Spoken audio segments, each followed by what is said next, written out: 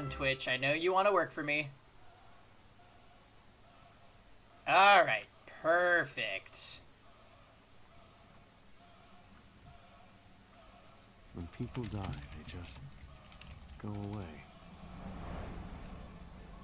If there's any place a soul would go, it's in your memories.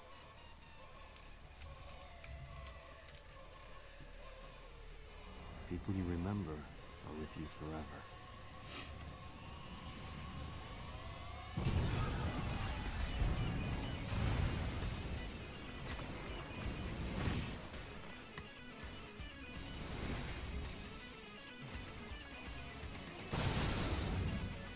Okay, friends. We're here. Finally. See, I thought I had a whole day to stream, but actually we have like a half day to stream because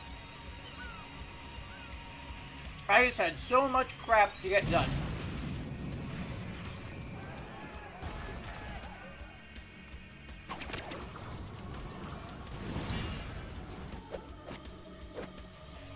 So now I am ferociously eating my lunch while we play some Lost Odyssey, because we've been kept away from this game for far too long.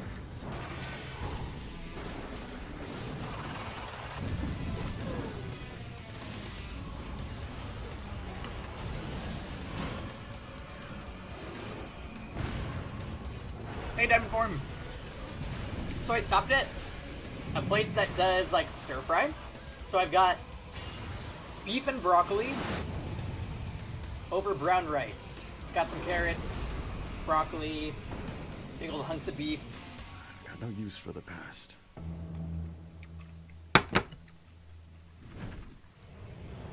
Which I'm pretty excited about.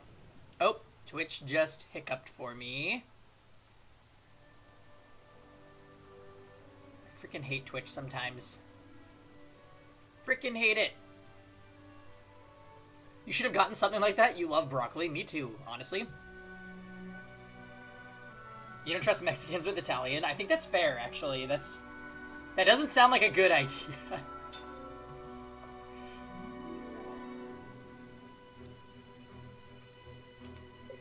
That's like how, I guess this is like the reverse of it, but apparently the Olive Garden has tortilla chips, which I find to be extremely odd. Like, what are they doing there? That is not Italian cuisine at all. And I only know this because Kevin watches videos of people eating everything on the menu at fast food restaurants.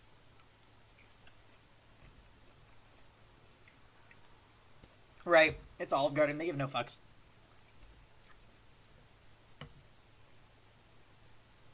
So anyway, we are definitely going to be eating while we stream today.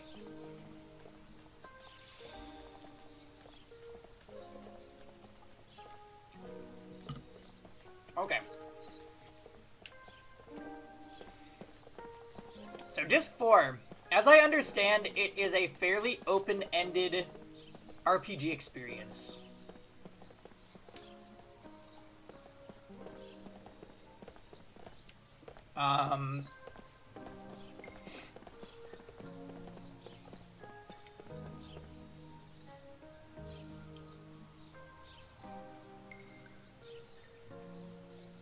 They say this thing's broken. Dad said it'll start working again if I kick it, but I don't want to break it any more than it already is.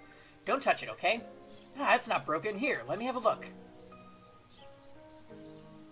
There you go. Wow, that's amazing. It's fixed. Thanks a lot, sir. Here, take this.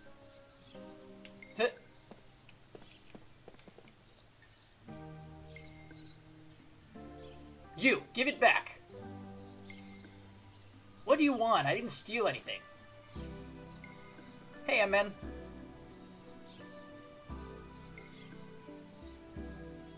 Yes, Ming Tong, that is me.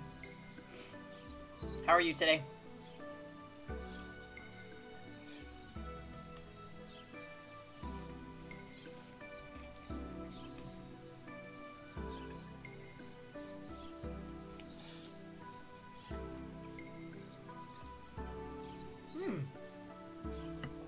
Me too. Literally ran errands all day. So now, I'm super happy to have this time to just hang out with you guys and play some Lost Odyssey. I have to make a decision if I want to go to my fighting game local tonight. I might just choose to stay home and hang, honestly.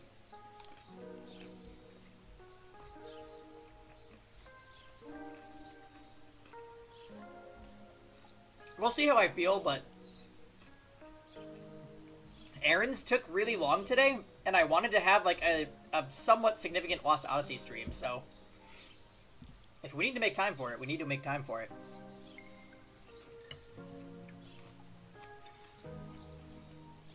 Well, who else could it have been then, huh? Shut up, you want to go at it, don't you? Was it Attorney? Yeah. It's called Wednesday Night Fight.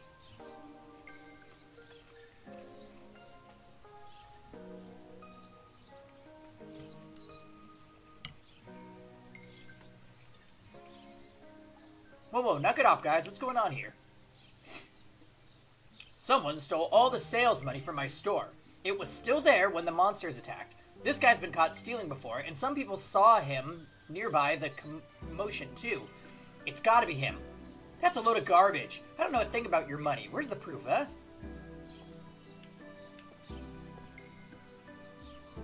Come on, this is crazy. You guys think I'm a thief, too? Well, good, because I didn't do it. Ugh, everyone immediately assumes it was me. Sure, yeah, maybe I've stolen a few times before, but, hang on. But everyone knows about that. I'm not trying to hide that. I mean, I tried hiding it before, but it's always failed before. My granddad was a real straightforward guy. Everyone loved him. We were poor, but he'd still help out anyone in need. Everyone here talks about how great he was, and they were all just taking advantage of him, really. Maybe he was happy with that, but I'm not. And besides, why's it gotta be me who stole? I'm the only one around here who could have done it, you know? So you're still saying you didn't do it. One of the eyewitnesses says you were near the store. I'm telling the truth here. How does seeing someone near the store mean that I'm the thief? Man of all the luck. This town was a mess when I returned after a long time. I walked over to the town square and this strange crow startled me to death. That's the reason I am? I think I missed a word. A crow? You mean that one that was over in the other store? I don't know. I saw it fly out of the store carrying this heavy-looking bag in his beak. I thought maybe it was stealing food or something. So where is that crow now? Who knows? It flew away and landed near a big tree by the store. I'm not exactly sure where, though.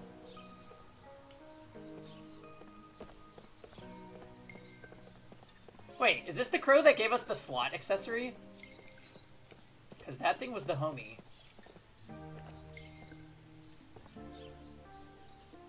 Hey, I've got the money you're missing. Huh? What? Where? Right here. That shady-looking crow must have stolen it during all the mayhem. That bird must love shiny things. I can't believe it was the crow. But this is the money, all right. Talia wouldn't have put it here after stealing it either. Sorry for doubting you, Talio. I guess I owe all of you a favor for getting to the bottom of this as well. Ha, I'm glad you believe me now. You guys really helped me out, though, you know? Why did you believe me anyway? No one else would. Your grandfather helped me once, a long time ago. My grandfather? He's been dead for decades. You don't have to believe me. There he goes, ice cold as always. Pay no attention to him. And you, just stop acting so tough, okay? You're gonna get into some serious trouble someday. Sweet. So we got a general's pen. I wonder what that does.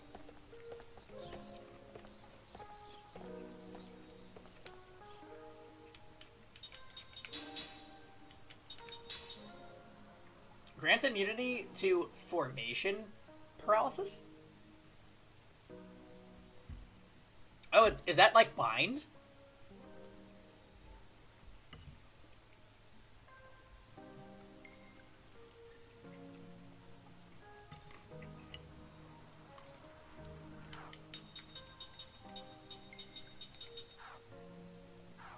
Huh.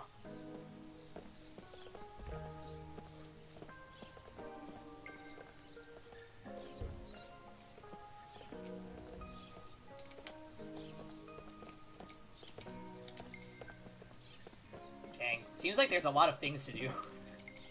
Even just talking to random NPCs, we already had like 2 quests just now. We got a memory the other day.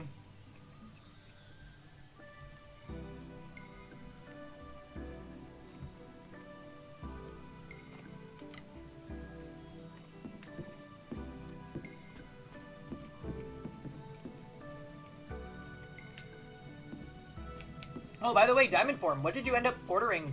Like, what kind of Italian food? I didn't ask.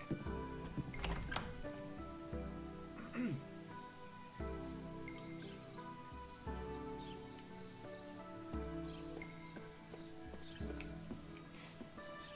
think this might be where the,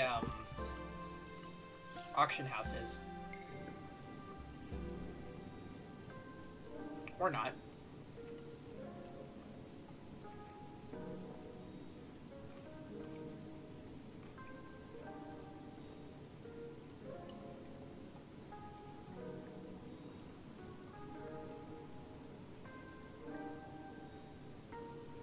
Yuck, olives are nasty.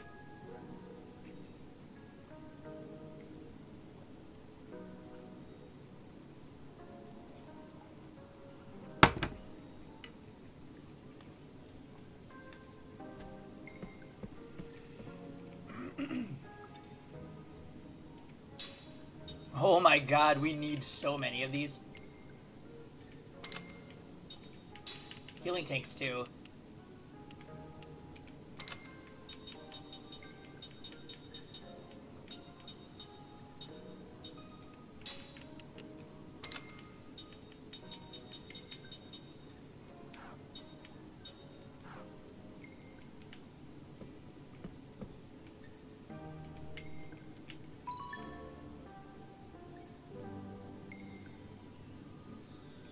Great ancient ruins.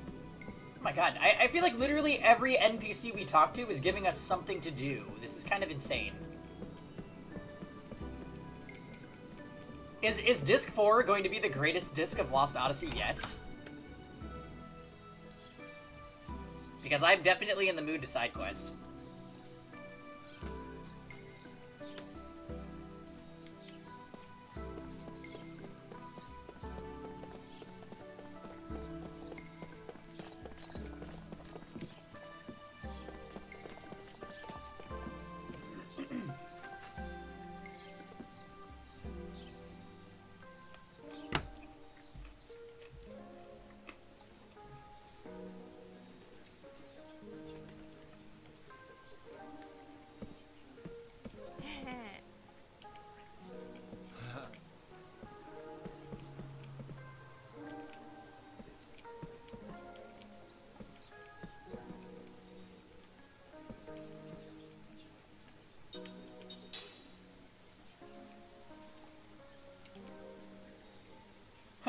Oh no you don't, you'll just mess it up more. Here, let me see it.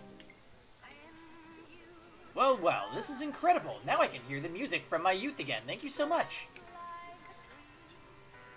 What the fuck?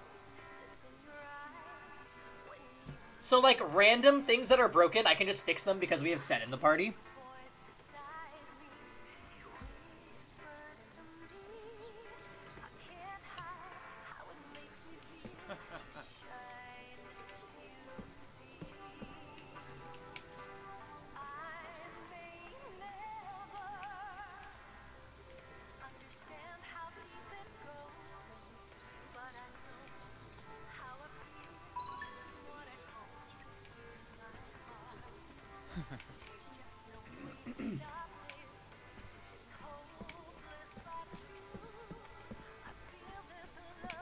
Wow.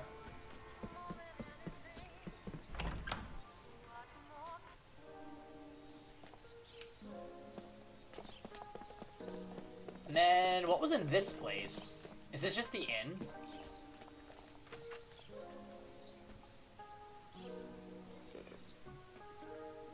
Yeah.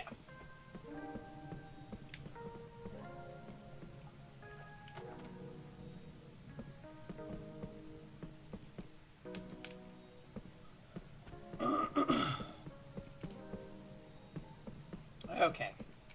So think we've pretty much exhausted all the people we can talk to in this little area.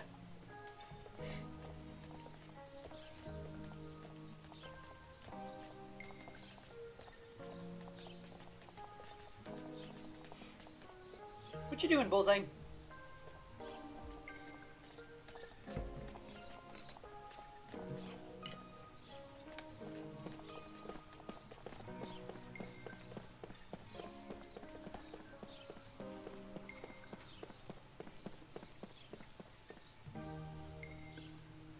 Hi.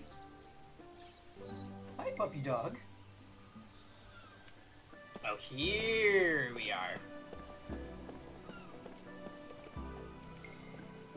Can't believe Goatsa City is gone, but it looks like that's the truth.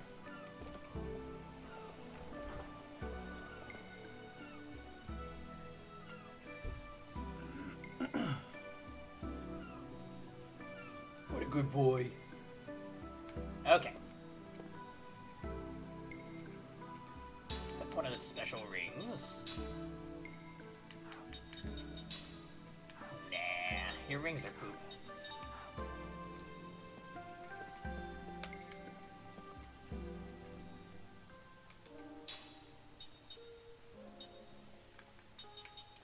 Rip, they don't have updated,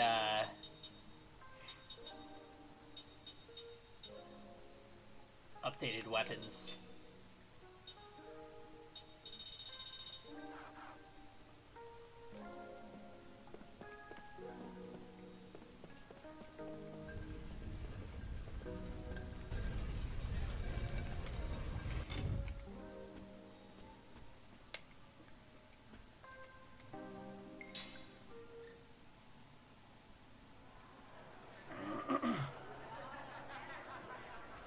Three beast hides from the eastbound track.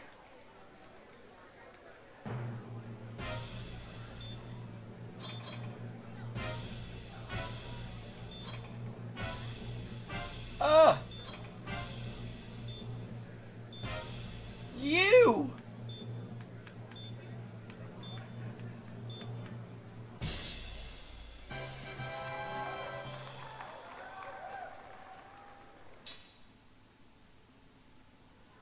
Does this happen in Final Fantasy IX?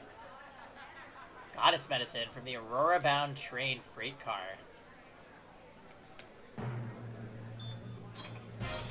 Woo! The chicken?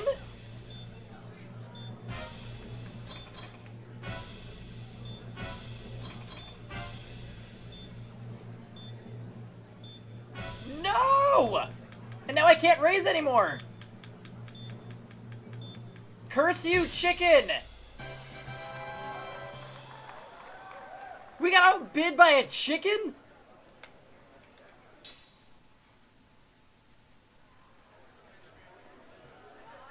A mana capsule? No, thank you.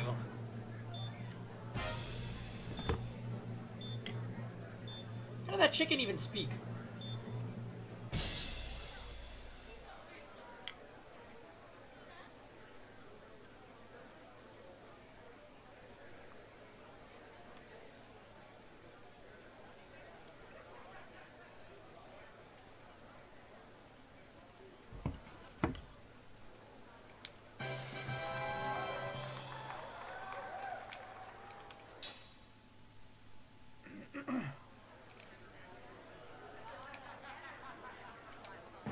Blazing Ruby? I don't need one of those.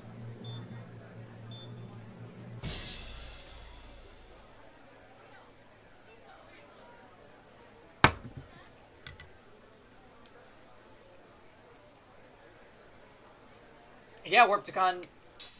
We got outbid by a chicken.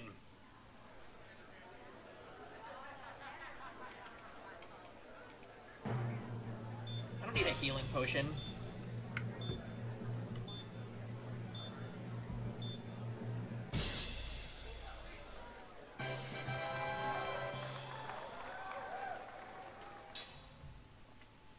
Kind of weird, they only let you bid 3 times, I think.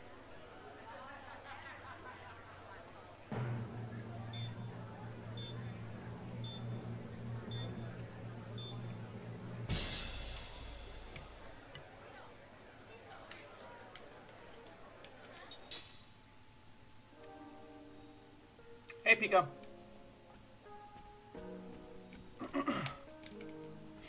Don't mind us, we're just side questing.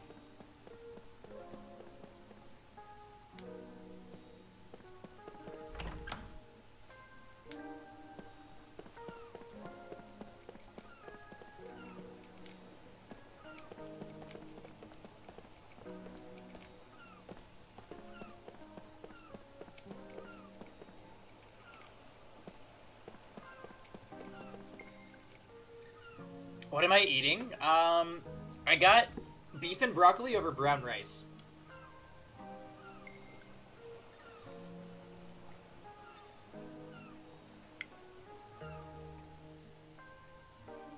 Yeah. It's my first meal of the day, so I'm like scarfing it down.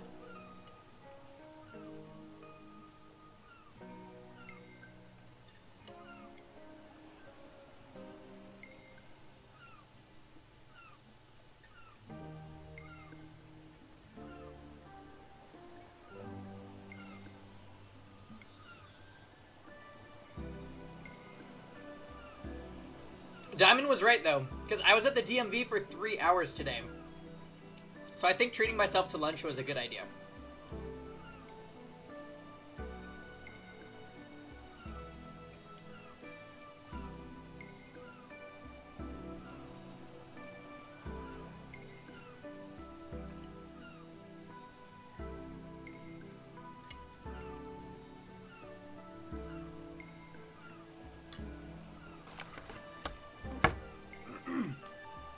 Well, the good news is I won't need to go back to the DMV for another year.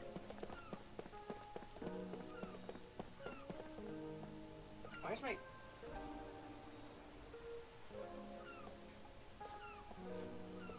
My Xbox's fan is making a weird noise.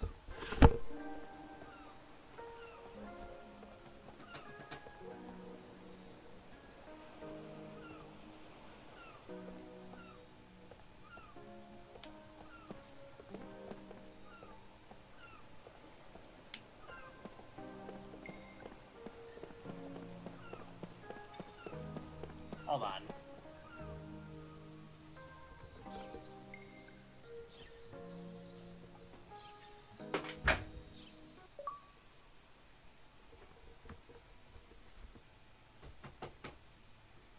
Why the heck is it making that noise?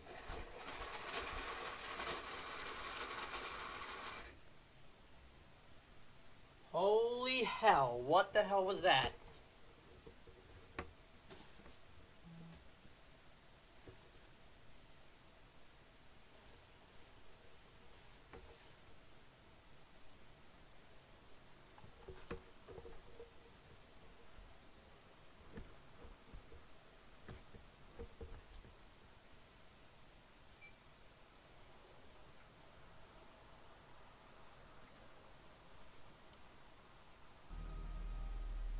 The fan went from going bzzz to...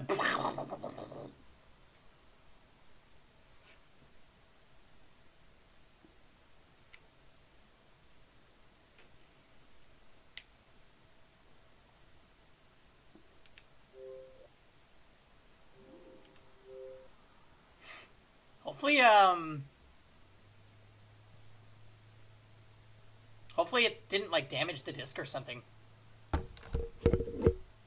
I'm just gonna put my plate away, guys. I'll be right back.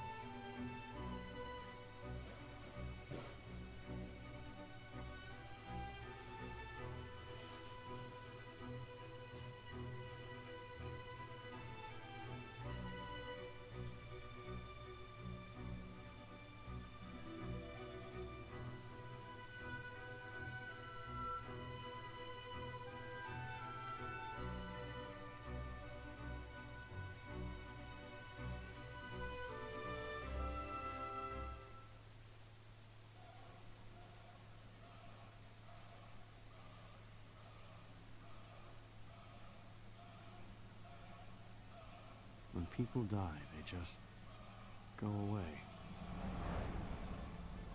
If there's any place a soul would go, it's in your memories.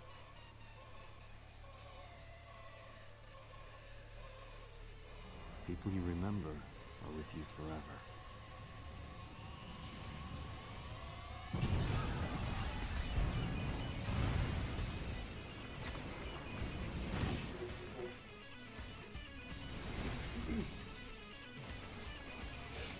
Okay, we're back. Wasn't there some weird rule about, like, you're not supposed to move Xboxes while the game is playing? Because I definitely just did that.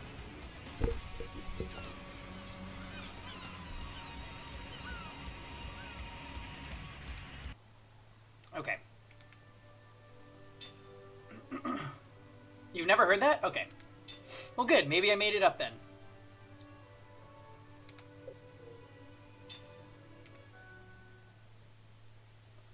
Okay.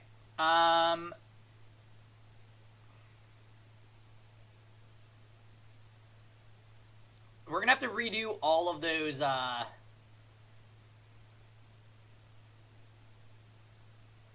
Xbox started making a weird noise, so I stupidly picked it up to examine it.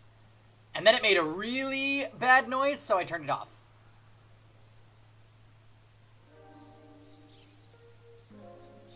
I think that was probably my bad.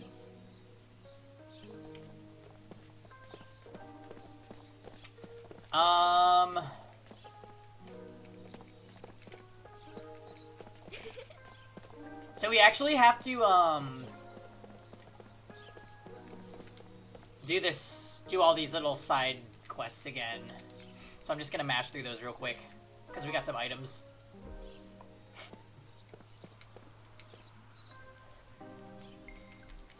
Okay.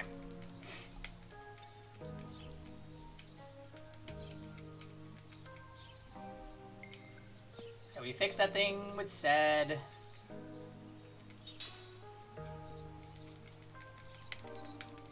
Then we gotta prove this guy's innocence.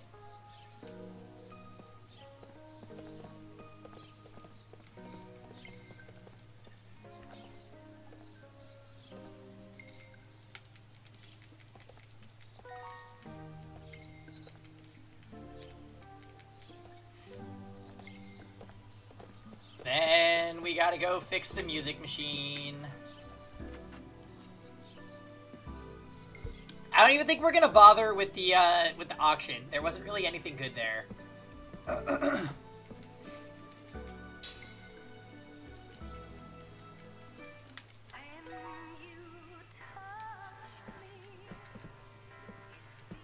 Okay, then there was some people that told me about hidden items.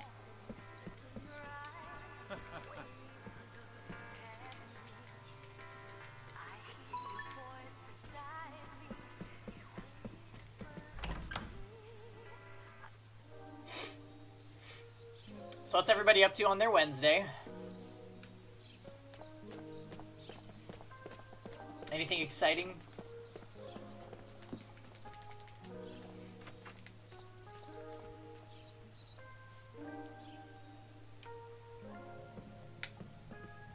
Oh, really?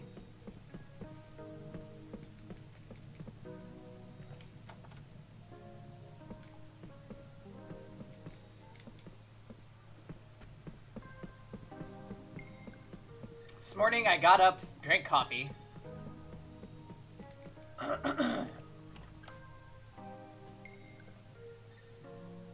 Then went to the DMV, decided that it was too... I couldn't even find parking, so I was like, alright, well, fuck this. So instead, I went to go get my hair cut. Then I did groceries. Then I stopped by a hobby shop.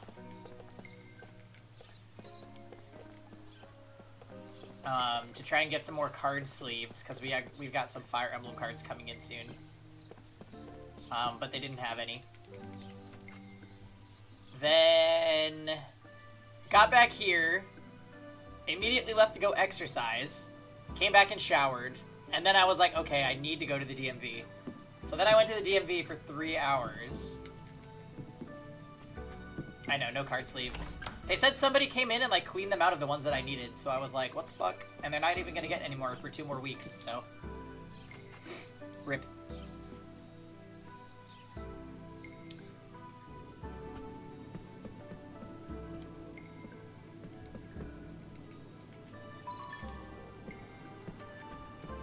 I should live stream from the DMV. Oh my god, that would kill my phone so fast.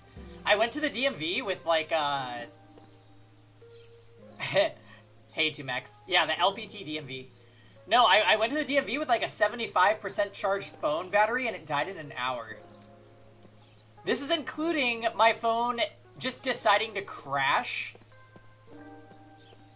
after it got to 21% and it turned off. I turned it back on and it had 9%. So I was like, wow, that kind of fucking sucks.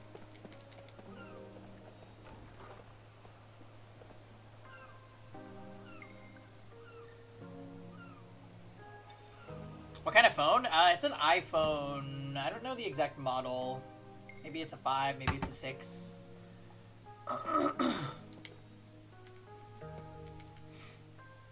It's like approaching 2-ish years old, so that's usually around the time that Apple products start to shit themselves. Oh, this guy doesn't have what we need. What the fuck? It's the other shop.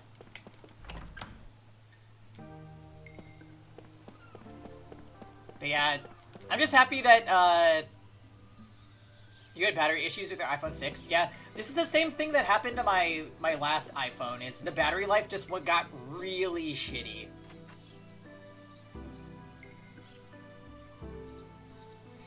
They're not. They're built to last you long enough until the next model comes out. Such a scam.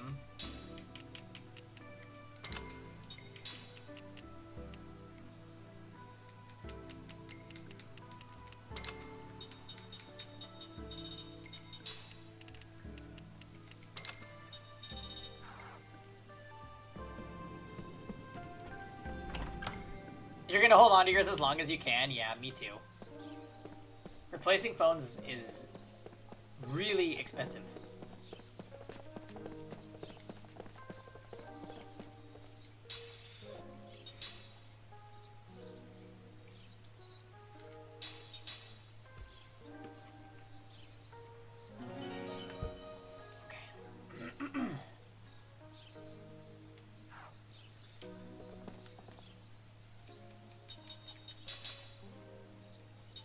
So he's learning double SP, Ming is learning level 6 white magic.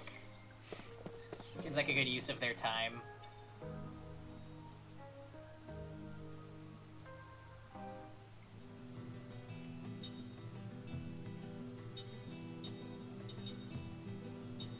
Didn't they say there was something in the ice canyon?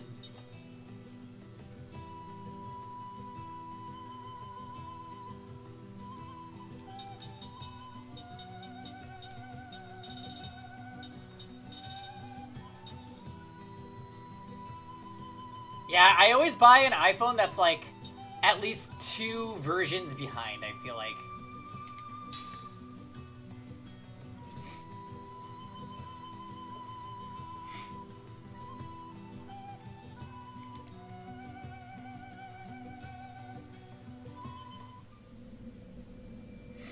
But yeah, live streaming from the DMV would be hilarious, except for how quickly my phone would die.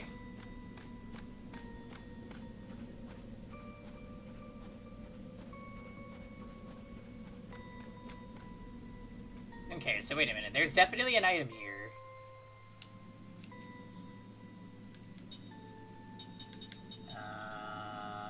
How do I find it?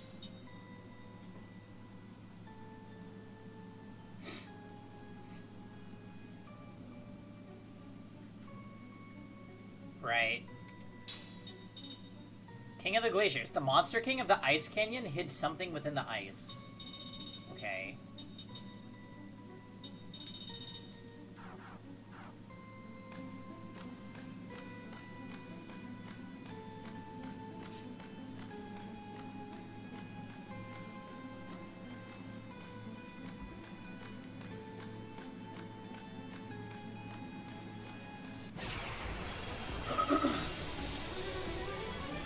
we should be able to find it. Whatever this item is should pop up on our map. So.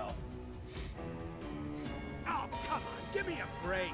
Oh, nice quest is said.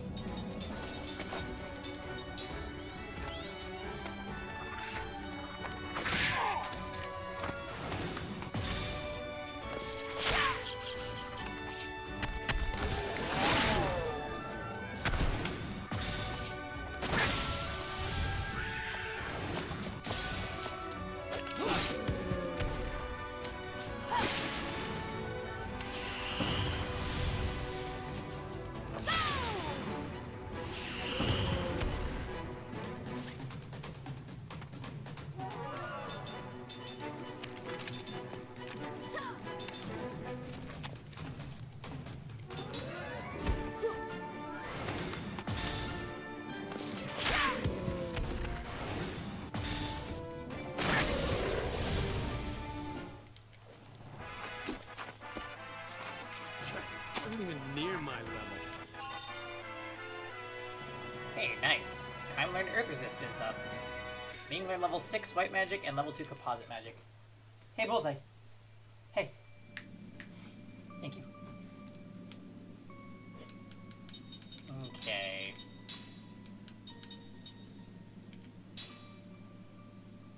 So she got level 6 White Magic. White Staff enables all staff users to equip Cook's unique staffs. Oh. That's cheap. Oh man, the poor mortal characters, they literally can't have a niche.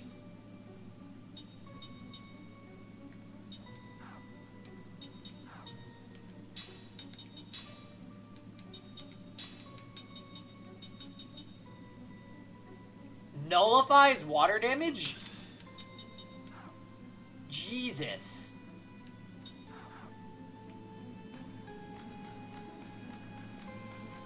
Okay, I think I see the item on the map.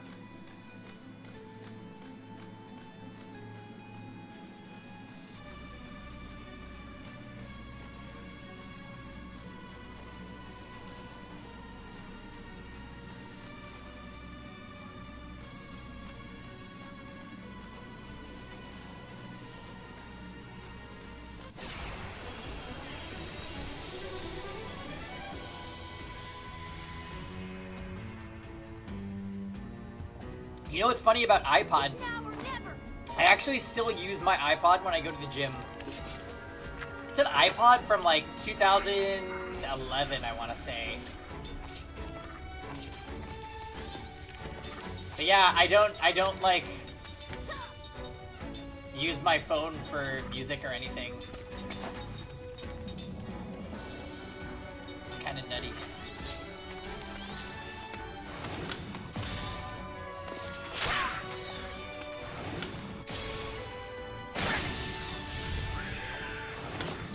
iPod Nanos? Weren't those really small ones? Or were those a different one? You exclusively use your phone for music?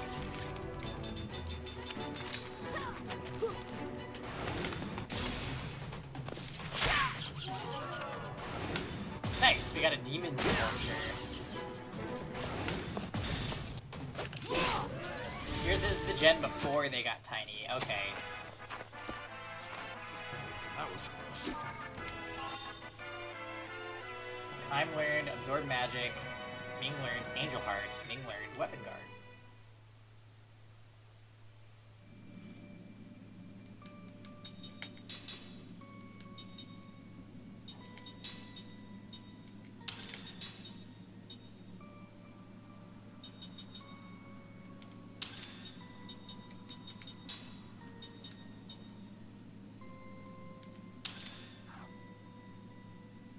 Gotcha. I think I remember the iPod Nano now. They were just like very, very thin, like this this big. Yeah, I remember having one in high school. I think I had the black one.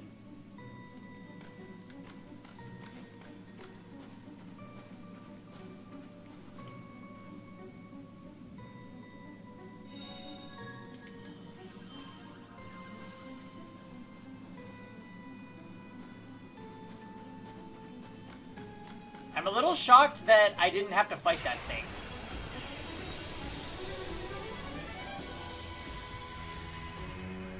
That definitely looked like the boss that we fought the first time we came through here. Okay?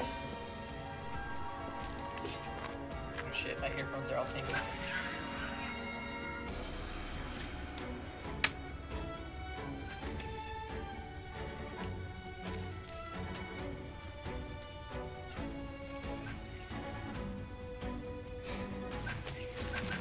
Okay, so just a bunch of raptors.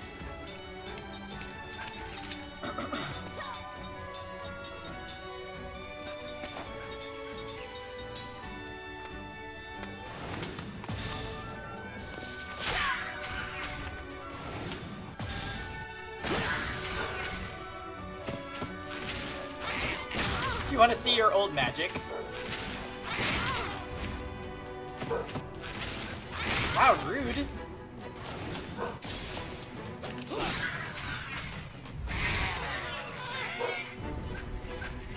I know, sometimes I get a song on my iPod and I'm like, wow, this was definitely like a me in high school era.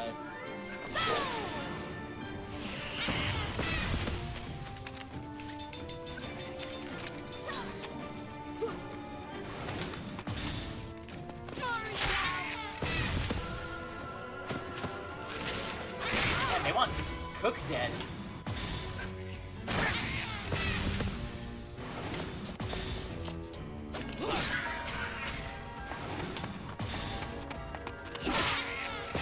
Nothing wrong with a little throwback. That seemed like a needless battle.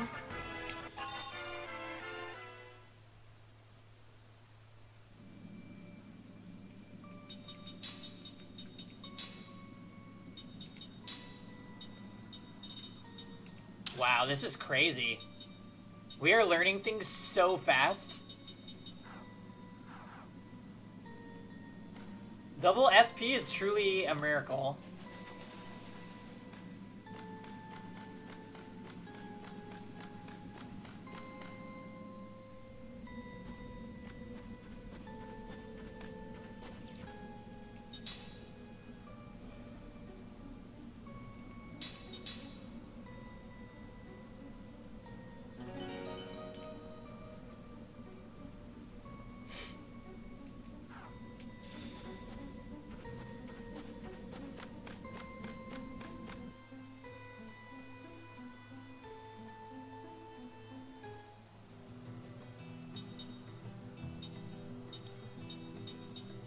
Gotsa City.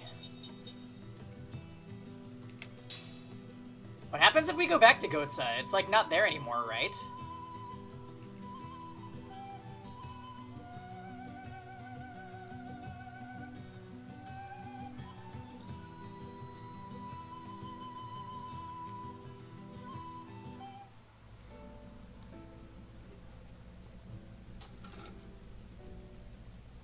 Oh.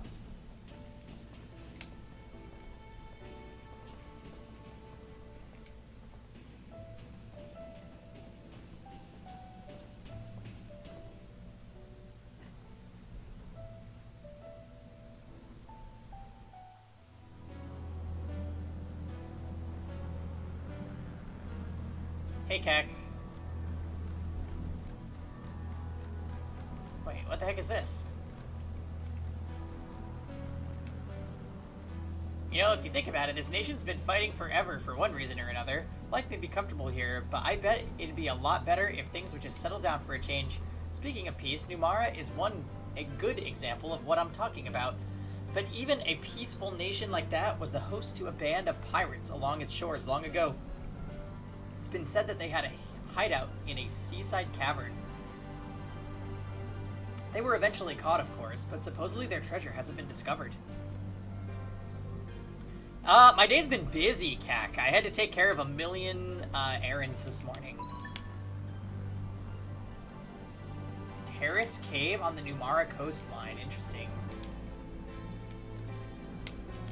But we're finally able to hang out and play some Lost Odyssey, which I'm stoked about.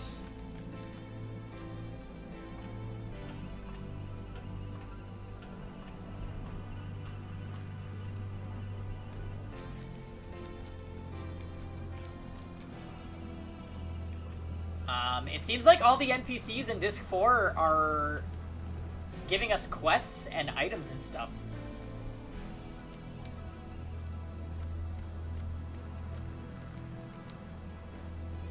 Well, not all of them, but many of them.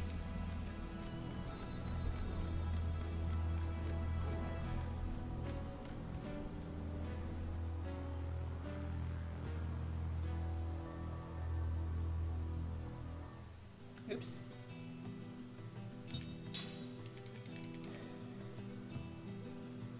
I'm assuming there's a lot more for us to check out, so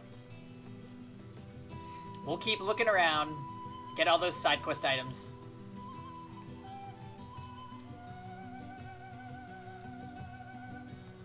Hey, Bull.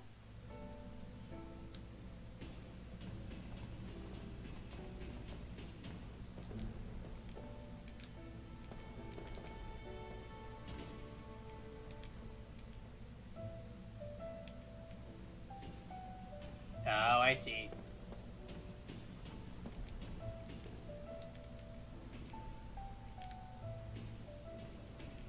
Can't even enter the lift.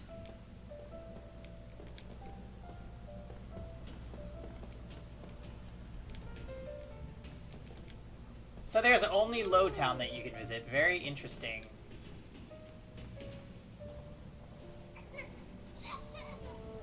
Are you alright? Do you feel any pain? I'm fine, I'm fine. It's just a cold. I'll be okay with some rest. Stop worrying about me. Oh yeah, we are hella exploring right now. I already checked out a lot of stuff in the village of Saman. Oh, and we got a memory. Yeah, I'm seeing a lot of stuff for us to do, so we will probably just make do with this for a while. Get some side questing done, collect some stuff, side grinding too.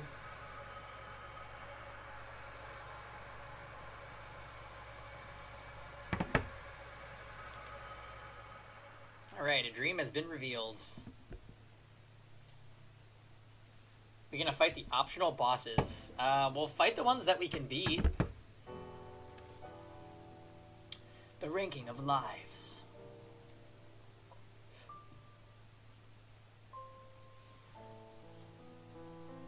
A terrible epidemic is ravaging the kingdom. The onset of disease is sudden. Due to genetic or perhaps hormonal factors, it only strikes males.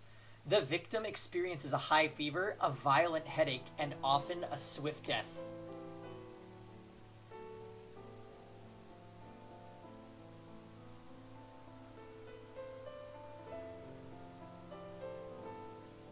The disease does have two hopeful aspects. First of all, once an individual survives it, he need not fear catching it again, from then on he has immunity. Secondly, an extremely effective medicine exists.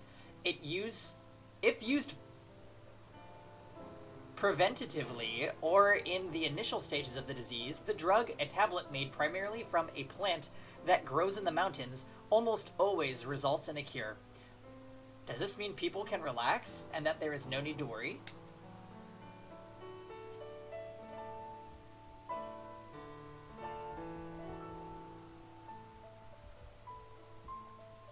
Unfortunately not, for an ironic twist of fate is something that life tends to thrust upon people all too often.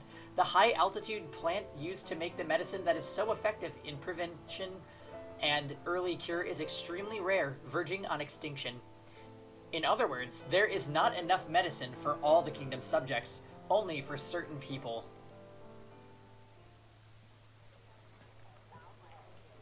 Do you see what I mean? Asks Doc, a quiet man on patrol in the capital's marketplace with his fellow military policeman, Kime. Sending his sharp gaze down one alley after another, Kime responds, "You're saying they rank people to decide who gets the medicine?" "Exactly," says Doc. "In deciding the rank order, they brand us as either subjects indispensable to the nation or other subjects. Capital military policemen will receive their medicine relatively early, which demonstrates their ranking as subjects indispensable to the nation." "I guess it makes sense," Doc goes on. "If all of us were to keel over, order in the capital would break down like nothing. We always have to be the picture of health as we patrol the city, right, Kime? For the sake of the homeland, as they say." "I suppose so." "First the royal family gets the medicine, then the royal guards, third come the politicians, and then the financiers who run the country's economy, the police, the firemen, doctors, and finally us, the capital military police. There's not enough to give it to just anybody." Doc all but spits out those final words and asks, "What do you think, Kime? Ordinary subjects are people too. Is it okay to rank them like that?" In theory, Kime should be able to reply without hesitation that of course it is not okay. But realistically speaking, he says there's no way around it. He averts his gaze from Doc's as he hears himself saying these words. "No way around it, huh?" he mutters with obvious distaste. "Maybe you're right. Maybe there is no way around it." He sounds as if he is trying to convince himself. In fact, it does seem to be the only means to open to them. "The folks here in the marketplace know about the disease, obviously." "Obviously," answers Doc. "If their fears get the better of them, they could riot any time." "Absolutely. We can just manage to keep the peace by patrolling the streets like this." "I know what you mean." "If we were to succumb to the disease, their lives would be put all the more at risk. If we can't douse every subject in the kingdom, If we can't dose every subject in the kingdom, all we can do is think about how best to keep the harm or the impact of the disease to an absolute minimum."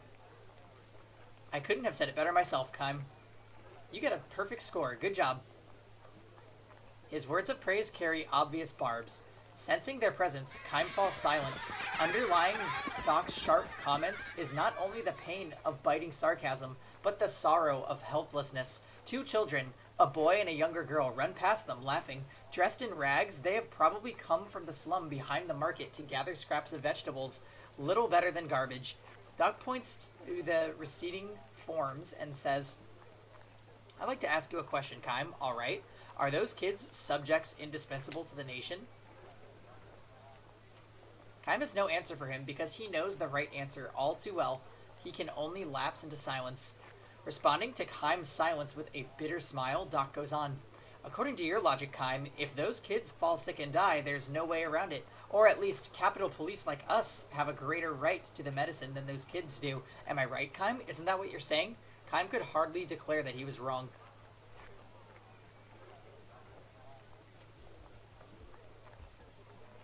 Responding again to Kime's silence, Doc says, "Now don't misunderstand me, I'm not attacking you. It's just that everybody is indispensable to somebody, even those kids. They may be just a nuisance to the state, poor beggars, but to their parents, they are indispensable lives that must be protected at all costs. Am I wrong?" What a kind-hearted fellow, Kime thinks. Maybe too kind, to a degree that could prove fatal for a soldier. From the direction of the castle comes the sound of the great bell, an emergency assembly signal to the soldiers patrolling the streets. The medicine seems to have arrived for them. "Let's head back," Doc pipes up, apparently emerging from his gloom.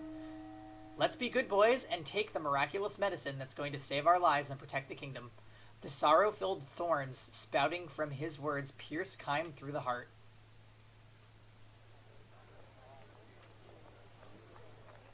It is the following day when Doc tells Kime of his plan to desert. "I'm only telling this to you, Kime," he says when they are patrolling the marketplace again. "I know the punishment for desertion is harsh.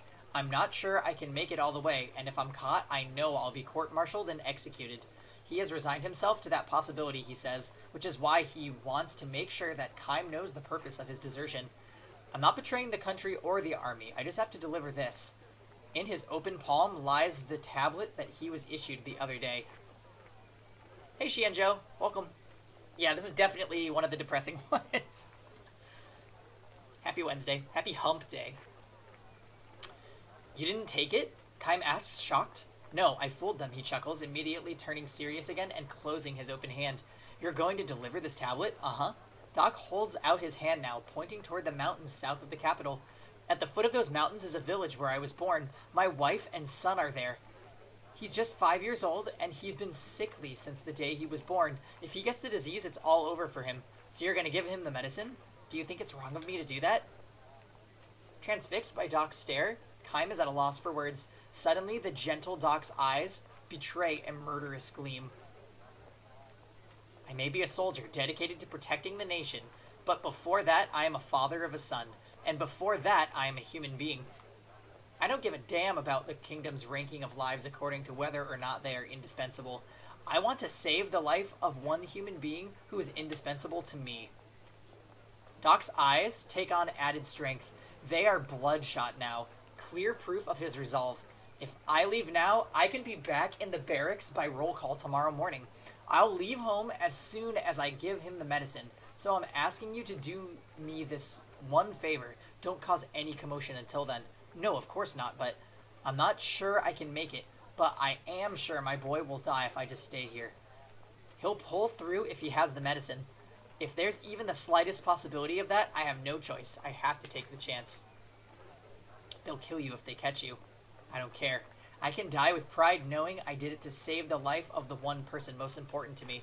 What if you get sick? All I can do is leave it up to fate. Doc smiles. Human beings can't do anything about fate, but I do want to do everything I can as a human being. This is why Doc has revealed his plans to Kaim. One more thing, Kaim. If they kill me, or if I get sick and die, I hope I can depend on you to visit my village sometime and tell my wife and son what happened. Make sure they know that I didn't desert because I got fed up with the army. I did it to save my son's life, which is something that is way more important to me than army rules and even more important than my own life. He will be satisfied as long as the message gets through, he says with a smile. Kaim has no way to reply to this. Not that Kaim fully accepts everything Doc has said to him. He is convinced not so much by the man's reasoning as he is overwhelmed by something that transcends reasoning. By the power of life, by the strength and depth of Doc's desire to save a life precisely because it is something that will eventually be cut off by death. I'm going to make a run for it while we're patrolling the marketplace. I'm asking you to look the other way. Tell them I disappeared when you took your eyes off me for a split second. Kaim can do nothing but accept Doc's plea in silence. He sees that deep in the hearts of those who love finite life is a place that cannot be entered by those who have been burdened irrevocably with life everlasting. The two men reach the far end of the marketplace. All right then, sorry to put you through this, Doc says. He turns toward the exit and is about to plunge into the crowd when it happens. A child comes bounding out of the alleyway. It is the same shabbily dressed girl from the slums who ran past the men yesterday laughing. Today she is alone and crying her head off. She looks around with wild eyes, and when she spots Kaim and Doc in uniform, she comes running to them shouting, "Help! Help!" "What's the matter?" Doc says. She takes his hand and leads him into the alleyway as if to prevent the surrounding people from hearing what she is about to tell him. "It's my brother," she blurts out. "He's sick, he's got a high fever, and he's shaking all over. We've got to do something or he's gonna die." Kaim and Doc look at each other. "How about your parents? Don't you have a father or mother to take care of him?" Kaim asks. "What parents?" the girl retorts tearfully. "They both died a long time ago. There's just me and my big brother. Oh, please help him, please." "But I was just," Doc mutters, fidgeting, ready to run. He looks at Kaim with pleading eyes. Kaim kneels down and looks the girl straight in the eye. "When did his fever start?" he asks. "Just a few minutes ago," she says. "We were leaving to pick up vegetable scraps and he fell down." Only a little time has passed since the disease has struck. He could be saved by the medicine, but of course there is no medicine for slum children. Judging from the girl's wasted frame, her brother must also be eating poorly. The disease will almost surely ravage his malnourished body and snatch his life in a matter of hours. The girl will not come down with the disease, of course, but even if it cannot attack her directly. Once she has lost the only other member of her family and has no one to take care of her, the tiny thing is bound to trace the same fatal path as her parents and brothers sooner or later. Hey, Banana. Welcome. You're joining during a really fucking depressing story. Please help my brother, please. She clings to Kaim and Doc, huge tears streaming down her cheeks. Kaim gives her a slight, silent nod. He raises slowly and reaches for a small leather pouch dangling from his sword hilt. Before he can lay hold of it, he hears Doc saying to the little girl, "Don't worry." Doc is holding out his hand to her, smiling gently. In the palm of his hand is a tablet. "Give this to your brother," Doc says. "There's still time to save him." The girl gives him a puzzled look and hesitates until he urges her. "Hurry, do it now!" She reaches for it uncertainly and takes it in hand with great care. "Hurry home, now," Doc says with a smile for her. The girl dashes off. "Thank you, thank you, thank you!" Her shrill, tearful voice rings out as she disappears into the alleyway. "I'm glad it worked out like this, Kaim," Doc says with a shrug and pained smile. "So now I won't be branded a deserter, and I won't have to give you anything to worry about. No, this is a good thing." He sounds as if he is trying to convince himself. He even nods deeply in agreement. Surely he cannot have done this without regrets, especially if his son is at home. If his son at home should take sick and die.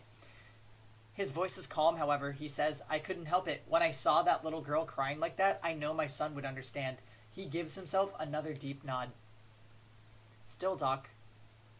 "Never mind. Don't say a thing." Doc cuts him off and squints toward the alleyway the girl ran down. There's absolutely no rank order to lives. The only thing that matters is to save a life you see with your own eyes. "I know what you mean," says Kaim. "Just because I saved one slum kid's life, there's no guarantee he'll grow up to be a credit to the nation. Maybe all I did succeed in doing was prolonging the life of yet another drag on the state. Maybe I get back to the barracks and I'll start thinking of other people I should have saved instead of him." "On the other hand, Kaim," he says, interrupting himself and turning to look at Kaim as he considers yet another possibility. "On the other hand, I look at it this way too. Maybe it is just a matter of innate human instinct to want to save the life before your eyes. Maybe we learn those other kinds of ranking later, for the nation, or for the people, or even for my son. I may have failed as a soldier or as a father, but I think I did the right thing as a human being." Doc stops himself there and starts walking without waiting for Kaim to reply. He might be trying to hide his embarrassment at his own tortured reasoning.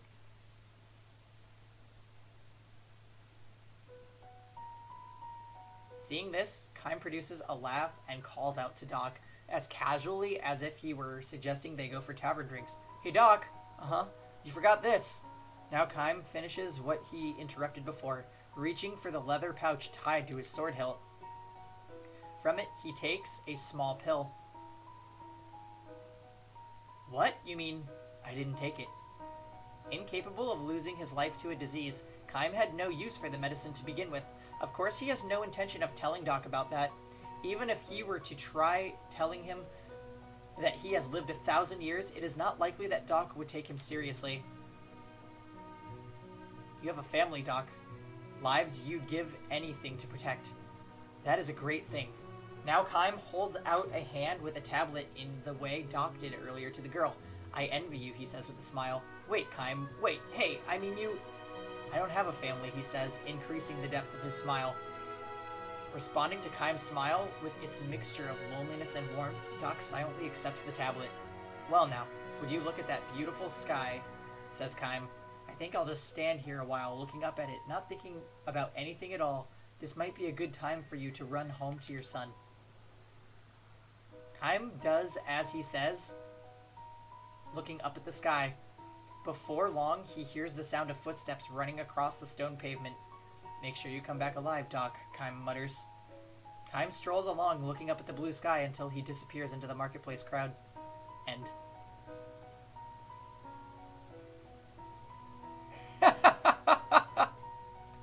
You're gonna continue the trend, Shienjo? You know what's funny? We actually had multiple people say that they were thinking about getting an Xbox just for this game. I'm glad that I'm like such a trendsetter.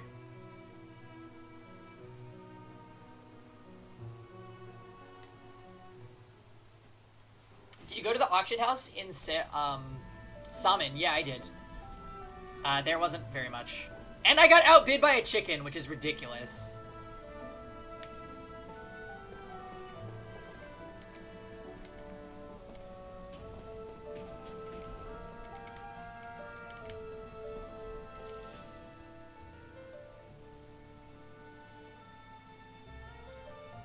Oh, Futurama. I remember that episode. I'm a digital influencer. Thank you, Evo. Thank you. I'm being paid by Microsoft? No. The only place I'm paid by is Trader Joe's.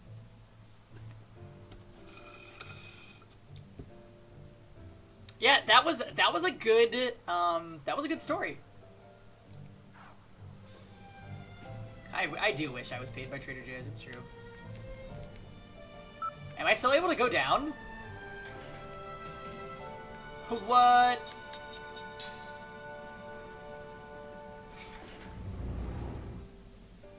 I would totally advertise Trader Joe's things on stream. They need to sponsor me.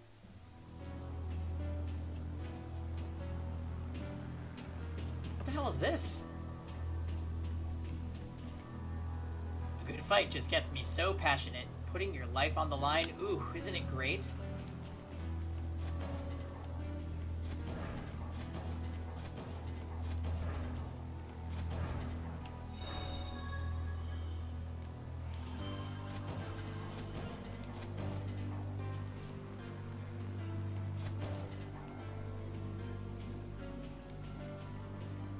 Hey, hey! About time we got some new folks in here. This is your first time watching the backyard?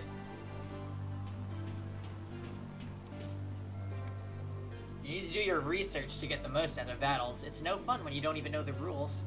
The battles here work under a lot of diverse rule sets, and believe me, no one knows more about them than I do.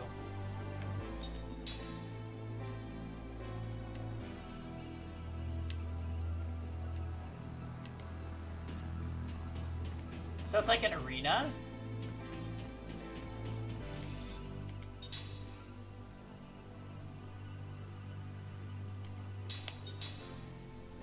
That's pretty sick.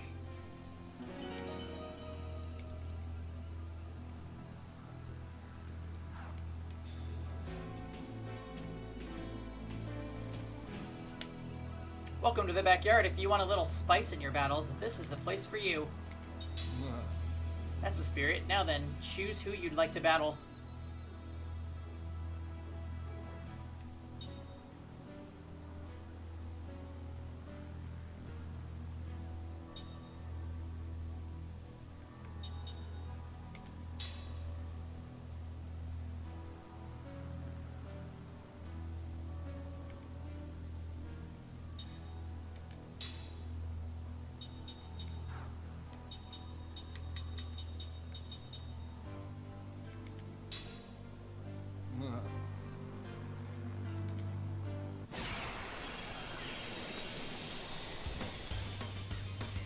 Oh, cool! We get a custom battle theme.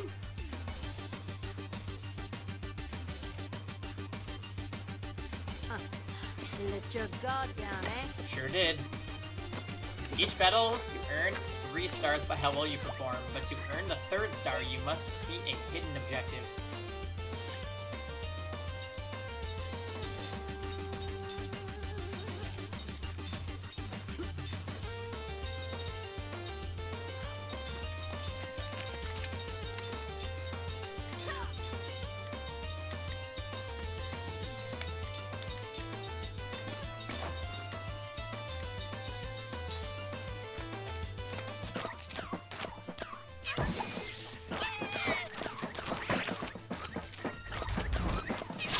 Is there anything in the game that tells you what the hidden objective is?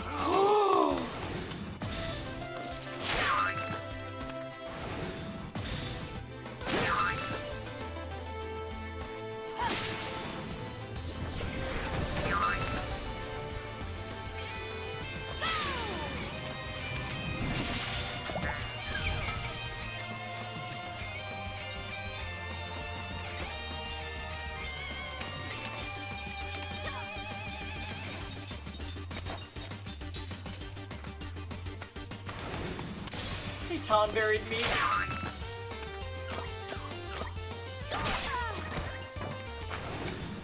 Yeah, that freaking hurts, man.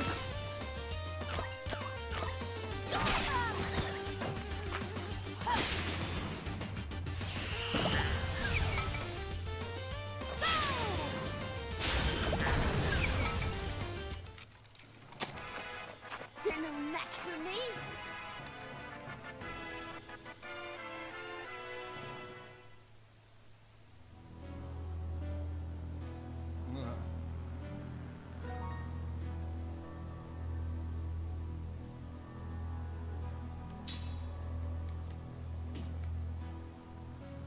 Dang.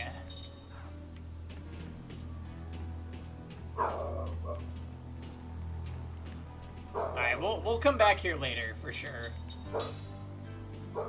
That was interesting.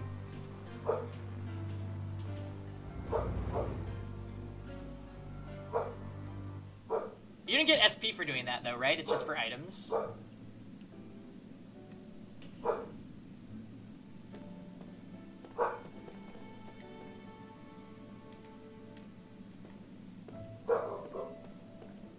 Very good items, okay.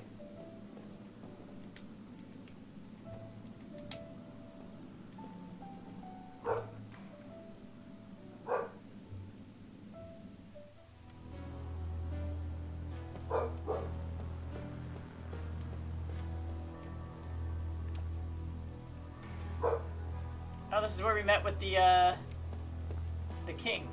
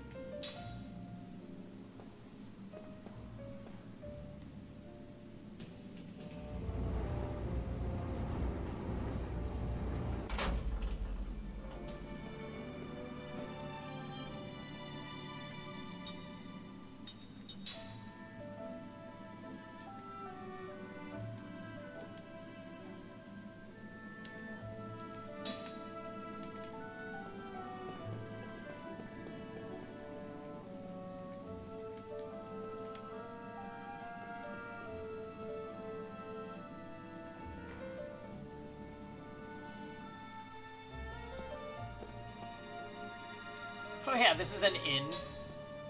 So random.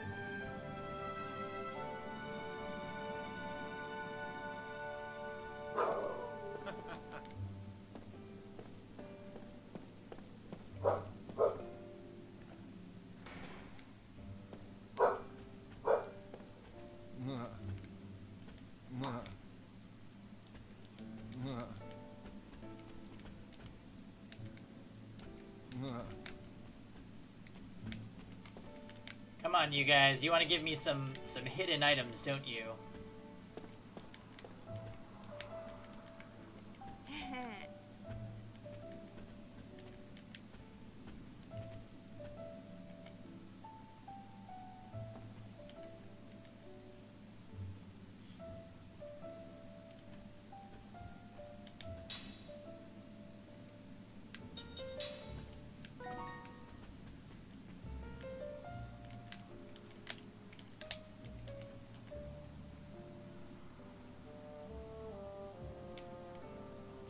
Wait, what? The boss of the monies lives in an undersea cave on Numara. I want his money, but I don't stand a chance against monsters. Interesting. I had some beef and broccoli when the stream started, so I'm pretty good on food for a while. I'll probably just have like a salad or something if I get hungry later.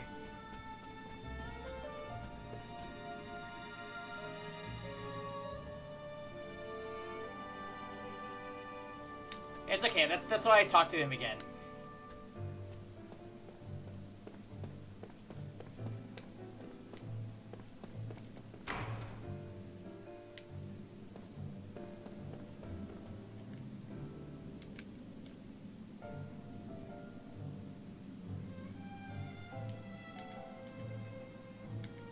Aha! On the road that leads out of Lowtown.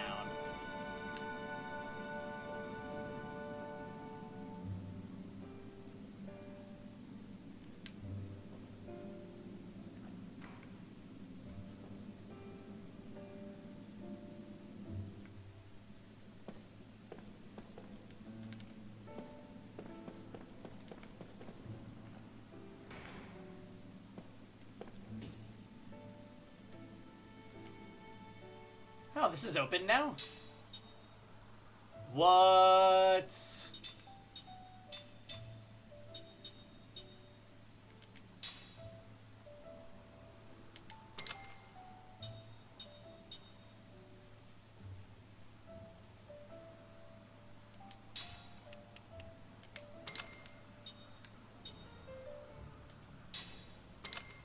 Wow.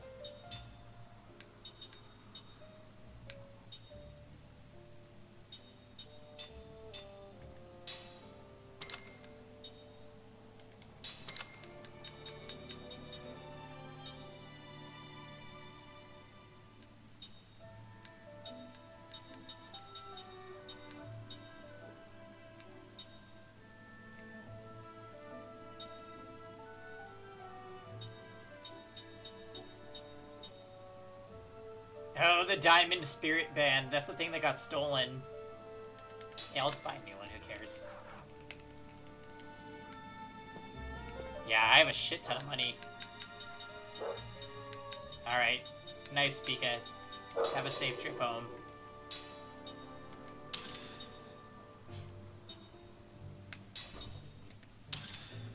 Who's humble? Kevin's here.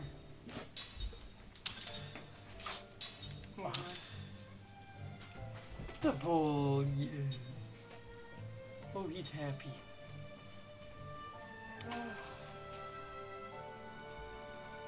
Greetings, Kevin. Hello. It's just raining cats all up in here. No, it's not. It's just raining kitties all up in here. It's raining kitties in your Fire Emblem game. Yeah. It's pissing me off. Kitties. Hallelujah. It's raining kitties.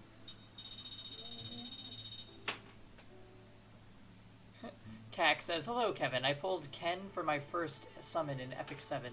Oh, he's really good now. Good shit. Kevin says he is Maso Manos. No, I did not. He is good. Okay, I might have lied.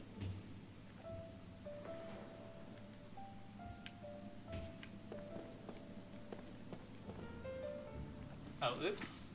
I already read this. The Kingdom of Goatsa history. You're a goat. No, I'm not. Listen, Kevin. We had a depressing story that we read, okay? It's really kinda, yeah. But the stories are mostly depressing. I mean, all you do is that is read, right? Are you trying to say this is a visual novel, Kevin? Well, it's not. So.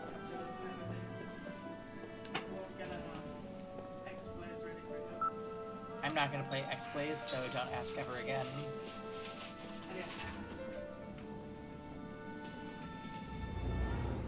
Kevin!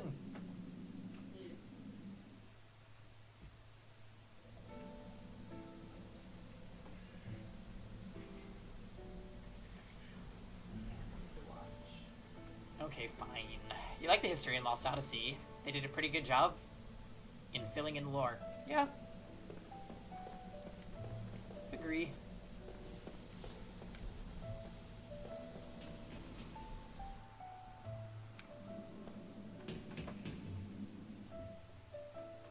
There's been a lot of world building, that's for sure. It's too bad that there's not a follow-up game. They don't have the bullets today. What? Yeah. What do you mean they didn't have them? And like, yeah, we're out for today. So what'd you get? Not that Oh. Well, that's good. The Lee's was one of the things I was considering getting on my way back. And now I'm glad I didn't. If they're gonna fuck me over like that. Yeah, well, they're trying to fuck me being a skinny legend over.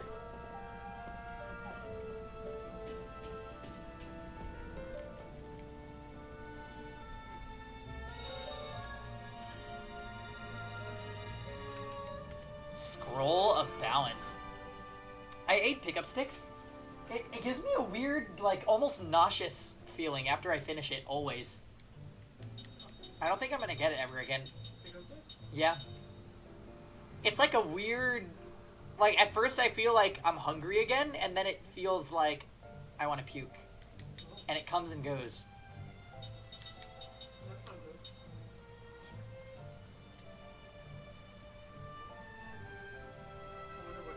I don't know. It only happens at pickup sticks.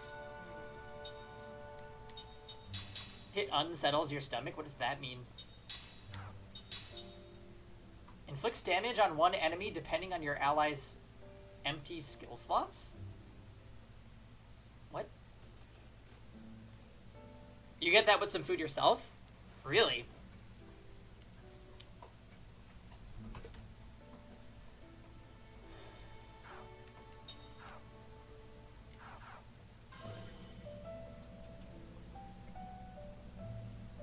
Oh, the less skills equipped, the more damage.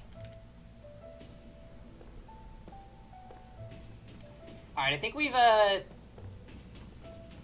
explored Gotsa enough.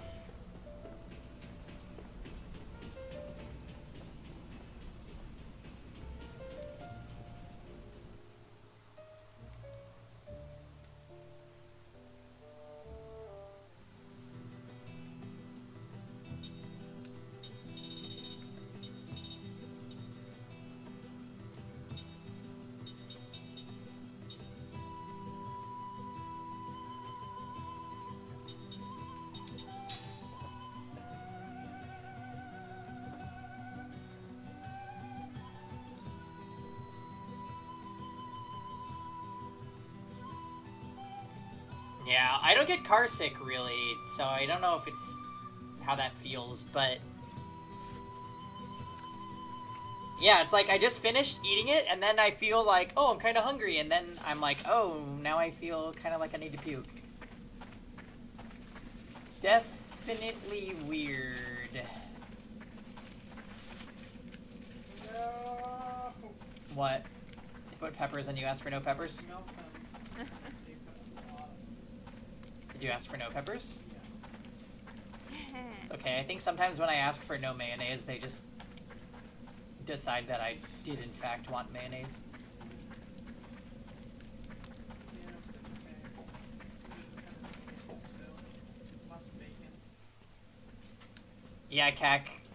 The peppers at the Vietnamese sandwich shop are they're too intense.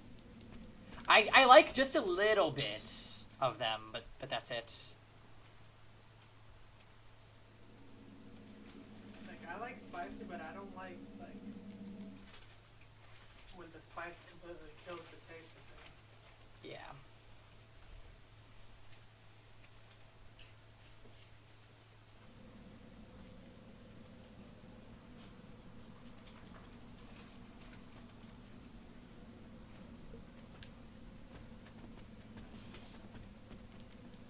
Hi, Bull. Okay, so we left off where Celica tried to kill her sister. Oh, Bull, how come you have a red spot on your arm? Got hit Yes. Bullseye. Not good. You're itchy everywhere, my little friend.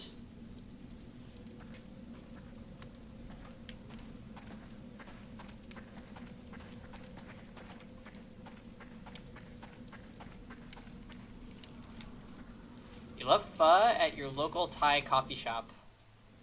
Mmm.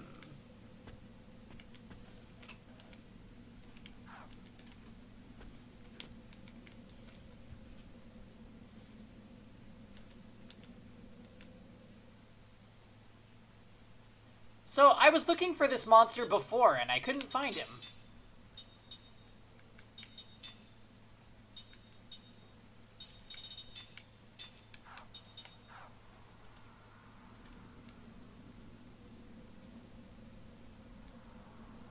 If you make the Gaiopolos along the trail cry out enough times, they'll call for their leader. What trail is he talking about? Maybe the Frozen Trail.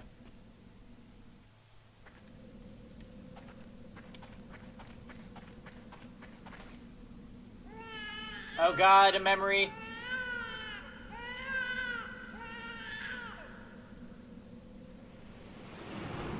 Wow. I can already tell we're gonna have all the memories this stream to make up for that one, like, 10-hour stream where we had no memories.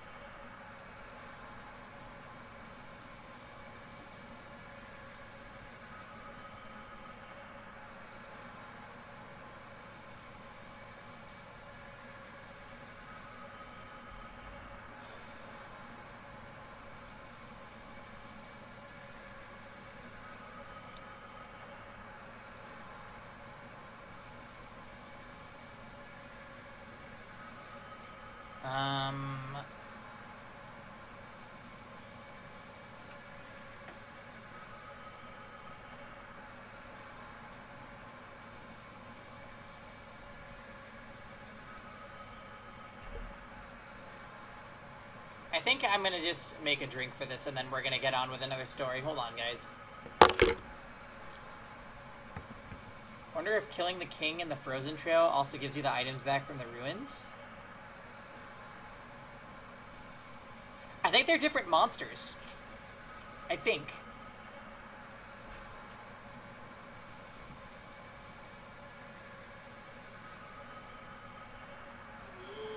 My car looks really weird with California plates.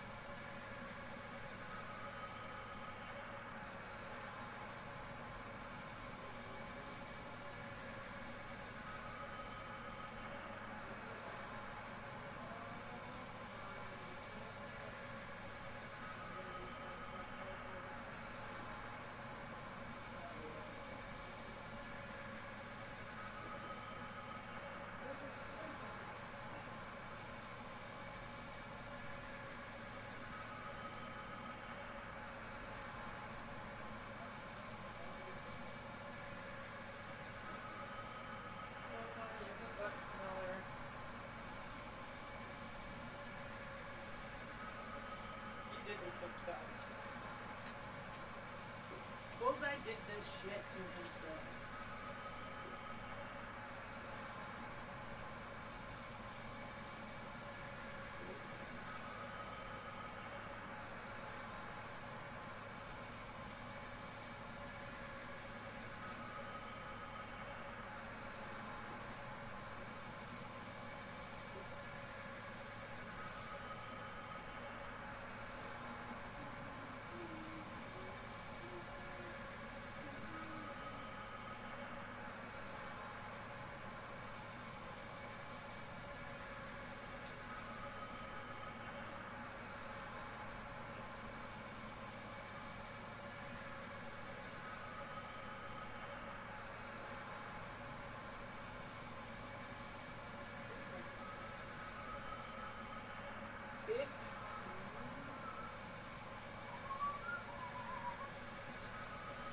Oh, you guys got here during the chair stream. Hi, guys.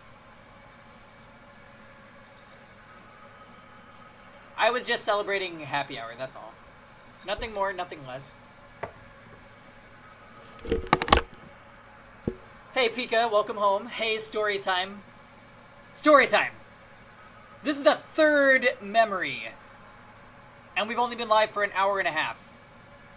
That means I've spent at least a solid, like, 15 minutes reading these. Yes. Well, disc 4 is fucking ham. Memories everywhere. Side quest items everywhere. Just random little mini things that lead to you getting items everywhere. Optional fights everywhere. We found an arena in Gotza. Yeah, disc 4 is like... Okay, now we're actually like a somewhat open RPG. First story, lighthearted. Second story, fucking heavy.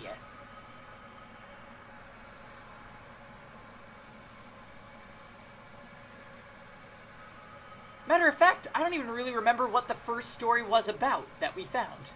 I don't really remember. But the second story was about a soldier that wanted to sacrifice his own health to give medicine to his son that wasn't deemed to be important enough by the state to distribute medicine to. And then he gave his medicine to a sick, dying child instead, right when he was about to run away to give it to his son. And then Kaim saved the day by giving him his medicine because he's an immortal and he didn't need it. It was, like, definitely top 3 stories that we've had to read so far. Alright, here we go again.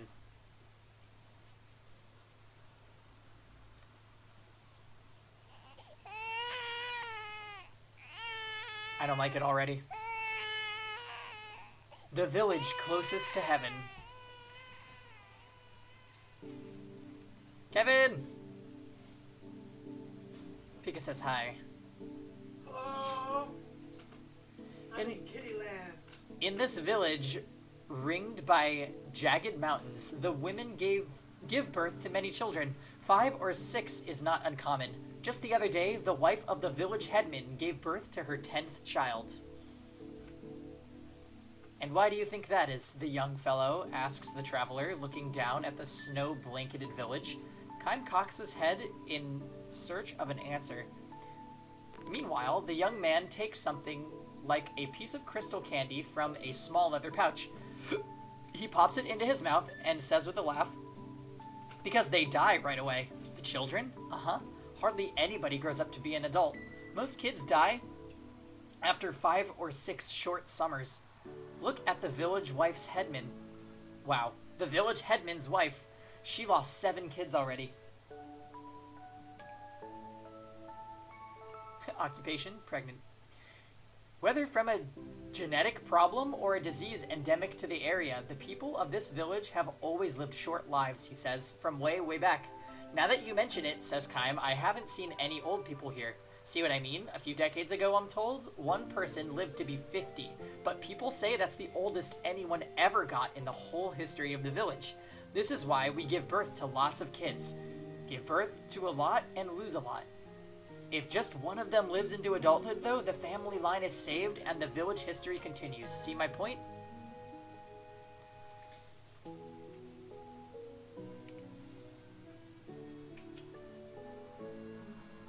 young man is 16, as is his wife. Their first child is due to be born any day now, literally today or tomorrow. The young man crunches down on the candy in his mouth. Let's get going, he says, and around his waist he winds the rope he uses to pull the sled. He hasn't loaded the sled yet, but dragging it up the steep, snow-covered road is hard work. This, he says, is why the pay is so good. Only a few days earlier, he lost his good friend and fellow worker, who had been 3 years his senior. When Kime happened along, the young man asked him if he would help by pushing the sled from behind until they cleared the pass. Kime agreed, and they became an instant team. Kime circles around to the back of the sled and asks, "You don't have any animals to pull the sled?" "Afraid not," says the young man. "I know it's strange, but our horses and cattle and donkeys all die young. You can spend a lot of money at the town market buying an animal, but it'll keel over before it's done a lick of work. Finally, the best way is for us humans to plow the fields and pull the sleds ourselves."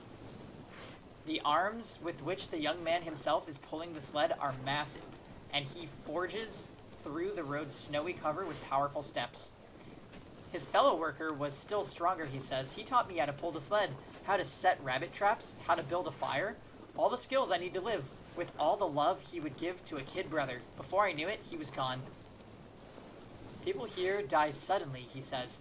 They can be perfectly healthy 1 minute and drop dead the next.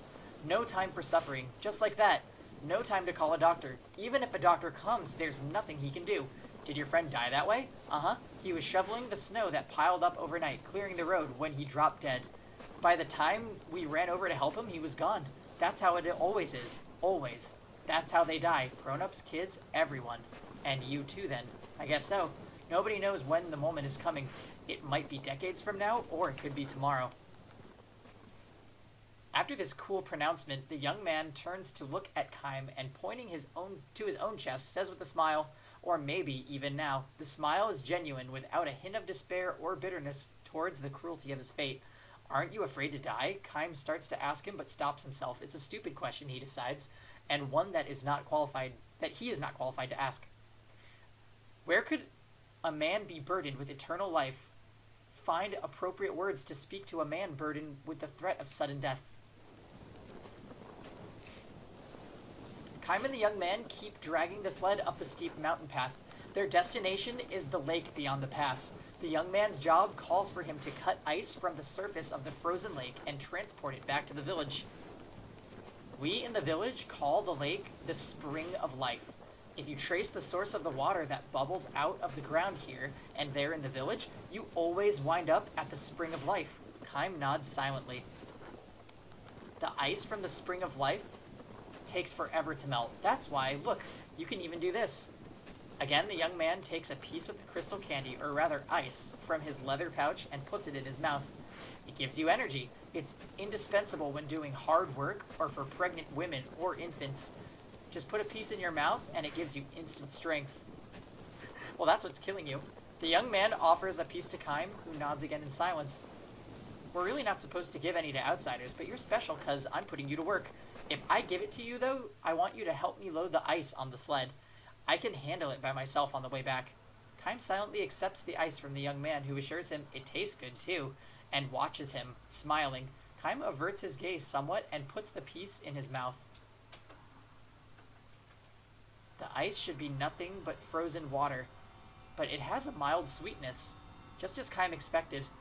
He spits it out when the young man is not looking. Poison, I know that taste, thinks Kime.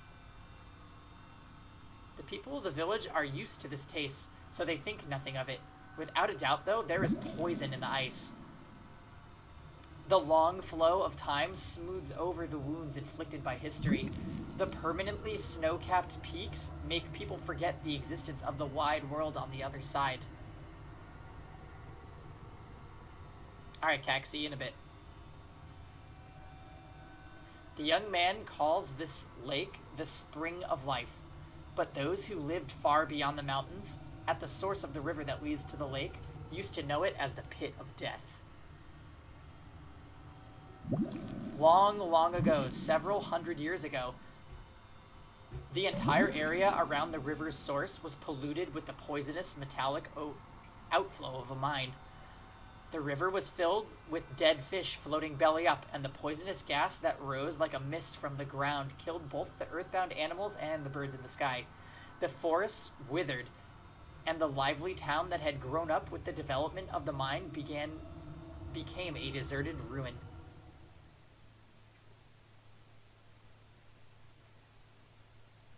Nature took many years to recover, but the forests eventually turned green again, which attracted small animals and eventually the larger animals that hunted them. People, however, never came back, and there was no one left to hand down the story of the tragedy that occurred at the river's source deep in the mountains.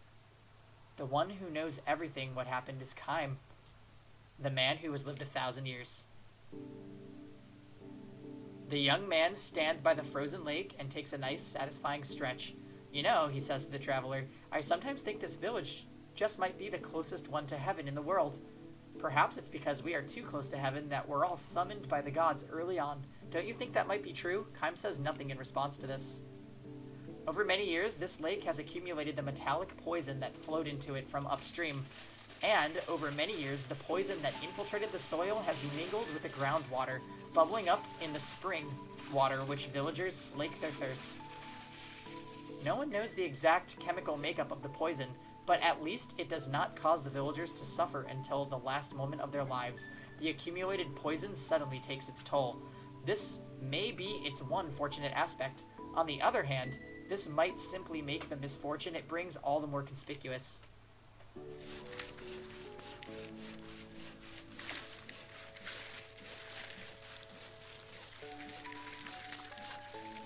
Still, the young man says as he saws off a piece of ice by the shore, I do hope that the children my wife and I have will be able to live longer lives. Say, if we have 5, at least one of them will live long enough to grow up and have kids.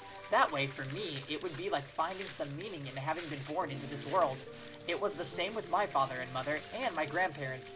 They all had lots of kids and mourned the loss of lots of kids, but managed to raise 1 or 2 to adulthood before they died. That's what gives our lives meaning. He wipes the sweat from his brow and puts another piece of ice candy into his mouth. If I were to tell him everything I know, thinks Kaim, if I were to tell him everything that has been buried in the darkness of history, and if I were to tell the other villagers, the tragedy might not have to be repeated.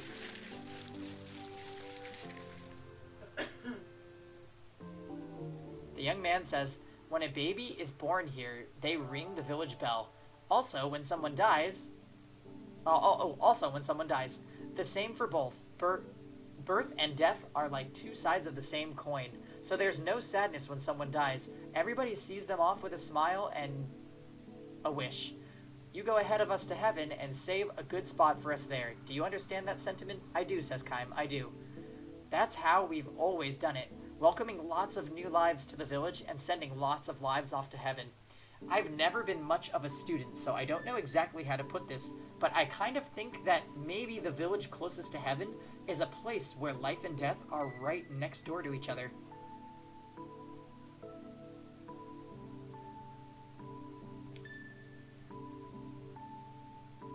The young man gives Kaim an embarrassed smile at the sound of his own words.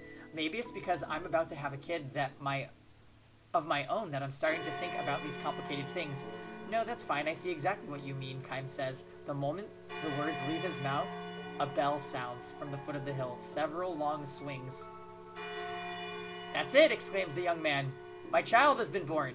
He dips his head and says again, as if savoring the sound of his own words, my child.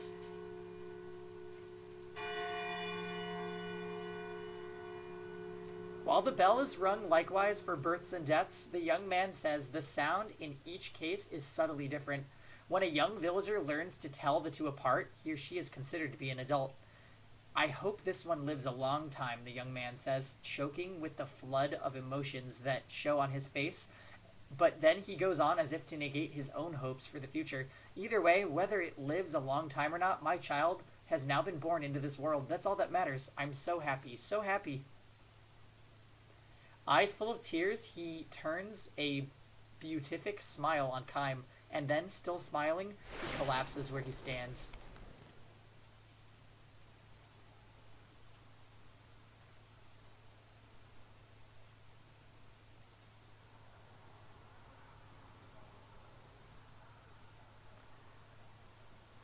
Kaim lays the young man's corpse on the sled and returns to the village.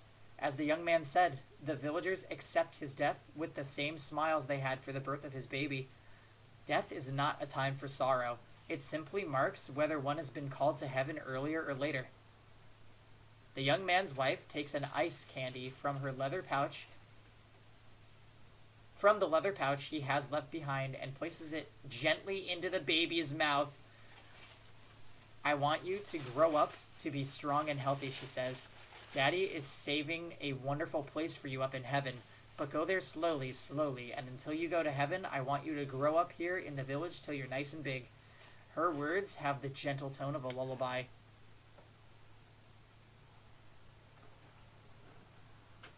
Kaim says nothing. If he is to stand unflinchingly for what is right, his silence may be a crime. But burdened with eternal life, Kaim knows how suspect the right can be. Throughout history, people have fought and wounded and killed each other in the name of what they declare to be right. By comparison, the look on the dead young man's face is tranquility itself. The village closest to heaven is filled with happiness indeed. The baby starts to cry. Its loud wailing like a celebration of the beginning of its own life. However short that life is likely to be, Kaim leaves the village with a smile on his face. The village bell begins to peal, reverberating with utter clarity throughout the distant mountains, as if to bestow a blessing on the young man who has lived life to the fullest with neither resentment nor regret. And when this too long life of mine draws to a close, Kaim thinks, I'd like to be sent off with the sound of bells like this if possible.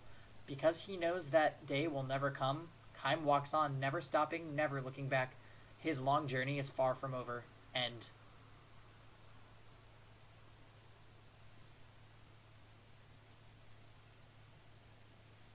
I did not like that story.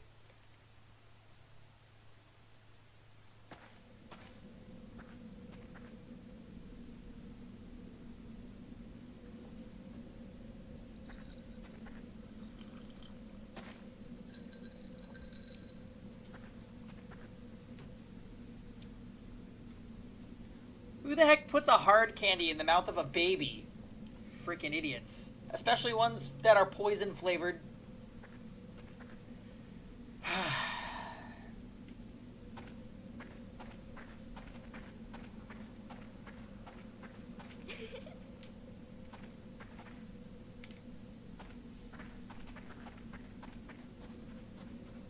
I know they don't know it's poisoned. Ugh. So, that's such a frustrating story.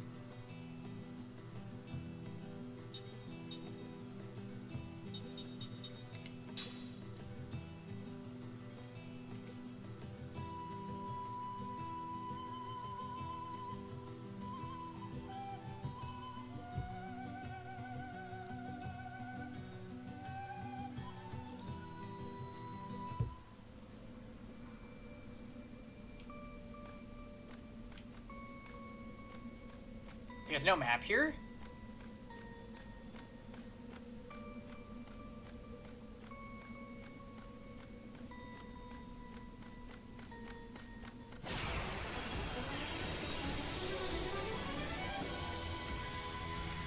Right? Man, this ice sure is sweet. Oh, come on, give me a break.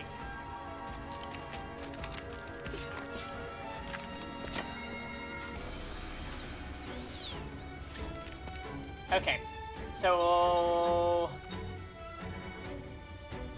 what monster am I looking for?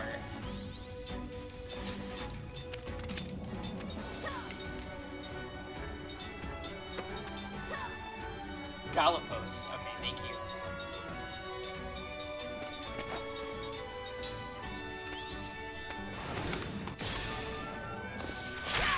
Aw, no item.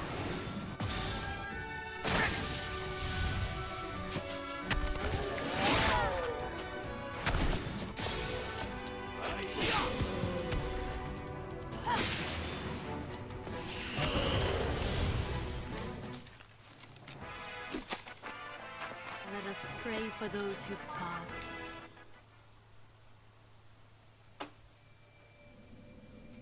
Kinda need to level up Sarah. Let's see if Sarah even gets any EXP from this area. She probably won't.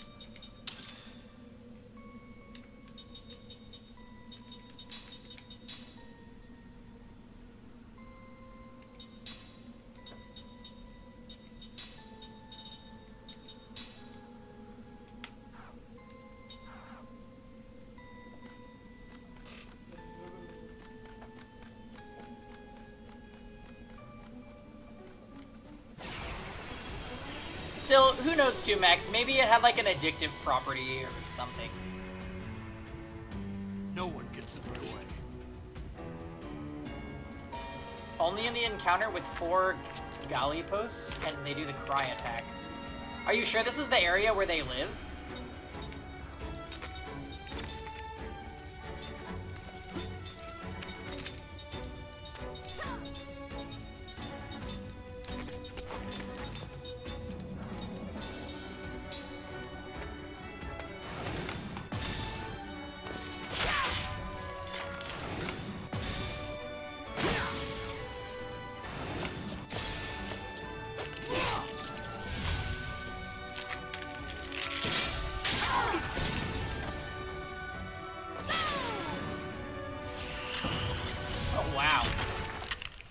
Hey, story time. Everyone okay?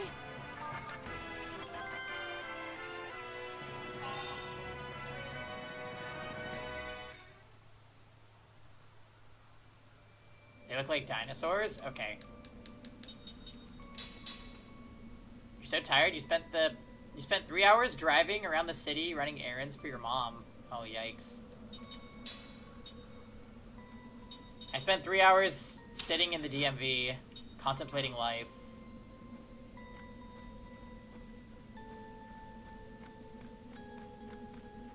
Hey, Naive Ninetails. How's it going?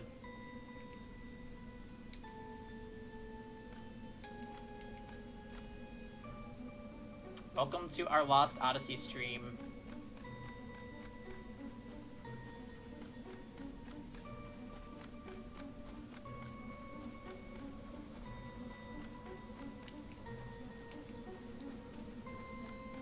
Just grinding a few games. Oh, nice.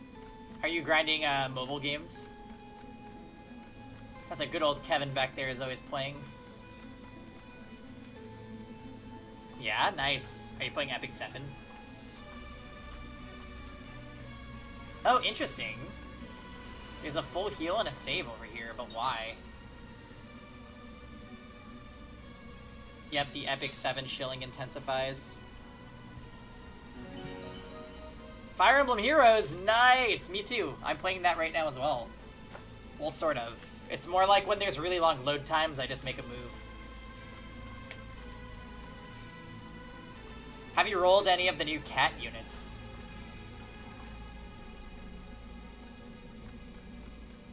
Just grinding orbs and stuff. Must be nice. Pretty hard to get orbs at this stage in the game for me. You hate them all? Oh god. Hey, take the initiative, I always say. I like all of them. I don't really care for Kanigas that much, but I wouldn't mind if I got him.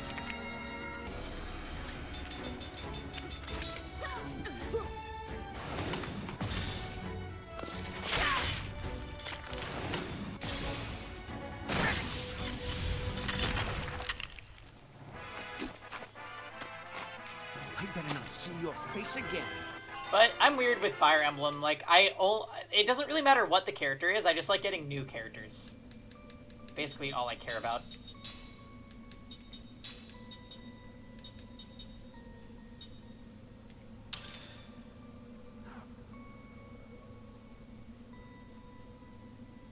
If I tell you a secret, don't snitch me into Nintendo. Uh-oh. Uh-oh.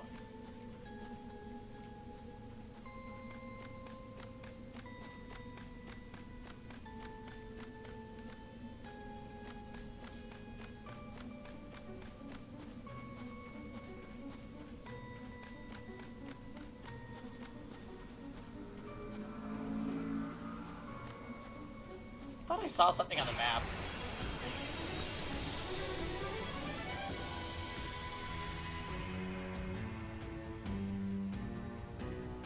Don't overdo it. Yeah. Don't tell your mother?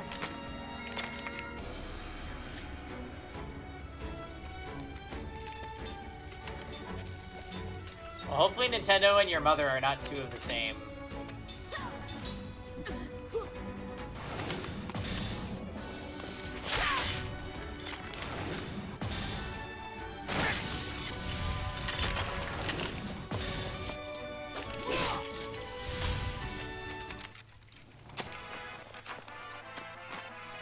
That was close.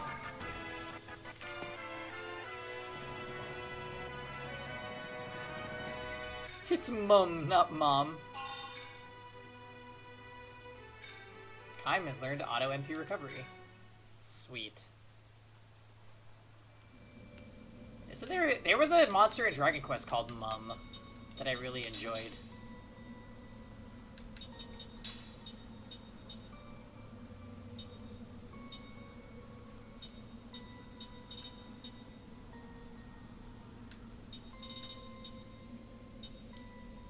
This is kind of a broken item. Just saying.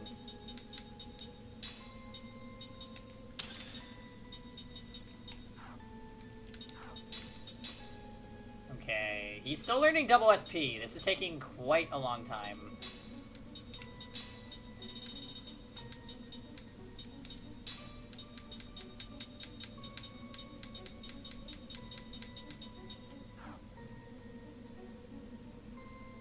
Ninetales, you gotta hurry up and tell us the secret, because I'm starting to get sidetracked. I'm starting to lose sight of the goal here.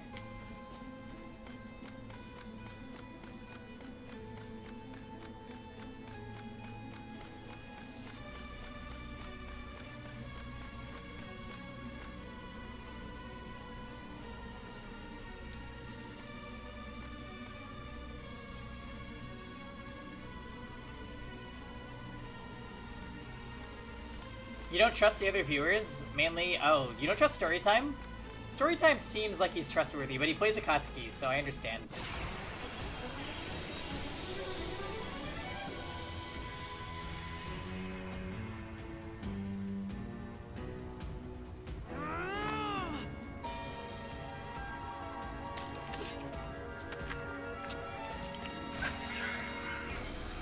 Oh wait, these are the enemies! Yes! Okay, wait, do I need to not kill them?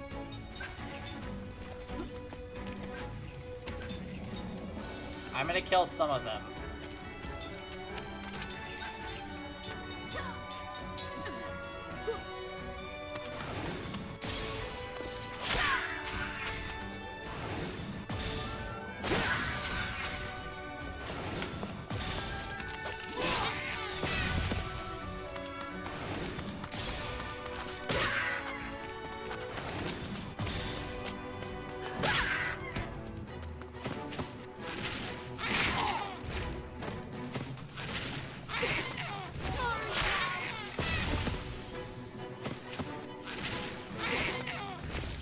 Mac, don't kill them!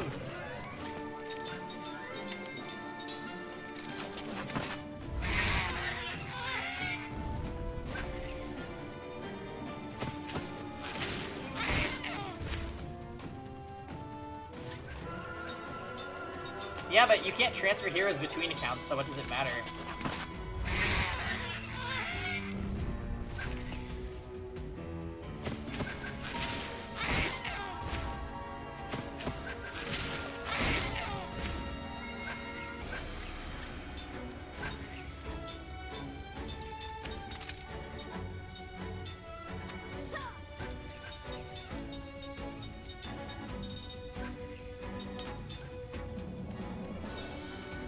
Oh, they're chilled. That's not good.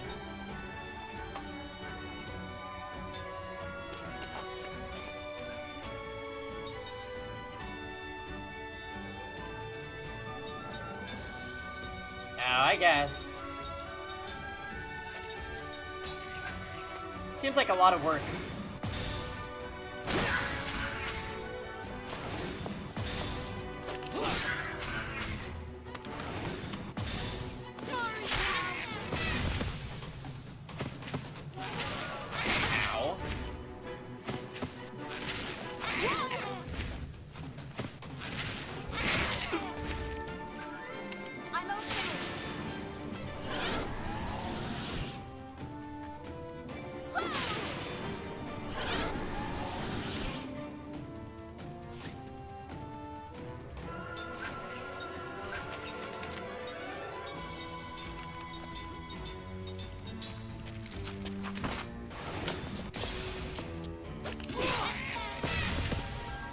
Come on, use Cry.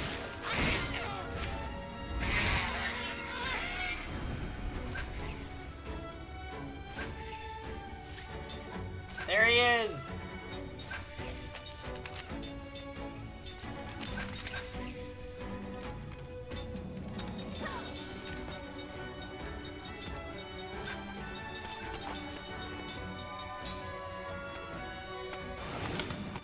How's everybody liking Aether Resort?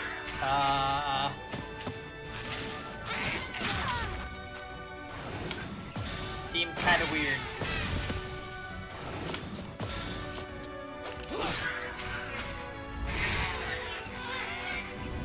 Is that another? No.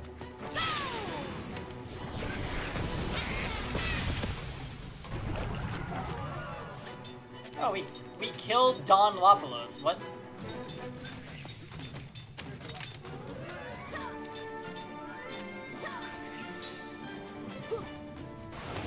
It's becoming The Sims.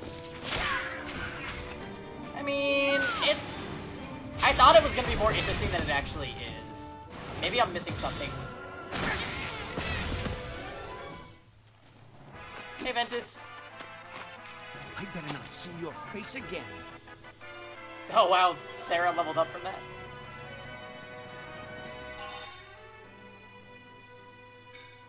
Water resistance, comp magic, anti-terror. Sweet. I've been good. We've been playing Lost Odyssey, and this game is, like, really, really, really good.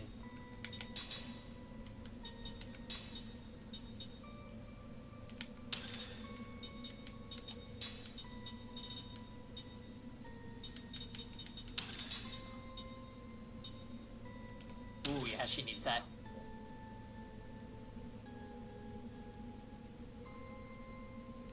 Yeah, maybe. I'm not sure if I would care too much about experience either, to be honest, but we just need something. Oh, you're familiar with this game, Ventus? Yeah, this game is tight. Really, really, really good. It's now or never.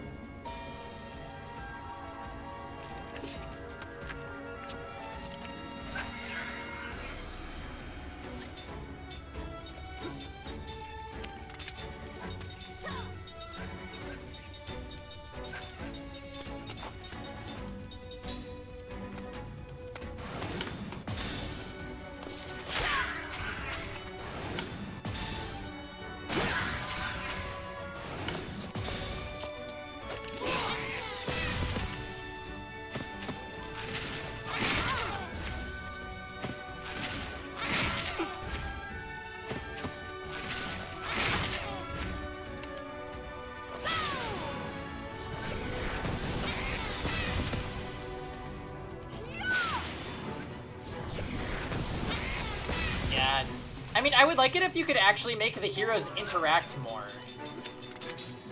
Like, give us, like, I don't know, unique dialogue or something kind of like Forging Bonds, but just available for all the characters that you've collected. You see what I did? Do I know about Kellalon Village? I do not. No. Yeah, like support combos. That would actually really enhance the game for me. Don't get me wrong, I still like playing the game, but there are definitely times where I feel like I have nothing to do, so I just don't play it. And I've hated most of the modes that they've added. Like, I hate Aether Raids. Aether Resort seems almost like a joke.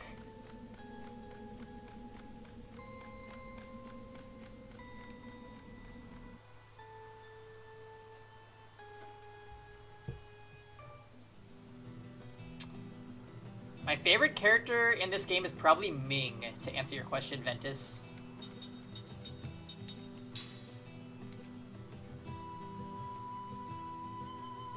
Oh, yeah, the tap battle not giving us rewards, I literally don't play it anymore.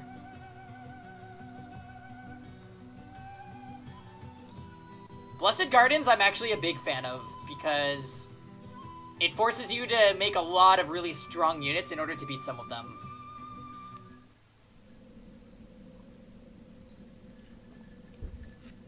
I wish there were more chain challenges. I wish...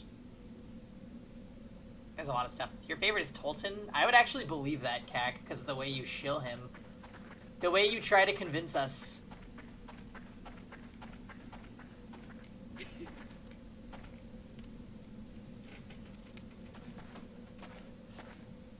I'm glad this cave's safe, but it's so gloomy inside here. If only we could get this magic engine working. I'm guessing it's broken. Actually, I have no idea how it works. Ah, all magic engines are the same. Let me have a look. I'll have it going in a jiffy. You can't do the chain challenges? Oh, I think it just comes down to unit selection. Tolton's not as bad as we think. He's a big bitch, but it's not totally his fault. Yeah, that's like the consensus. I still find him to be the least, by far the worst character in the party in terms of likeness. Like, I really like the rest of the party, and then there's Tolton, and I'm like, you can leave anytime.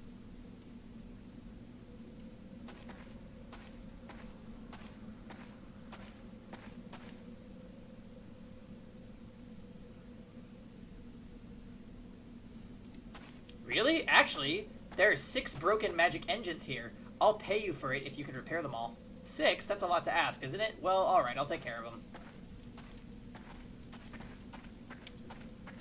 Okay, so we have to go find them. Is that the little side quest?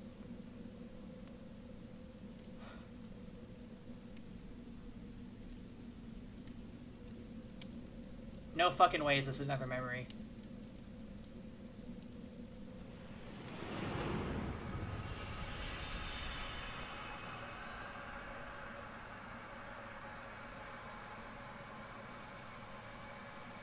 You hate the types of games where it doesn't give you a direct order?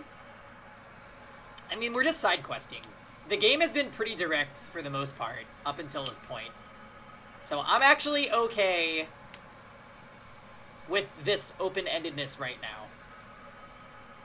I've wanted to explore the shit out of this game, and we're finally able to do it, which is great.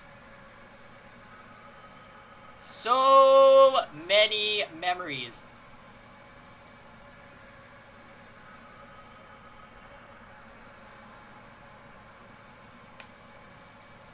Alright guys, let's get to know Kaim a little bit better.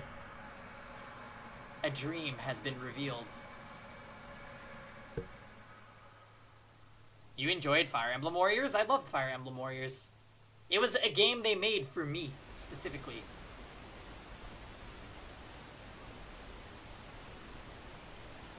The waterfall lies deep in the forest, more than a day's travel from the nearest village.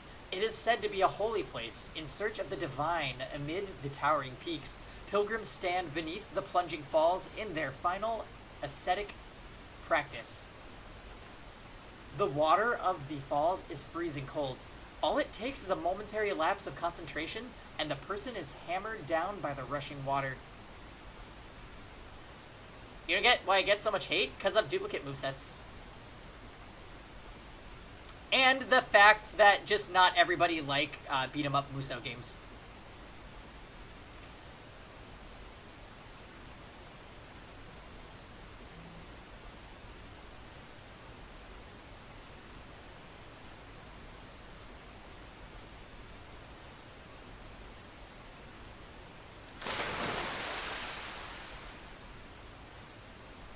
The pilgrims call this waterfall the Stones of Heaven.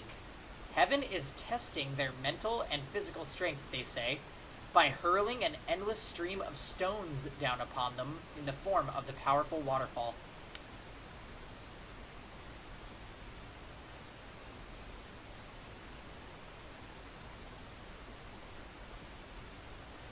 And the stones have a mysterious power, the former pilgrim says to Kaim with a pained smile.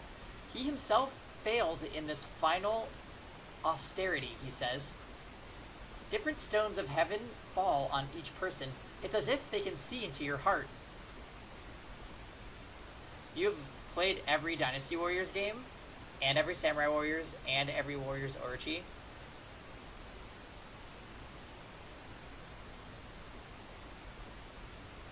That's pretty impressive, Kak.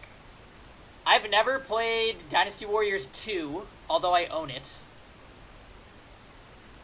I've never played Dynasty Warriors 6. I've never played Samurai Warriors 3 because it was a Wii exclusive. I think I never played Blade Storm.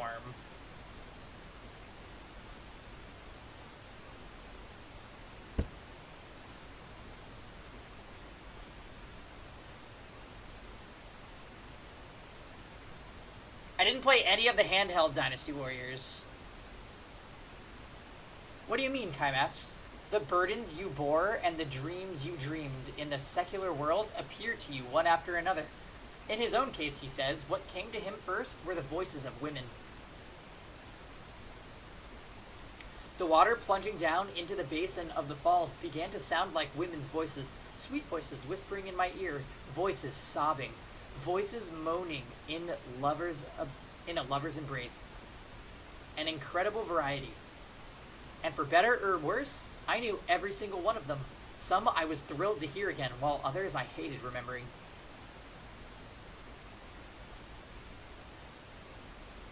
Nope, King Kek. Meaning, you've gotten yourself into a lot of trouble involving women. I have indeed. Not to boast or anything, but that was one battlefield I knew better than anybody. I survived, but I made a lot of women cry, and there were a lot of them I loved. My whole purpose in undertaking the austerities was to put that life behind me, but the stones of heaven know what they're doing. In the final test, they go after your greatest weakness.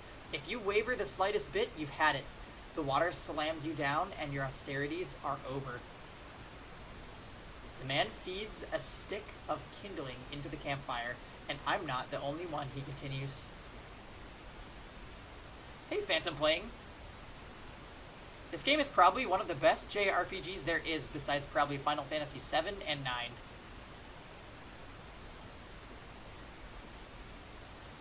This game has been phenomenal, honestly. We've played a shit ton of RPGs on this channel, and I'm a huge RPG fan. This game really is impressing me.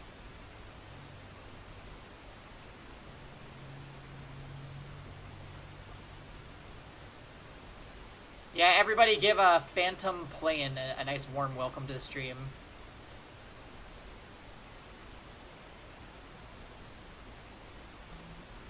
But yeah, sit back and relax. We're on disc 4, and we're currently in the middle of a memory sequence, which usually ends up making us kind of sad, but you never know. Who's your favorite FEH character? Well, my favorite Fire Emblem characters are Anna and Owain. Anna in FEH is kind of a sad story, but Owain is pretty fucking awesome. Oh, also Silas. Silas is my hero paired unit.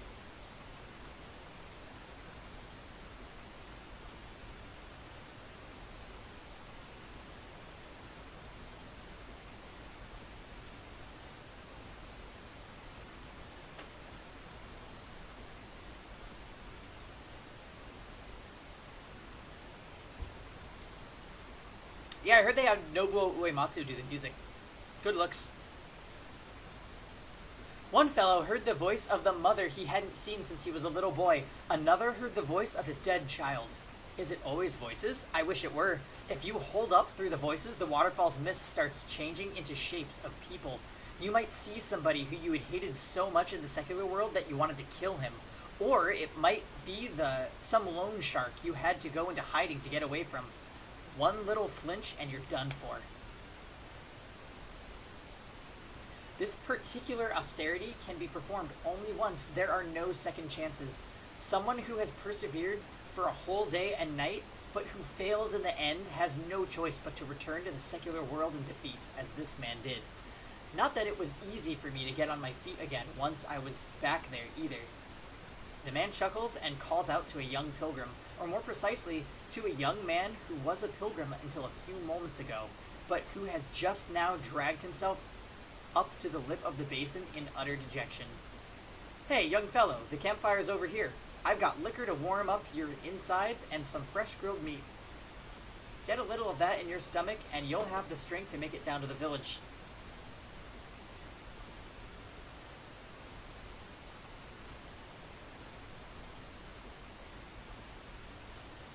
Would love this to come out on Steam. Gotcha, yeah. We actually, Phantom, we bought a Xbox 360 just to play this game.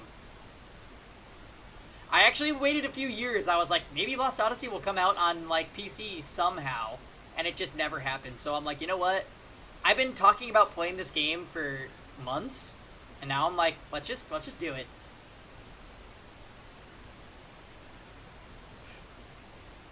Oh, yeah, I don't have an Xbox One, so going the 360 was definitely the cheapest route.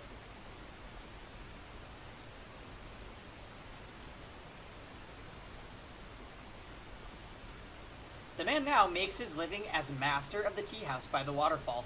Of course, pilgrims undergoing austerities carry no money with them, but the man is not expecting to become rich doing this work. For bodies chilled by long hours of pounding under the waterfall, he provides a warming fire, food and drink, and sometimes even money to tide them over when they first go down to the village. Payment can be made at any time. The men can bring him the money after they have started to take in earnings again from the jobs they find in the secular world. He sets no date for repayment. He takes no IOUs. He says he is fine with that.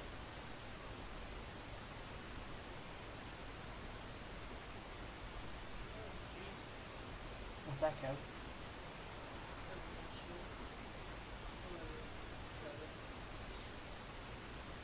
Aren't there some who don't pay at all? Kaim asks. Of course there are, the man says matter-of-factly.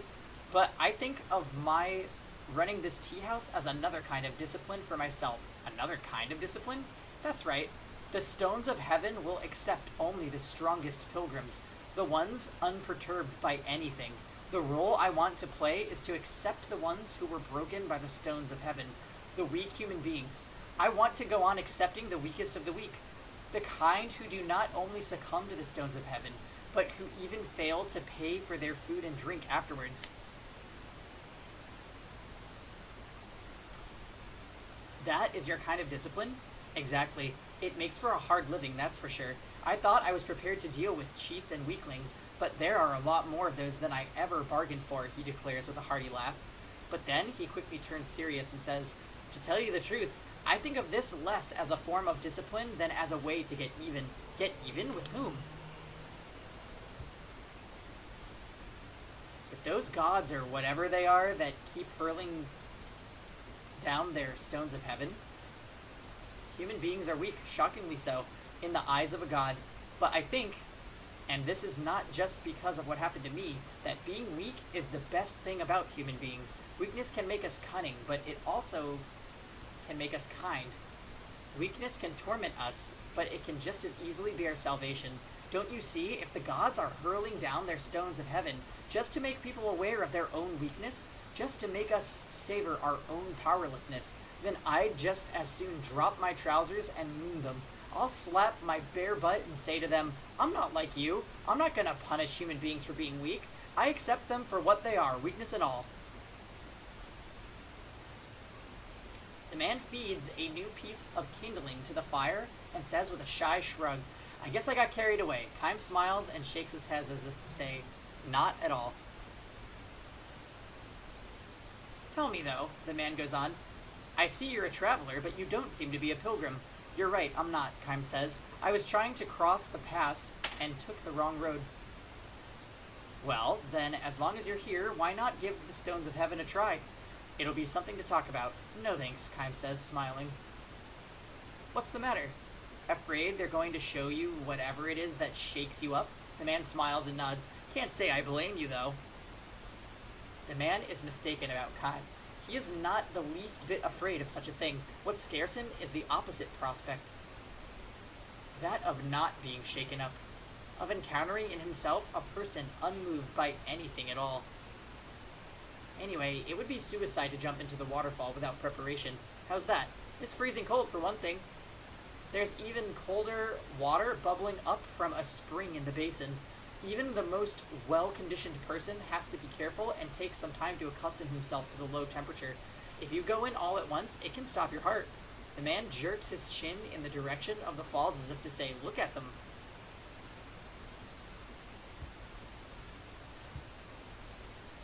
Two new pilgrims are preparing themselves for the challenge of the stones of heaven. The men appear to be brothers. The older one kneels at the edge of the basin, splashing himself and massaging the cold water into his skin from foot to heart level. The younger brother is too impatient for that. He wants to jump right under the falls. The elder brother cautions him and takes all the time he needs to accustom himself to the water's coldness. He exudes the quiet power of one who has withstood the most rigorous training. Aha! The tea house owner says to Kime, smiling. We're in for a rare privilege. I think we are about to see the first successful attempt in a long while. You can tell? Kime asks. You can if you've spent as much time here as I have. The winners and losers are decided before the men ever step under the falls. Having completed his meticulous preparations, the elder brother enters the basin. Even then, the steps he takes are slow and cautious. The younger brother follows him, kicking up a spray with every step. The younger one is hopeless, says the man with a sigh, adding another stick of kindling to the fire. I'd better get the liquor ready now, he mutters to himself. The brothers stand side by side beneath the pounding waterfall. The stones of heaven rain down upon them. As the man predicted, the elder brother, utterly calm, stands up to the onslaught of images sent by the stones of heaven. Also, as the man predicted, the younger brother yields to the stones of heaven and is beaten down into the basin of the waterfall. But then, something happens that goes far beyond what the man had predicated. Writhing in agony, the younger brother bobs helplessly in the basin, unable to rise himself. He is drowning. He tears at his own chest. His heart is failing. He was not fully prepared to enter the icy water. Help me, brother, please! But the elder brother doesn't move. He remains under the waterfall in total concentration. Hey, what are you doing there? Hurry up and help him, the man yells. But the elder brother's expression remains unchanged. He never flinches. He's drowning. You can't just leave him like that. He'll die. The elder brother never moves. He grits his teeth, keeping his eyes clamped shut, and shows no sign of moving from under the waterfall, as if to declare, this is it. This is the final test of the stones of heaven. The man screams at him, you idiot, and dives into the roiling basin in a rash effort to help the younger brother. For the moment his untrained body hits the frigid water, the shock of it seizes his heart. Still, he reaches out toward the drowning brother, who is sinking beneath the surface. A great shudder goes through him with an enormous groan. He takes hold of the young man's wrist and pulls his limp body forward. He tries to return to the shore, but his strength gives out and he falls back into the water. Next, it is Kime's turn to dive into the basin under the falls. He takes hold of the two unconscious men and drags them toward the shore. The stones of heaven pour down on Kime, and he is assaulted by one vision after another. Battlefields, scenes of his wanderings, shooting stars, the climbing and sinking of sun, raging winds, and countless deaths of those he has come to know on the road of his all-too-long life. It will do you no good, he silently declares to the gods, hurling the stones of heaven at him. My heart remains unmoved. I've lived through a reality far crueler than any phantom you can show me. Whether or not his life is a sign of his strength, he does not know. He will not boast of it, nor will he tell the tale to others. He has, however, lived it. That much is certain. He has lived it through the years.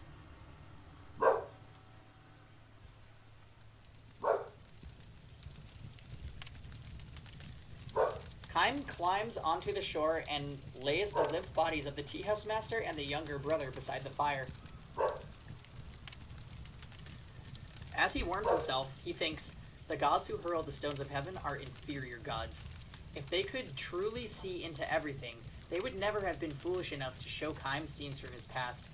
For what would disturb him most of all would be the unwelcome sight of moments from his own limitless future.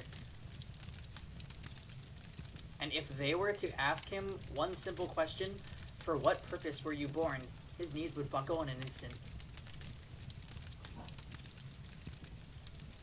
The first to regain consciousness is the young pilgrim. The tea house master's condition is critical. Kime attempts to warm him and massage his clenched heart have little effect. Pull yourself together now. Look, we've got a fire here. The fire you built. Let it warm you. Kime shouts into his ear until the man finally manages to force his eyes open a crack and move his purple lips. Is he all right? Sure, he's fine. Don't worry. Oh, good. Good. Pull yourself together, man. Tell me, though, is strength the same as coldness? Never mind. Stop talking. Because if that is true, if strength is coldness, I don't want any part of it. The man gives Kaim a faint smile and closes his eyes. He will never open them again.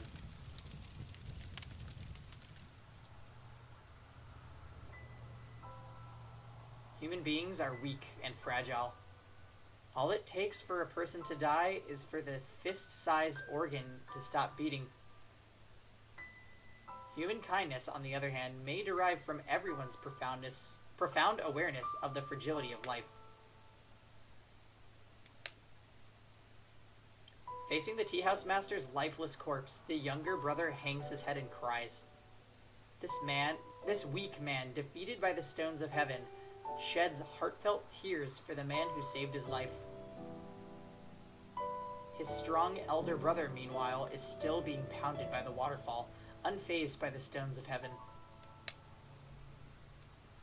Surely his strength will be recognized by the gods, and he will bring his ascetic training to perfect completion. Still, Kaim finds the tear-stained face of the younger brother beautiful in a way the elder brothers can never be, and he wishes that he himself could be moved like the younger man. There was an unmatched nobility in the last smile of the tea house master, who gave up his life to save that of a complete stranger. Kaim wishes that he too could experience such feelings. And what of my own face? Living through 1,000 years of life is not strength. Yet burdened with a life he cannot lose, will Kaim ever be able to change into kindness? Weakness into kindness? This he cannot tell. He can only live unknowing. He can only walk on. He can only continue his journey. Kaim looks at his reflection in the basin of the waterfall. On the water's heaving surface, he sees the trembling face of a lonely wanderer. And... Hey, Starberry. Definitely was a bummer. Good read, good read.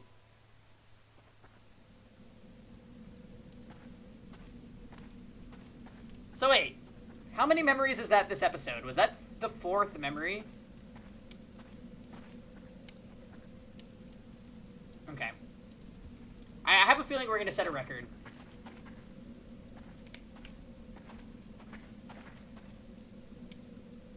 I spent 15 to 20 minutes reading each of them. I feel like it's usually like 10 minutes. Is it longer? Do I just get lost in the story?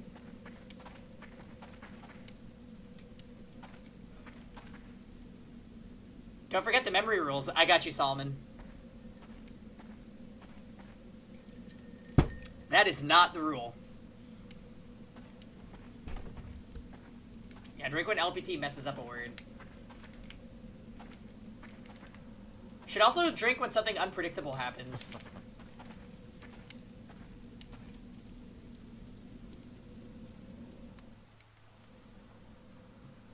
Like when that guy with the sled died when his kid was born, that was totally predictable. Or just drink. Hey, Gigamat. I was like, where's Kevin?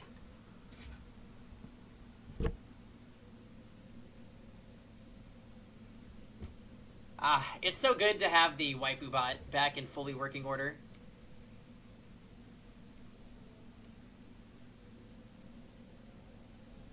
Yeah, me and Solomon bond about Laura. She's the best.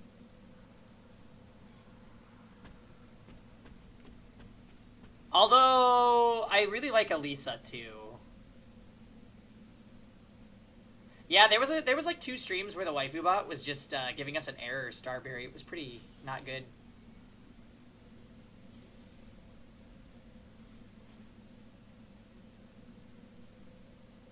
She's worse girl, but with the best abilities.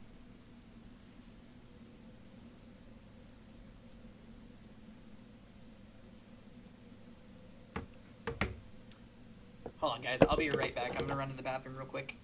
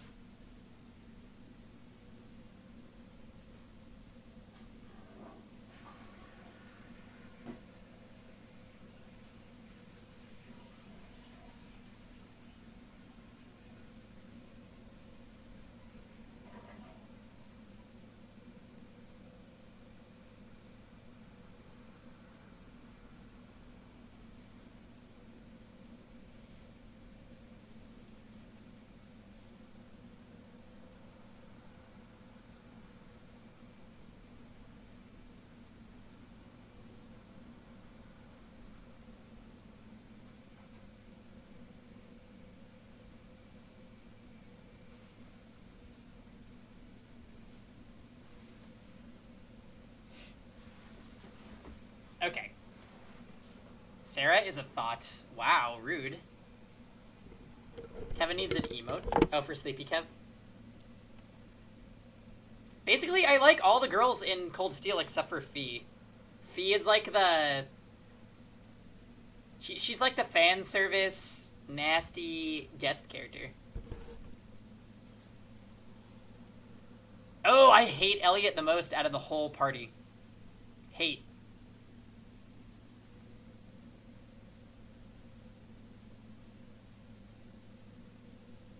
Fee was useful in battle, as was Elliot kind of, but I think my dislike for him just made me never use him.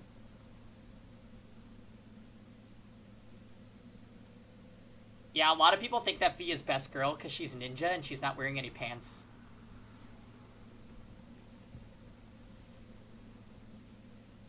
Also, sleepy cats. Homoerotic comments.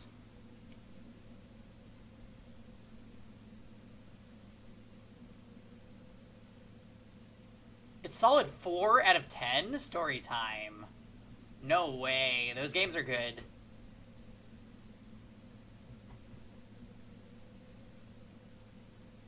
Cold Steel 1, I would probably give a 7 out of 10 because it was extremely slow to start. Cold Steel 2, I'd probably give like an 8.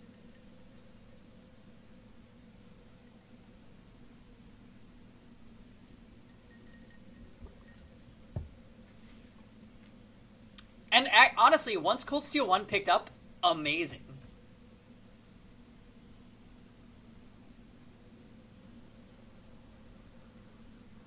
Ah, it's you. Say, is that the claw of Don Lopless?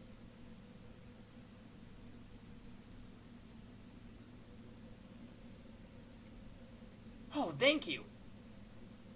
Yeah, but just because they're not as good as other games in the series doesn't mean that they themselves are not good. I think the Cold Steel games are really, really good.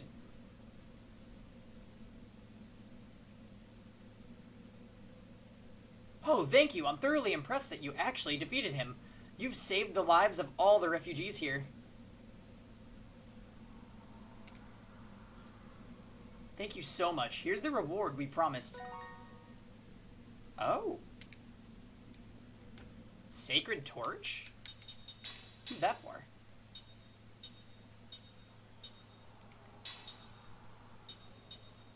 It's an upgrade?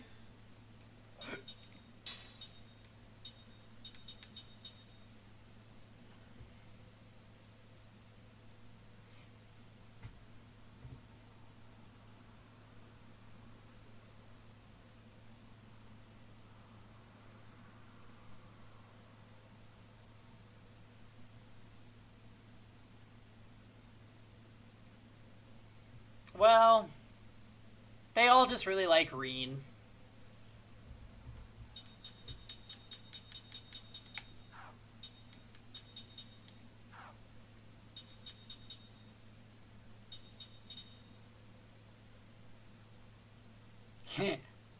I had a bonding sequence with the guy with the gun. Matthias, I think? Hey, Bullseye. Come here. Stop scratching.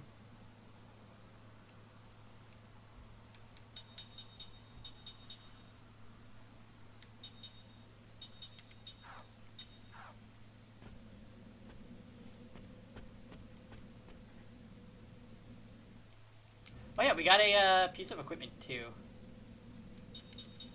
You just hated Cold Steel 1 and 2. Come on. What are you gonna do when we play it on stream one of these days?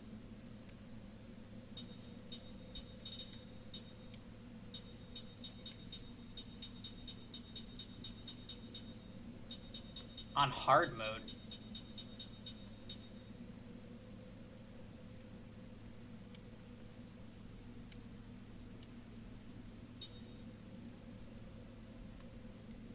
Oh, Ninetales, you fell asleep. It's all good.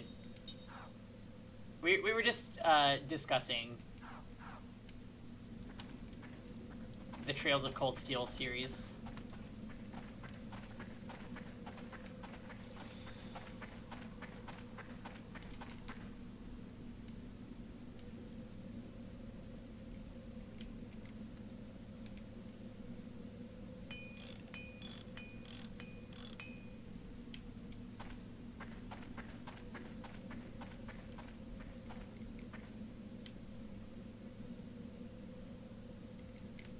Your face is on your keyboard, rip.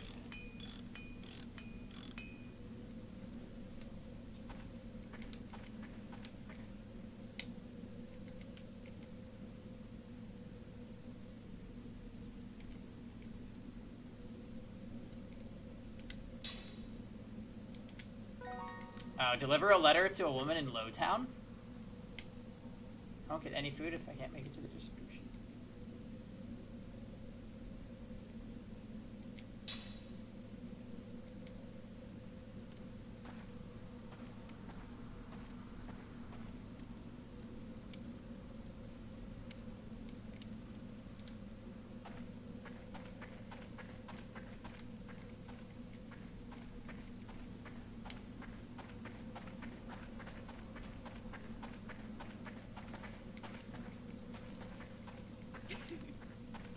Where the hell is the food distributor?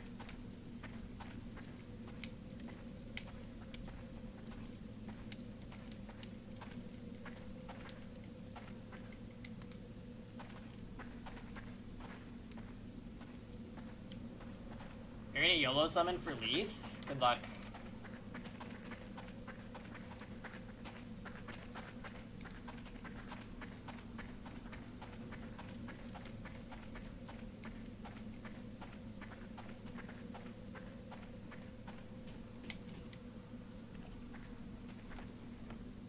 You and your future Neko-chan. Oh, here's one.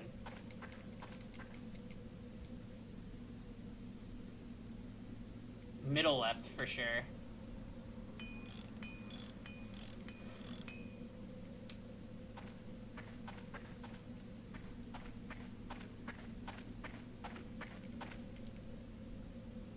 Yeah.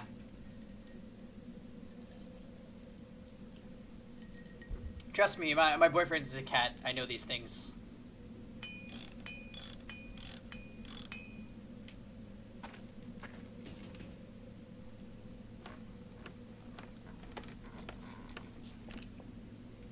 They're your precious 5 orbs.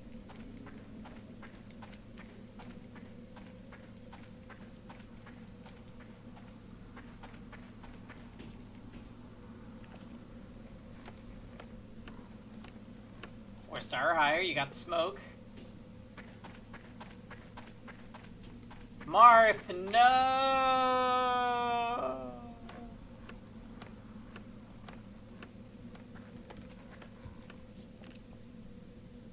He's not a cat. Or is he? He could be if you put that cat accessory. Do you want me to match your YOLO roll, Ninetales? I don't really want to, though. I kind of just want to wait until I get 20 orbs to roll.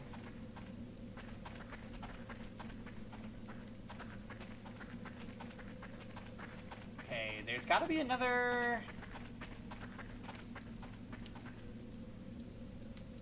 You have 44 orbs, you should roll.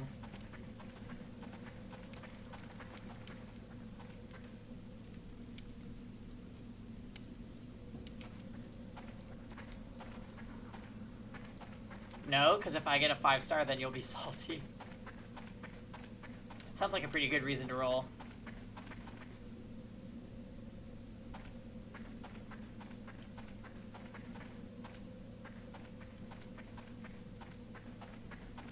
Diamond form.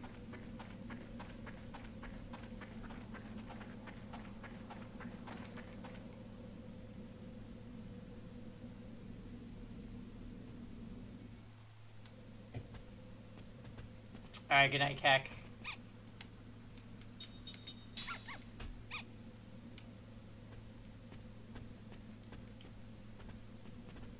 Oh god. Ow, it hurts. Mom said I'd get better if I take my medicine, but it still hurts.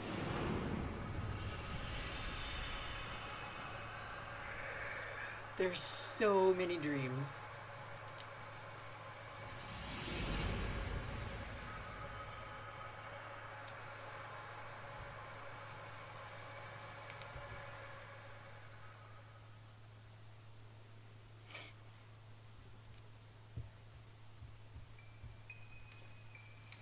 Signposts.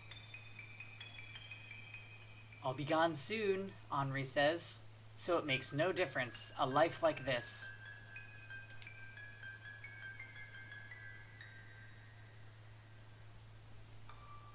She smiles with some effort, puts a gray tablet on her tongue, and swallows it.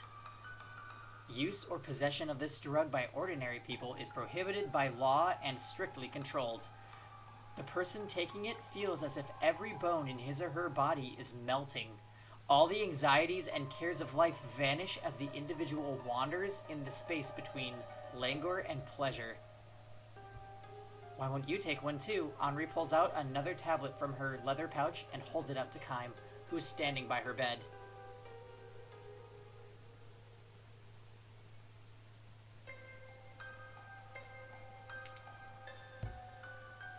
Coward, she says with a grim smile when he shakes his head in silence, and then she places the second tablet on her tongue. How many pills does that make today? Kaim asks. I forget. With empty eyes, Henri stares into space and sighs. This is an addiction, a serious one.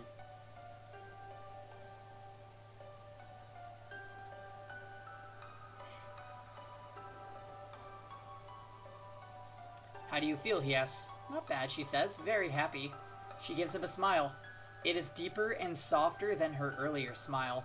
Though maybe too deep and too soft, it appears to be a smile of ultimate bliss. But, for that very reason, it also has a frightening quality that sends chills up his spine.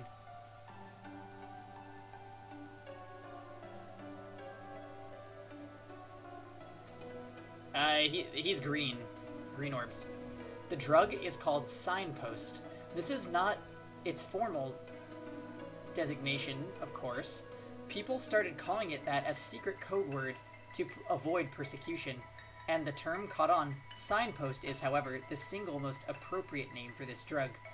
Each pill takes the user one step farther down the road, and when withdrawal symptoms strike, the person rushes to take the next pill, thereby advancing yet another step. Ranulph free. Farther and farther and farther. The road marked by this signpost is a soothing one, entirely free of pain or suffering.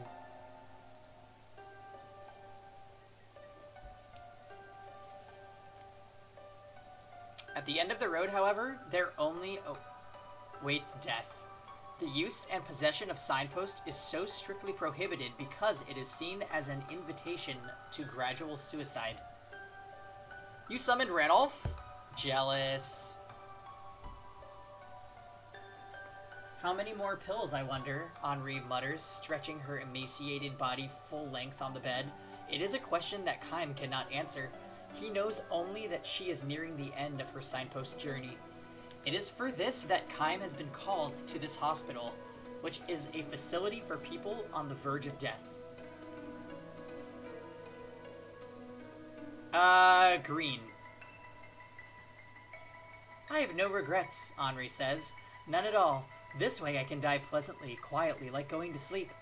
Her empty eyes are fixed on Kaim, but they seem to register nothing. I'll be fine.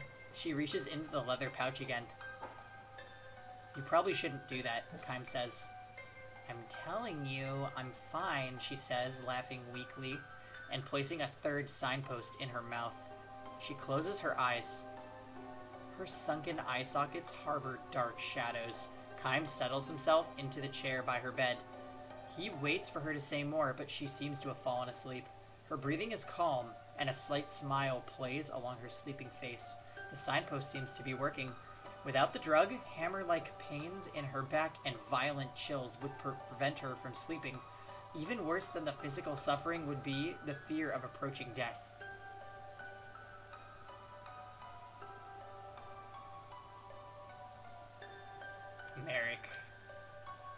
Merrick with his ugly art. More a girl than a woman, young Henri was struck by a mortal illness. At the end of her long battle with the disease, the doctor gave up all hope of treating it and prescribed Signpost for her instead. Ordinary people are not allowed to use this drug, but special permission has been given to patients to whom there is no hope of recovery in order to afford them a peaceful death and bring their lives to a quiet close. That is dark. In other words, to enable them to die without having to deal with regret or despair. Before Keim began this work, a doctor explained the effects of the medicine to him, concluding with a smile. In other words, Signpost forgives all the debts the person has built up toward life.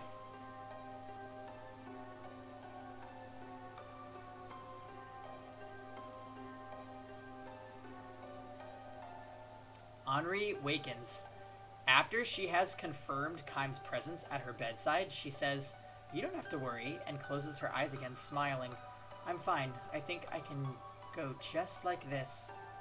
So she knows there are other possibilities. In certain rare cases, signposts can have undesirable side effects.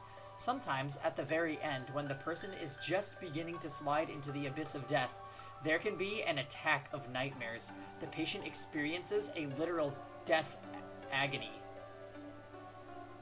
Even though Signpost has provided such a wonderfully tranquil departure on the person's final journey, every last bit of tranquility can be swept away from the cusp of death. Worse still, some patients conclude their hallucinatory episode with a frenzied physical outburst. They might have barely enough strength to breathe until, tormented by the nightmares, they lash out violently enough to break the bed or even strangle the caregiver in attendance. Such can be the mysteries of the human body, or more so, the human heart.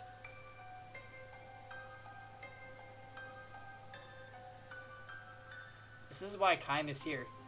He is to stand vigil by Henri's deathbed against the remote possibility that she might be tormented by nightmares and go wild under the influence of Signpost side effects. The doctor has supplied him with yet another drug. It is a poison that will kill the patient instantaneously. Keim has been instructed to administer it to Henri as soon as she begins to exhibit strange behavior.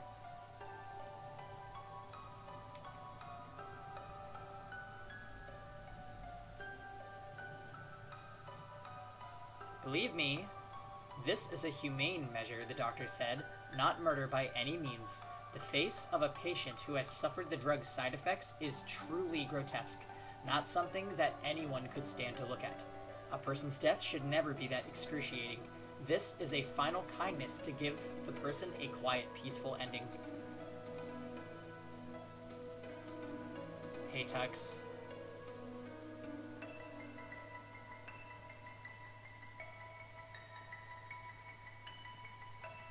I don't like this story.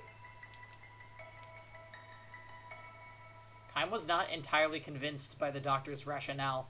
Neither, however, was he able to bring himself to take issue with it. Now he can only hope that, led by her signpost, Henri will be able to pass her final moments in peace. Some part of her inner self might be paralyzed at the moment, but her empty eyes might never regain their former gleam. But if she is happy that way, it is nothing that anyone has the right to deny her.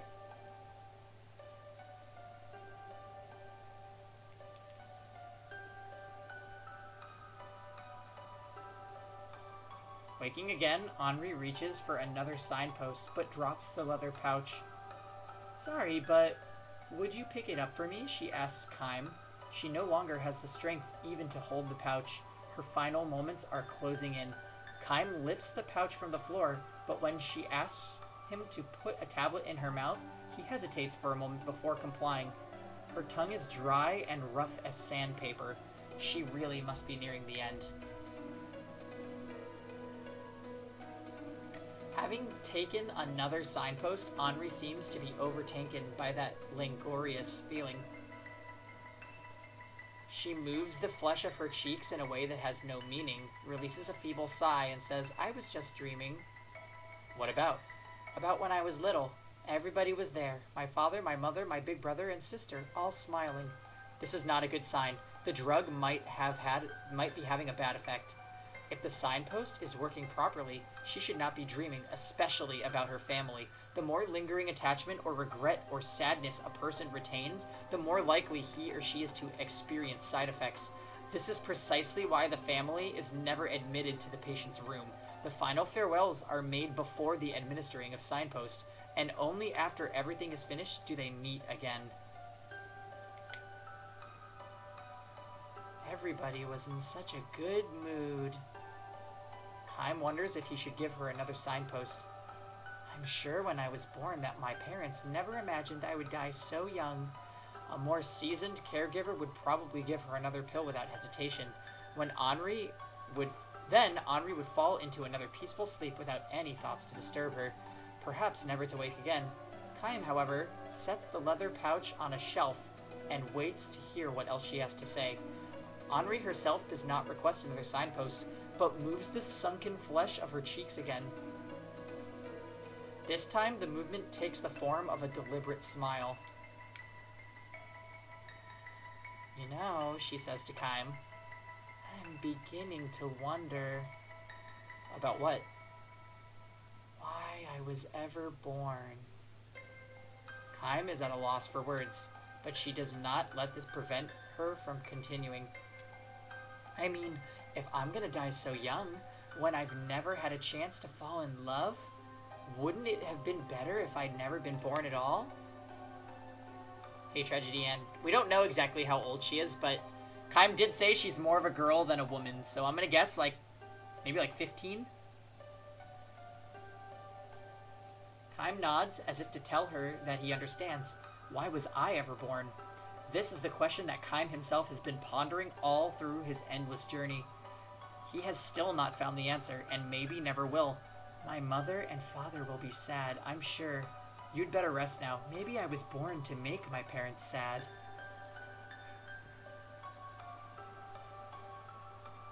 Close your eyes and take a few long, deep breaths. Can I have some more medicine?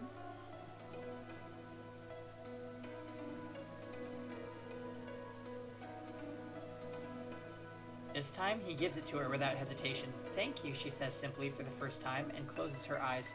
I guess it's possible I might never wake up again. It's possible. It's a good thing to die without suffering, isn't it? It probably is.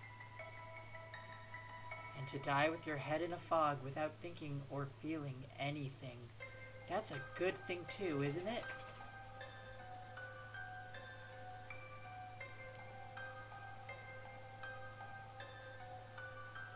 Kaim says nothing.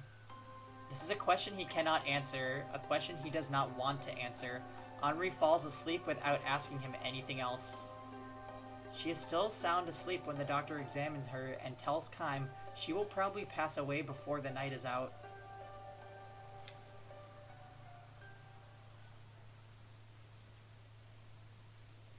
Oh my god. This one is actually giving me, chills. It is late that night, close to dawn, when Henri begins to suffer.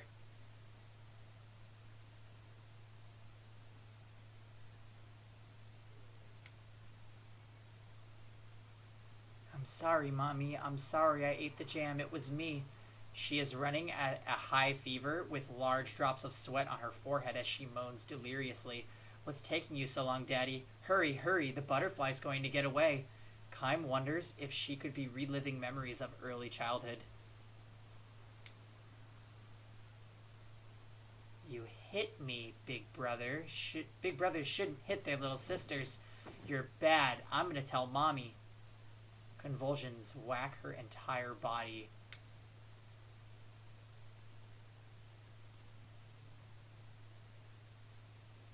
Let me in. I want to play with the big girls. It doesn't end with her delirium. She starts moving her arms as if trying to embrace family members floating above her. This is what they were afraid of, the side effects. Take me with you, please. I don't want to stay here. Don't leave me. Her cries mingle with tears. Hallucinations seem to be taking the place of past memories in her empty eyes. Please, I'll be good. I'll do what you tell me, Mommy and Daddy. Take me with you. In fact, just the opposite is happening. The ones being left behind are the family who so loved their youngest daughter, Henri.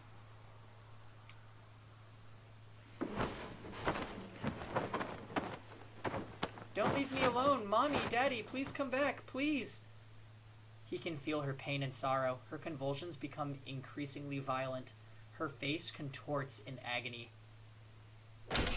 Alerted by the commotion, a doctor comes charging into the room. "What are you doing?" he shouts at Kym. "Put her out of her misery, now!" Kym knows what he should do. This is what he was hired for. The poison that will prevent Henri from suffering any more is within easy reach. What he takes hold of softly, however, is not the poison, but the hands that Henri stretches out into empty space. "What are you doing?" the doctor shouts at him. "Stop it! This is in direct violation of your duties. You're fired." Kym turns toward the fuming doctor and says simply, "Be quiet, please." "What in the hell are you—" But the doctor breaks off his shouting when he catches sight of the look on Henri's face. She is smiling. "Are these my mother's hands? My father's? Big brother's? Big sister's? Tell me, whose hands are these?" she asks joyfully. Feeling the strength of Kym's grasp, she squeezes back, an almost indescribably happy smile on her face, tears streaming from her eyes. "I'm here with all of you, together, always." Her convulsions have subsided, and her breathing has calmed down. Kym whispers in her ear, "Thank you, Henri." "Daddy?" Smiling through her tears, she says, "I know it's you." Kym smiles back at hers and says, "I'm speaking for all of us. For me, your mother, your brother, your sister, when I say thank you, Henri."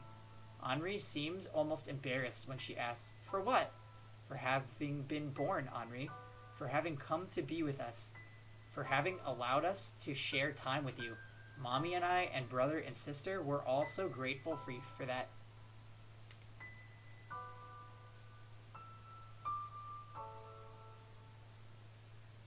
Unfortunately, life has its limits. There are long lives and short lives, and in life, even more unfortunately, there is happiness and unhappiness. There are happy lives and unhappy lives. For all this, however, for the chance to be alive in the world, for the chance of having lived life in this world, the only thing to say is thank you.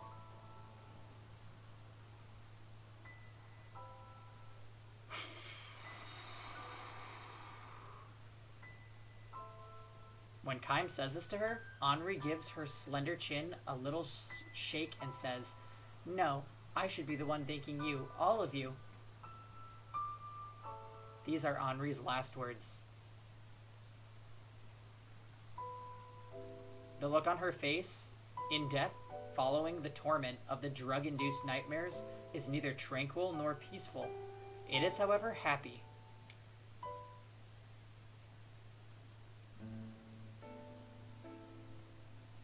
"Are you really leaving us?" the doctor asks, Kym with a genuine show of regret.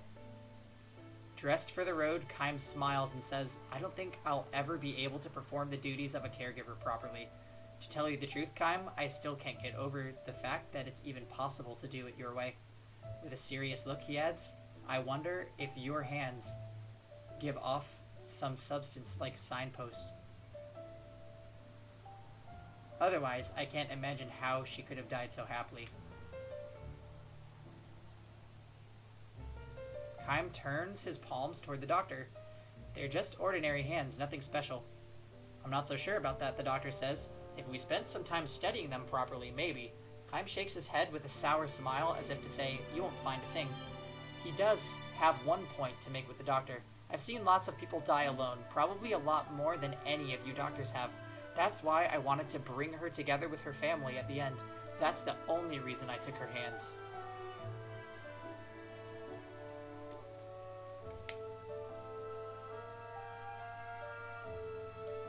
The doctor's vague nod suggests that he is not convinced, but Kym is through talking with him. He strides off toward the highway. He must continue his journey. His journey will go on as long as he is unable to reply to Henri's question, "Why was I ever born?" Henri had a family, at least. Her life consisted of her joining and leaving her family. Kym has not even had that much.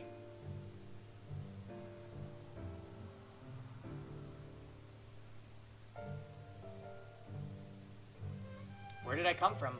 Where am I going? Why does the passing wind draw Kym along on his endless journey?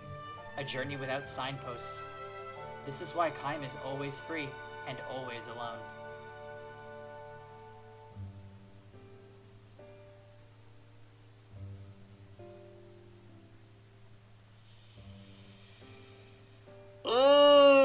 that story.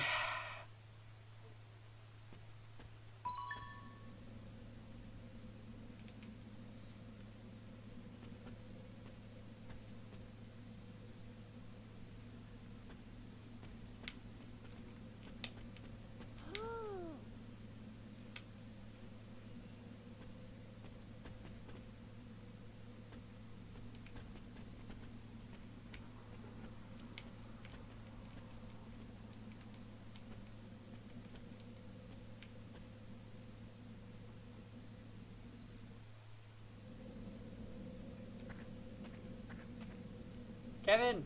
Yeah. Hi. I see that you fell asleep, Kevin.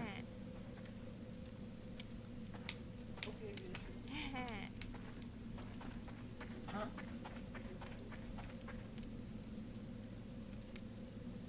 Yeah.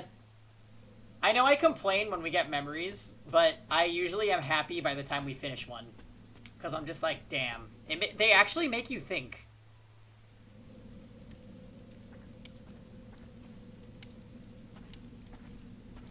Gigamat and Ninetales say hi, Kevin.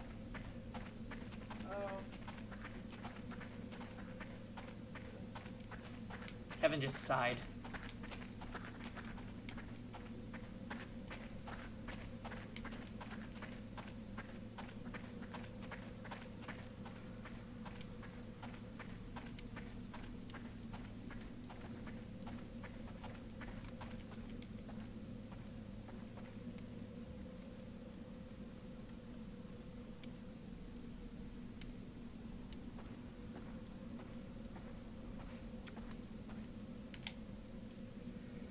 Woo!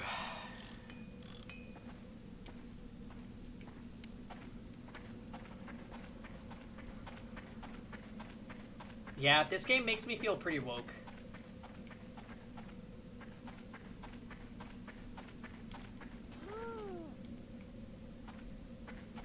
Where's the guy who asked me to fix this stuff?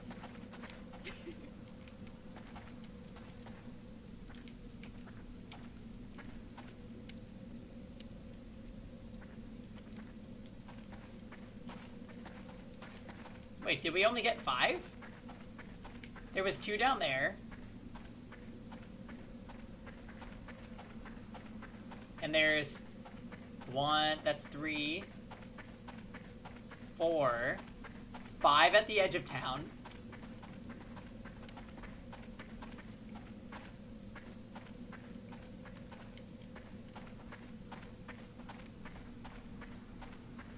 Where the hell is the 6th one?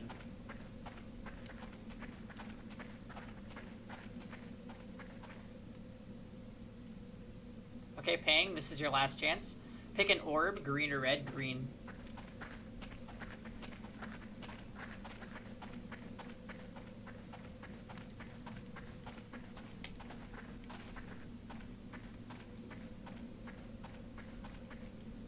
Oh, there's one hiding here.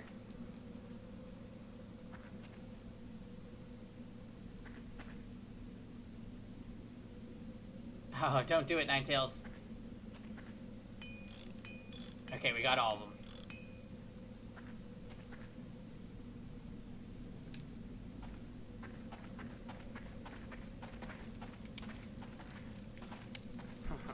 Wow, I never thought anyone could fix all the engines. Here's a little gift from everyone. Thank you.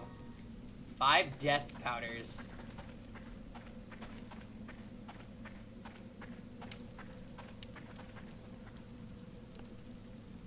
Did you get something?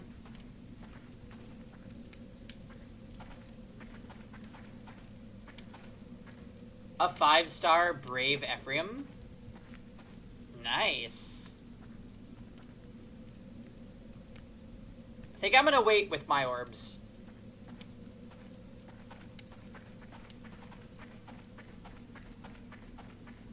And he's plus attack. Beautiful.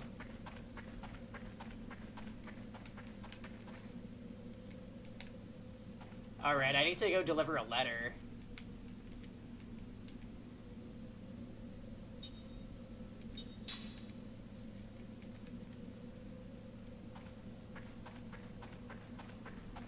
How do I deliver this guy's food? Because every time I talk to the lady, she always says she's out.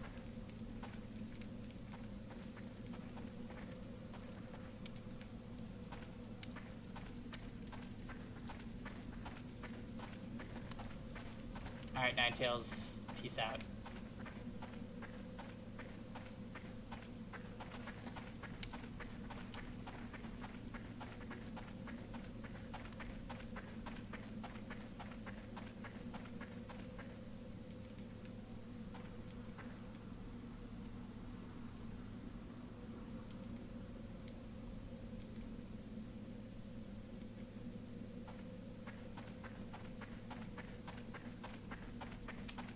Well, I don't know what the secret is there. We need to go to Lowtown to deliver a letter, so I'll do that now.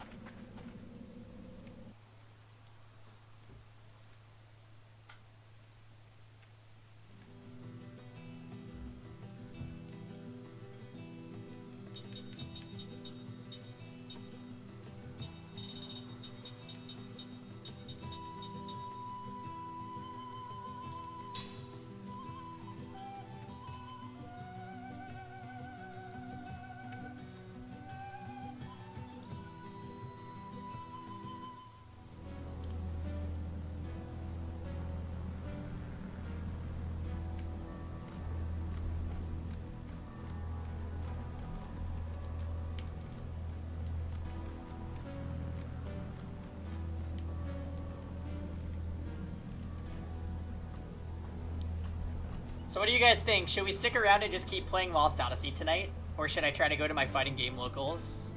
Express your thoughts now.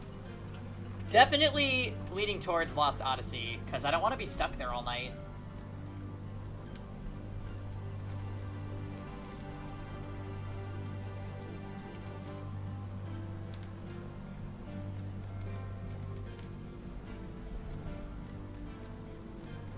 Our next stream game is going to be coming in the mail tomorrow. But I feel like we're going to spend a lot of time side questing in this game. Listen to your heart. You always choose staying in over going out.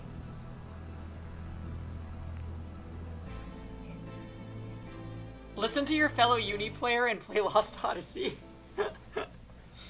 Well, like, here's the thing. I do want to play in the tournament, but I don't want to stay at Wednesday Night Fight all night. Yeah. Let's deliver a letter. We're looking for an old woman that's the mother of the guy in the refugee camp.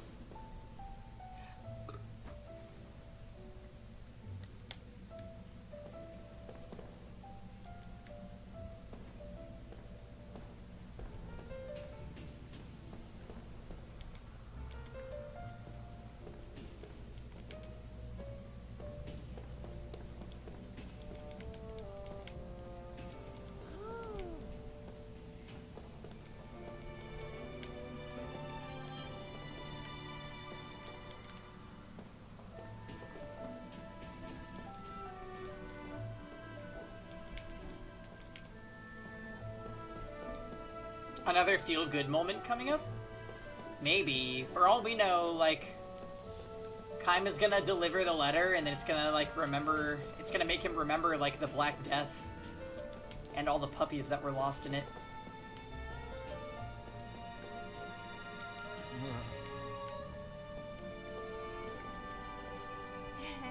Oh, here we go.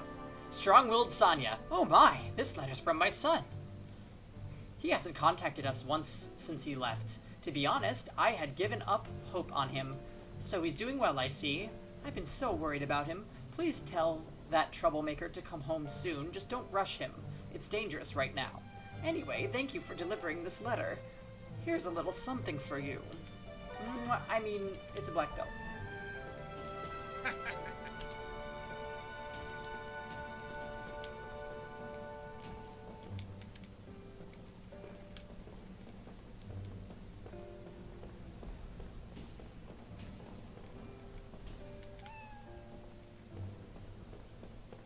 Was that Kevin, or was that a cat in-game?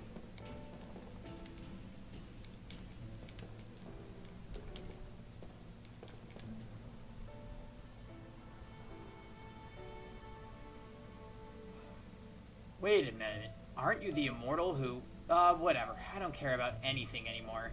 All my friends are gone. This ice took all those who didn't meet their end in the Highlands of Wool. If you really are an immortal, won't you go to the Highlands of Wool and bring back the keepsake of Kent? If I had that in hand, at least I could feel that their deaths were worth something. What, you aren't actually gonna listen to this guy, are you? You're gonna have to let go, okay? There was a massive landslide in Wool. The battlefield was completely buried in mud. Maybe someone took whatever it is you're looking for during the battle. If that's the case, it'd be impossible to track it down. Besides, what happened was not your fault. Gungora's the one to blame. Him and his unstable grand staff. You should stop thinking about it.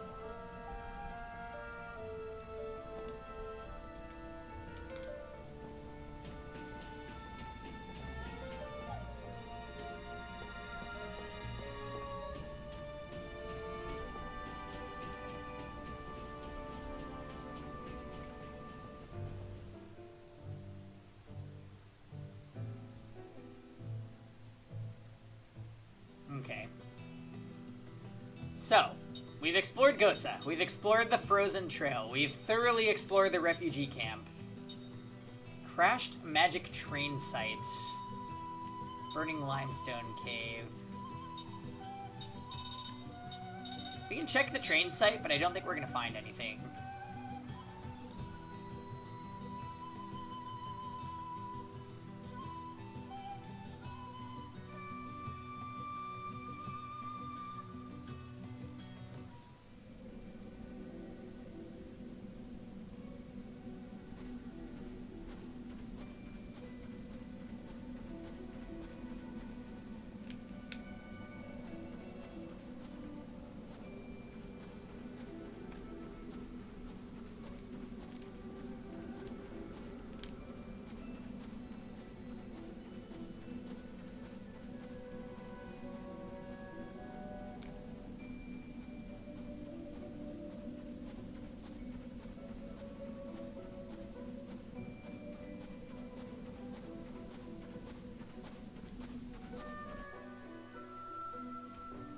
Alright, so I didn't see anything.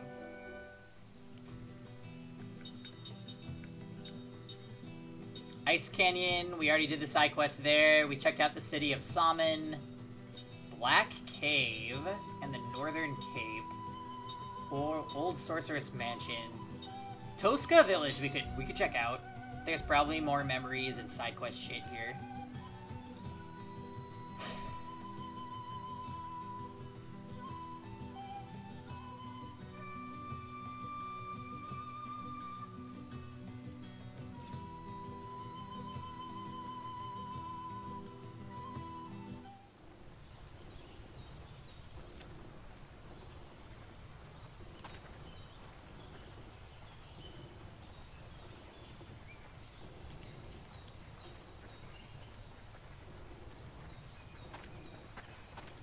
Kime, don't worry about it. We have a new ship.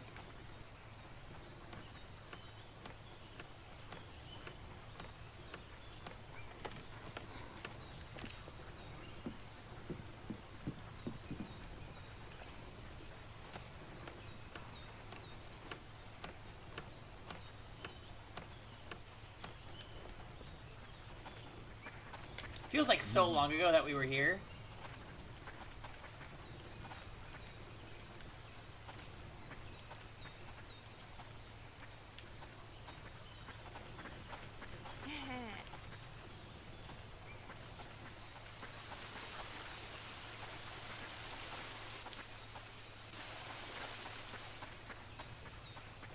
Okay, let's speak to everybody in town. Here we fucking go again.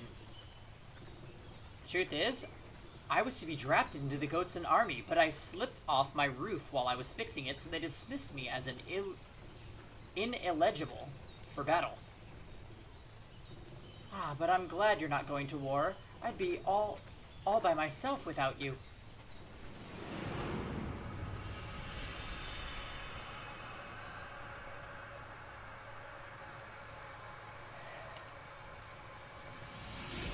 6?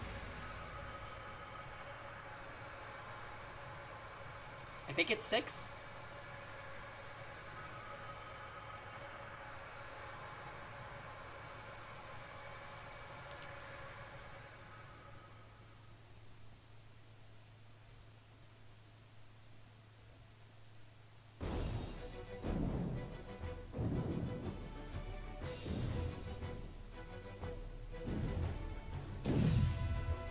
There is no way to keep the village from becoming a battlefield. The enemy forces have crossed the northern pass and made their camp close by. The home forces are here too, sending one unit after another into the village to resist the enemy's attack. The place is a powder keg.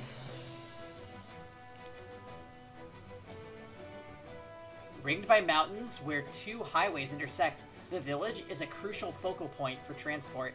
It cannot be allowed to fall into enemy hands. While its capture is essential to any hopes the enemy might have for victory in the war. Long years of fighting have come down to this one major battle. It is a battle that must be waged. The logic is clear, simple, inevitable, and it will transform this tranquil village into a battlefield at any moment. The army has ordered the villagers to evacuate. Non-combatants can only get in the way. The enemy wants to settle this before the weather turns cold. So what does this mean? Another month? 2 weeks? Got your stuff packed? No sense getting caught in the middle and killed. Talk about dying for nothing. Better forget about taking any pots and pans with you. Pack as light as you can and get as far away as you can. Think of all the generations our ancestors guarded our houses and land. I hate to think it's going to turn into wasteland when the fighting starts. There's nothing we can do about it. It's just plain bad luck, that's all. We just have to hang in there till the war is over and come back when we find out who won. The main thing is to get out now. Right, it's all we can do. We've got to stay alive. Better not hope for anything more than that. Why the hell does this have to happen to us? The villagers leave a few at a time, beginning with the first ones to find temporary shelter. By the time the forest is lightly tinged with red, the village is practically deserted. The only ones left are old folks who live alone and have no one and no place to run to. The army has built a crude refugee camp for any evacuees able to cross several mountains to reach it. The aged poor stagger in with little more than the clothes on their back. The only one left in the village is Grandma Koto.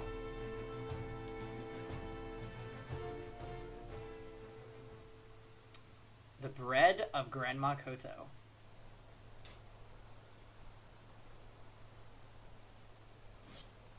As a mercenary, Kaim first met old Koto shortly after he joined the unit protecting the village. He was on an inspection round at the time when he spotted an old woman working in the fields. She turned out to be Grandma Koto. A soldier with him yelled at her, "Hey, old lady, enough of that." Another man shouted, "You'd better get out of here now if you want to stay alive. The fighting's going to start in 2 or 3 days. How many times do we have to tell you to go to the damn refugee camp?" But old Koto stayed hunched over, digging in the dirt. Obviously, she was not harvesting anything. If this had been a time when the grain had ripened and she was hurrying to harvest her crops, it might have made sense. But she was just turning the soil as if she had forgotten that a battle was about to start here at any moment. Is that old bag deaf or just senile? With a disgusted look, the captain called over Kaim. "Hey, new guy, do something about this one. Drag her to the refugee camp if you have to tie a rope around her neck. We can't have her wandering around here. She's just going to get in the way when the fighting starts." The captain's tone was arrogant. The more cowardly a commanding officer is, the more arrogant and overbearing his style becomes, and the less he is able to conceal his nervousness when battle is nearing. Kaim strode silently toward the old woman in the field. "We'll go on ahead," the captain called out behind him, but he did not turn around. Only a few days would be needed to decide the outcome of the battle for the village, which was a reflection of how violent it promised to be. For this reason, working in the fields now was pointless. Even the most carefully cultivated patch of ground would be crushed under the soldiers' boots. A harvest next year was out of the question, nor was it clear how many years it would take to restore the village to its former tranquility. When Kaim approached her in the field, the old woman kept working and said, "Don't try to stop me." She looked and sounded much tougher than she had seemed from a distance. She might have been one of those stubborn, cranky old folks that kept their distance from the village when it was at peace. "You're not going to evacuate?" Kaim asked. "What the hell for?" she spat out. "They've built a camp you can go to." Old Kodo gave a snort and said to Kaim, "You're a new one. I've never seen you before." "Yes." So you don't even know what the camp's like. You soldiers have nothing to worry about." "What do you mean?" Old Kodo said nothing but pointed toward the steep mountain standing like a painted screen on the west side of the village. Kaim asked, "Is that where the camp is?" "Hell no. You have to cross that mountain and another to get to it. Nobody my age can walk that far. What's the point of building a camp in a place like that? How many old folks do you think are going to make it over there? They might as well just leave us out in the hills to die like in the old days." Kaim was at a loss for an answer. Continuing her digging, the old woman grumbled. That's how the government does everything. She was clearly angry, but perhaps less angry than sad. "You're on an inspection tour, right? Well, don't let me stop you. No, you see, you're not going to get me to go to any damn refugee camp. That's all there is to it. I'm not going anywhere. This is the village I was born in, and I've lived here all my life. I know how you feel, but this place is going to turn into a battlefield soon. I know that. So what?" Kaim was at a loss for words again. When she saw that, she smiled and said, "You're sweet, young man. Kind of unusual in a soldier." Her expression had softened for the first time. Once she stopped being so prickly, the smile she produced was actually rather endearing. "When this place turns into a battlefield, people will die. Lots of them. I know that much, don't worry. But I have work to do, soldier boy. Telling me to leave my work and run away is like telling me to die. So if I'm going to die anyway, and it won't be long now, I want you to let me do what I want to do. You shouldn't have a problem with that." Kaim fell silent, not because he was at a loss for words yet again, but because he believed she was right. "If I'm going to die anyway," she said, knowing that he would never be able to speak such words.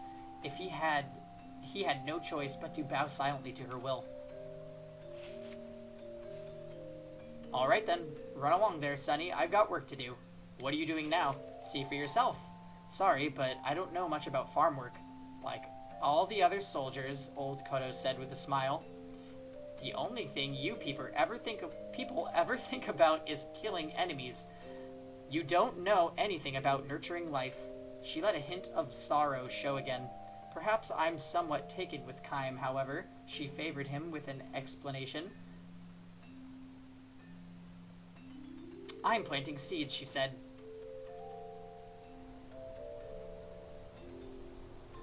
I know, my reading is like extra bad today. "Grains of wheat. You sow them in the fall. They mature over winter, shoot up under the spring sun, and turn the fields golden in summer." "I always do my planting when the northern mountain peaks turn white, every year, and this year's not going to be any different." Would the seeds mature in the trampled fields? Kaim had his doubts. Grandma Kodo, however, displayed not the least anxiety or resignation as she scattered seeds in the newly turned soil. Her hands performed the age-old ritual with ease and naturalness, as if to impress upon Kaim the fact that what she was doing this year was nothing more nor less than what she had done every year before. As a result, Kaim's next words emerged with a smoothness that he himself found somewhat surprising. "What if the seeds don't grow? Then I'll just do it again next year. And if next year's bad, I'll do it again the year after that. You have to plant the seeds. That's how I've lived my life. If you don't plant, nothing will grow. See what I mean? I think so. Whether there's a fight or not, it doesn't matter. I'm just gonna do what I have to do, that's all." She spoke with certainty, her wrinkled face softening into a smile as she added, "You can't even enjoy a meal if you know you haven't done things right." "You're saying that this is what gives your life its meaning?" This was the question to which Kaim had long searched for an answer. For what purpose had he been born into this world? What was he supposed to accomplish here? He had continued to roam through his life's endless journey without knowing the answers to these questions, indeed, because he didn't know the answers. I don't know deep stuff like that, Grandma Koto said shyly. I just mill the wheat I've harvested and bake bread in the fall. That bread is really special. Nothing tastes as good as the first bread you make with the wheat you grew that year. That's what my grandson looks forward to every year. I can't just decide to take a year off now, can I? I see what you mean. No, you don't, she declared. You're nothing but a damn soldier. Her face had turned hard again. There were no more smiles from her that day. Hey, John. What's up? When Kaim returned to the barracks, a soldier who had been stationed in the village for 6 months or so said to him, "That old hag hates our guts." Because we've ruined the village? That's part of it, I suppose.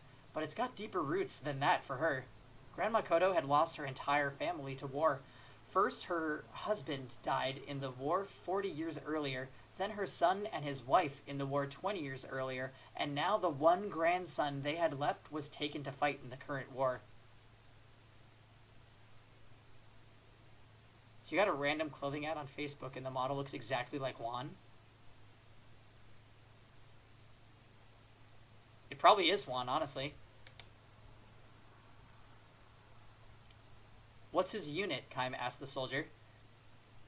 The man gave a helpless shrug and named a unit that had been sent to an area with the most intense fighting. Talk about bad luck. The fighting's so bad out there, if it was me, I'd take my chances on being executed or deserting under fire.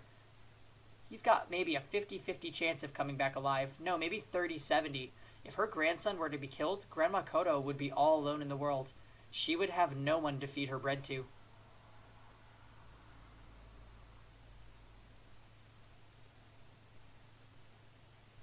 The facial hair is a little bit too groomed for it to be Juan.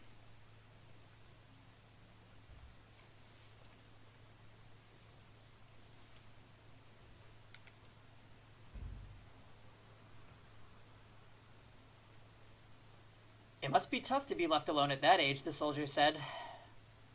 Looking at old Koto, I can't help thinking of my mother back home. There's no way I can let myself get killed. She'd never stop crying. Same for you too, eh, Kaim? Kaim said nothing in reply. He had no right to put himself in the same category as a soldier. The battle started 3 days later. The enemy army's attack was even fiercer than expected. The defense forces had no chance but to put everything they had into the fight. Kaim slipped away from the battlefront and headed for Grandma Koto's house. He found her leaving for the field, as always. She gave no sign that she was afraid of the fighting. People who know exactly what they must do and who refuse to be distracted by anything else can be strong beyond all reason. Kaim saw now that there could be far greater strength in a finite life than one that lasted forever. Because he sensed this so deeply, he stood before her, blocking her way. He lifted the tiny old woman in his arms and carried her bodily back to her house. Is that a typo? What are you doing? Let go of me. I'm not going to follow some soldier's orders. I have work to do. Yes, I know that, Kaim said. So put me down now. I don't want you to die. Holding her against his chest, he looked her in the eye and pleaded with her. I want you to bake bread next autumn again from a new crop of wheat. She stopped flailing her arms and legs in a vain attempt to get free of his grip. She looked straight back at him as he said, as long as you have someone to feed your freshly baked bread to, I want you to keep baking bread year after year. Old Koto heaved a huge sigh and muttered, smiling, I knew you were a very strange soldier. The battle raged on for several days. The arrogant, cowardly captain died in the fighting. The soldier who had told Kaim the story of Grandma Koto also died. Countless defense troops died, and countless enemy troops died. The village was consumed in the flames of war, and Old Koto's field was ravaged under the heels of the military. Kaim's side managed to stave off the attackers, then followed the retreating enemy to the north. All that remained in their wake was the empty, devastated village.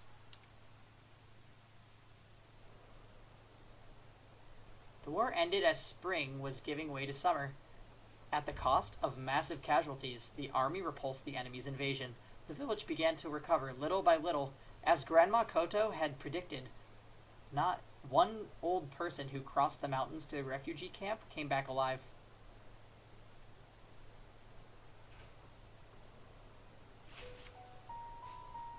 Yeah.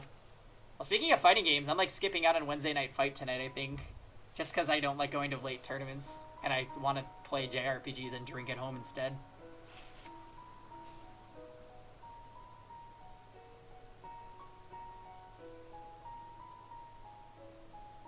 Autumn, and Kaim has come back to the village.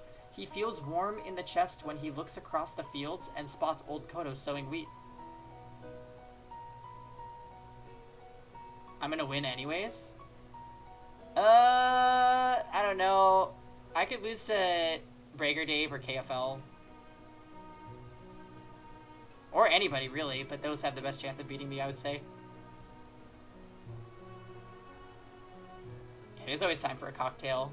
Sadly, my glass is empty, otherwise I would drink to that, Matt.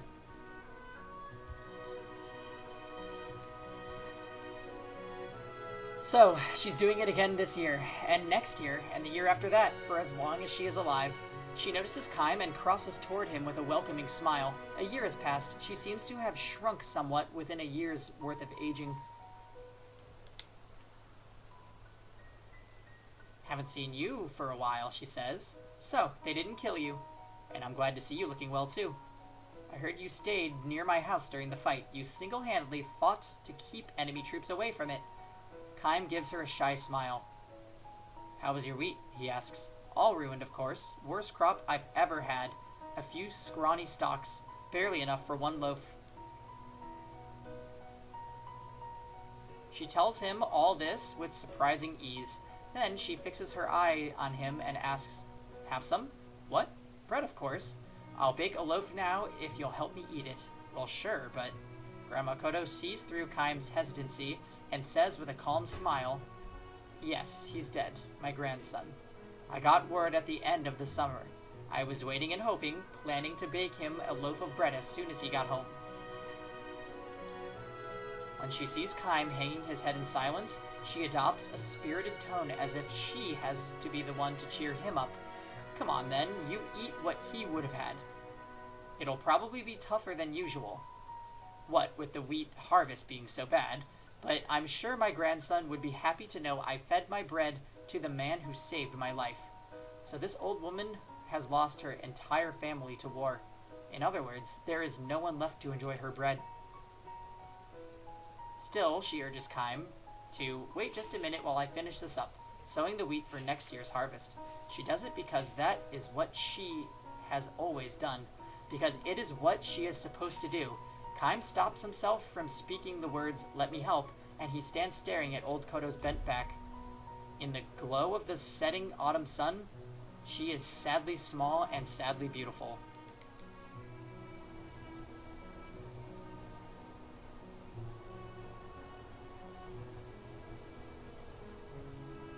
Kaim eats the fresh-baked bread. Old Koto was right. Made from wheat grown without its full measure of care, the bread is hard and dry and poor in taste.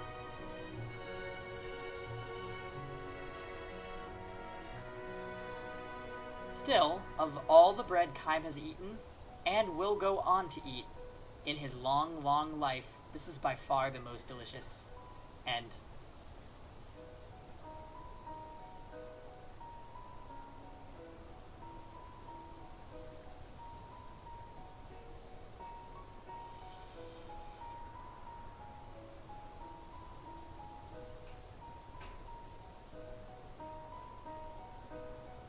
I'm gonna leave it here to play the song while I mix another drink and go to the bathroom.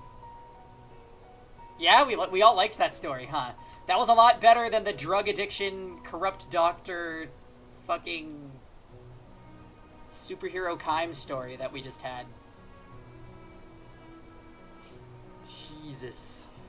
Alright, be right back, guys.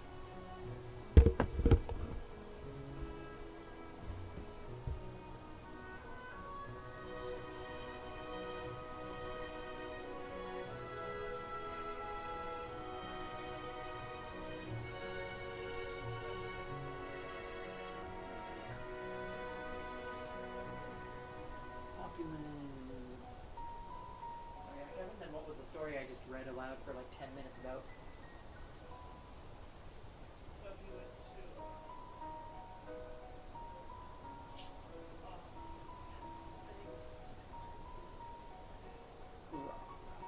Wrong. That one was like literally 3 stories ago. And I already forgot that I read that. Because of how heavy the other ones were.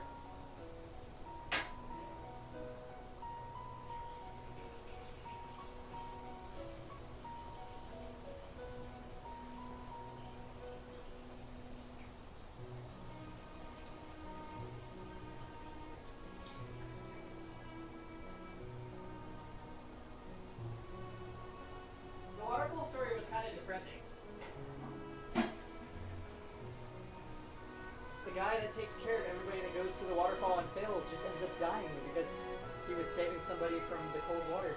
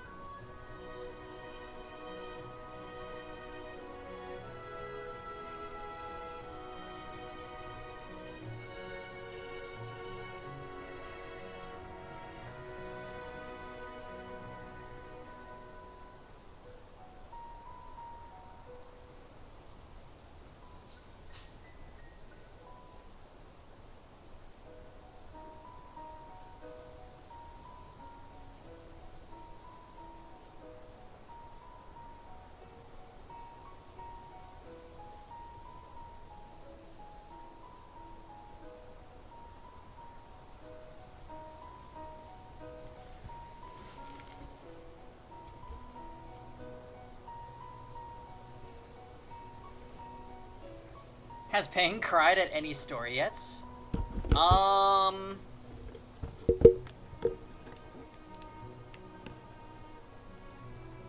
think the closest that I got to crying at a story was the signpost one.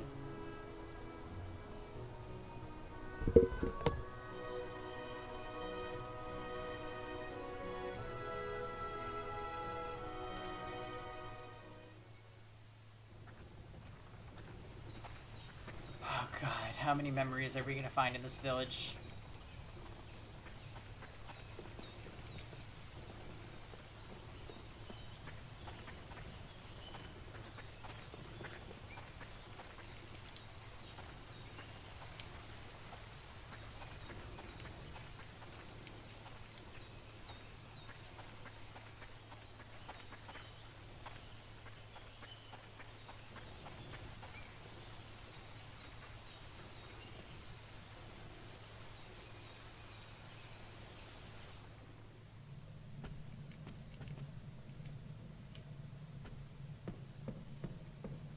Oh? Something I never probed? Interesting. Yeah, the bread story was sweet for sure.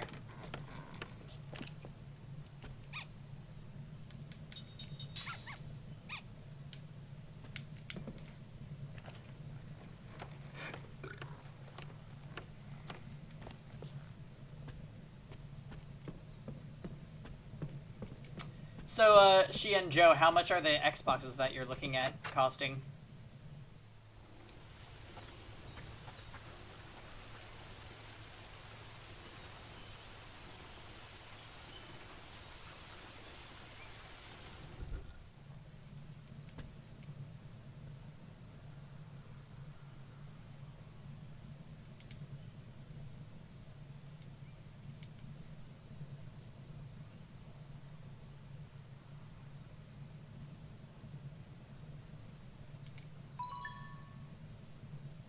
Oh god, there's something in the Black Cave.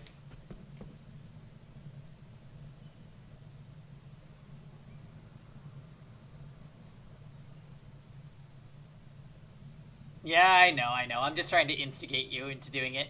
Welcome back, story time.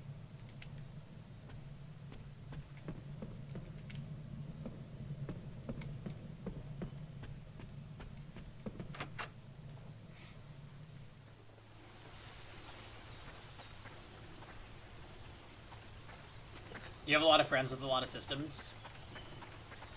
Yeah.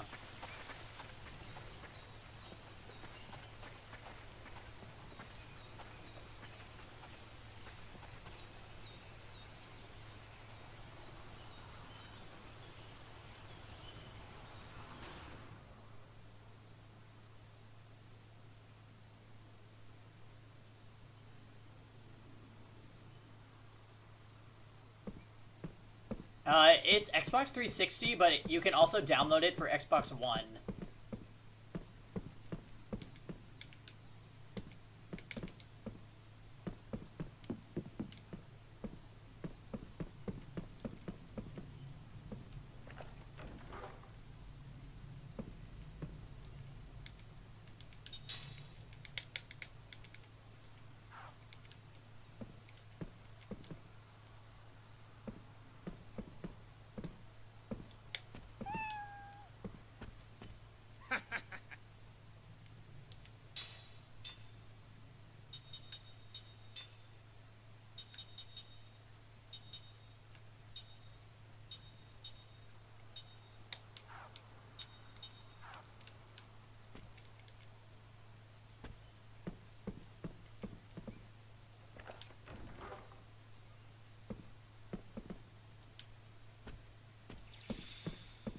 Yeah, might as well save because that's story. So really, there was one side quest that we need to do, and only one memory. Surprising.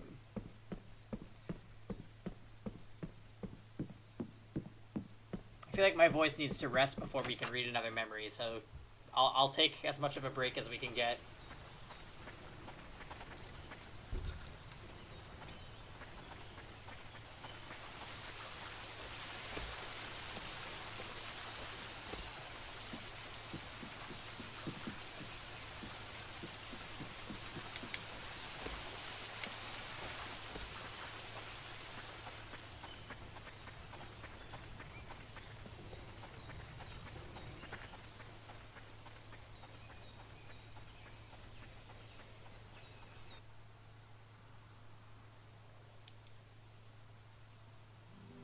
Okay.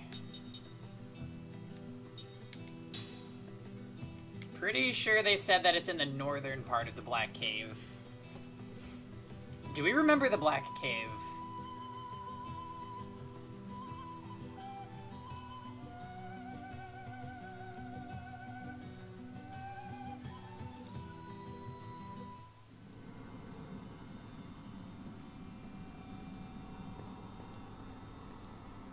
Oh, is this the place with the pitfalls?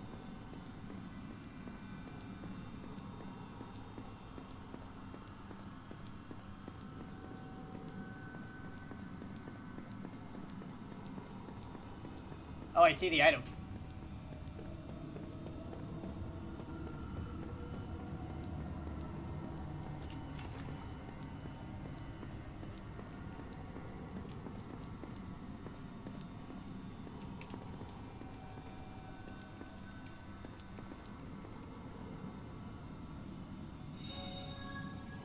Curse blocker, nice.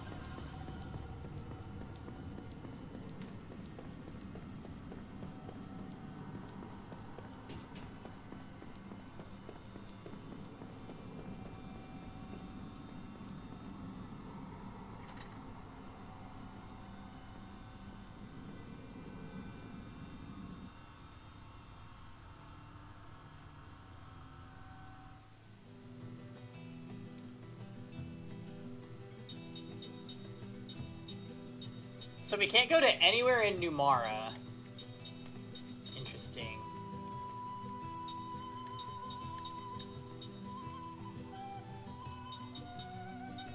Oh my god, the Grand Staff construction base. Holy hell, it's been a long time since we've been here.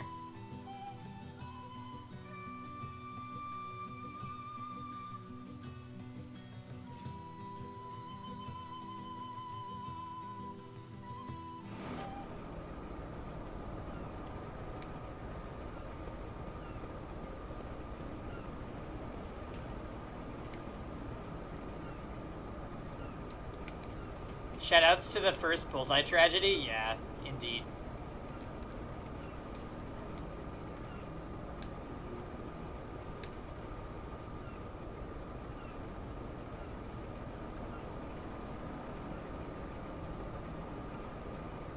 What, a runaway reaction? That's bad, right? Ah, cool your jets. We just need to get that pendulum moving again, right?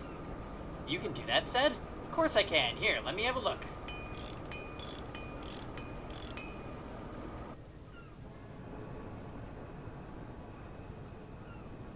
You did it! The power's back online, so the limiters are working again. Thank you so much for helping us. I don't know if this will make up for it, but please take this.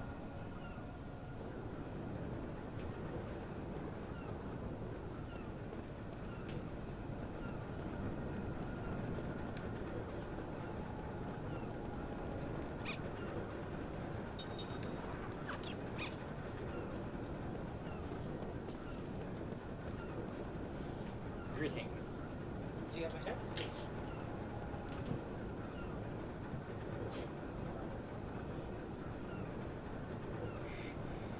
If you wanted to go to WNF, I'll drive.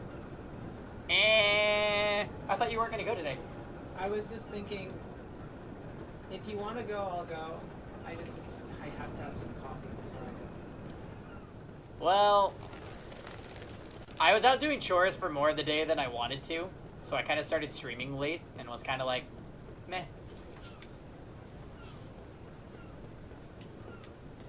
So I'm probably voting no.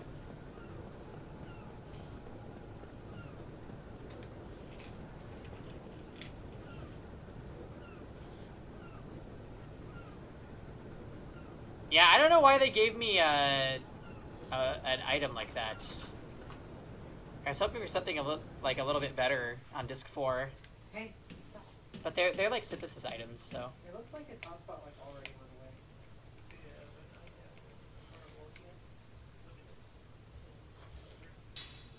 Well, yeah, because you keep rubbing yourself on the bed.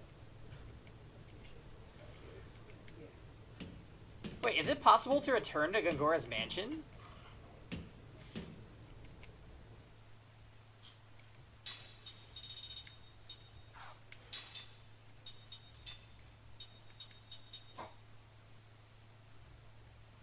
Huh, did I ever buy this? It's completely useless now, so whatever. What? How did I miss out on this stuff?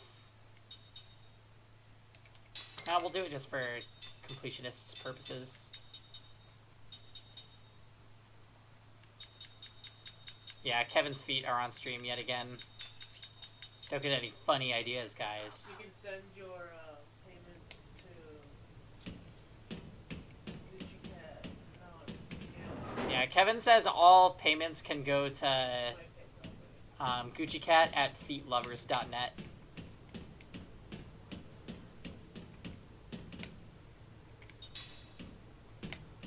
Hi, Miklos.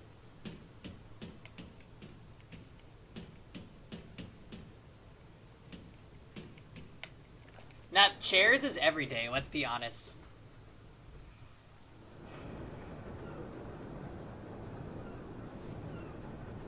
You're concerned about Kevin's feet being on Kevin's pillow? Actually, it's in between the pillows.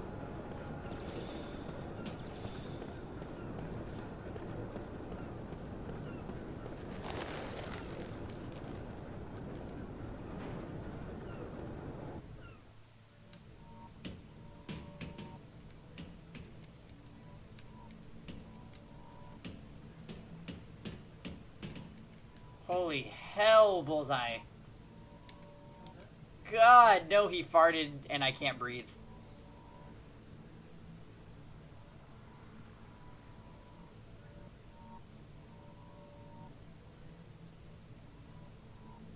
We need to make magic gauge here and set it up near the magic locations of the world.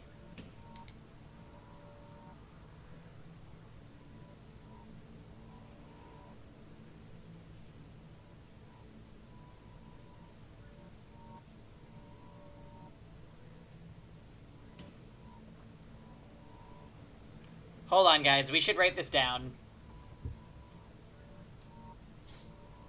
We are definitely gonna write this down.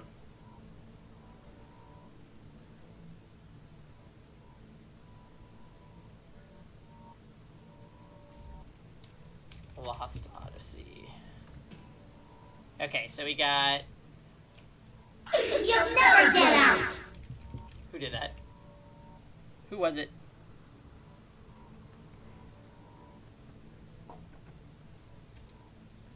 Solomon!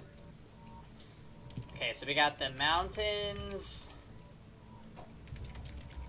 Ice Canyon entrance near Gotza, Black Cave,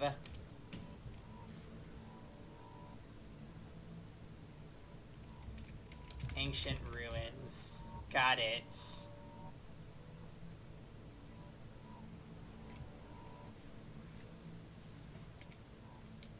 Magic locations are areas where magic energy settles in high concentrations. You'll find them right away with the gauge. Once you do, just drop the gauge there and you're done. You'll be rewarded for your efforts, of course. Are you interested? Thank you very much. This will be a major breakthrough in our magic research. Here's your gauge. Let me know how you do. Okay, so now we need to go to a bunch of places.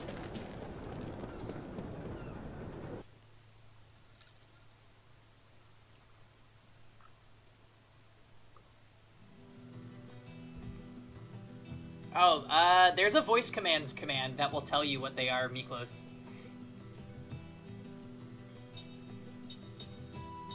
Asinine knave. There you go.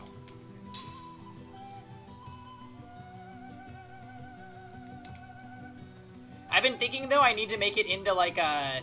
I needed to link, like, a Google Doc or something that just lists them and what they are.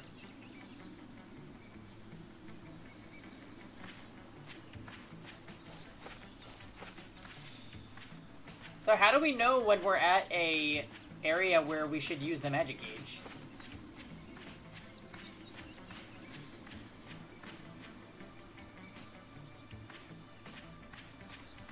I mean, technically, yes, it's possible. And they all have a cooldown, so...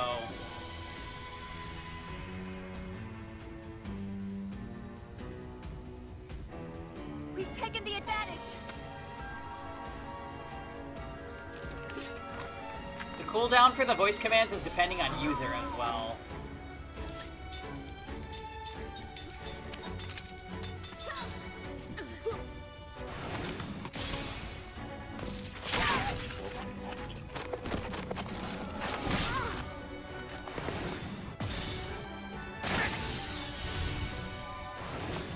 Yeah, you're gonna be on commission.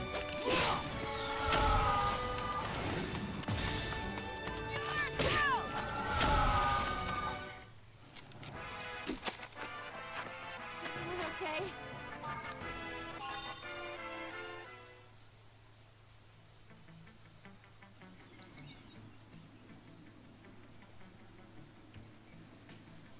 Uh-oh. Are you gonna owe for your taxes?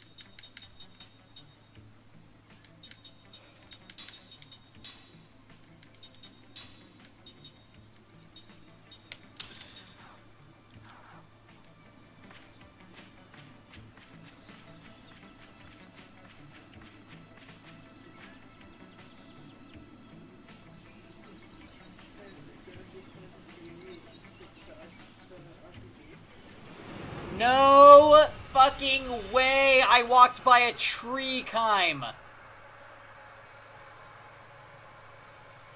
What was that, Kev?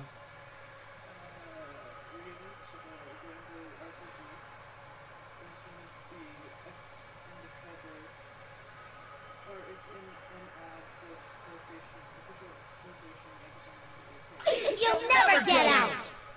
Really?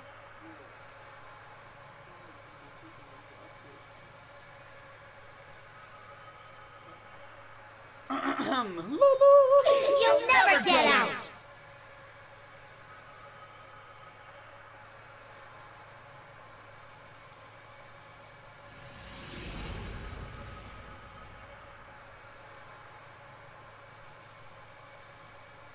Think of it as getting them out of the way for future streams.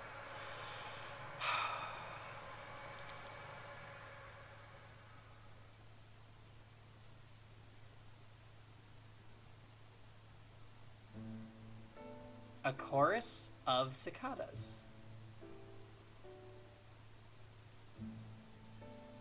This forest is home to a priceless treasure. A marvelous and exceedingly rare creature lives here. You could search the entire continent and never find another such habitat.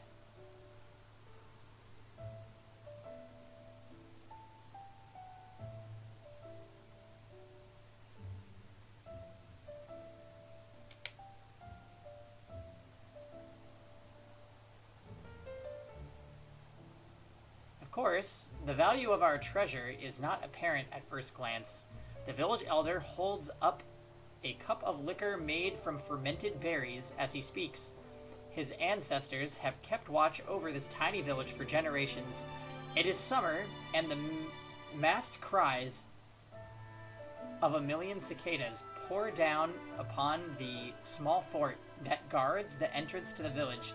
The chorus of insects sounds like a steady rain. I wonder if you gentlemen understand what I mean. The elder scans the dozen or so powerfully built men gathered at the fort. All of them wear a look of puzzlement. All but one, that is.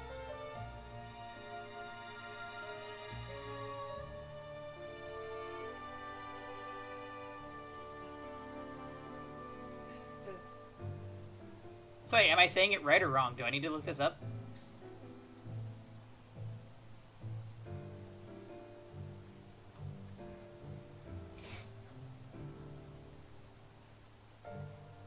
Oh, okay. This over the. Hey guys, look, we're being joined by a really sleepy Kevin. This over the Ethernet.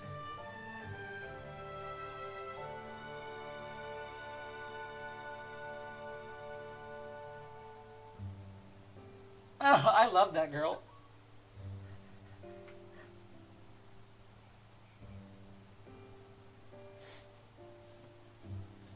No. Go to bed. They're all saying hi to Kevin. You're here to join in another story with us. Oh, my eyebrows look dull. This is the 7th? Or 8th? I'm honestly losing track. I told Kevin, what was the last story you heard before you went to sleep? And he was like, oh, there was a waterfall. And I was like, wow, I already forgot that we read that. This is 7? Okay.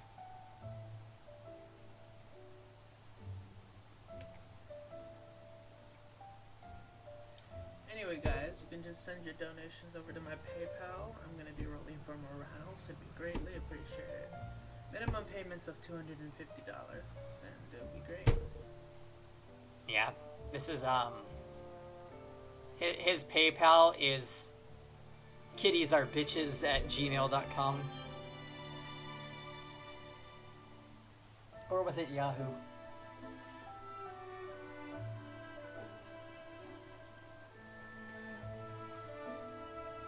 I've gotten that much for less. Oh, it sucks.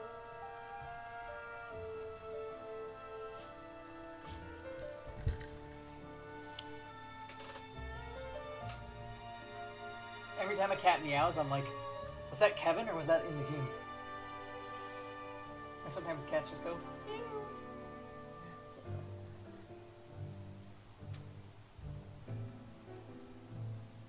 Oh, Bull, you're so itchy. You said your name is Kime, asked one of the villagers. You seem to know what he's talking about. Kime nods and points upward. It's the cicadas, he says. A stir goes through the villagers. With a delighted smile, the elder says, so you know, do you? Far from delighted, the men in armor share suspicious glances. All are mercenaries. They have been hired by the villagers to protect the forest's treasure. What is VP? Valkyria Pookables. Vanguard Princess?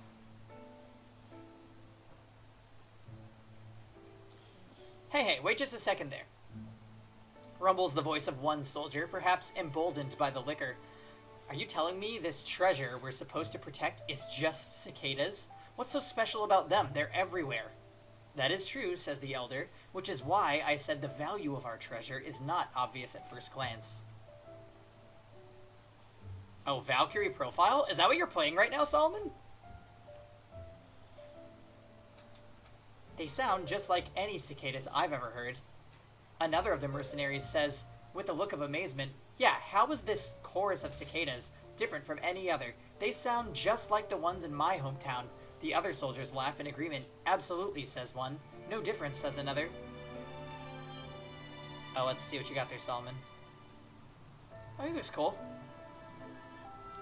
The roof is on fire. The elder and the villagers, however, are not amused. They turn to Kime as the elder asks him, will you help us to protect our treasure? That is what I'm here to do, he replies. Tell me again, Kime, do you really know the meaning of the treasure of this forest? I do. Then let me ask you this. Do you know when this summer's battle will bear fruit? Kime takes a sip of his liquor, releasing a long, slow breath, and says, in 75 years. We're fighting for the summer 75 years from now. Is that what you mean? The one that you don't have yet and you're trying for? Oh my. That's a daddy. That's Deke, but with different hair. Another stir goes through the group of villagers. The elder, with a great look of satisfaction, nods deeply and refills Kime's cup. To the stunned mercenaries, the elder says, we've protected our cicada chorus generation after generation.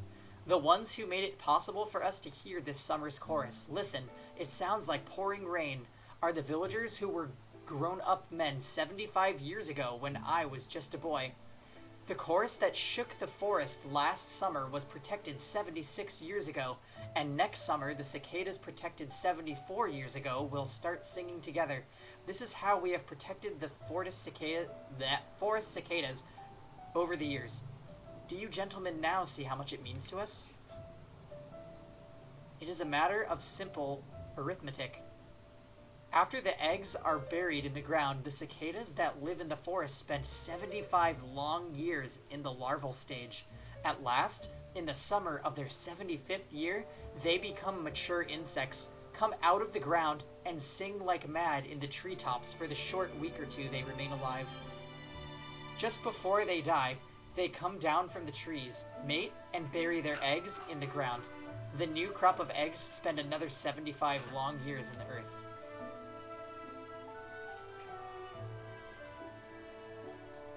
The fact that we can hear the cicada chorus this summer means only one thing, that the forest was at peace 75 years ago. Similarly, if the forest remains at peace this summer, the villagers will be able to hear the chorus 75 years from now. We have used what little money we have to pay you gentlemen to assemble here for this, to make the forest resound with the cicada chorus in 75 years. All the mercenaries but Kime openly show their disappointment. Wait just a second now, Grandpa, says one soldier, standing ramrod straight. You mean to say we're supposed to risk our lives to protect a bunch of bugs? Exactly. And even supposing we succeed in what we risk our lives for now, the results won't show up for 75 years? That is precisely what I mean. Come on, old man, you must be kidding. If it were money or valuables, that would be one thing. But we might lose our lives here. And for what? Bugs?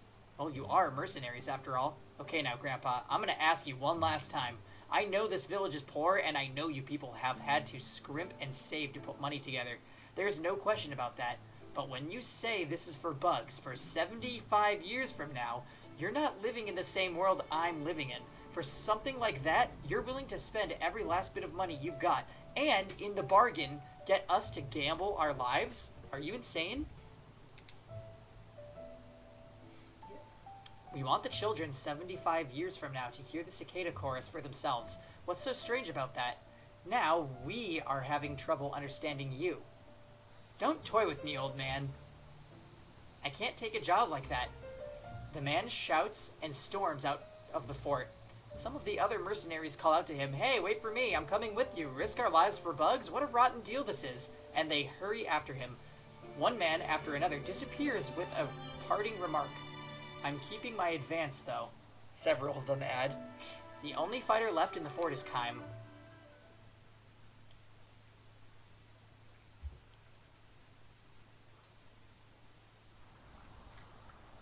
I was gonna say that noise was not good that it made. The downpour of cicada cries continues unabated. The whole forest sounds like one gigantic creature. One young man is working the lookout post at the front in place of the departed mercenaries. He asks Kaim, "Are you alright with this?" "I'm fine. I knew what I was getting myself into.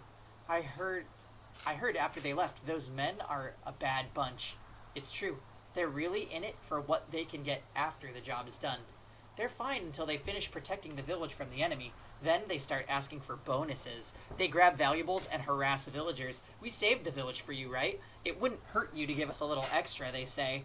The reason this year's mercenaries quit is because they realized there was no hope of any bonuses out of this village."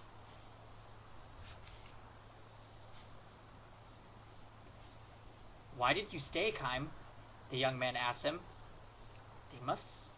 There must have been a lot of jobs that would have paid you more. I just thought it wouldn't be a bad idea to risk my life for something 75 years in the future for a change, that's all." The young man nods his head thoughtfully. Then, he tells Kaim one of the old stories of the village. "Long, long ago, way before I was born, when the elder was still a boy, there was a summer when the cicadas didn't sing at all. Of course, this means that 75 years before that, there had been a battle that ravaged the forest. The elder says that the summer forest without the cicada chorus was so sad and lonely it was horrifying. It actually gave him the chills. The trees themselves were alive, but it felt as if the whole forest had died. Sitting alone in the silent forest, he went so lonely he started to cry. And worse, he felt intense anger toward our ancestors for not having protected the forest 75 years earlier. The elder tells the story whenever he's had a little too much to drink." Kaim nods in silence. "I know all about that," he almost lets himself say, but he swallows his words and smiles instead. The young man goes on, "So anyhow, when the elder was sitting and crying in the forest, he says a traveler came along, a young man, big and strong, a man like you, Kaim. He said to the elder, 'Don't ever forget how sad and lonely you are today. When you grow up, make sure you don't ever let the children who come 75 years after you feel this way.' The elder says he doesn't remember the man's face, but he will never forget his words. He tells the story to the young people of the village over and over. Kaim nods again, saying nothing, but the skin of his back seems to creep beneath his shirt. All these years, the elder has kept the promise he made to the traveler. No matter how much the merchants might have pressed him, he has never let them do anything that will ruin the forest. He has kept on good terms with the neighboring villages to avoid making enemies. He has sometimes entered into dealings that were not to our advantage and lost many chances to make us money. This is why the village is still so poor." The young man gives a self-deprecating chuckle. Still, not one person in the village resents the elder for what he has done. The village kids have always gone into the forest to bathe themselves in the shower of cicada chorus. That's just how we grew up. We took it for granted. We all feel nothing but gratitude toward the elder, and all the ancestors who came before him, who have enabled us to hear the cicada chorus every year. Kaim says nothing in reply, but he begins to savor the creeping feeling across his back. He brings to mind the face of that young boy he met so long ago, more than 80 years ago. Why aren't the cicadas singing? The boy sobbed. Why is there not even one cicada this year? Why did our ancestors burn down the forest back then? But he had a gleam in his eye, and that same gleam, hidden by wrinkles, still resided in the eyes of the elder. Passed down from one generation to the next, it is there in the eyes of the young man guarding the fort with Kaim.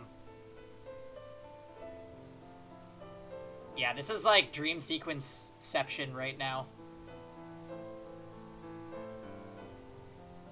This is the very reason that Kaim is here.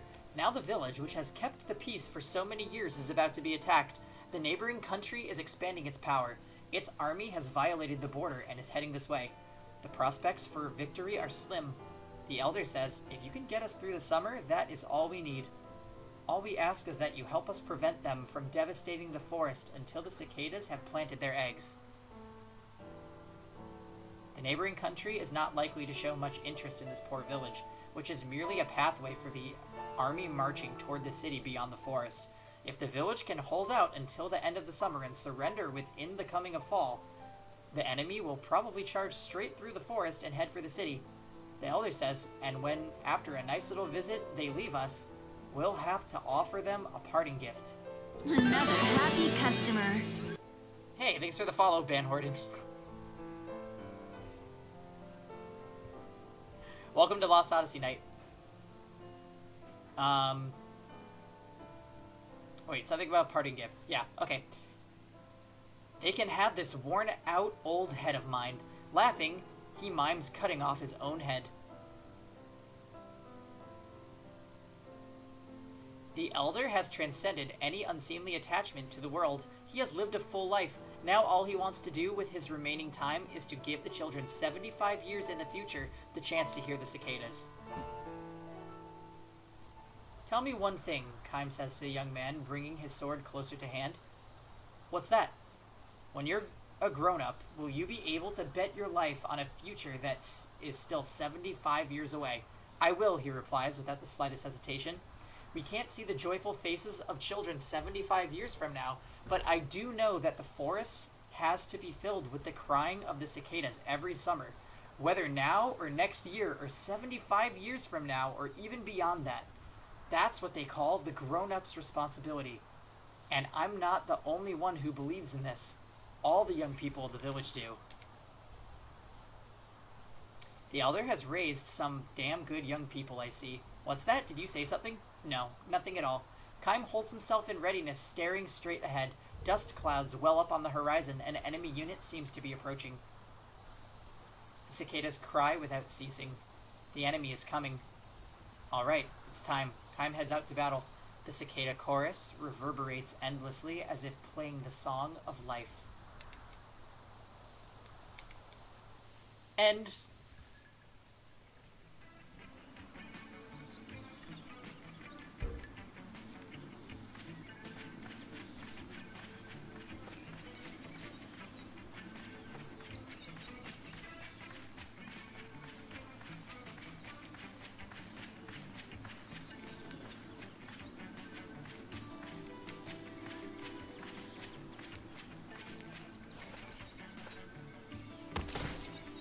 I feel pretty lukewarm about We're that story. on commission.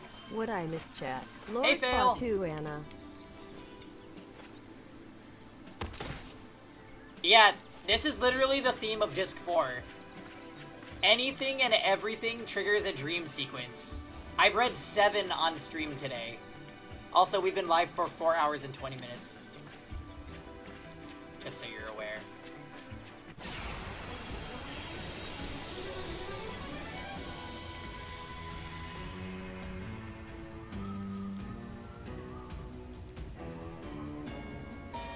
Don't let him get away! Also, thank you for the bits, Fail. Appreciate it. It's been a good stream so far, honestly. Have any of the dreams been uplifting? Yes. I didn't really care for the cicada dream. Bugs.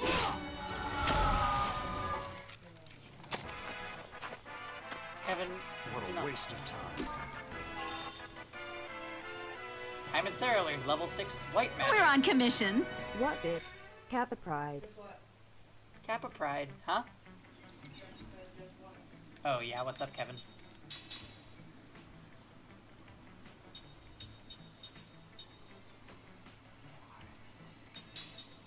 We get what?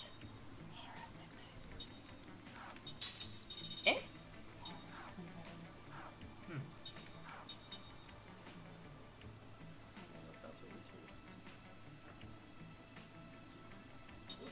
Yeah, the Grandma Kodo dream was fucking godlike. Honestly, Fail, it's been less. That dream that we just read was less than 20 minutes apart from another dream. That was the 7th dream we've read today. So that's almost 2 dreams an hour. And considering I'm kind of a slow reader, so it's taking us like 10 minutes to get through one.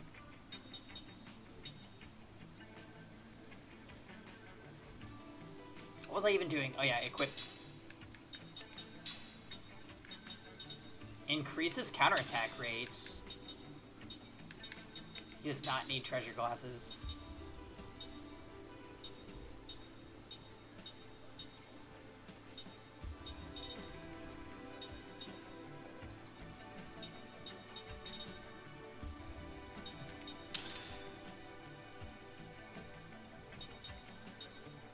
It is a bit much, I agree.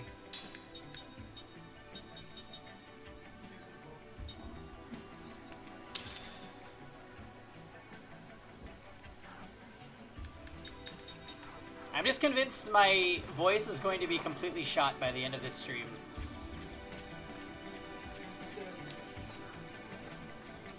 Hope will never die. Alright, Solomon.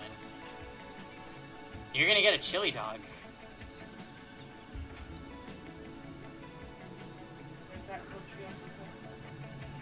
Huh? The future can be changed.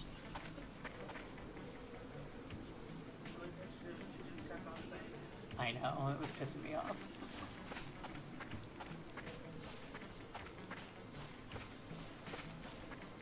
Did I finish that dungeon that I died in yesterday? Wait a minute, which dungeon was that?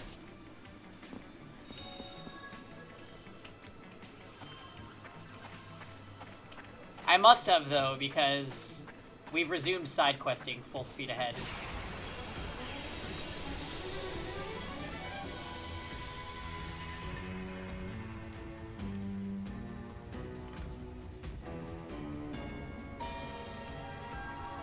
No, look out! The angry toad. Oh no, we left that area because it's intense.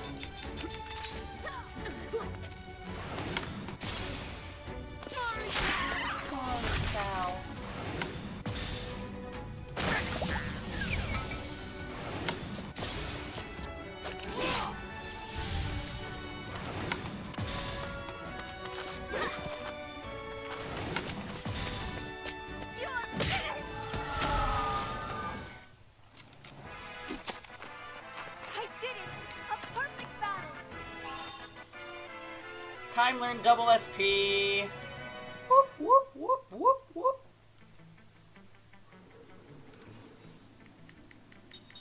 While we're grinding on weak enemies, I'm gonna just put all immortals in the party. It's what needs to be done.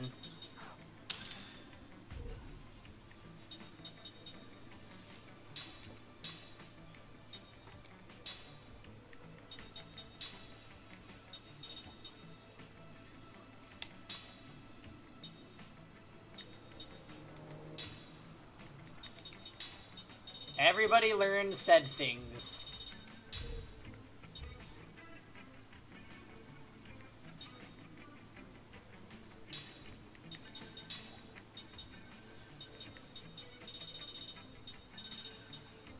God, auto shield and auto barrier. This character.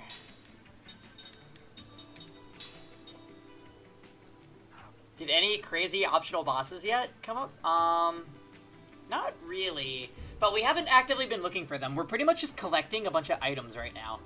And getting a shit ton of dream sequences, getting synthesis items. Little bit of SP side grinding too, which is nice.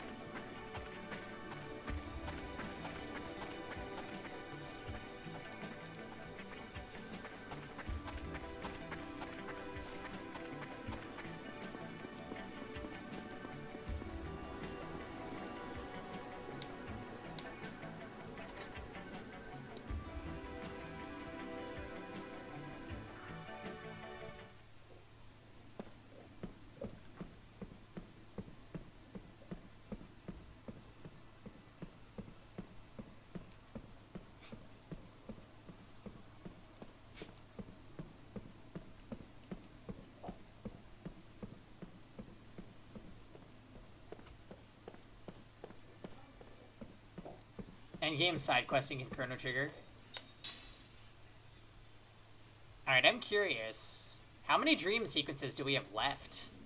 I feel like we just filled in a shit ton of them.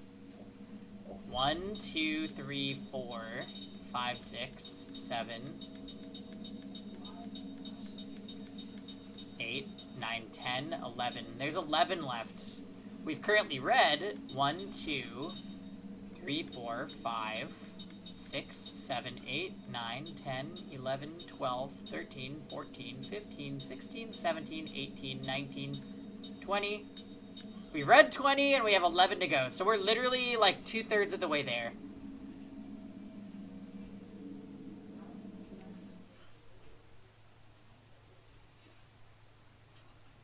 We had 0 during disc 3. Pretty much. Yeah. I'm sure we'll get something if we, like, remember all memories or some shit. Oh shit, I didn't mean to do that.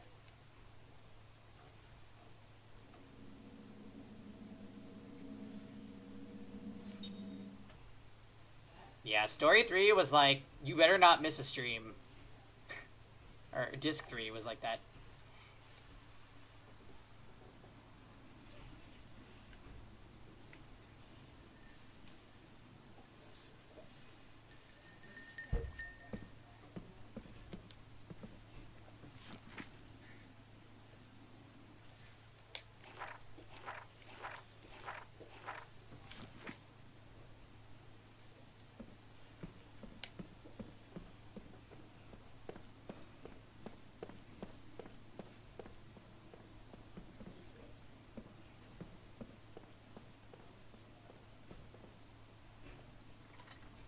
Is it still gonna be really windy?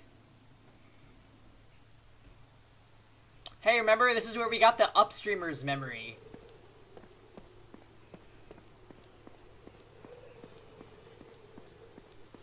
That's a really random thing to remember.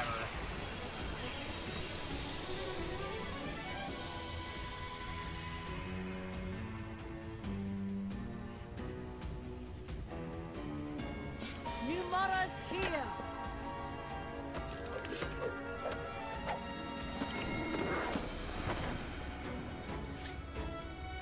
Oh my god.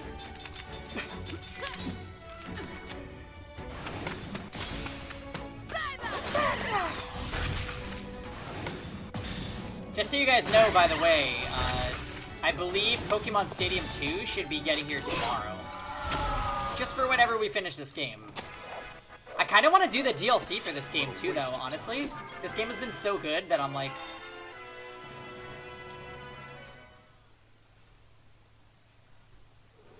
Alright, Kaim and Sarah. Nullifies water damage. That is so awesome.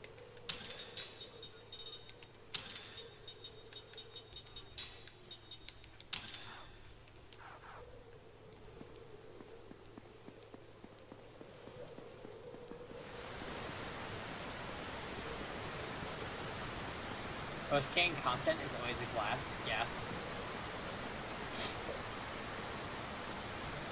And we'll even do that extra step of doing the DLC boss, which I heard is bonkers. If anything, it's just to hear this game's godlike boss fight theme again.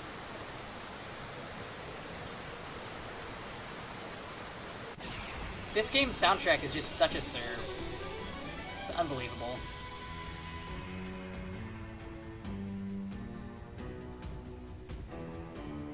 I'm always ready.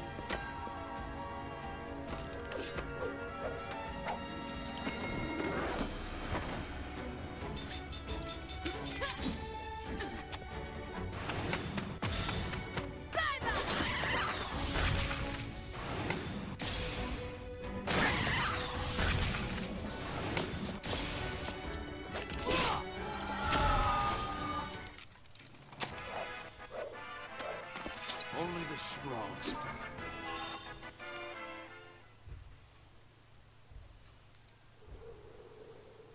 The big electric worm fight? I don't remember it off the top of my head. Also, I'm gonna put that pickpocket ring on somebody else for now. Holy shit, that's amazing, the sacred ring. Frequently causes sleep? What? That's tight. Okay, hold on. Kime, get the pickpocket ring.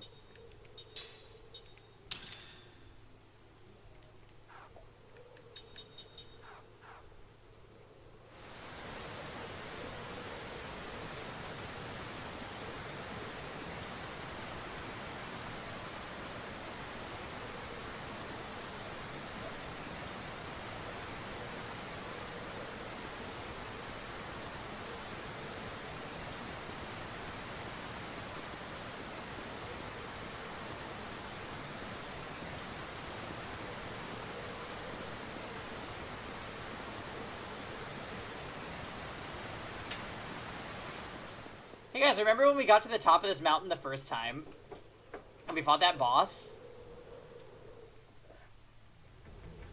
This game has such well-designed boss fights. I honestly love it. Oh, are we about to... Is this about to happen again? It's back in the Sea of Bows.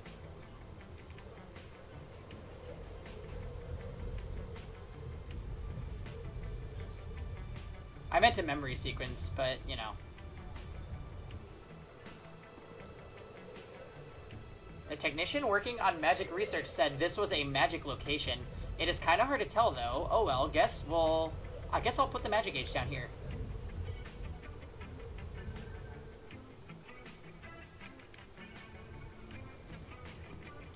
There we go. So that was the goal of coming here, was to plant this magic gauge.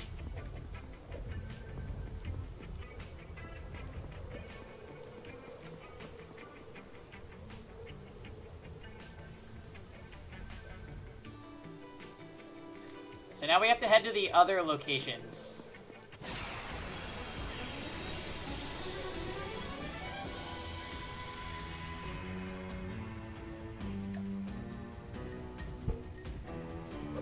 Better say your prayers.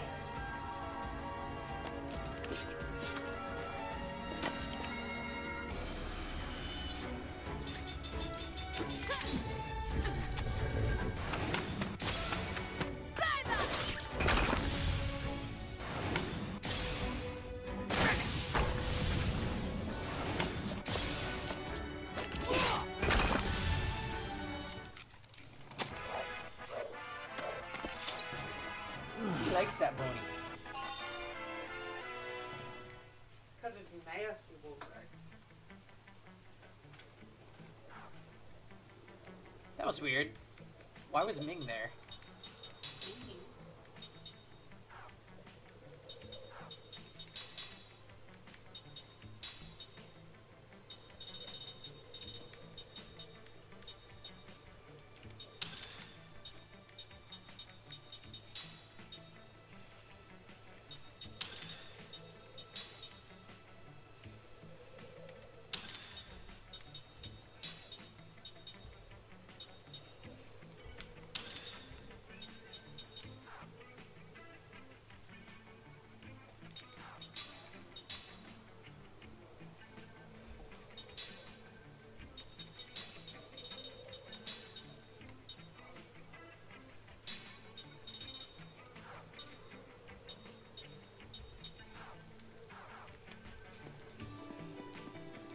All this grinding feels good, because I know it's going to come in handy when we get to the when we go back to the ancient ruins. This quest is actually going to take us back to the ancient ruins. Because the ancient ruins are actually a magic point where I need to place one of those magic gauges.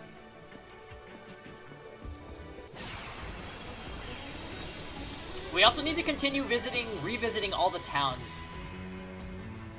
Because we're getting a lot of good items and stuff for doing this. I'm gonna bury you.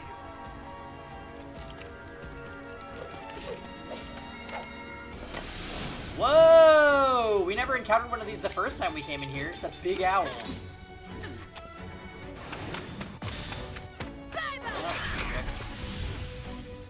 Yeah, I mean, this is like one of the first areas you ever come to in the game, so It's not in my nature to lose. that wasn't totally surprising. Okay, so Seth learned her skill link. Yeah, it's like, oh, random strong enemy in like a weak area. That would have been sick. But it's okay.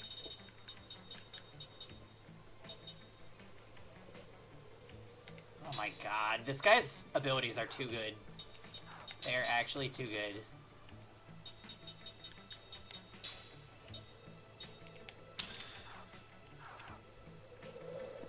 What the hell is level 6 spirit magic?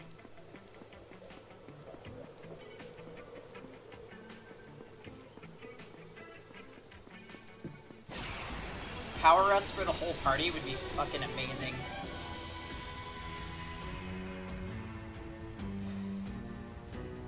Do, do, do. New Mara's here.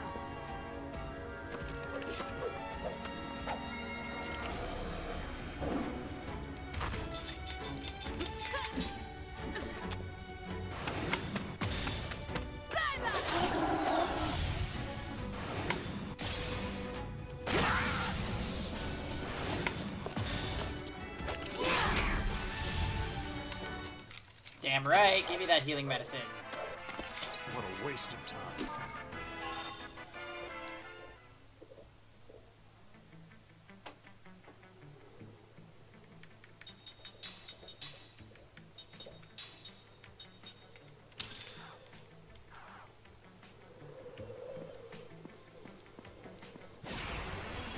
Damn, the encounter rate is so high here, what the heck? I just want to get off this mountain, but I'll take the extra SP if you insist. Hey, take the initiative, I always said. I have lots of good wares.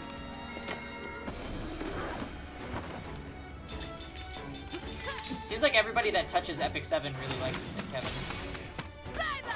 Did I say likes it? Oops.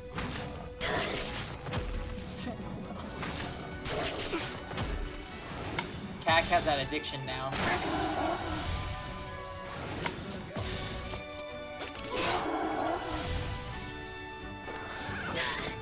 Seriously though, why can't I just get Velana right off the bat?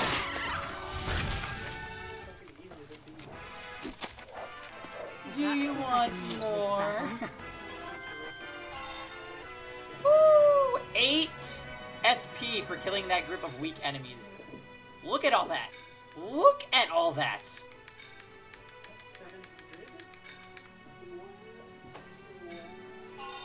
Yeah, I saw that post in the Discord. Story time. That was pretty godlike.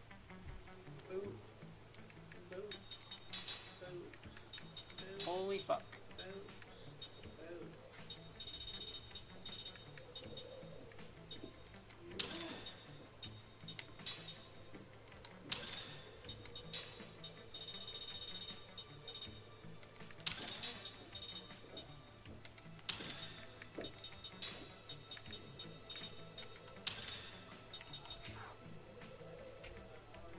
It's so true. I know.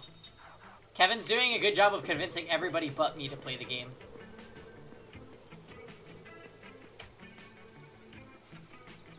Hey, do we know what the collaboration is with?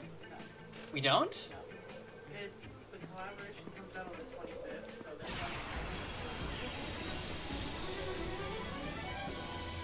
They're gonna announce it next week. What if it's a Lost Odyssey collaboration? Everybody in stream chat proceeds to Just throw up. calm down, okay? There's been a lot of speculation. What are people speculating?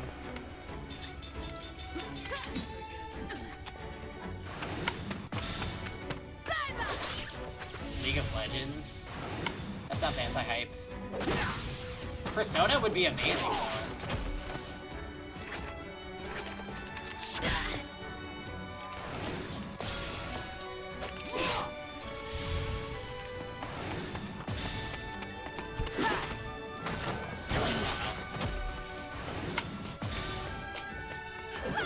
Damn, Sarah, you can't even hit this guy?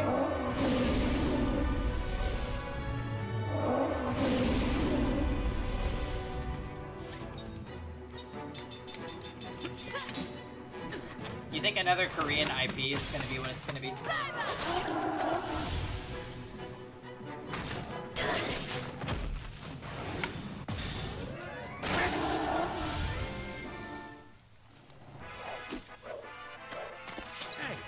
not bad for a young punk.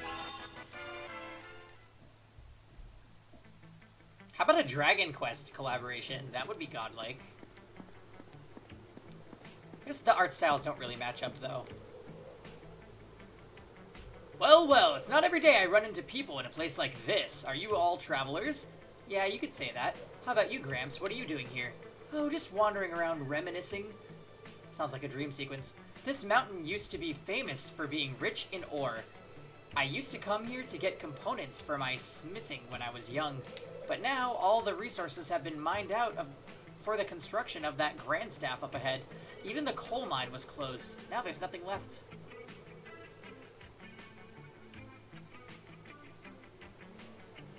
Yeah, I would totally play Epic 7 if Persona was doing the collaboration. If I could roll Ryuji, over. I'd be there immediately.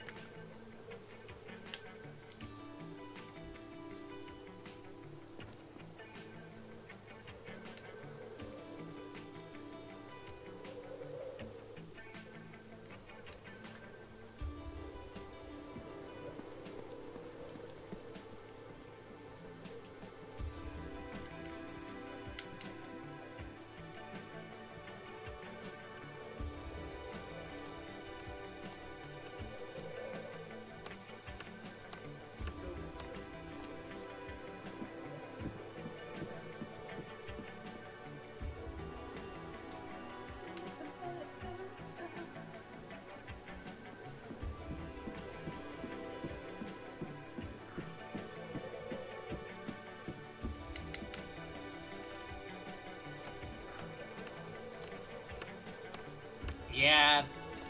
Because then, like, if you really want something and then that's not what you get, you're just disappointed.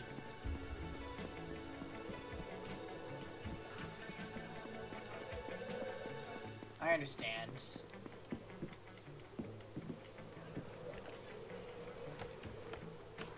I wonder what the purpose of that conversation was with that ex-blacksmith. We didn't get a memory from it, and nothing really came up out of it.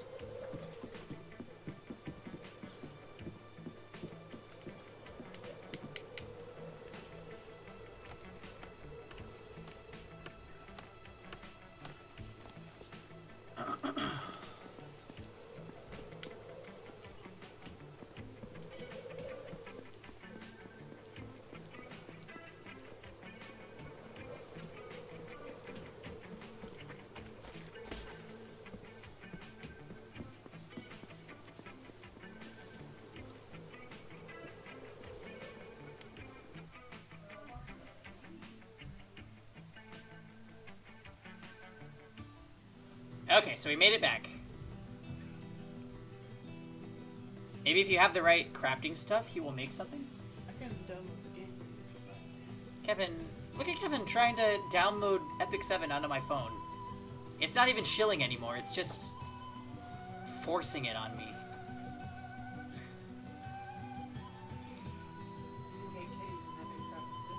Ice Canyon. Hey, Diamond Four, how come you're not playing?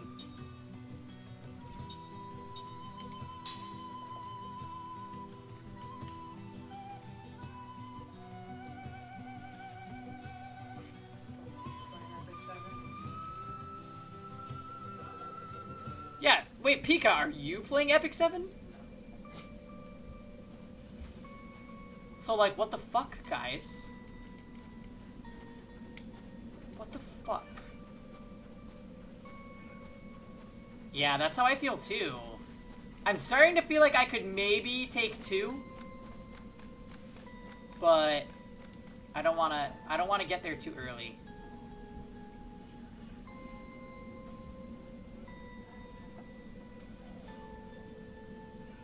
You can barely keep up with Grand Blue? That's like the biggest one.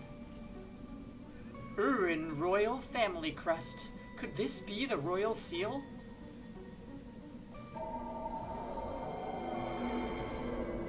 What? Royal Seal. An ordeal that a king must endure to be crowned. The one who releases 8 seals and obtains 7 treasures shall challenge the Urin King's ordeal in his land. Royal tradition. I always thought it was a legend, but now I have witnessed it with my own eyes.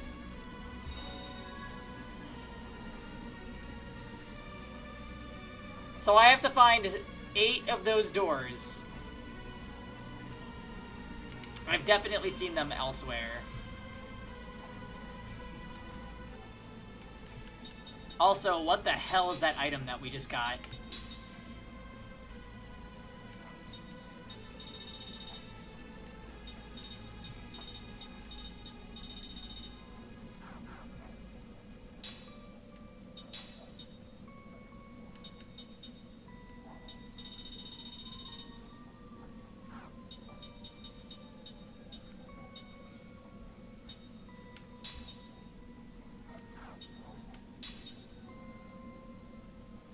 Quad Element Charm. Reduces fire, water, wind, and earth element damage. Only for Tolton.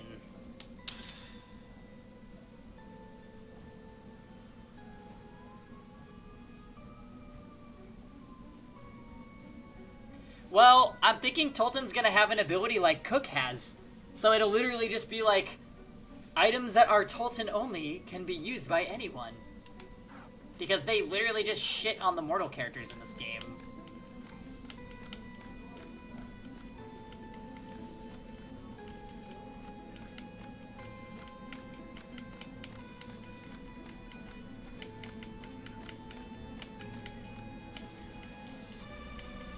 Okay. So they said near the entrance to Gotsa that there would be a magic radar thingamajig.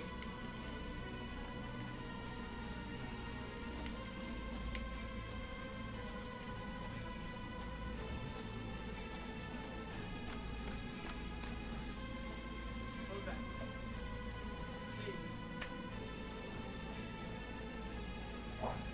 Hey.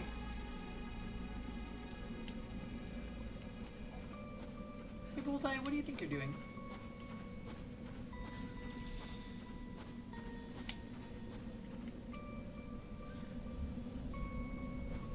I don't think this is where I'm supposed to be. Supposedly, Persona's coming out at the same day as I collab. No way. Yeah. Kevin just informed me of some important news. Apparently the Persona game is getting an announcement the same day as the Epic 7 collaboration. Come on. What do you say to that, story time? You call bullshit? On Kevin or on the information? Well, you know what I have to say to that? Kevin's dancing.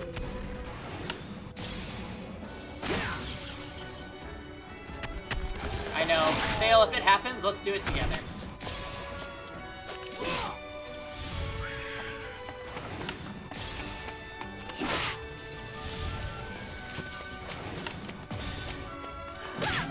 Why would you be livid? Do you not like Persona either? Yeah.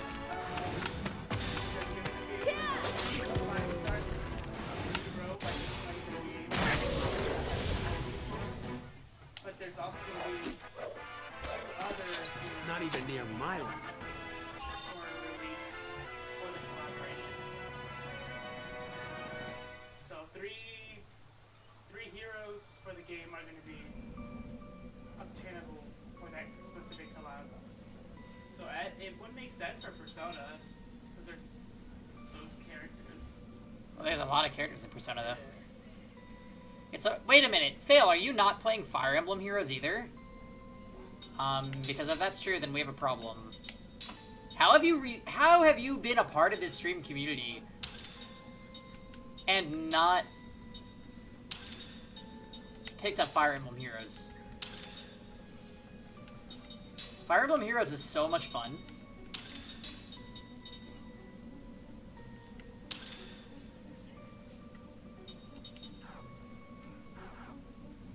Oh, you got the broken waifu, Gigamat. I'm sorry.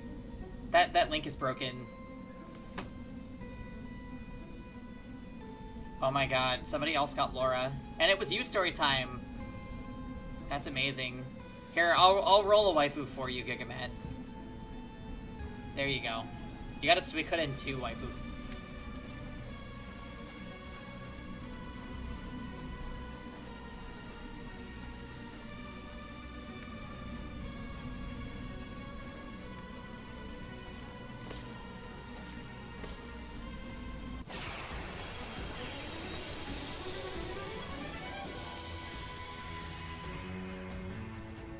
Yeah, sometimes that happens.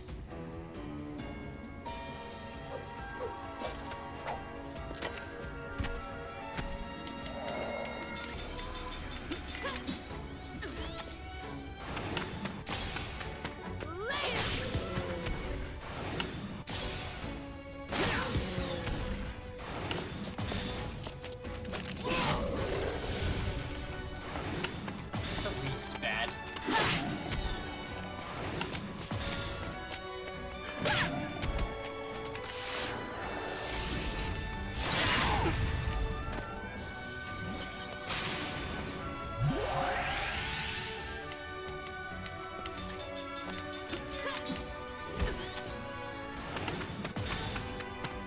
Oh yeah, I forgot that Milliam was even a character.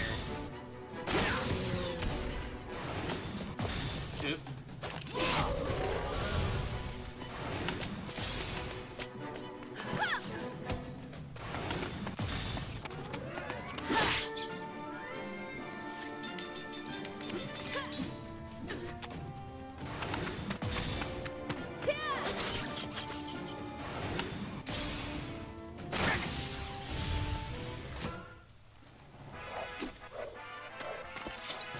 Not even near my level.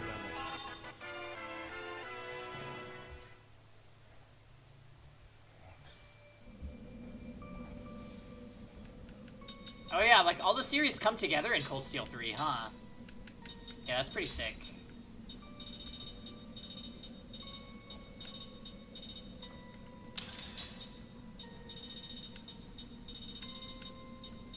Wait a minute, Kaim still needs that 3-slot thing.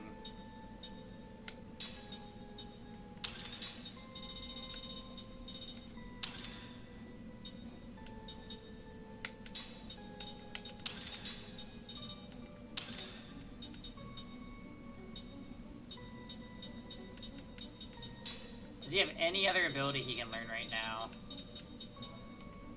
I guess it's a useless ability, but we'll learn it.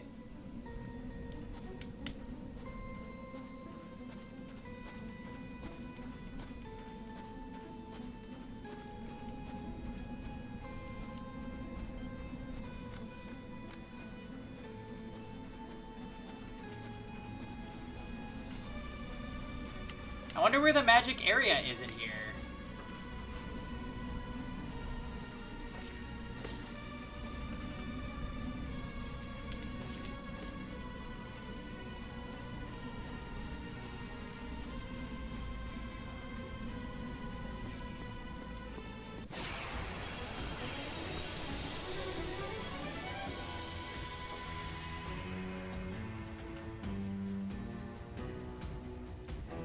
Hey, take the initiative, I always say.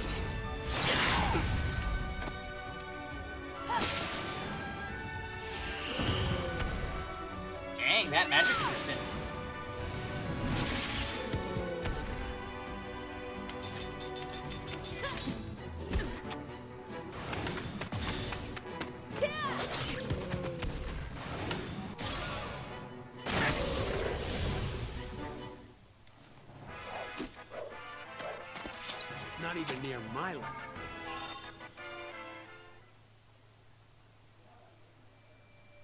Dang, this abilities grind is so freaking real.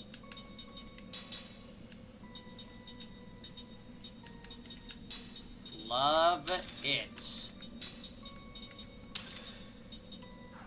How are we doing on skill link?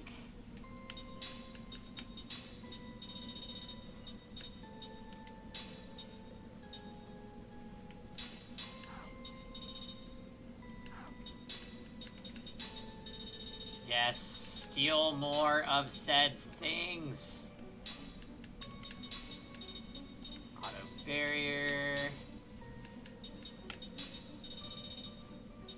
Auto barrier. Auto barrier in itself, jeez. When's auto barrier us, though? Damn that penguin, I still don't know its purpose.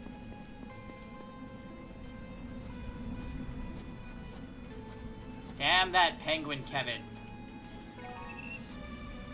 It gave me an amulet?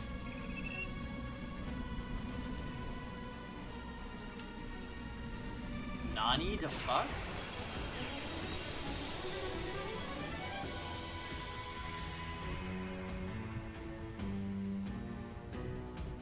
Oh, come on, give me a break.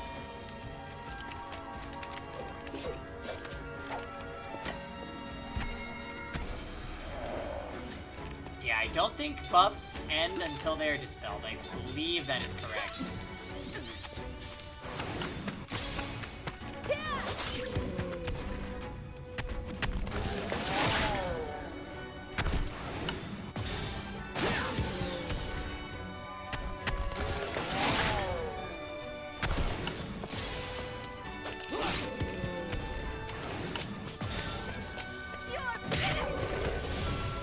She like stabs it with that staff. Sarah, please.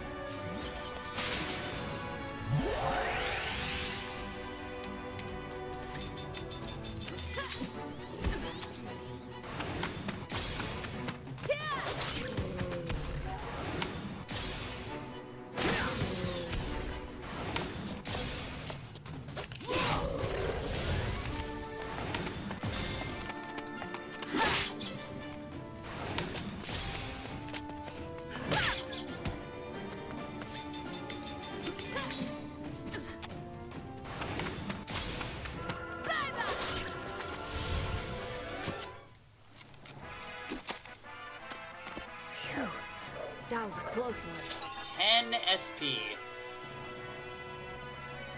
Ming learned skill slot +3. A. Okay. Occasionally absorbs the damage inflicted by enemies. Why the fuck not?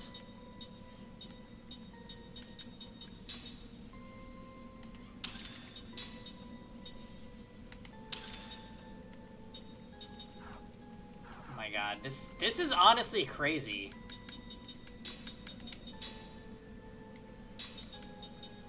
Oh yeah, let me use a skill to get myself 3 more skills. Okay.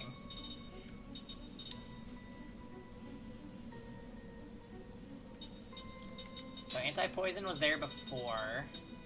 She got... Jesus. Anti-seal, level 5 white magic and black magic. Let's give her spirit magic and composite magic.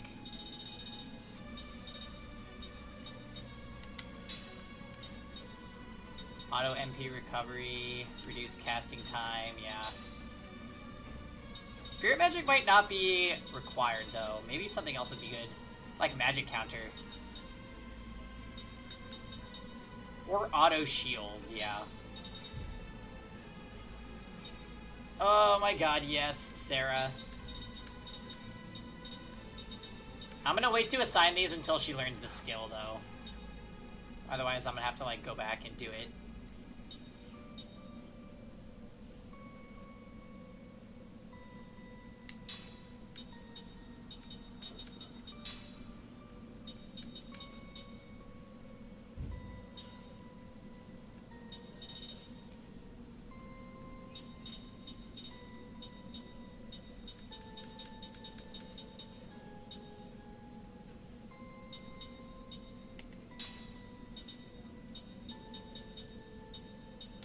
She doesn't need steel anymore either, now that we have that thief ring.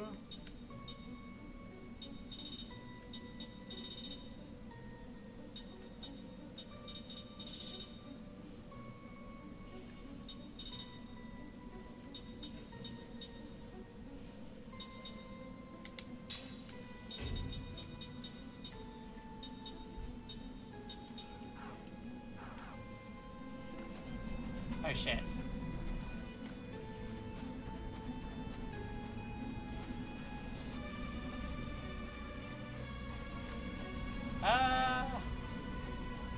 Oh wait, this is the way I want to go, isn't it?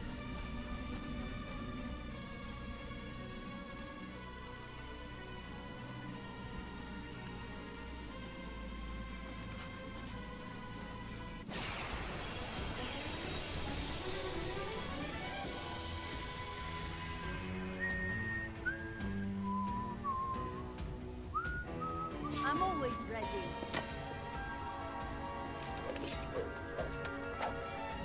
Hey, Keck. Oh yeah, we're so quick.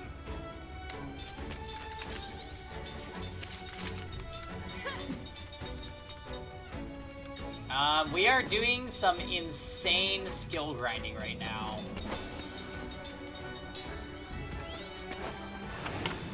While we are doing other side quests.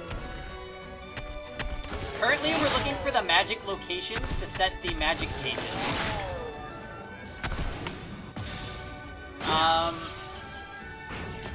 Oops. They said that there was one in the Frozen Canyon, but I haven't found it.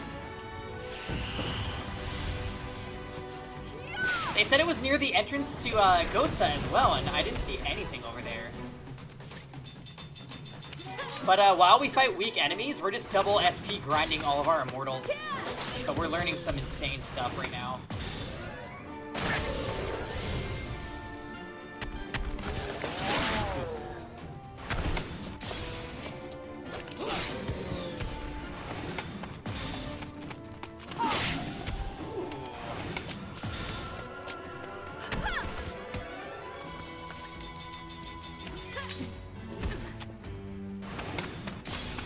Some locations can't be found until after the ancient ruins.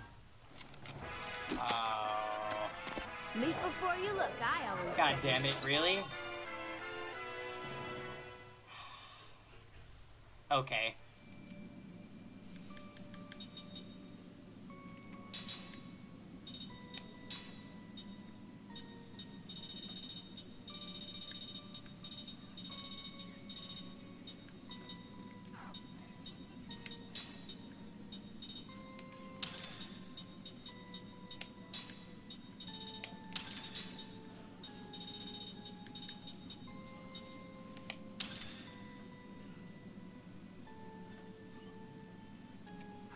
You get an item in the ruins that upgrades the ship. I see. So in that case, it would be in our best interest to just go straight to the ruins. I'm gonna finish exploring all the towns, though. Also, our memory count for this stream is at 7. We've read 7 memories on stream. Wait a minute! We totally just got the magic spot. Okay.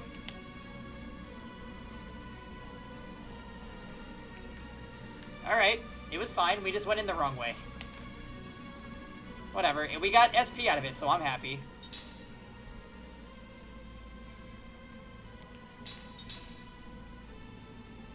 Also, we found a side quest with Tolton as well. That we need to activate 7 magic seals, and then he gets some trial or some shit. I'm gonna go to the bathroom.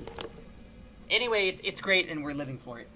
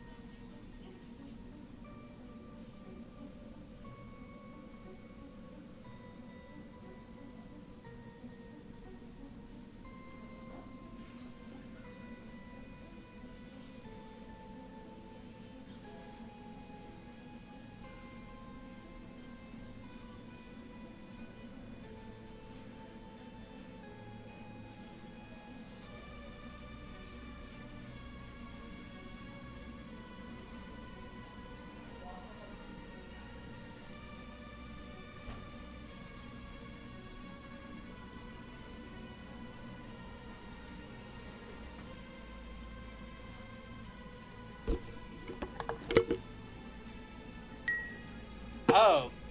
But, Kek, I don't know where the Kelolon village is. Don't know. Haven't gotten there yet. Once we have upgrade with Sed? I see. Well, right now, I believe the Pirates base is outside of Numara, and we do not currently have access to Numara at all.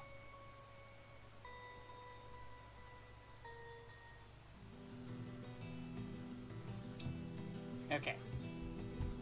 So let's check our little list that we made. We got the mountains, we got the Ice Canyon Gotsa side. Now we have to head to the Black Cave.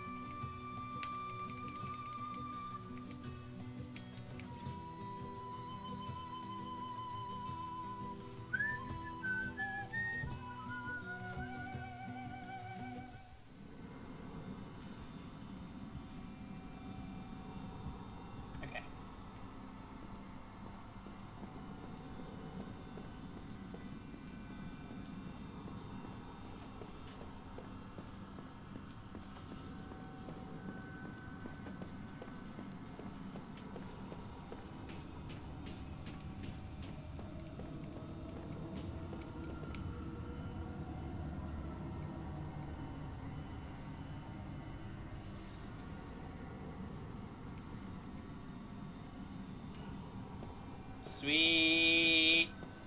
We did it. All right. So the last one is going to be in the ancient ruins, which is kind of where we're avoiding going right now.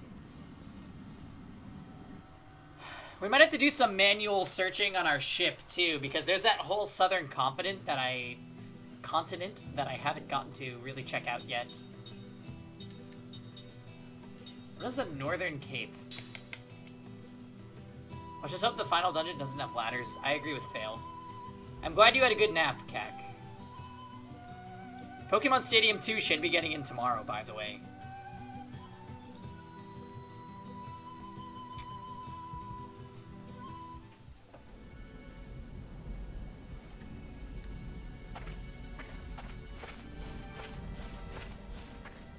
Yeah, I really am not good with the ladders.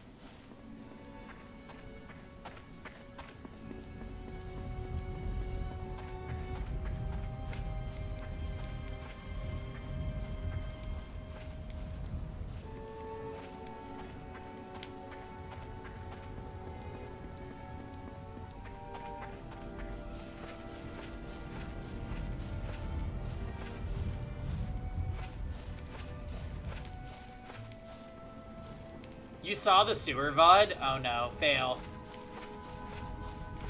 I specifically told everybody not to watch that part. For a good reason.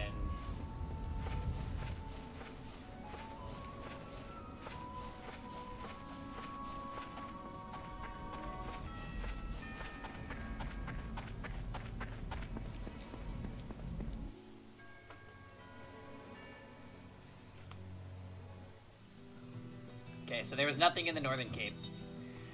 Sorceress Mansion. I don't really want to go back to it.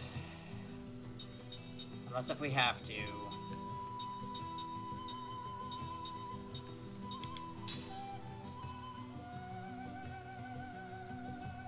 How do I get back to my ship?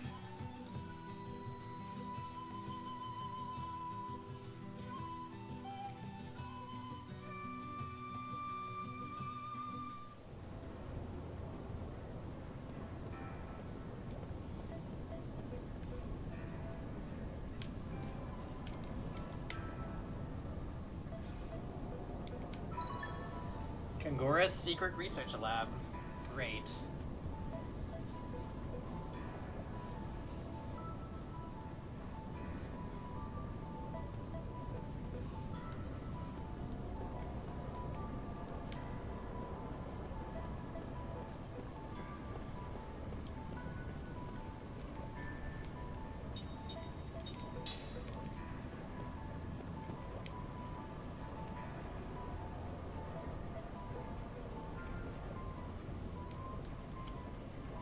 Could I deliver a letter to his family? Yes.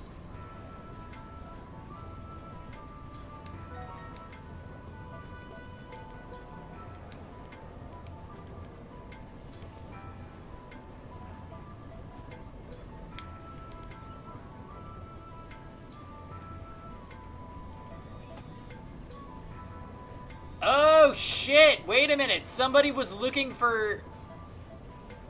I think it was somebody in Lowtown was looking for something from the Wool Highlands, so the shop in Ura has it. That's kind of weird. So, did you ever get the items in the back here? I don't think so.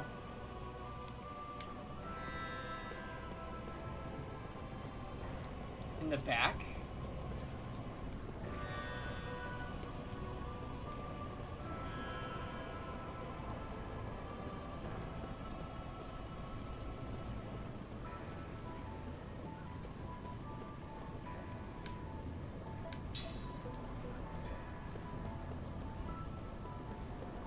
Yeah, this is from the very beginning of the game.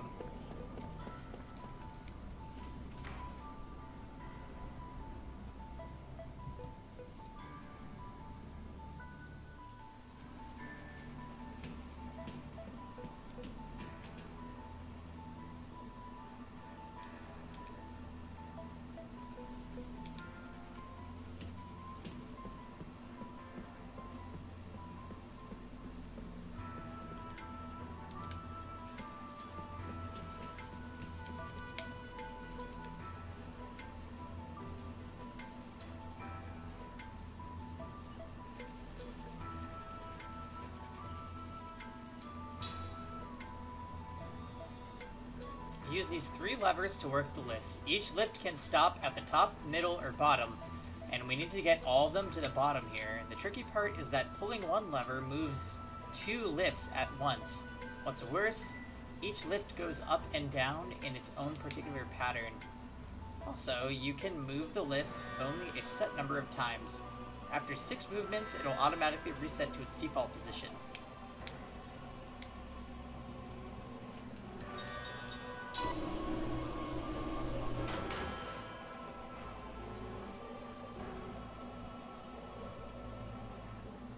Wait a minute.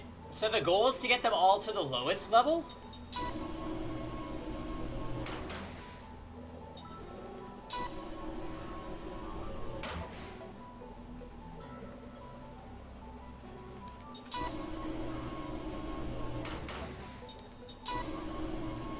Fuck.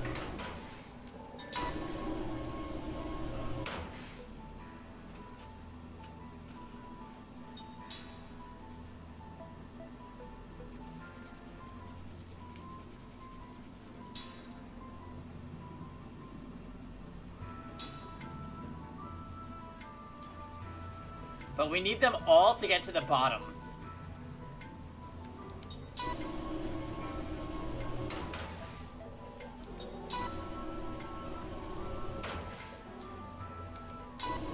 Wait, what?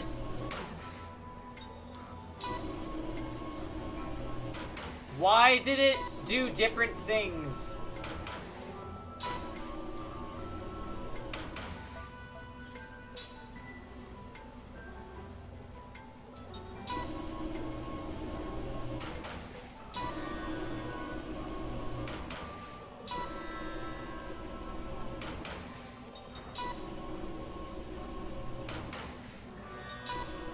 That made them go up?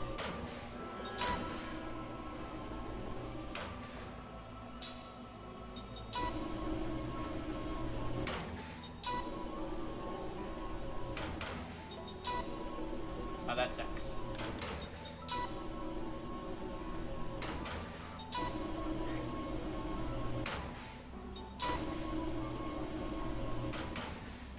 Ah.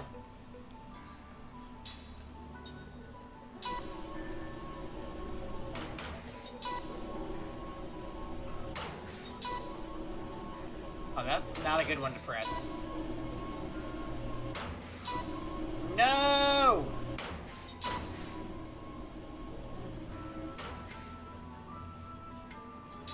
Alright, Cac, what's the solution? This doesn't make any sense to me.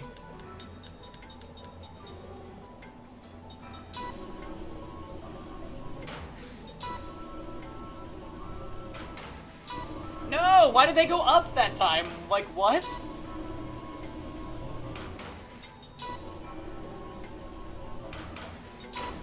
I'm over it.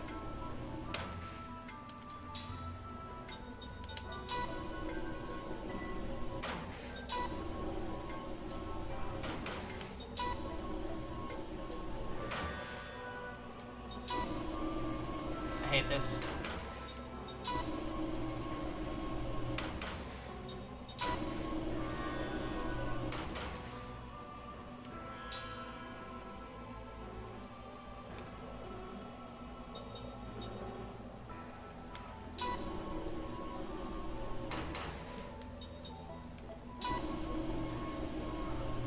It's literally trial and error.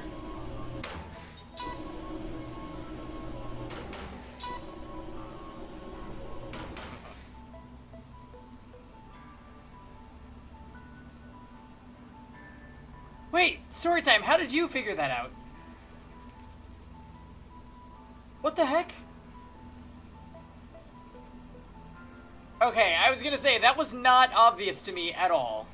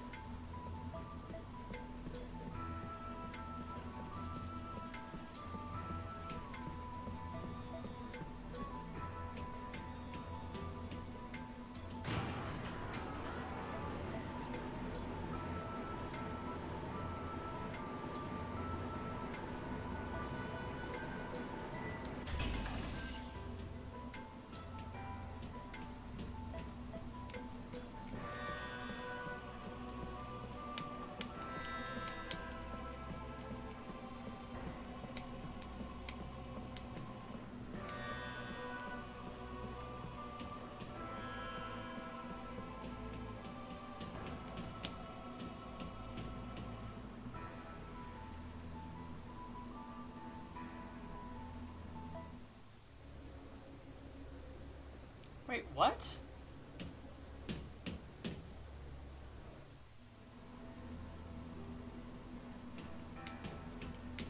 What do you mean I can't change the screen?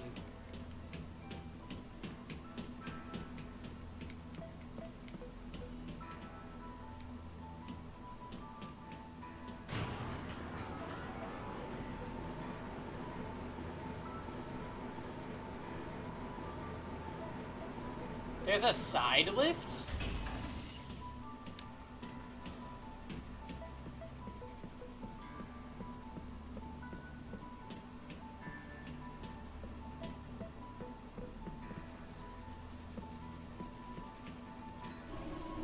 Oh my god, never would have found it.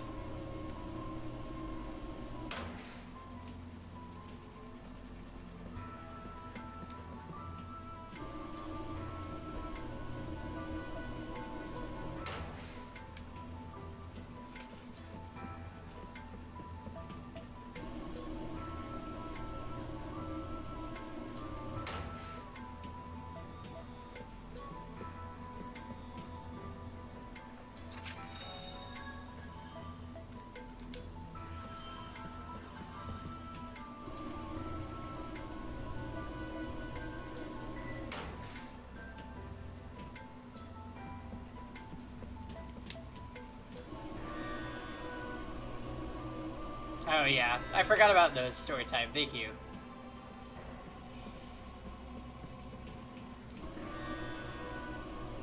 There's a metal structure you can ram.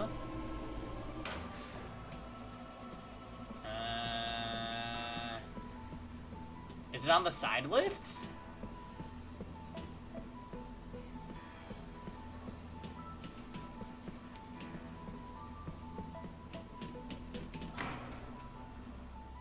Oh, god damn it.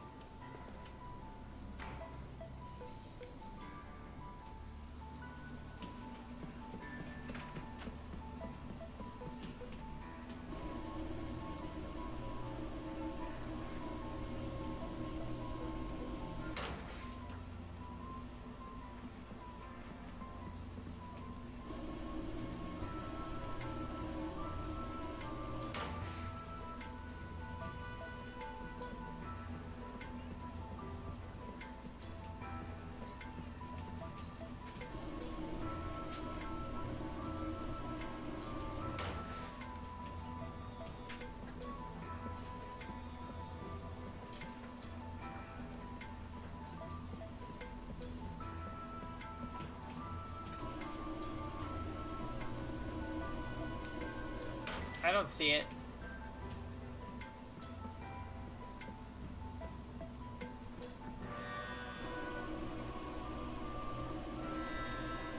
Owain needs no aid.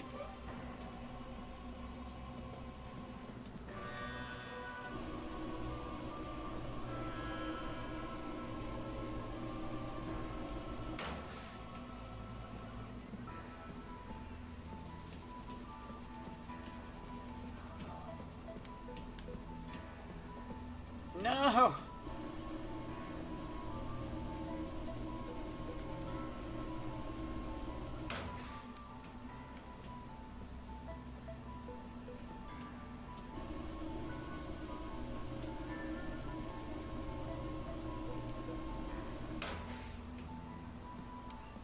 I'm gonna ram this person.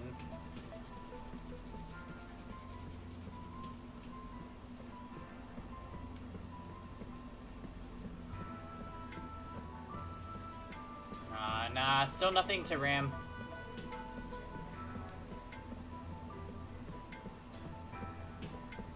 Alright, I've lost interest. I'm leaving.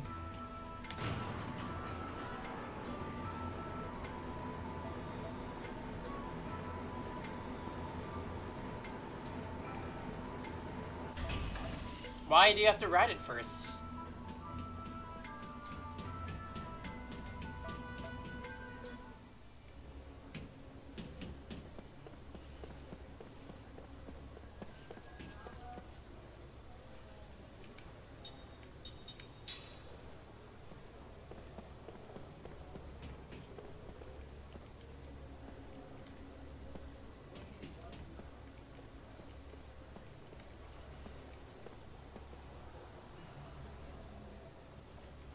Really?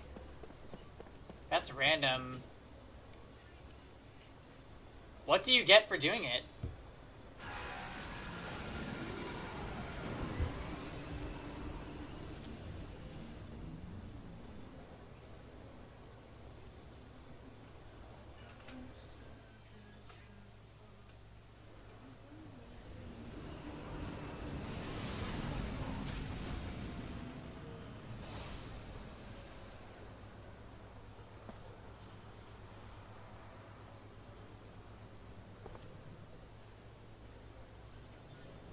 Oh, if it's just that, whatever.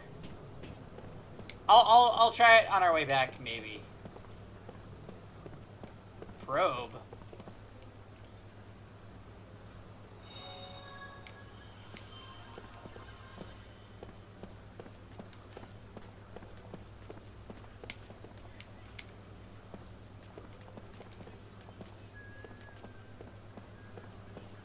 Oh my god, I didn't even know that I could probe things when we were this early in the game. That's crazy.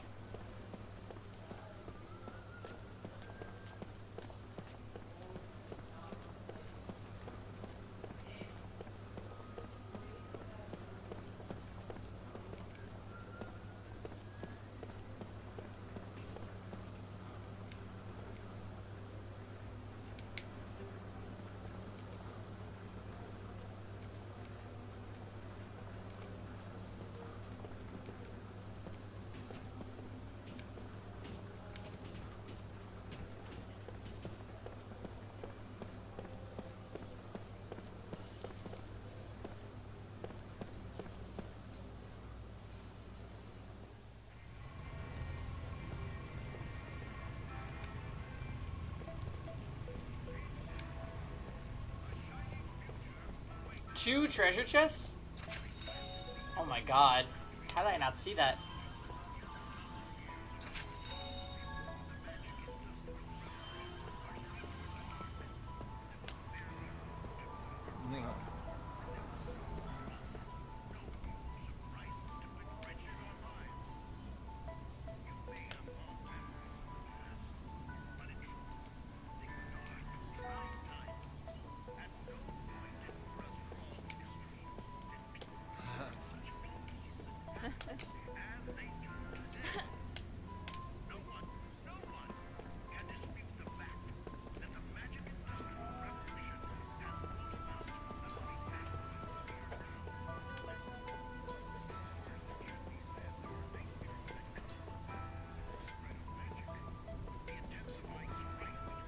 They just have Gungora being broadcast all over the city.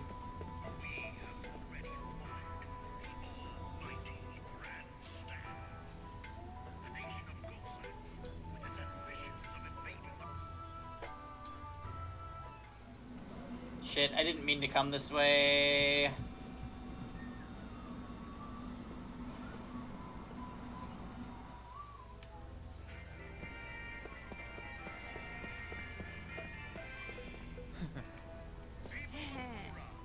A shining future awaits us. Think back with me to our precious country as it was just a few dozen years ago. Before the magic industrial revolution, our streets were dark. There was barely food to put on our plates. And there was no surprises to enrich in our lives.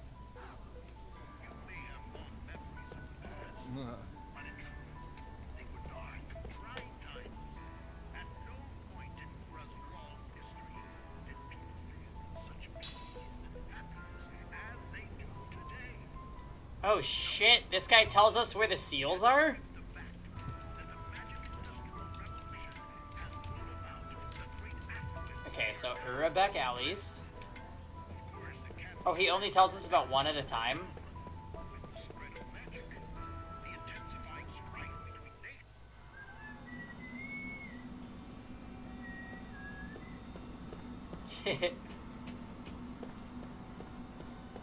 I love Laguna though.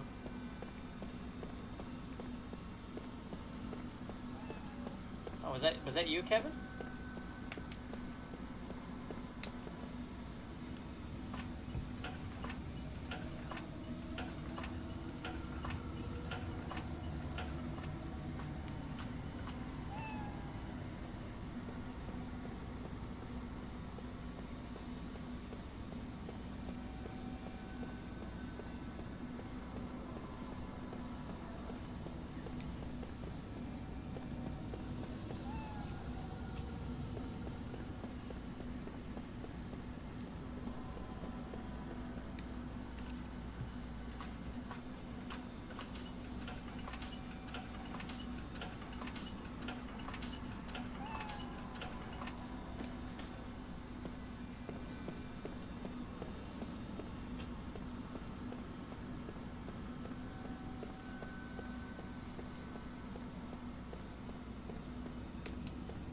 Oh shit, there's the seal.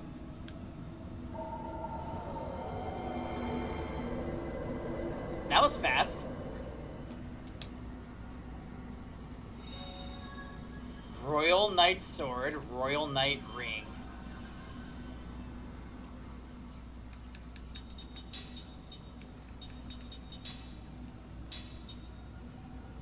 Whoa!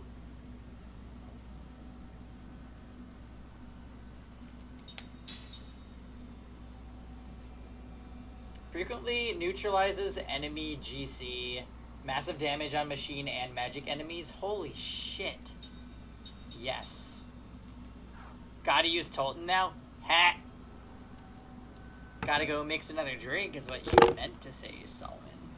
Actually, I'll wait to go do that until we get back to the main street. That way you guys can listen to the Gungora broadcast while I go do that. Yeah, Kaim can use it. Oh, that reminds me, I wanted to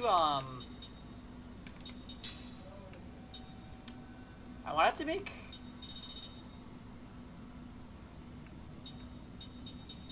Ace Thievery. Occasionally steals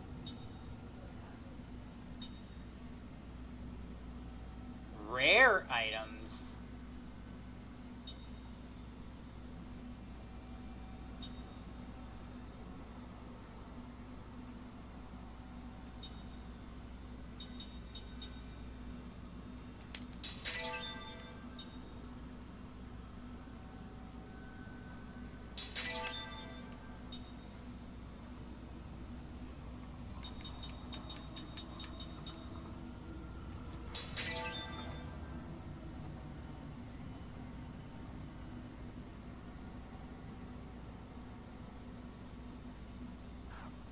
You don't want to listen to the Gungora broadcast? Sucks story time.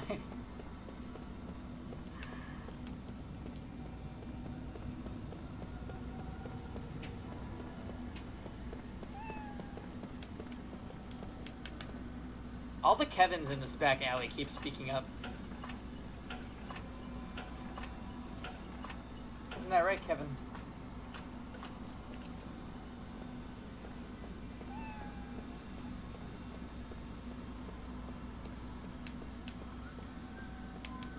He can't hear us.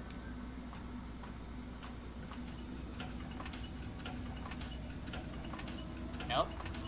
I'm gonna go mix a drink, and then you're gonna tell me what you learned from the Gagora broadcasts. Yeah, it's because of the bull.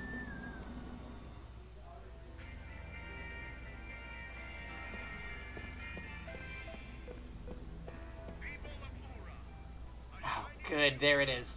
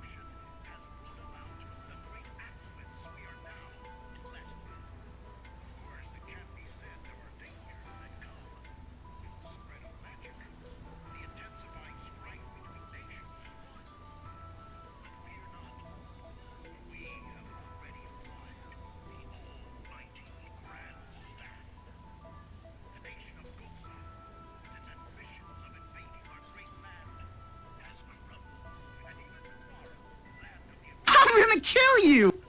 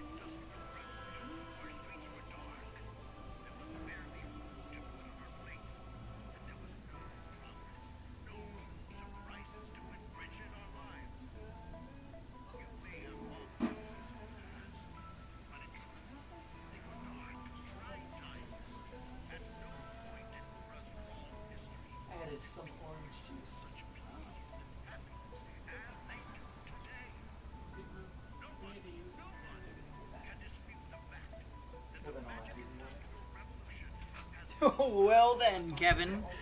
Well, Kevin. All right, guys, let's hear it. What's the report of Gengora?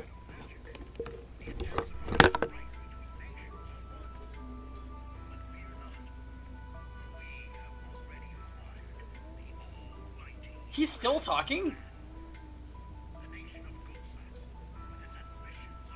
All the chocolate and caramel sauce sank to the bottom and made it difficult to drink? Oh, but a milkshake, huh? He's a really good guy, I had a feeling.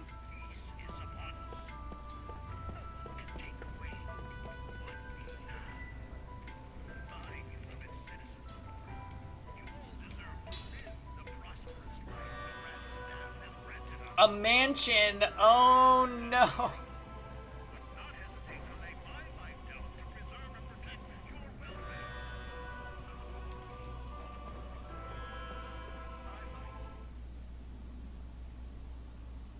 You're pretty sure he's a bigot? What makes you say that, Solomon?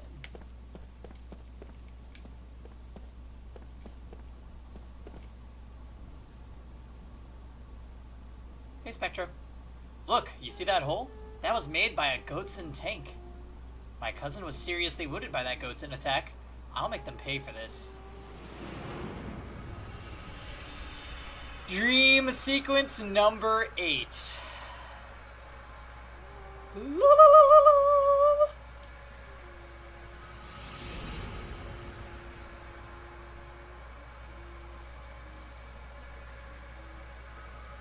Hey, Bull. That took a while.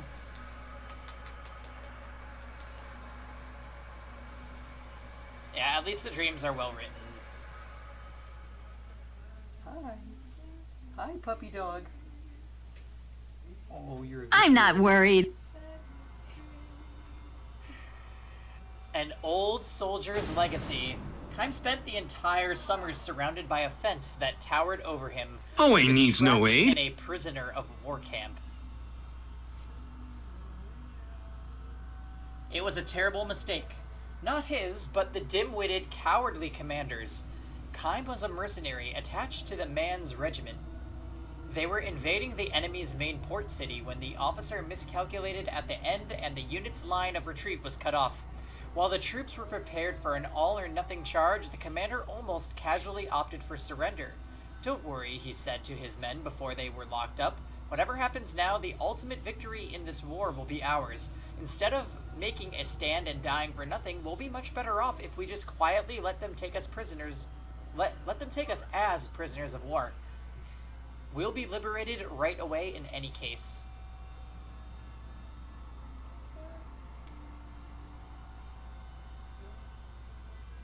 This made perfect sense, but the officer completely misread the feelings of an enemy on the brink of defeat. Having survived hundreds of battles, Keim knew better than anyone how people felt toward prisoners of war after the hated enemy had taken the lives of their friends and loved ones and torched their hometowns. Hey, Arrow! What's up? How's it going?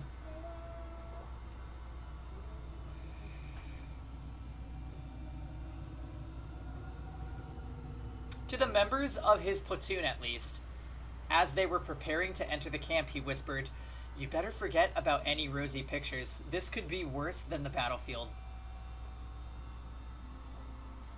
Welcome back, Arrow. Welcome back. How are you doing? His words proved all too accurate. Life in the prisoners of war camp was bitterly harsh. Day after day, the men were forced to do back-breaking labor on a diet of scraps. The sick and injured were untreated and were not even allowed to rest. To collapse on the job was to die.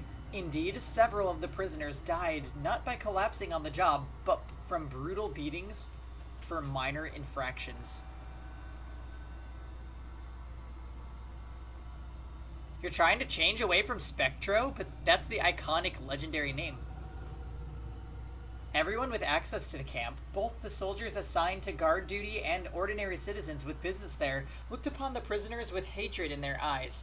Some guards would wave swords at them and boast, "I can kill you, you bastards, anytime I like." And certain officers slaughtered one prisoner after another, disguising the killings as accidents.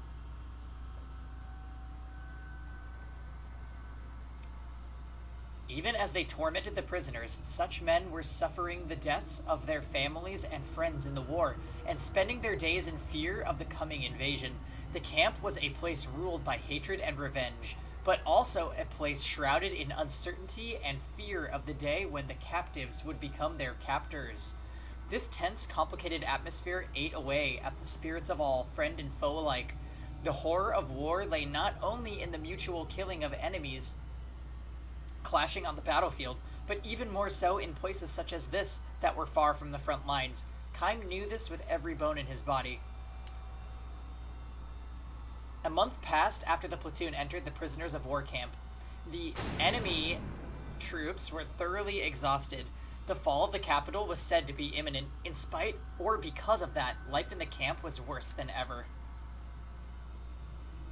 The tasks assigned the prisoners were even crueler than before, and their diet, which was meager enough to begin with, fell below the level needed to sustain life. The military guards bullied the prisoners as if for their own amusement, wounding them and mistreating them with fatal consequences. All kinds of civilians did their part too, hurling human waste over the fence into the camp, and even if secret stashes of food might be left for them, none of the prisoners dared eat them for fear that they might be poisoned. Hatred climbed to unseen heights. To one prisoner who moaned, "Why are you doing this to us?" a guard spat out the answer, "It's just what your country is doing to us." And it was true. All the young men of the enemy country were being sent into battle, where most of them were being killed. Whole towns had been burned down and transformed into rubble, while the soldiers assigned to guard duty knew that defeat in the war itself was certain. They continued to be victors where the prisoners of wars were concerned. And while the captured soldiers believed in the victory of their fatherland and waited for the day that their comrades would rescue them, they continued to be vanquished among victors. Yeah, this one's pretty nasty too, story time. People are throwing poop at soldiers. The moans of the prisoners of war could be heard throughout the camp. When is the war going to end? The war doesn't have to end. Just let them get us out of here. Have we been abandoned by the fatherland? Kime kept offering the same advice to them again and again. Be patient, he would say. Don't give up hope. Kime knew everything there was to know about war, and so he realized what was happening now. The fatherland's supreme commanders were trying to bring down the capital first, leaving the fall of this military port city for later. The prisoners of war had in fact been abandoned. The commander-in-chief would no doubt say, "For the sake of the great victory, we cannot let ourselves be concerned about a small setback." And he would be right. But precisely because he would be right, Kime could not convey this to the prisoners, who firmly believed that their side was trying their best to rescue them. One prisoner of war after another made plans to escape, and for every one of those there was an informant who exposed his plan to the guards. Both types of prisoner had the same thing in mind, to save himself alone. No one could be trusted. There were even some informants who made up phony escape stories about perfectly innocent men just to put themselves in a little better position with the guards. The only thing awaiting such traitors when the war finally ended would be the revenge of their comrades. As much as they understood this, all they could do was ingratiate themselves with the guards so as to secure their momentary safety. The fence was not the only thing surrounding the prisoner of wars. It was not just their bodies, but their minds that had been taken captive. In addition to the ones who died from illness and injury were increasing number of those who ended their own lives after a period of mental suffering. Be patient, don't give up hope.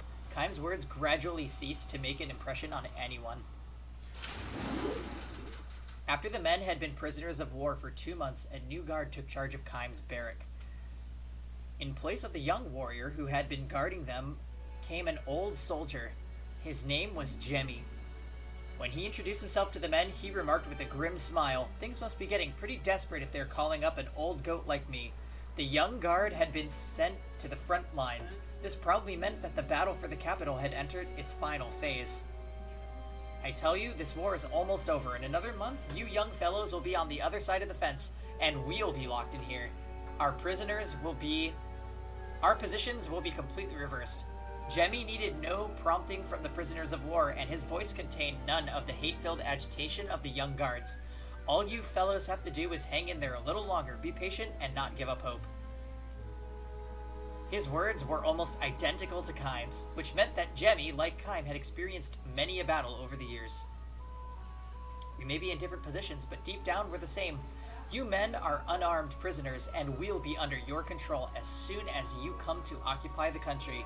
I'm what you will be tomorrow, and you're what I will be tomorrow. I don't know how long we're going to go on like this, but if you stop and think about it, isn't it stupid for us to keep hating each other and snarling at each other? Let's at least try to get along. He twisted his wrinkled face into a big grin and laughed out loud. His smile deeply affected the mentally and physically exhausted men. Before they knew it, they were smiling too. This was the first carefree smile that any of them had managed since their capture, or rather, since their time on the battlefield. Jemmy's kindness was not limited to words. Of course, the change of a single guard was not enough to substantially improve the prisoners' treatment. The hard labor and meager food were the same as before, but Jemmy would speak to them with real feeling. Sorry for working you so hard, but there aren't any young men left in this town to do the muscle work. We're not making you do these jobs to punish or discipline you, but because the town needs our help with these construction projects. I'm sorry we can't give you anything decent to eat, I really am. But everybody outside the fence is starving too. We're all in this together, so try to put up with it. Jemmy would try to order somewhat easier jobs for prisoners who had taken ill, and he would sneak them extra food.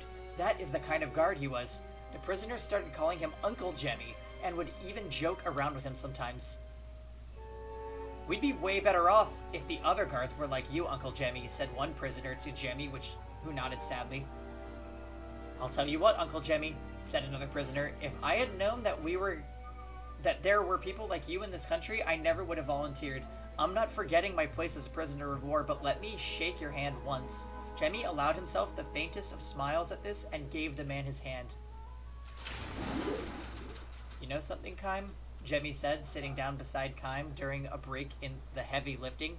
It was a clear, beautiful day, but the sunlight pouring down on them had lost its midsummer glare. The season was shifting to autumn. I'd say you're a little different from these other young prisoners, am I? I know you've seen your share of battles. I could smell it on you. Kime's only reply to Jemmy was a strained smile. Jemmy seemed to have known what Kime's response to his next remark would be, and he wore the same kind of smile as if he had carried on the conversation. Why haven't you escaped? It would be easy for a man like you to break through this flimsy security that we have here. You give me too much credit. You could make it by yourself, but taking everybody with you would be tough. Is that why you stayed? Kime gave him another strange smile, saying nothing. Jemmy was right. If he decided to escape on his own, it would be easy for him to climb over the fence. If, however, he managed to gain his freedom, the prisoners he left behind would be punished, or at the very least, would have to live with increasingly harsh security measures. The young soldiers abandoned in the camp would feel only despair. If he was going to escape, it would mean getting everyone over the fence. Most of the others, however, were so wasted away that they were beginning to lose even the strength to go on living. Men like that could only be a drag on his own flight to freedom. You're a kind-hearted fellow, aren't you, Jemmy said. And you're a smart one too, I'll bet. What do you mean by that? Any soldier with as much experience as you has already seen the handwriting on the wall. The war is over. Another 3 days, maybe a week, and our side is going to announce total surrender. Right now, we're just making our last stand out of sheer stubbornness. The second the war ends, you prisoners will go free, and we'll take your place. Yes, and? It'll just be a little bit longer, really. All you have to do is hold out a little longer. You must know as well as I do, so you're probably not even thinking about making the effort to escape. When Kime nodded, Jemmy smiled and said, That's fine. I'm just as fed up as you are with all this pointless fighting and hatred. He looked up at the autumn sky, his profile marked by a number of deep wrinkles. On closer inspection, Kime realized that some of those wrinkles were scars left by sword cuts. Let me tell you something, Kime. Alright. Our country doesn't have the strength left to make it through another hard winter. I knew when summer was still here. I see. Not you, Siri. I just wish we had given up sooner. Then there wouldn't have been so many young men killed in battle and so many towns burned. Jemmy released a deep sigh and added, when this war is over, we're going to have to do whatever your country tells us to do. We can't complain if we're enslaved or tortured to death by the young men who are now our prisoners of war. Kime could not assure him that that would never happen. As a mercenary, he would just go off seeking new employment when the war ended, but this was not true of the other prisoners of war. As the conquerors, they would now have peace. They would return to the lives they led before. But how many among them would be able to treat the vanquished people with kindness and respect? I think you'll know what I mean, Kime, when I say you can be as cruel as you like to us old folk when the fighting ends, but please, I'm begging you, be decent to the young men and to the women and to the children. Don't do anything to them that will make them hate your country. Otherwise, there'll just be a war sometime in the future, 10 years, 20 years, 30 years, maybe even 100 years from now. I don't want any more of this. Countries fighting each other, people hating each other. It happened at that very moment. The violent ringing of a bell began to echo throughout the camp. It was the bell in the watchtower signaling an emergency meeting of the guards. Oh, well, gotta go, Jemmy said, standing up. Don't bother going back to work right away. Tell the other fellows everybody can have just a little break. He took a few steps before turning to say to Kime with a smile, you know, if we weren't enemies, I would have liked to have a drink with you sometime. That was the last Kime saw of Jemmy as a guard. The sun was overhead when Jemmy left, but he did not come back even after it had begun sinking in the west. The next time someone came into the enclosure, it was to the cheers of the prisoners of war, welcoming the arrival of their countrymen. You're going to be all right now, men. The war is over. It's a huge victory for our side. Jemmy's country had agreed to total surrender. The guards assembled in the tower were stripped of their weapons, and anyone who resisted was killed on the spot.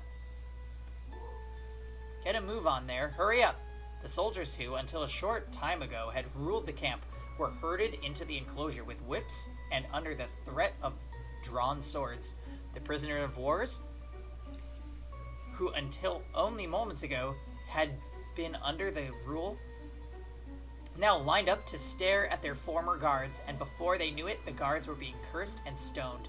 Hands tied, the soldiers could not ward off the stones. And before long, they were drenched in blood. Jemmy was among them. He stared at Kime, blood gushing from his forehead. His eyes showed no hatred or resentment. He simply gave Kime a little nod, looking straight at him as if to say, remember what I asked you to do.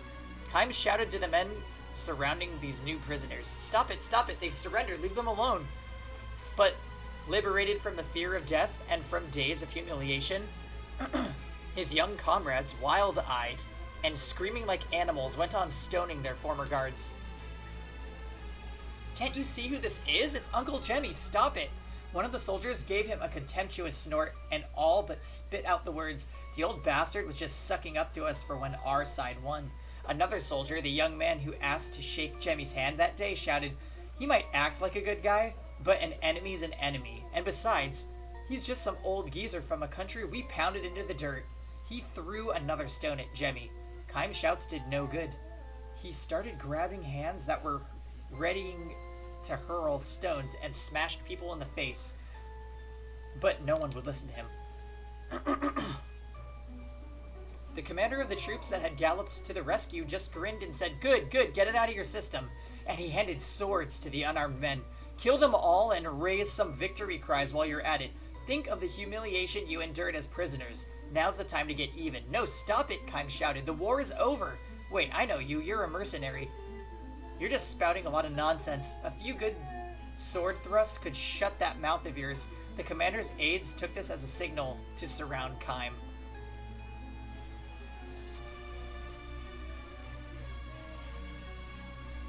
Yeah, Kevin is super lucky with his Fire Emblem Heroes pulls. It's freaking pissing me off.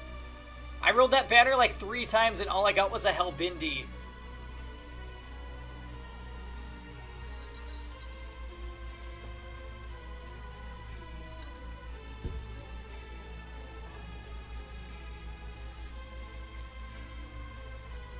I still love it, but meh. How's it going, bloke?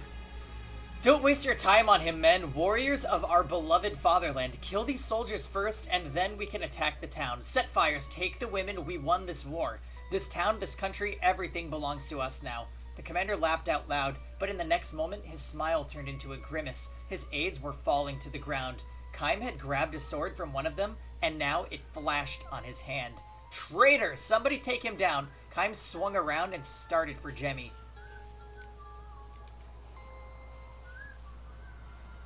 But it was too late.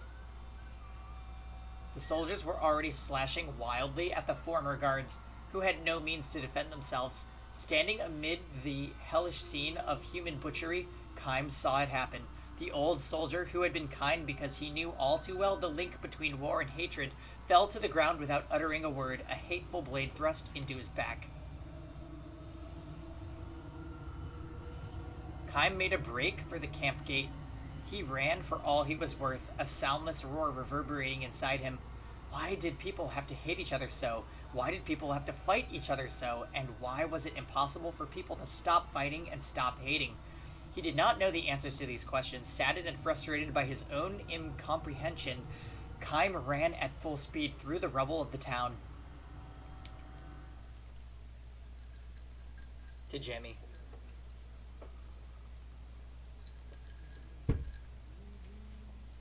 100 years passed by.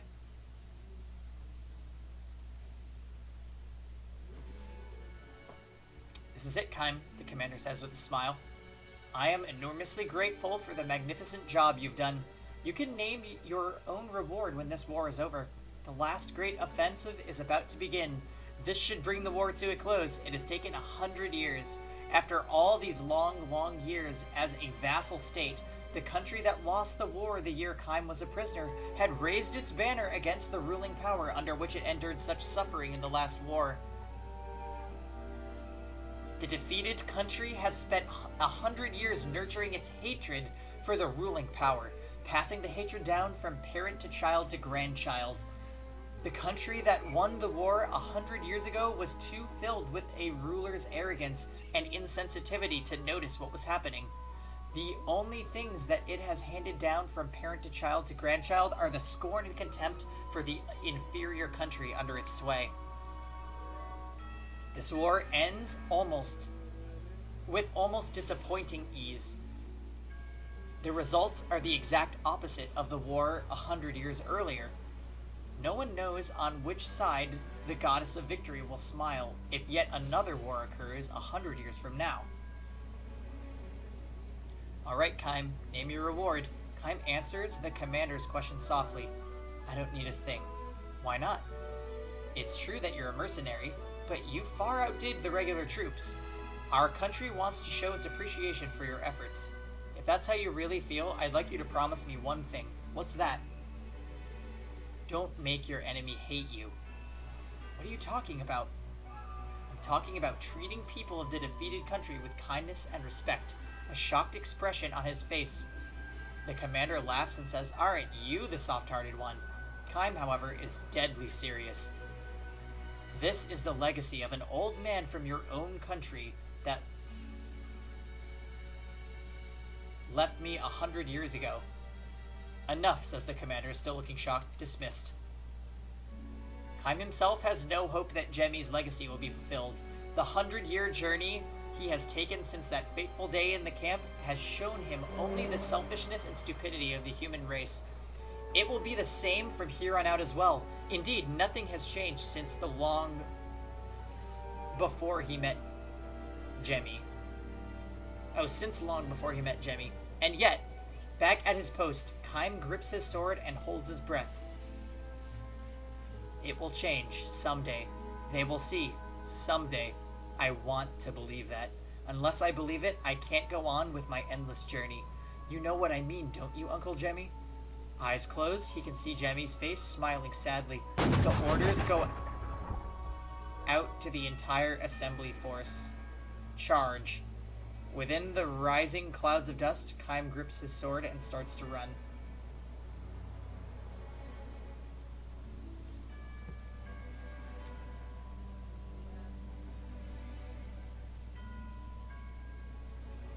Good meme. Good meme. I'm gonna kill you! Hey, Spicy. We just read a pretty good story, to be honest.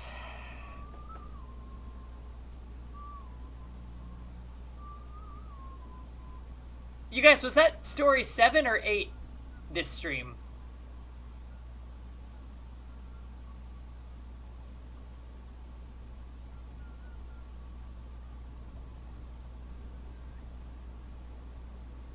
Solomon.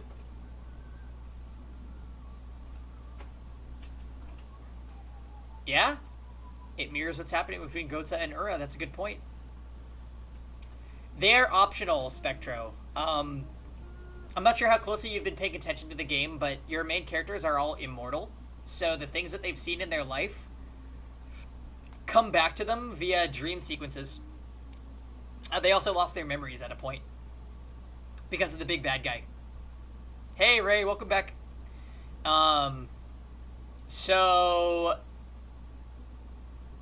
every time that he gets a dream sequence, you read this, like, very detailed story that teaches some angle that gives Kaim his morals, or, like, who he is today.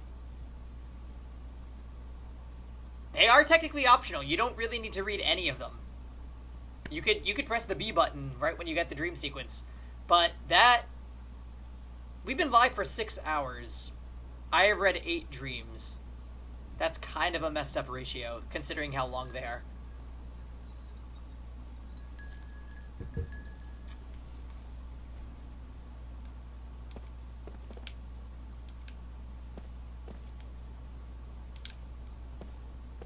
I don't think 2 hours. I think maybe an hour total. Maybe a little more, actually.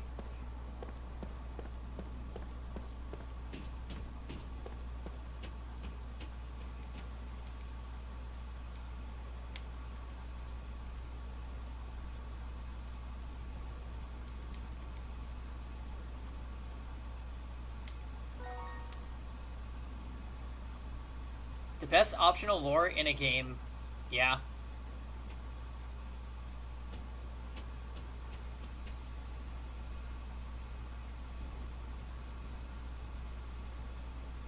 That past one was 20 minutes? I don't think so. Was it?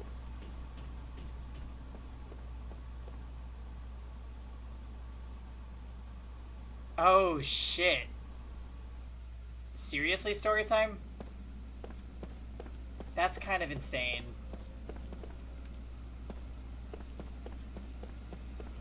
Wait a minute, have we been in this room before? I feel like we haven't.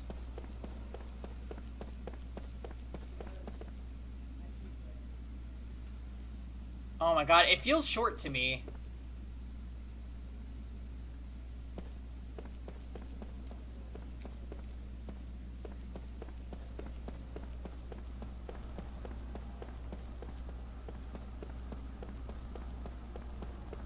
Every time one of them ends, though, I definitely feel it, like, in my voice.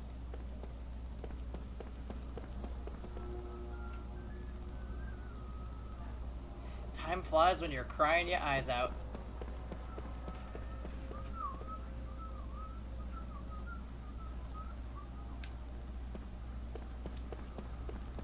Who lives up to his name? Storytime? I know. That's secretly why Storytime loves the dream sequences. Because he just loves a good story.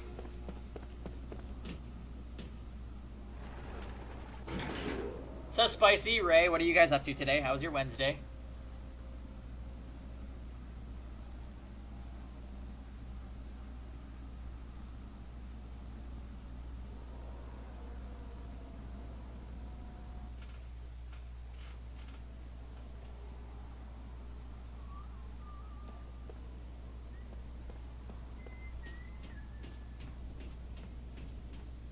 Oh, this is where we rescued somebody. Wait a minute, that's a seal! There's something written here. It's my father's handwriting. Follow my footsteps and unlock my will. Oh, so this must be where the optional fight is after we unlock all of them. Oh dear.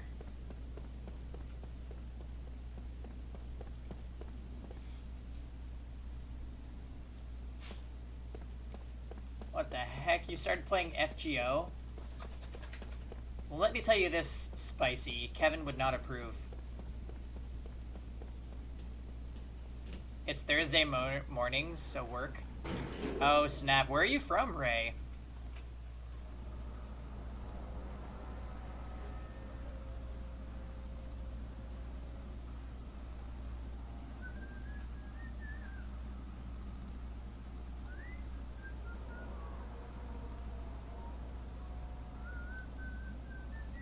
Wait, what are you talking about, Spicy Taco Beholder?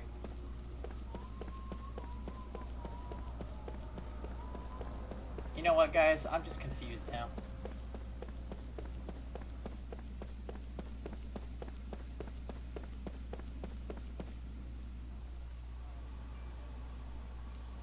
All I know is Spicy always makes me want tacos, even though Kevin and I got amazing street tacos last night after I had a busy night at work. We're talking drop dead amazing. Oh, Ray, you're from Saudi Arabia? Well, awesome, man. I don't think I've ever had a Saudi Arabian viewer. You're the first.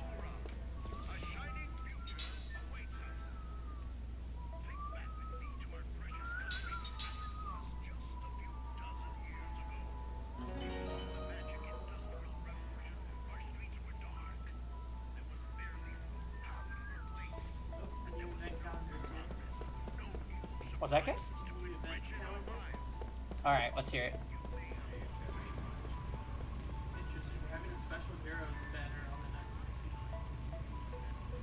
Probably the brides. Yeah. Brides or the Braves, I don't know. We have an E-Power one on the 16th, which is here's an iceberg. Somebody focus Tempest trial on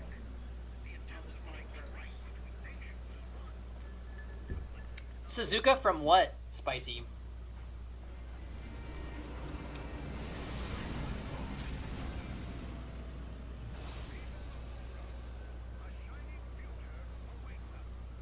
Hey, Kevin. Spicy is telling you to look up Suzuka from FGO.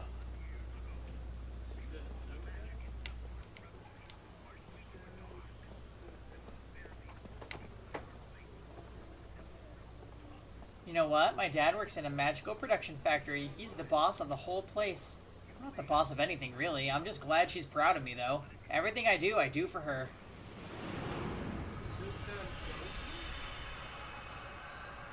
No! Oh, God.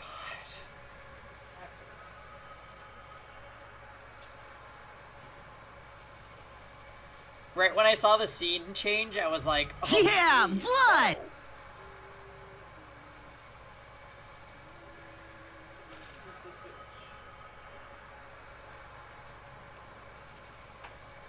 Is that the Spicy Taco character? With the cat ears? Oh my god, you guys.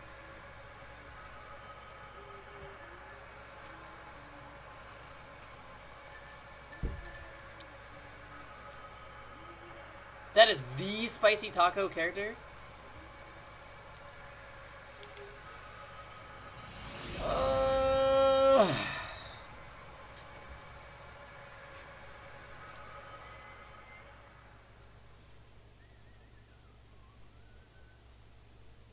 No, Diamond Form. I would hold it against me. Little liar. Well, that's that.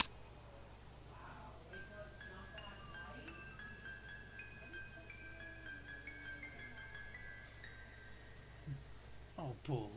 You're a good boy. Everyone in the marketplace hates the little girl. Not yet 10 years old, and far from having outgrown the sweet innocence of childhood, she earns only open contempt from the grown-ups who have shops in the market. The reason is simple. She lies about everything. Hey, mister, I just saw a burglar go into your house. Look, lady, everything just fell off your shelves. Hey, everybody, Did you hear what the traveler said? Bandits are planning to attack this market. Even the most harmless white lies can be annoying if repeated often enough, and the shopkeepers have found themselves growing angry.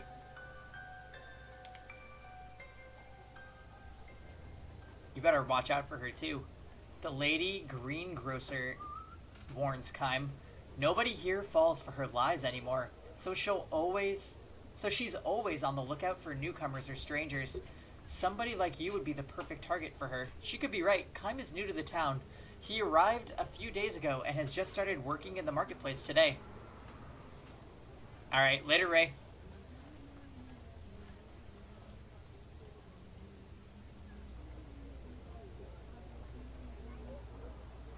What do her parents do? Kime asks while unloading a cart full of vegetables. The woman frowns and shakes her head with a sigh. She doesn't have any. They died.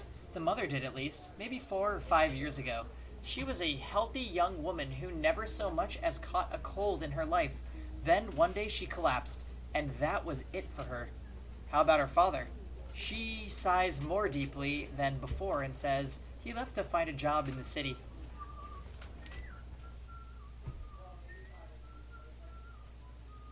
The parents used to operate a variety store in the market, though the mother almost single-handedly took care of the actual buying and selling of many of the goods they carried. As soon as she died, the shop's fortunes took a plunge, until it was eventually taken over by someone else. The father went off to the distant capital city in search of a good-paying job that would enable him to cover their debts. He promised to come back in 6 months, and he has now been gone a whole year. Letters used to arrive from him on occasion, care of his friend the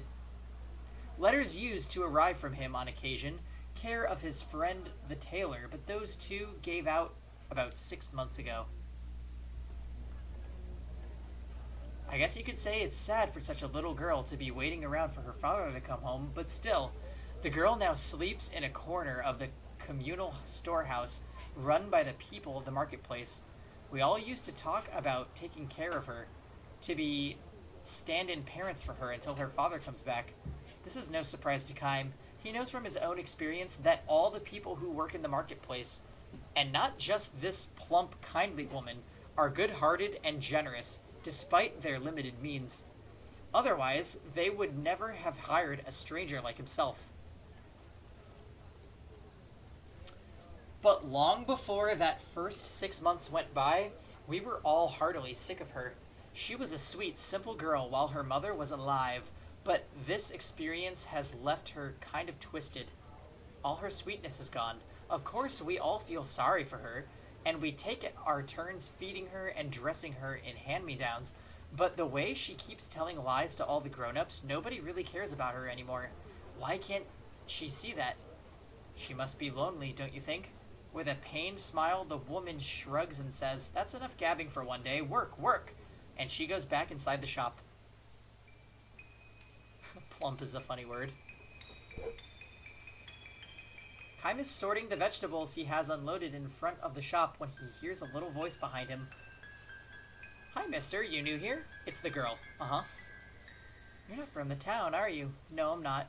"Are you living upstairs while you work here?" "For a while, at least. That's what I'm hoping to do. I'll tell you a secret, okay?" "It's starting already." "Okay," Kime says without pausing in his work. "There's a ghost in this marketplace. The people here don't tell anybody about it because it's bad for business, but it's really here. I see it all the time." "Really?" Kime responds with a feigned surprise. He decides to play along with her rather than scold her for lying. In this endlessly long life of his, he has encountered any number of children who have lost their parents or been abandoned by them. The sadness and loneliness of children who have been cast into the wide world alone are exactly what Kime feels himself as he continues to wander through the infinite flow of time.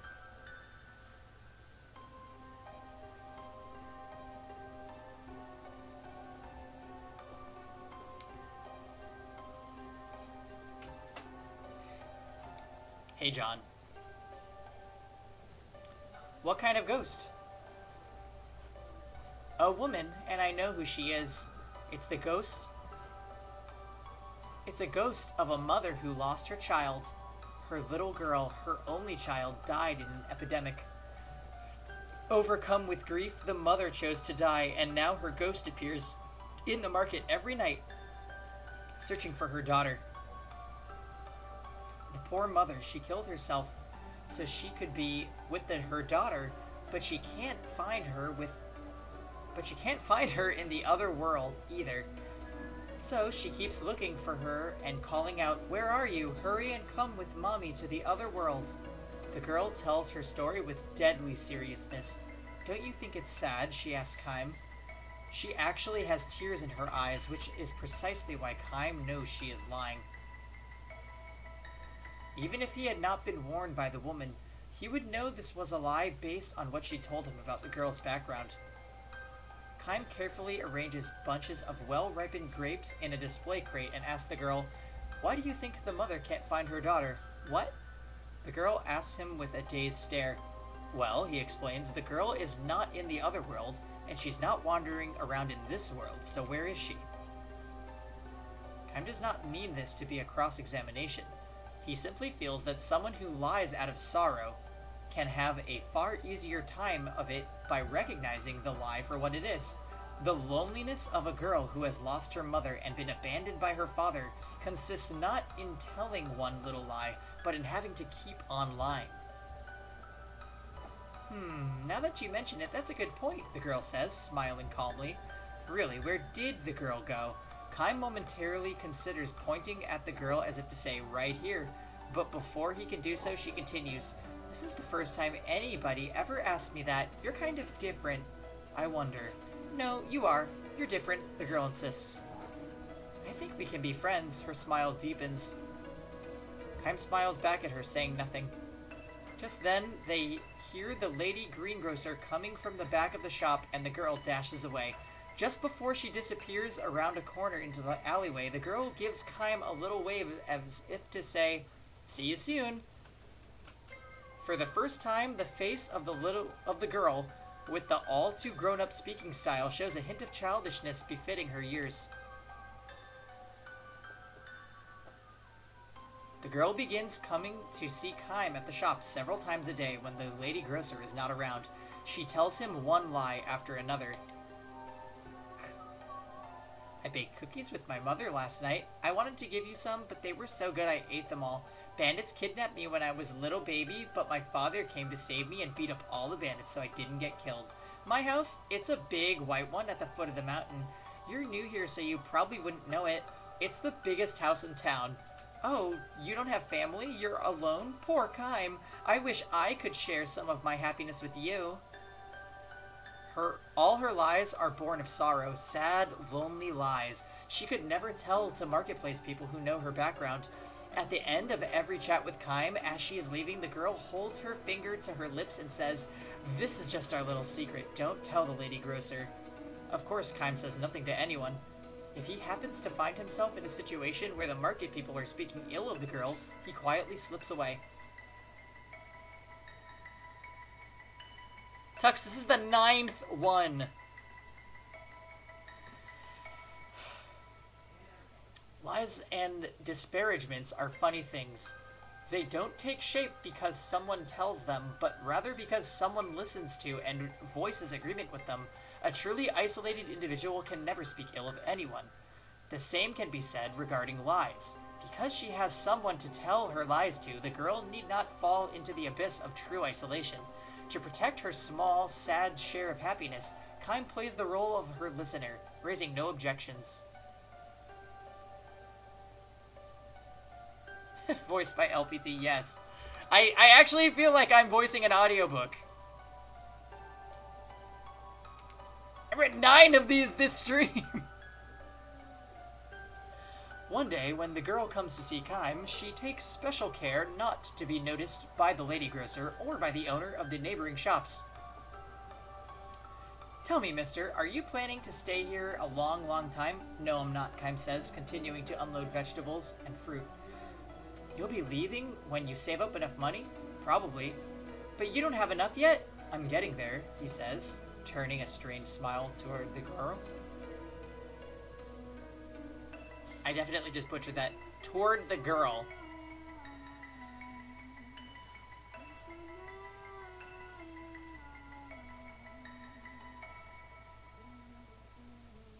my god, that would be insane, Skype.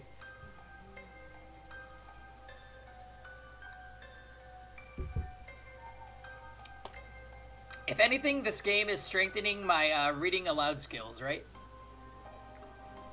This is a white lie of his own. He already has enough money to support himself on the road, nor has he taken his current live-in job because he needs money so badly. He is here because he has not found a destination he wants to travel to. A journey without a destination is an endless journey. Wise men say that you need dreams and goals in life, but dreams to accomplish and goals to realize shine as guideposts in life precisely because life is finite. So then, what should be the dreams and goals of one who has been burdened with a life that has no end? Kimes is not a journey to be hurried, nor is it one that can be hurried. Perhaps drifting day by day with no destination cannot even be called a journey.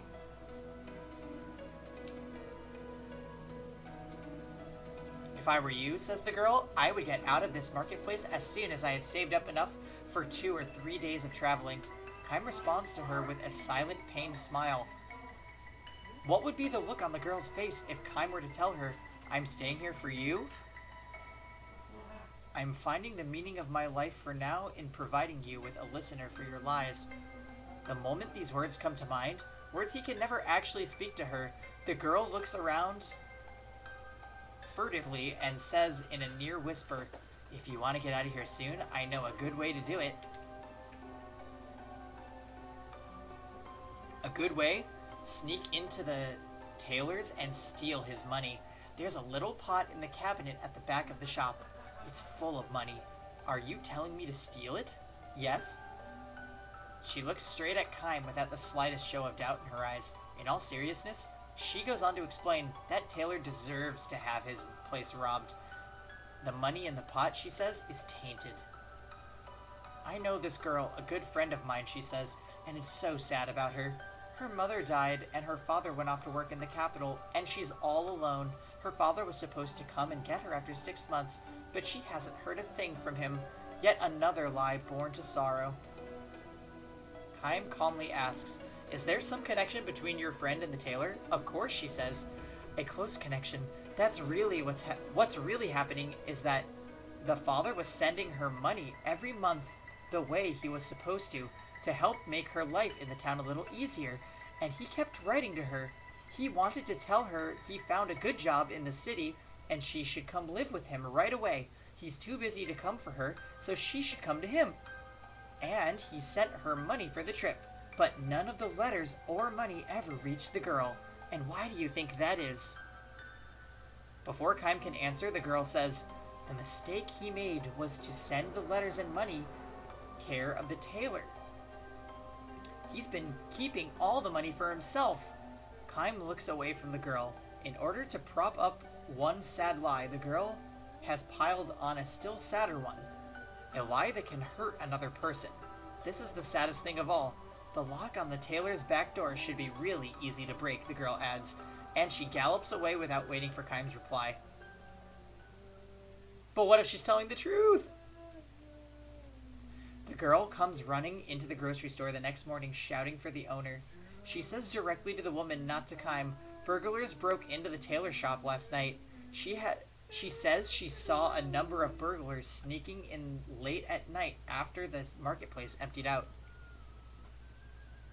My oh my, says the woman with a forced smile. That must have been just terrible. She is obviously not taking the girl seriously. But it's true though, I really saw them. Look, little girl, I've had just about all I can take from you. You're such a little liar. It scares me to death to think about you growing up to be a burglar or a con artist or something. I'm busy trying to open my shop now. Do you mind? Try it on somebody else. She is hardly through speaking when somebody outside shouts, help, somebody come. The tailor is standing in the street, looking horrified and screaming at the top of his lungs. Burglars! They took all my money! The little girl slips away as the tailor comes in. The marketplace is in an uproar. The girl was not lying, that much is certain. But all too accustomed to her lies, people now suggest the possibility of another kind of lie. Maybe she did it. What do you think? And so it begins. I think you may be right. Talk about play acting, I wouldn't put it past her. Let's go find her. We'll make her tell, even if we have to get a little rough with her. No one objects to this suggestion. Some run off to the storehouse, and others start searching the marketplace. We can't find her anywhere. The storehouse is empty. She ran away with the money. As the searchers return with their reports and speculation, Kime finally understands everything. After all her sad lies, the girl has left behind one final truth. She couldn't have gotten very far. Yeah, we can still catch her.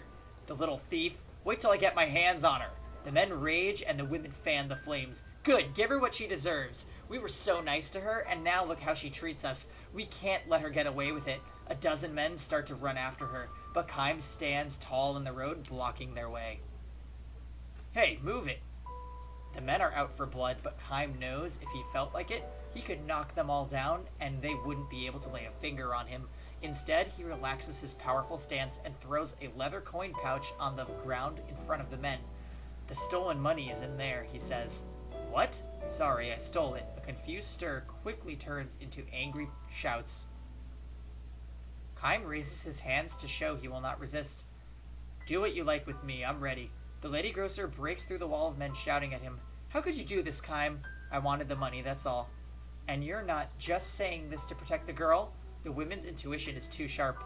Forcing a smile, Kime turns to the tailor and says, It was in the pot in the cabinet, right? The man nods energetically. It's true, he must have done it. I had the money in a pot. He's the thief. The money wasn't the only thing in the pot, though, was it? What are you saying? You had some letters in there, too. Letters from the girl's father. That's a lie. Don't be crazy. It's true, though. No, there couldn't have been any letters. I threw them all... The tailor claps his hand over his mouth, but it is too late. The lady grocer glares at him. What's this all about? She demands. Asinine knave. No, I mean... You'd better tell us everything. The people's angry glances turn from Kime to the tailor. Some days later, 2 letters arrive from the girl addressed to the lady at the grocery store and the nice man upstairs.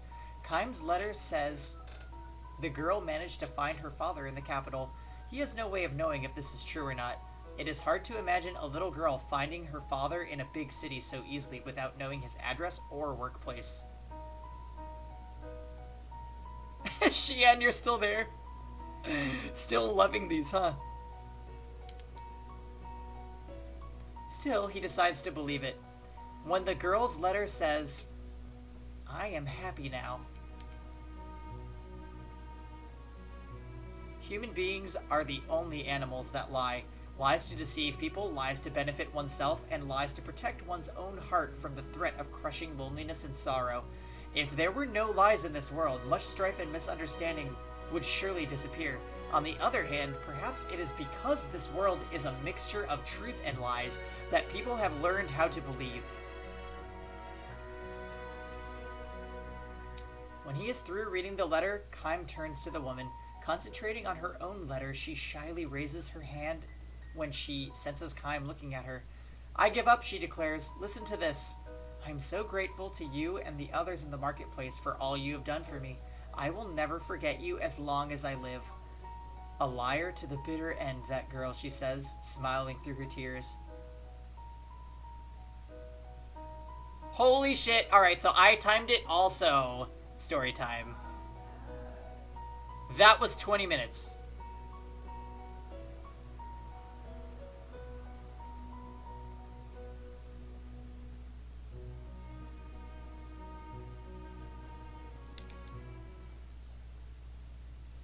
Are we gonna make it to 10 dreams in one stream? Let's do it. I want another dream sequence. Give it to me right now.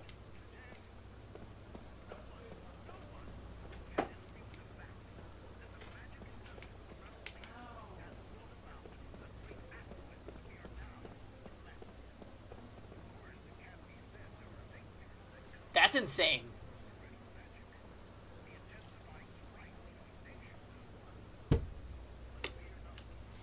Well, in the beginning, I didn't actually believe there were going to be this many. And then there were legitimately this many.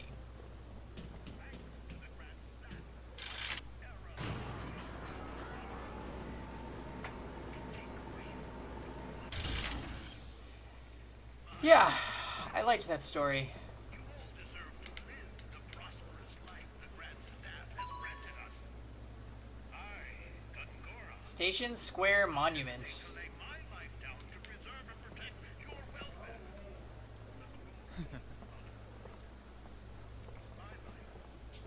My life means nothing compared to the greatness of this nation and you, its people.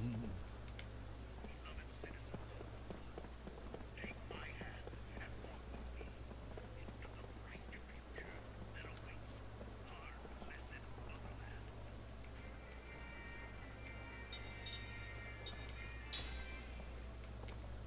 People of Mura, the shining future Just a cure-all? What the fuck? back with me to our precious country as it was just a few dozen years ago.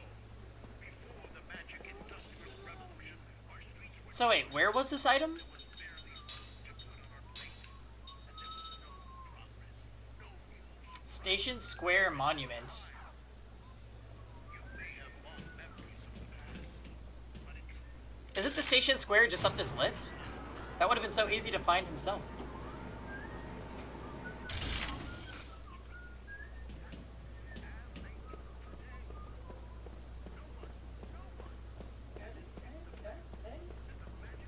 It does not appear to be here.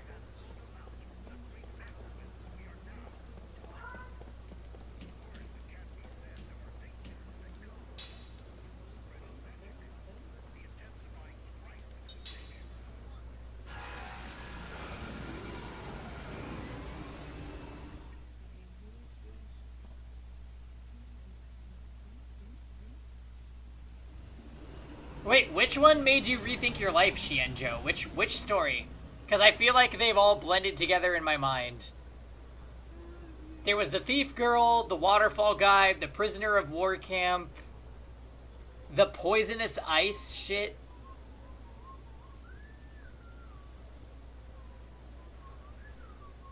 No, Jemmy was the prisoner of war.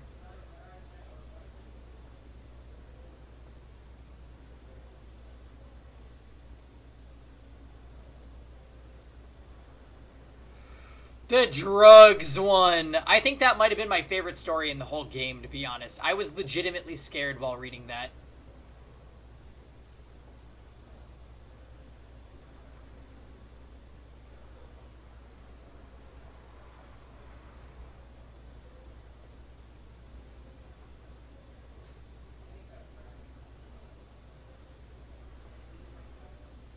Oh, there was the farming woman. That was number 6. What are we forgetting?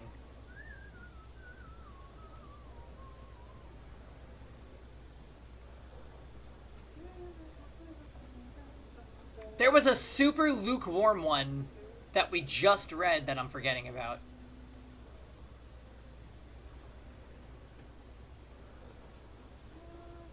Yeah, the cicadas one.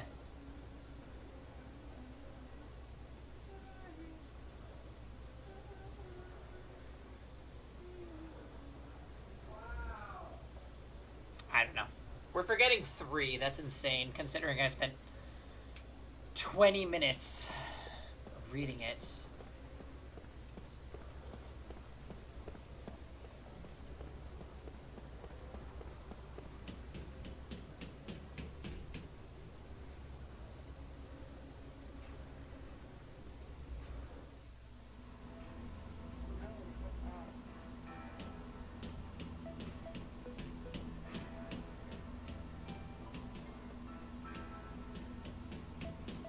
Yeah, casual 7-hour stream.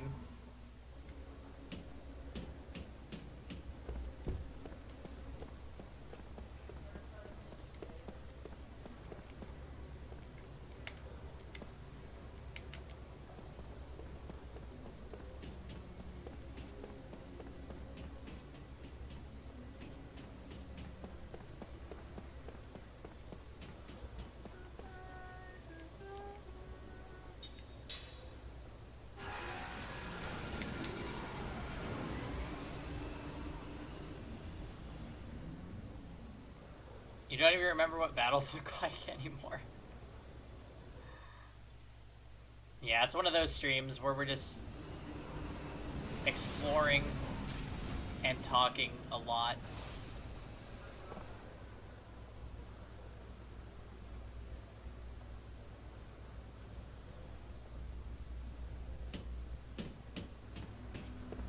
Alright, I don't see any hidden item here.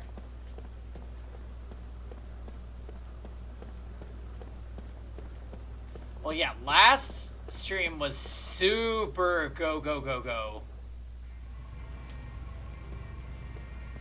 Station Square, but there's no item here. People of Aura, a shining future awaits us. Think back with me to our precious country. Outside of front gates.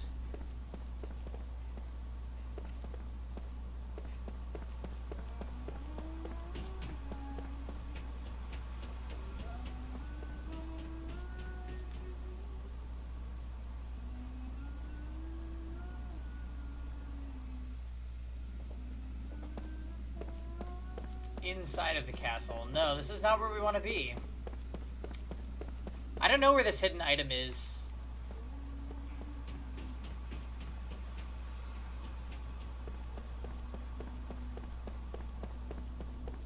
Maybe Gungora will tell us via broadcast.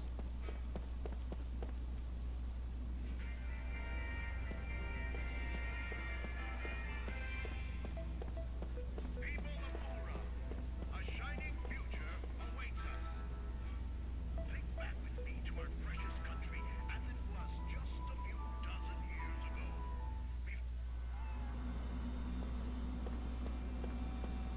I don't think it's over here. I don't fucking know, man.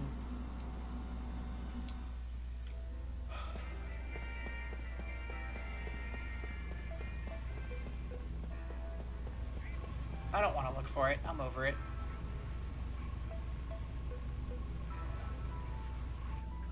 As it was just a few dozen years ago. Before the magic industrial revolution, our streets were dark. There was barely food to put on our plates. And there was no profit, no emotional horizon to enrich our lives. You may have fond memories of the past, but in truth, they were dark, trying times. See, I'm glad that you guys are listening to his speech. I think you'll grow from it, TBH.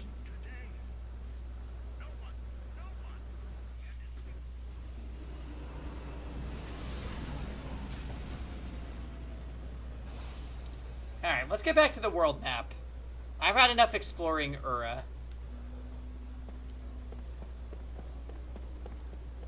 That is quite enough exploring Ura.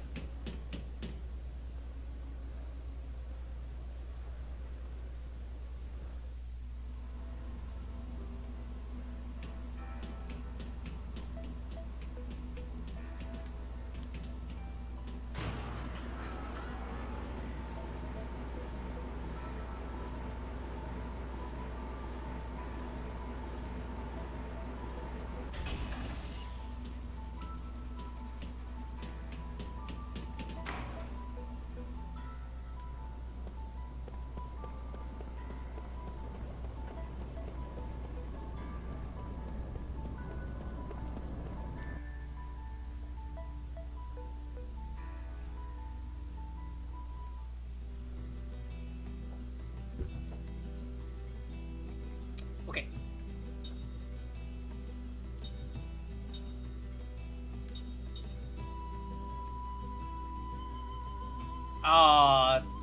So really, I can't explore a heck of a lot. Although the western shore of Ura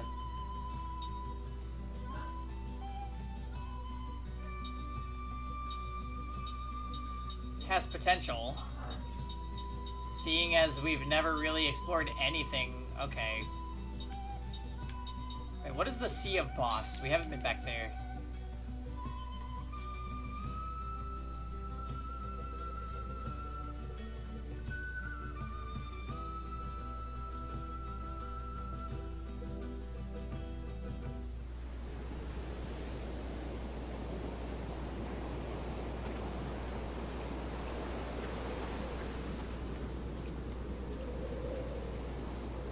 Damn it, the bridge has been washed away. Now you'll never make it out to the Grand Staff. Oh.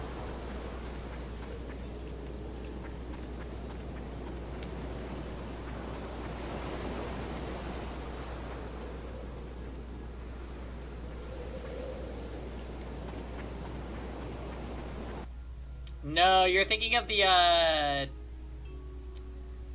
Numara Atoll, which we cannot currently access. Let's try... Wait a minute.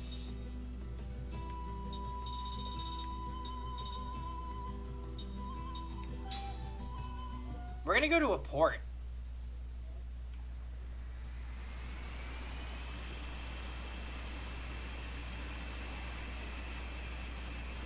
Hey, you know what's nice about this? There's no random encounters while you're on the world map.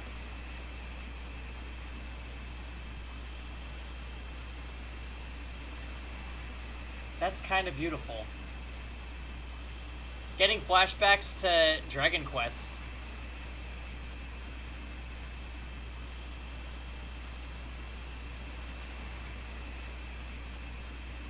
Suiko 4. Hey Solomon, Suiko 4 is only 2 games away.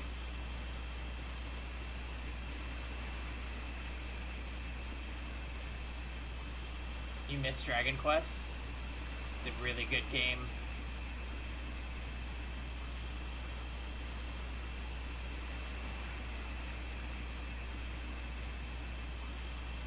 You've got a daddy to find. You also missed Jade.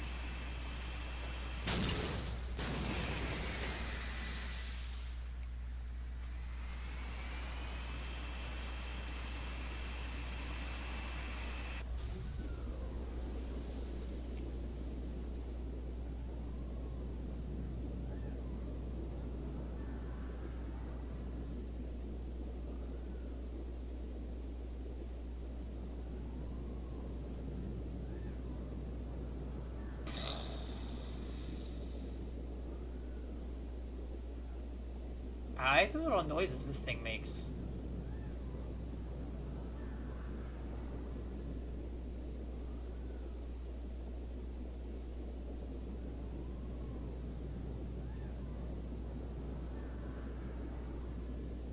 Can I help you? The emerald weapon, that would be hilarious.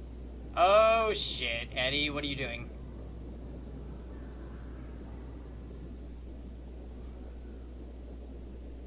Hey everybody.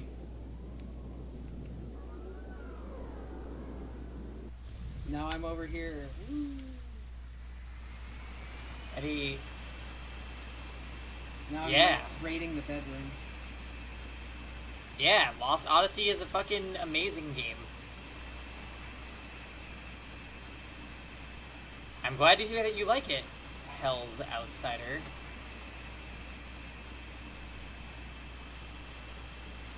Super underrated. Thanks, Tux. Eddie was mashing Dragon Ball, which shouldn't be a surprise to anybody. I actually like this watercraft. Yeah.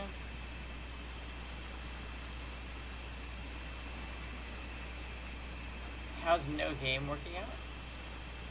Wait, why did it do that? Yeah, I've been playing Twitch TV Breaker Dave. Wait, what the fuck? Do you not have the game set? Is that even possible if you're doing a console stream?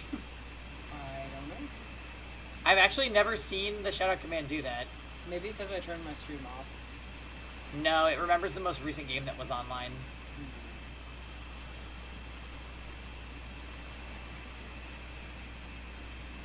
This is giving me shades of Suikoden 4. Yep. Wait a minute. What even is this? Oh, it's literally just to get back over here.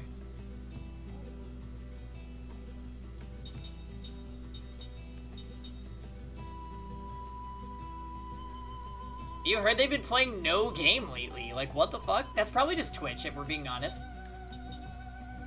Alright, guys, let's go back to the place that beat our butts the last time we were there. We did a lot of amazing exploration, though, so far.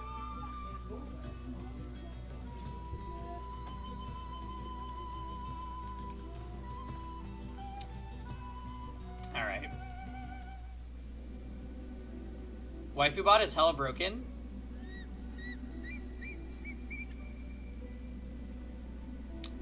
Hey, yeah, why did it come up with the broken link again is the real question.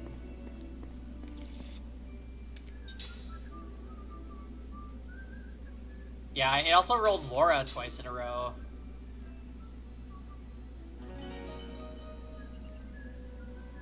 I don't think it's broken. I think it's just truly random.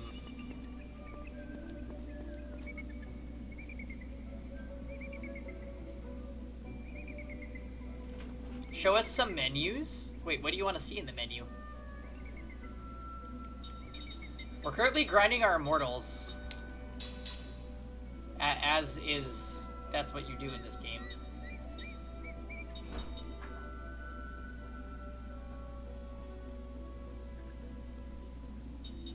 Oh, you know what? I actually do want to change something.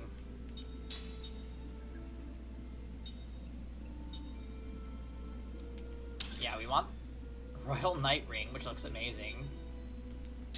Let's give him the, frequently steals items from enemies. Sounds amazing. I can't give him the sword, because the sword actually says Tolton only.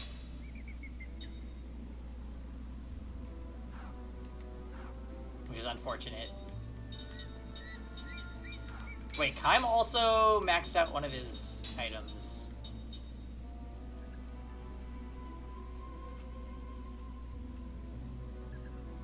Increases skill slots by 5? 1,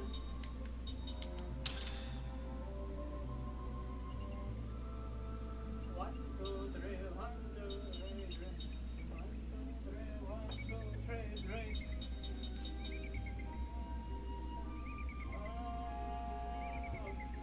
You used Sarah Kaim's Seth last time you played. It's been a while. You want to remaster? That's the awesome thing about this game, though, Hells, is that it still looks really good.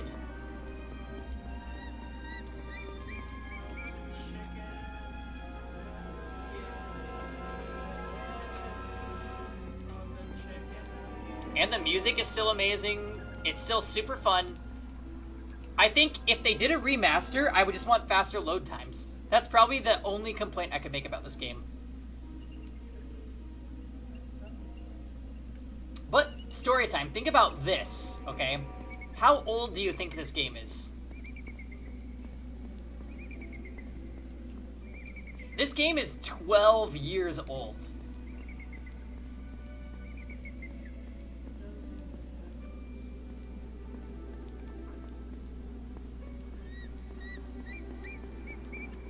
You think it's too soon?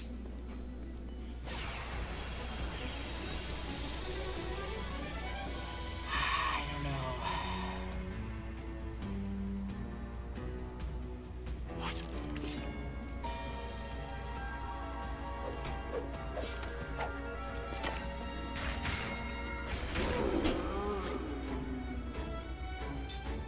True last? Oh no, it's Gaia Toad.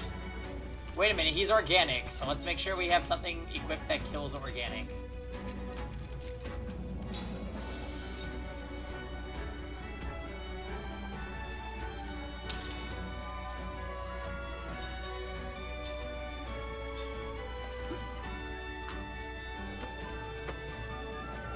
Right? It's been a long time, agreed.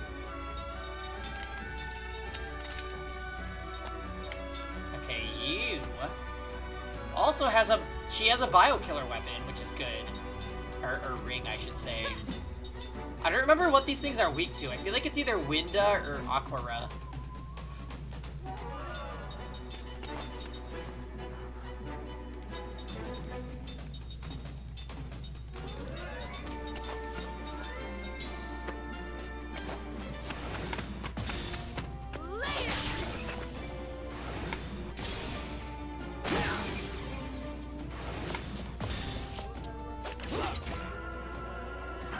Oh god. Okay, we're fine, I think.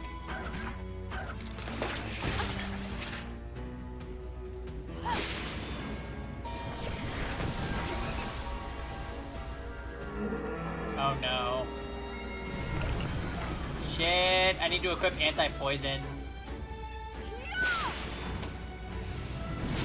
Oh, it's wind. They're weak to wind. That hurts. That hurts. That hurts.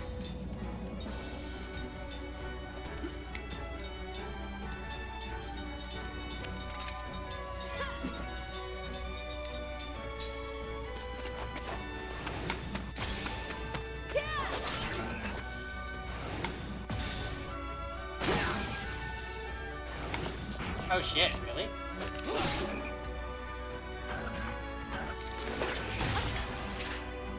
Well, we're taking these hits a lot better, at the very least.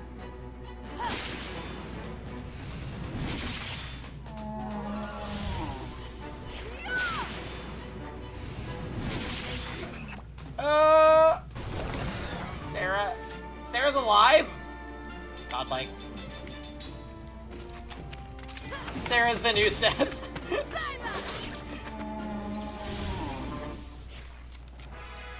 Yeah, we gotta get some anti-poison going on. ASAP. Auto MP recovery, slot hits.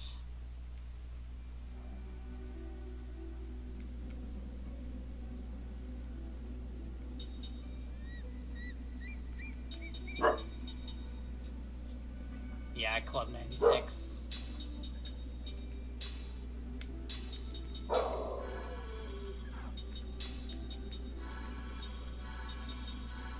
Okay.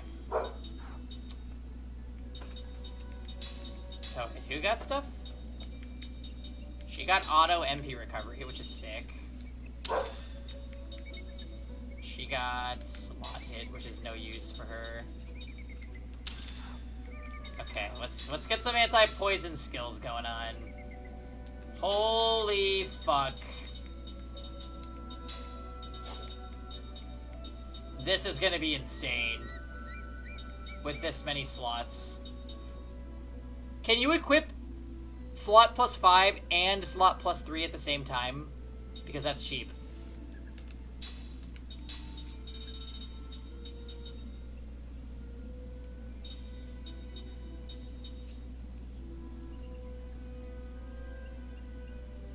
I'm pretty sure you probably can, too.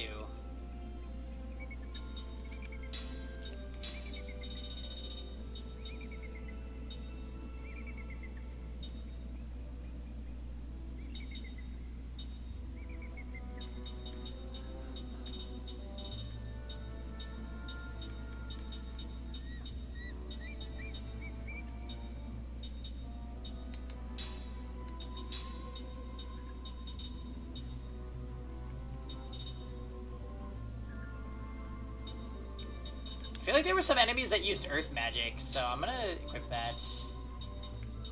We'll wait to see what else they like to use, and then we'll equip anti-stuff to deal with it. Okay, so Seth. Let's get some anti-poison going on.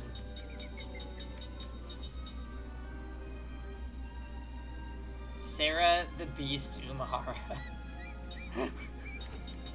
Stupid.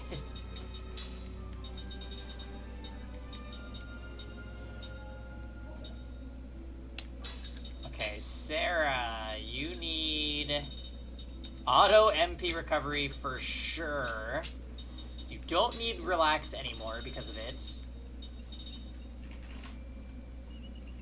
Anti-poison. Does she not have level 6 white magic? She does. No. There she does. What about black magic? She has level 6 spirit magic.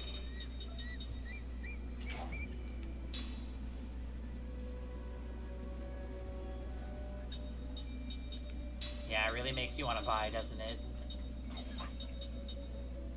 She only goes up to level 5 black magic. Interesting. Auto shield for sure, because she has bad defense.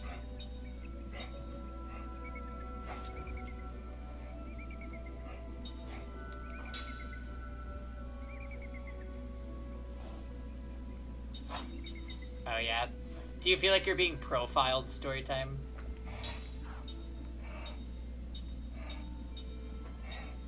Okay. Everybody has anti-poison, I think? Yeah. There is no saving said, but you know, whatever. I think we're gonna be fine. I think. Did we save before we came into here?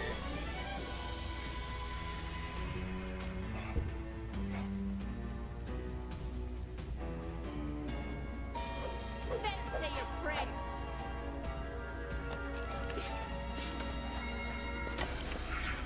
There they are. There they are. Oh, they're wind spheres, not ground spheres. Also, fuck a Truki.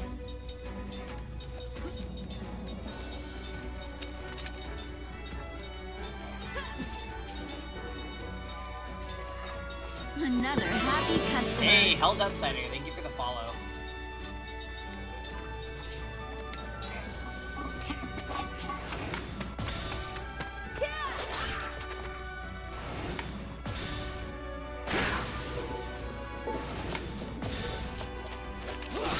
Oh shit, we didn't kill anything. Please don't steal from us. Please don't do that.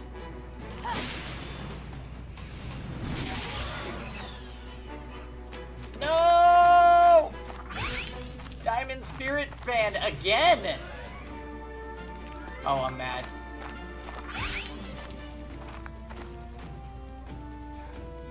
Alright, where is their leader?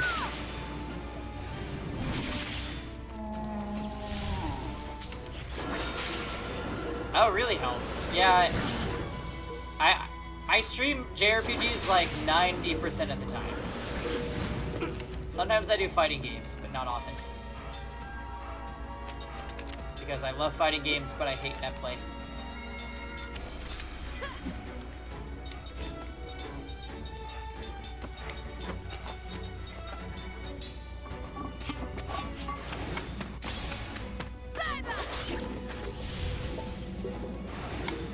Oh yeah, you're doing Final Fantasy IX. I plan on doing Final Fantasy IX at some point.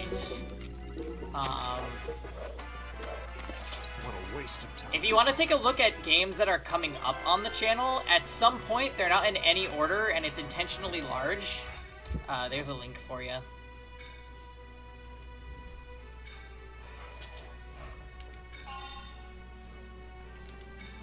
Okay, I am salty that they just stole 2 equipment items from me. You're gonna be flying over to San Diego in a couple weeks to visit some family. Alright, that's it, story time. Let's kick it.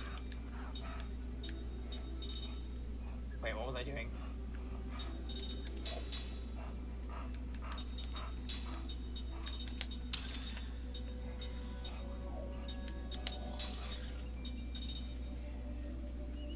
Highly recommend Moguri mod.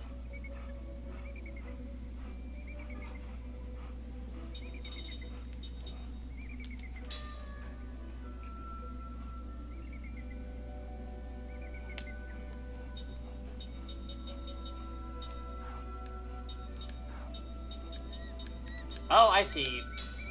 Oops.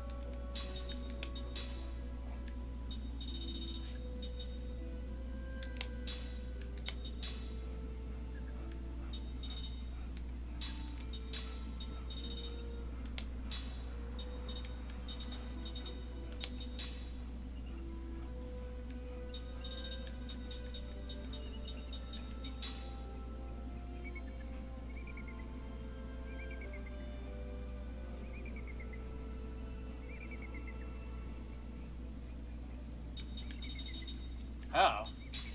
Her skill link is also all done.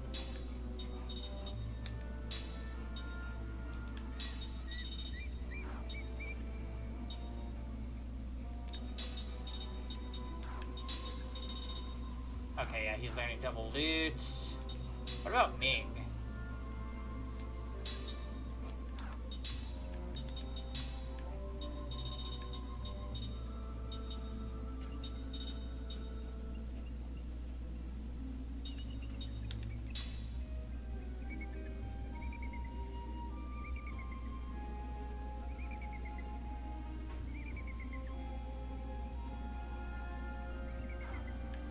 Yeah, we'll do Final Fantasy IX on stream at some point.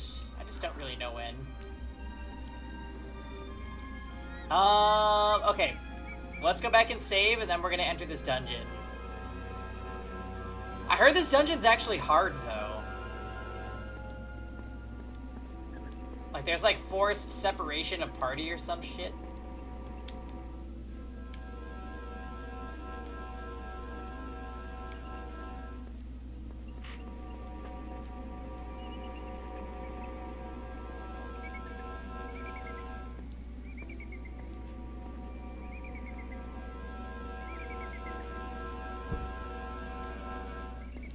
Okay.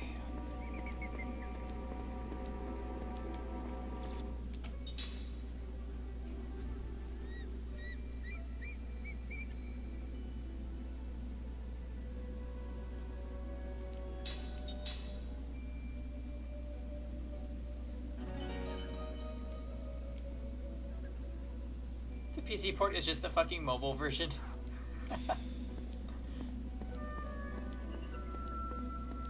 Yeah, that's pretty lazy.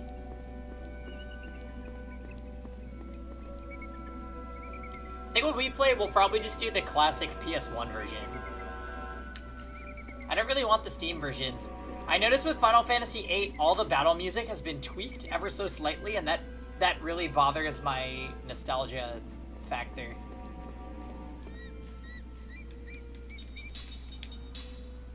So ever since I realized that, I'm like, okay, no Steam versions of these.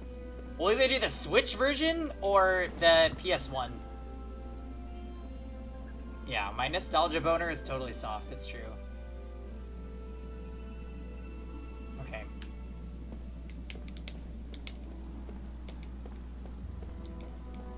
Oh boy, new dungeon. Please keep the giant toads away from me.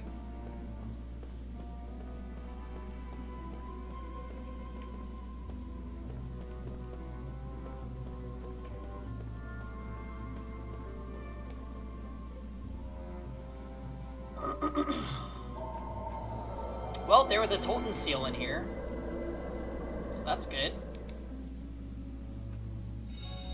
Oh, and we get items every time we do this.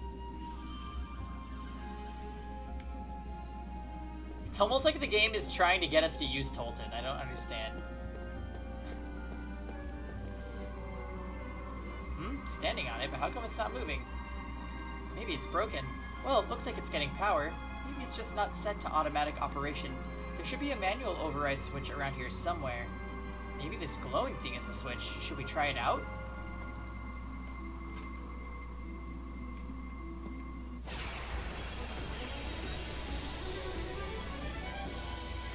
Yeah, because he's our golden boy, right? Oh, come on, give me a break.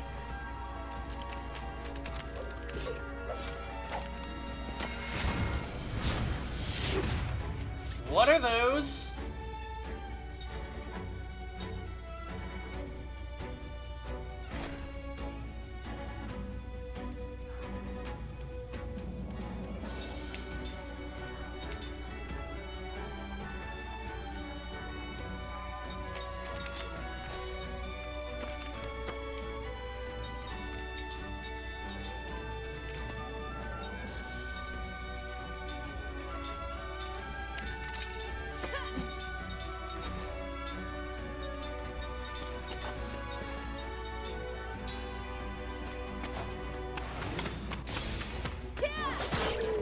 Apparently remember this.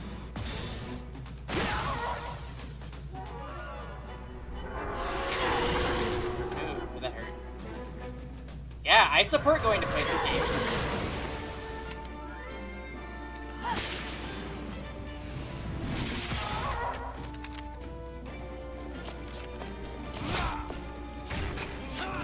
Wow, what the fuck? Oh, are we blinded? Oh, that is a massive problem.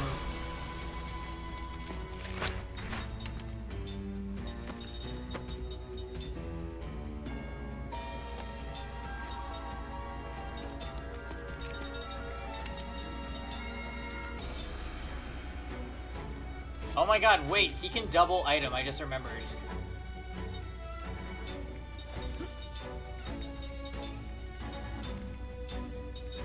That's amazing.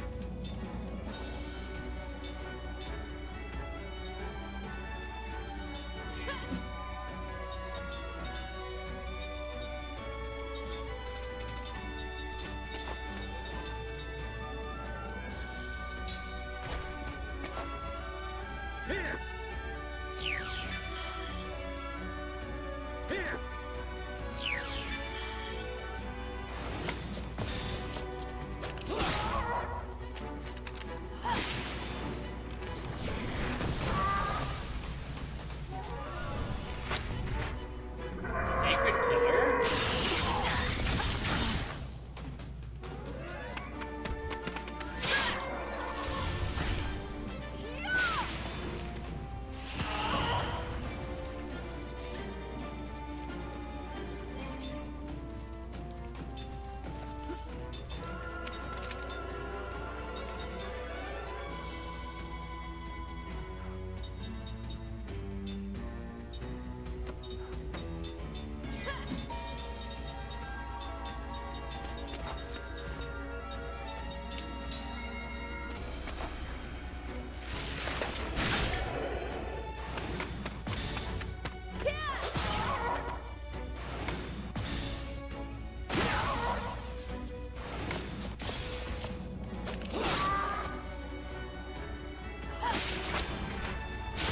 Oh, ground is its weakness. Weird.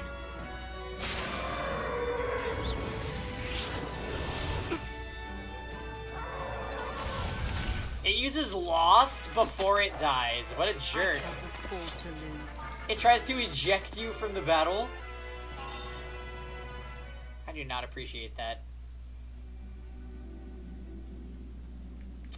Alright, so now the tables have turned. We need anti-blind as well.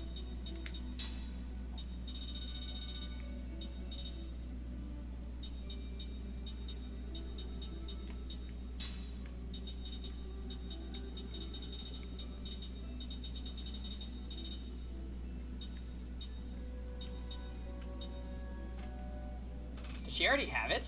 Yeah, she does. Anti-blind. Sweet. So then the only other thing we need to do then is give him the anti-blind accessory.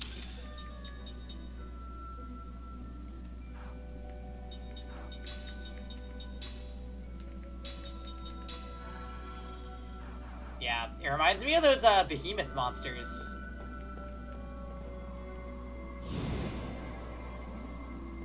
That do meteor before they die in Final Fantasy.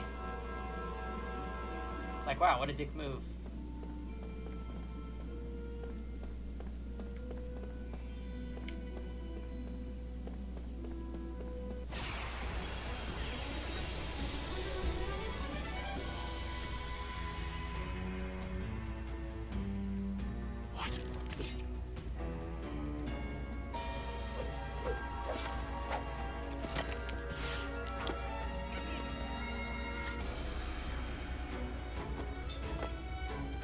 What are these? What the fuck?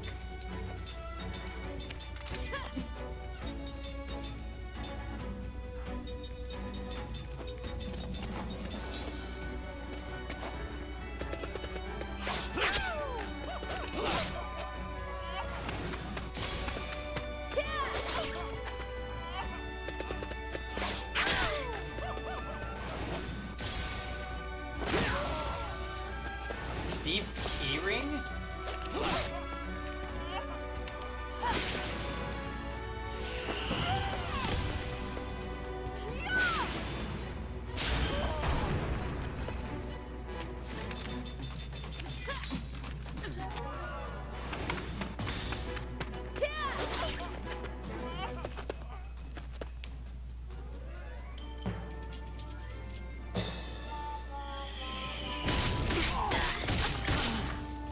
Ow.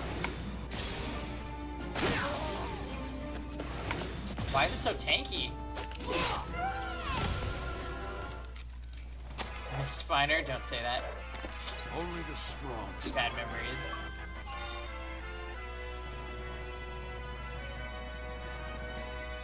Kai learned Absorb Attack. Sarah learned Magic Seal. Sarah learned Guard Heal.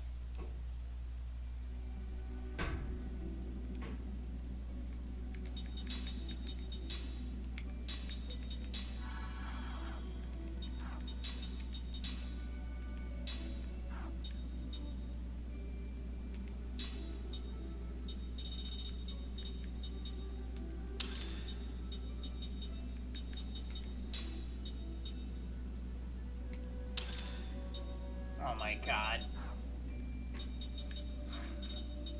Climb with all the slots.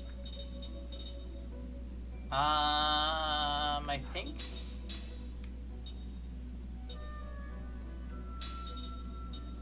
Yeah, magic seal.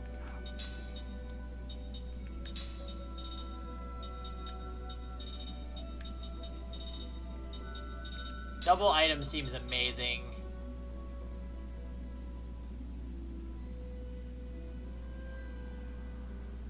They just don't make games like this anymore. Not entirely true, Hells. If you're looking for like modern, really good turn-based RPG, you could always check out like Octopath Traveler or Dragon Quest XI were two that came out last year. Guilty Gear is not an anime, no, it's a fighting game.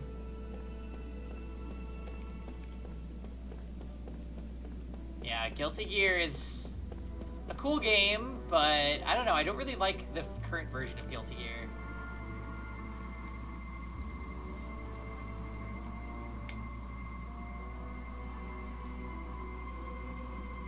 Oh god.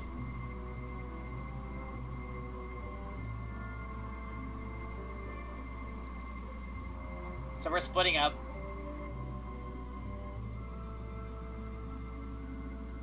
I don't know, Hells. I think both those games have really good stories. Really, really, really good stories.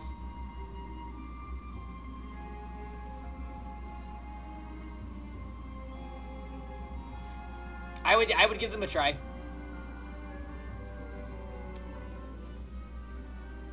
Whoa, this is the group? Kime, Mac, Sarah Cook.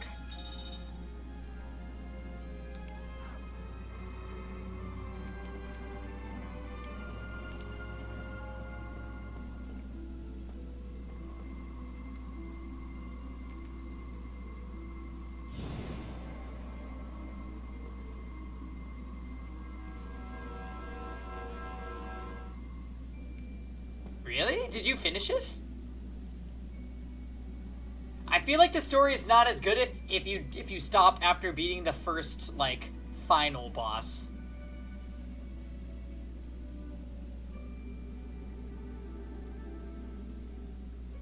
Okay, later, Diamond Form. Thanks for hanging out.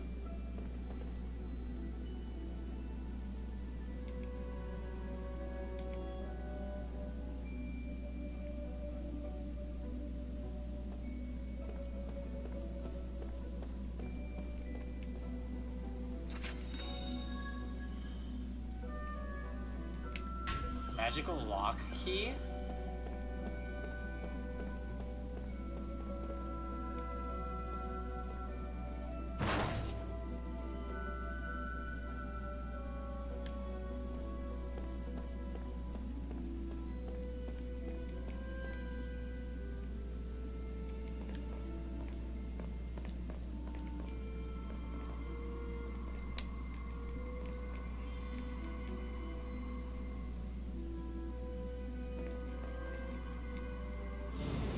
Hey, Taps.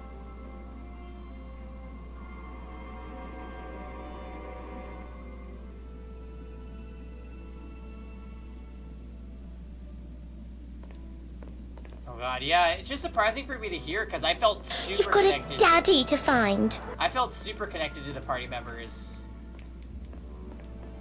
in DQ11.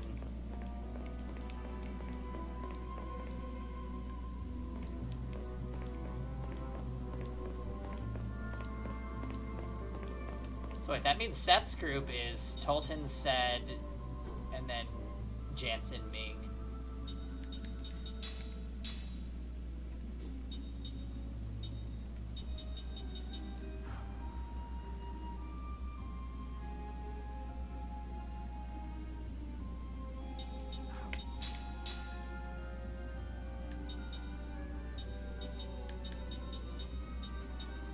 To be honest, I feel like the story in Dragon Quest did shock me unexpectedly.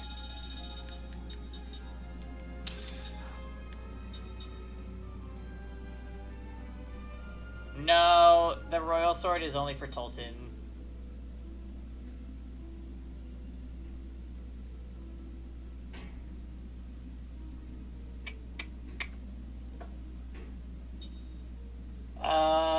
was I gonna do?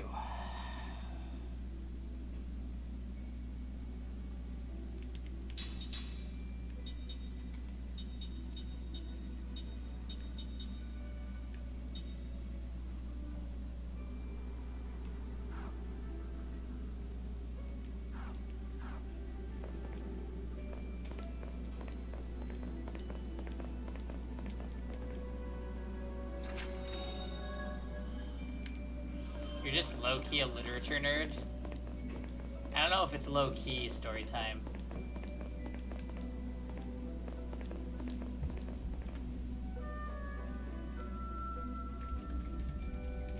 Knighthood, bring your shade.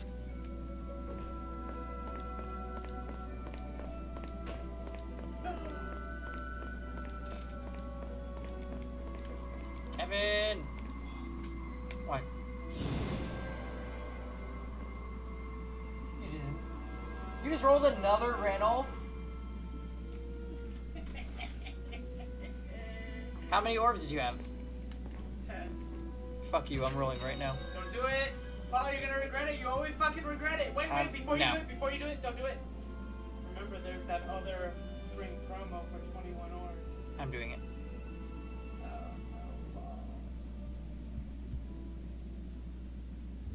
Kevin's triggering me. How dare he roll a 5-star randomly and then be like, no, don't do it. Yeah, and you know what? I got this bitch, all right, in your faces. What did she get? What did you get? What did you get? I don't have to tell you. I don't have to tell you what I got. It's good, like they got this for my second one. Yeah, and I got a 3-star for my second roll, so I'm really fucking happy. But you know what? You know what? You know what? I still have 5 orbs left. Oh my god. Oh. So take this.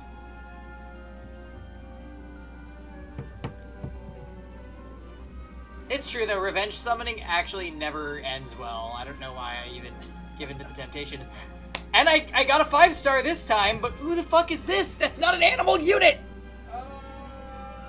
She's good though. I don't care, I hate Corrin female. She's a dragon. Another green 5-star that isn't Ranulph. You know what, game? Fuck you. My first one was Peruka, just so you know, Kevin. No, I don't.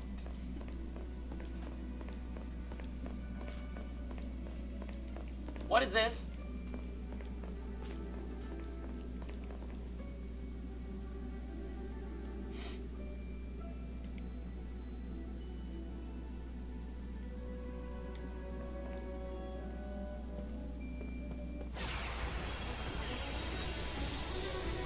I have Tales of Vesperia on my list. I do. Guess we have no choice. You hate Vesperia, Keck?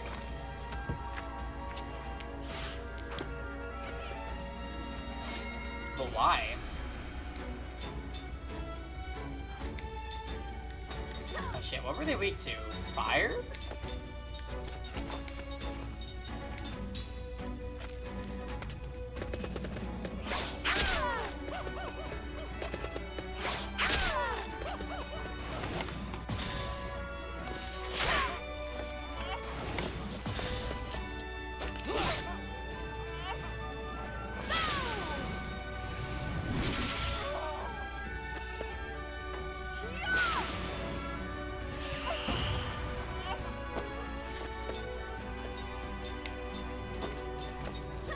Can't believe the revenge summon didn't work out.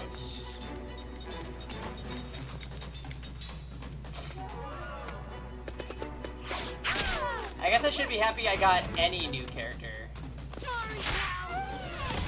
Right, Kevin? Is that what you're gonna tell me?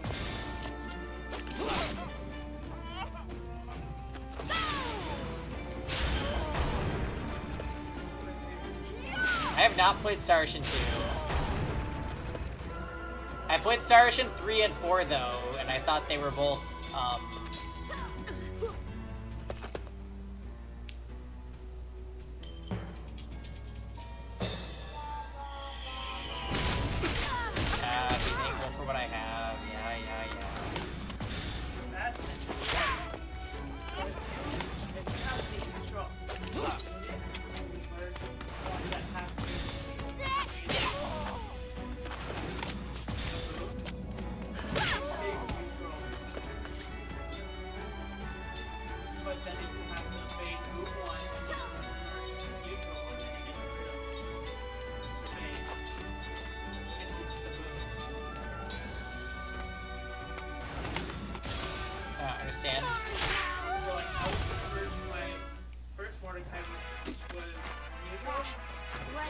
one that I got was plus speed minus whatever, minus res.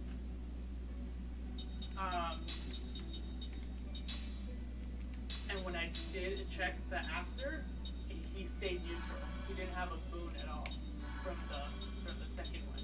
That's weird. But then when I switched it, he kept his boon. Switch it to what? So that the plus speed minus res one was first, and the neutral one was second. Then he kept his speed boon and lost his flop.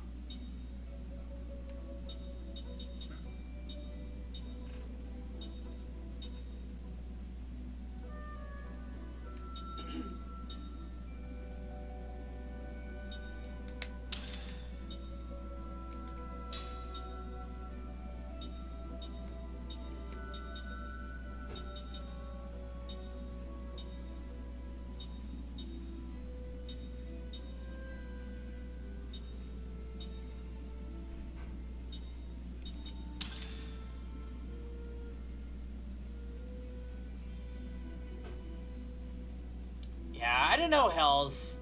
I saw some recent gameplay of Star Ocean 2, and I wasn't really convinced that it was something that I would enjoy playing. Maybe, though. Because I have heard from multiple people that it's good, but still. I think I'm just not a big fan of the Star Ocean series. I do, however, plan on playing Star Ocean 5. Which is definitely a questionable decision.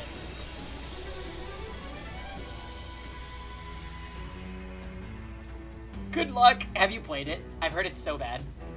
Looks like we got a good chance. Couldn't finish it? Oh god.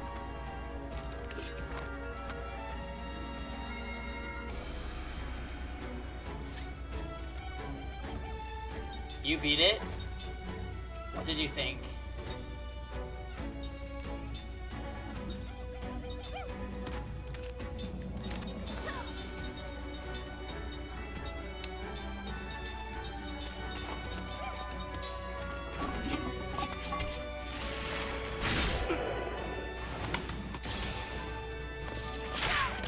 Are we doing a Gen 2 triple speedrun? I don't think so, no. I have a crystal version that we can just use to create Pokemon. But without the Gen 1 glitches, I don't really see the point in raising a bunch of our own stuff.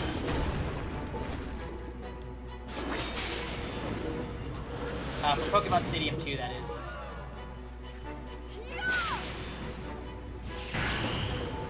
Taps didn't finish it either? Uh-oh.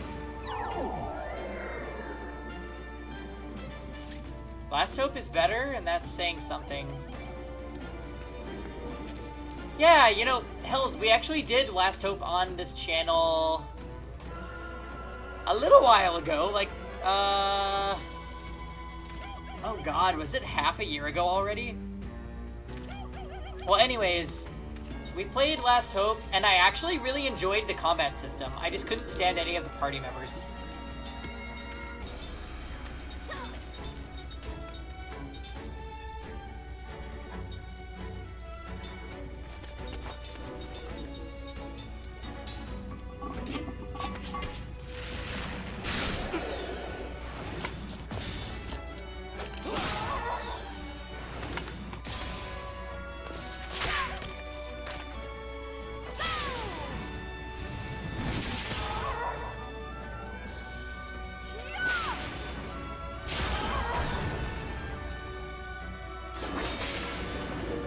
Yeah, Tails has more depth, and not as cringe of characters slash storylines.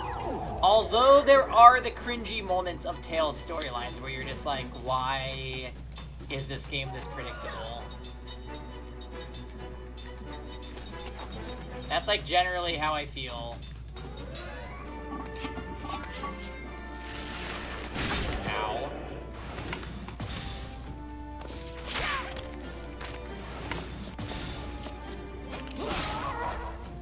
How are they not dead?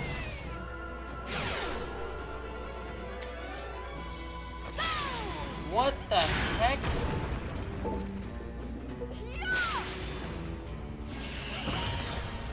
Okay, Okay, we need, like, all analysis or whatever the heck that skill was called.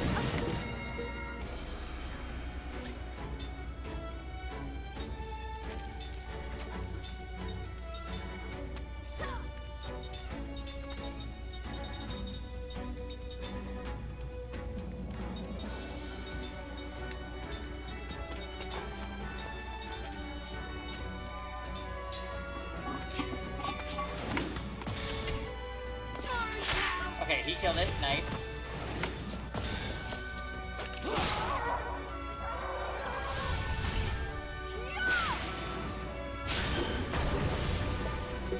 Wow, what a fight. Jesus. Looks like I still have work to do.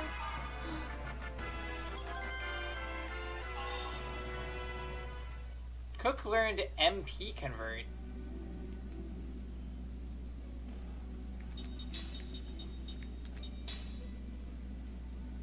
Aw, spicy. No problem. Thank you for hanging out.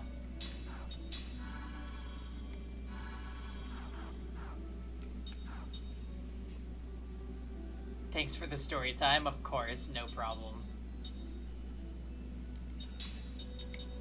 See you later, Spicy. Thanks for hanging out with us. MP convert, reduce casting time, white staff. Mac has stand firm. Reduces GC loss when attacked for a short while. And increases GC of the front row. That might be handy.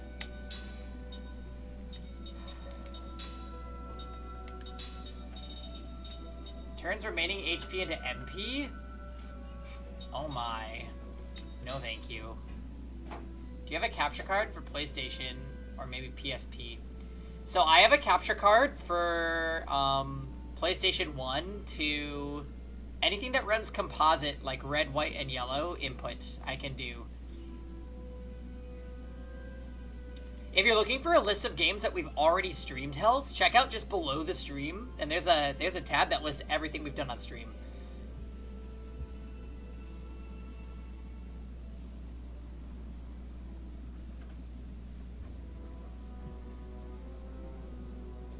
Like, we've streamed N64, we've streamed Wii, GameCube, PS1, 2, 3, 4, Xbox 360, Steam.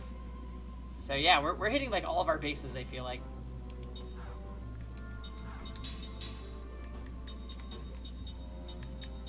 Okay.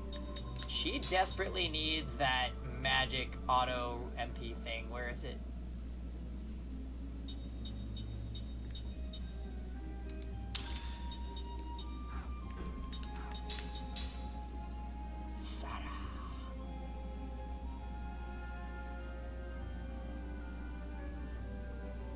How does she not have it equipped? What is this?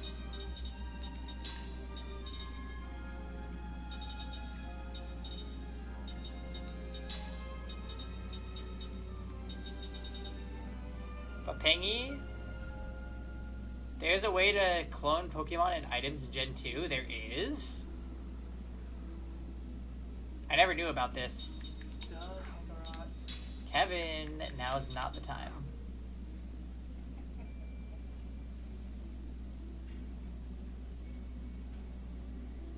Hey Kevin, I want you to think about something. Lachesis wearing Tibarn's headband. Why? Because... Lord Julius, He did Lachesis command because I mentioned her.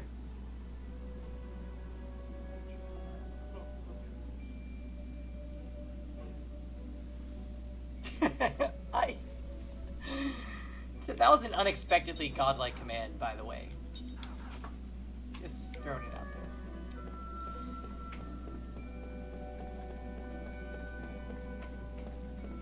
Alright, Kevin, listen here. I'm lost.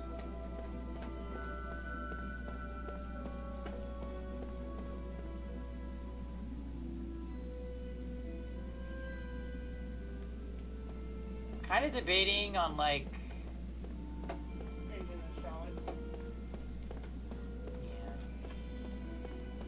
Oh wait, what the fuck?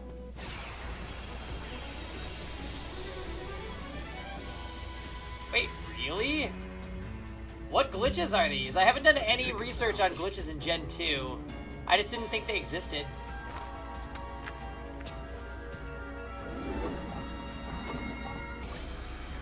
Shit, I forgot to equip the item.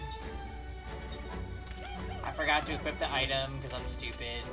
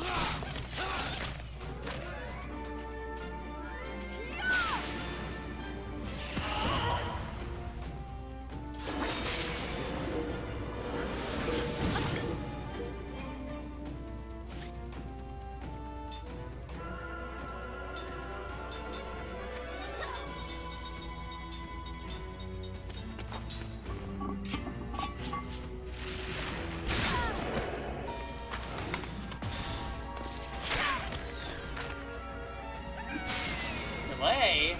Rude.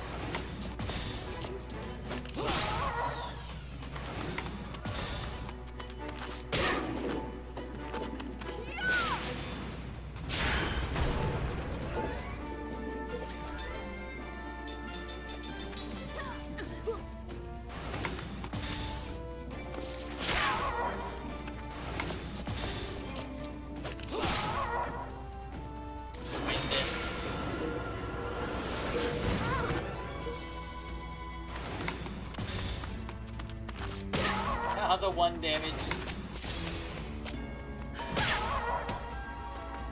Riptide? Ow.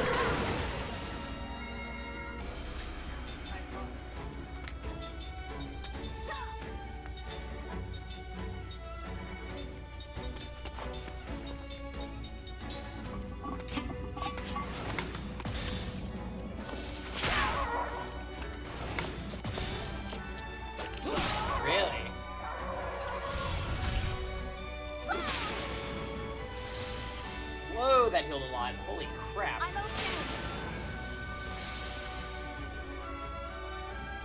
Yeah, for PlayStation 1 games, we've done Suikoden 1 and 2. I don't know if we've done too much past that, to be honest.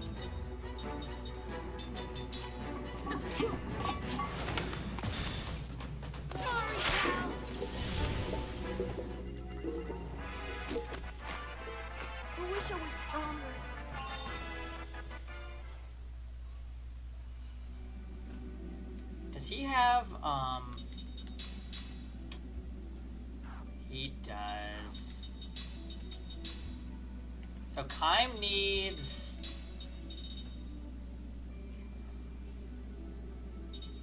double SP and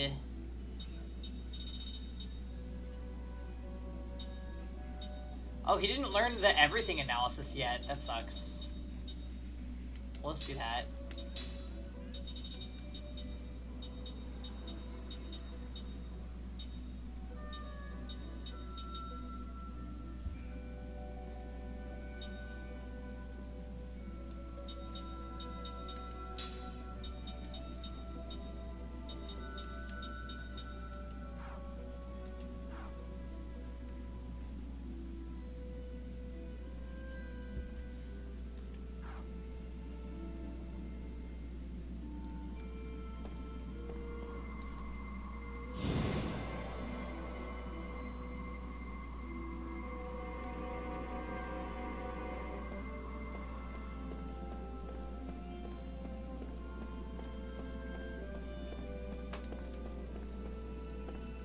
That's not a treasure chest?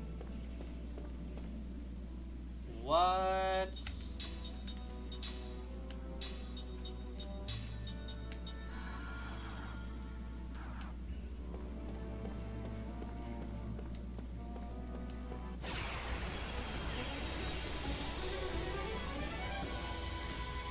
I think like 8 or so CAC. Don't let him get away!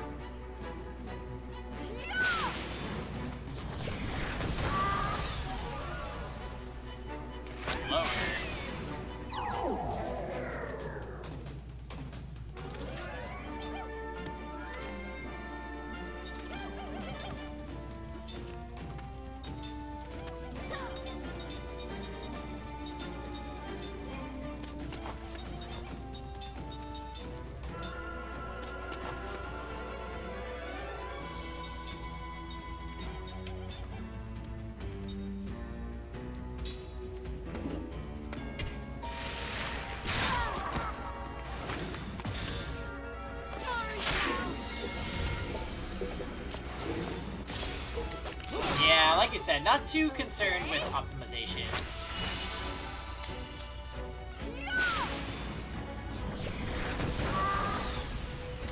Right now, I'm just enjoying having the option of giving more skill slots via skills. So cheap.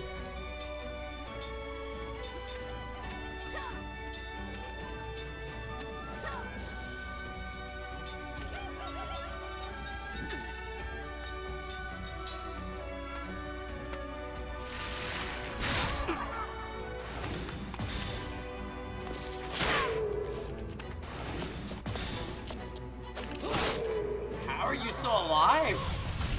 Okay. I was gonna say, damn.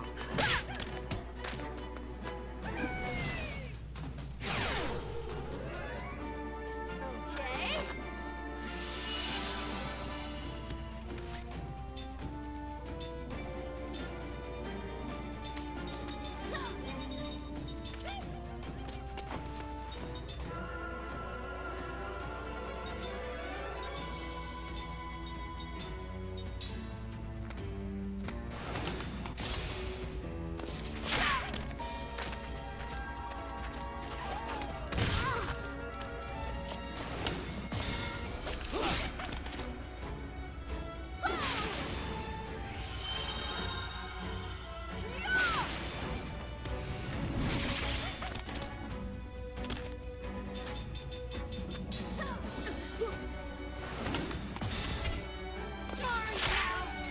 Yeah, they did a good job with skills in this game, in my opinion.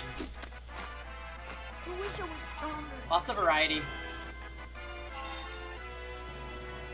Okay, Kime learned skill slot +5. Nice. Good.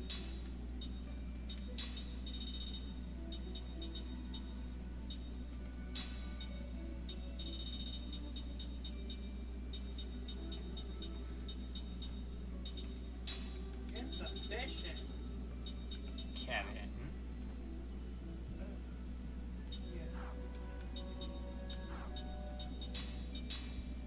Kevin. ¿Quieres, niño? You're playing Let's Go? Why are you doing that, Tux?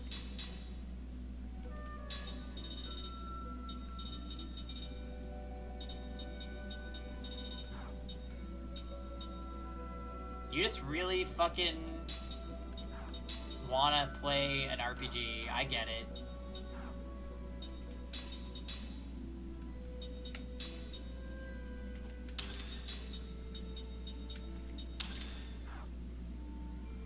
wouldn't shut up about Pokemon. When were we talking about Pokemon? Oh, about Gen 2, right? Alright, Tux. What do you know about item/Pokemon duplication in Gen 2? Go. Hey, sounds good, Hells. Cheers to you, buddy. Thanks for the follow today. We'll see you later.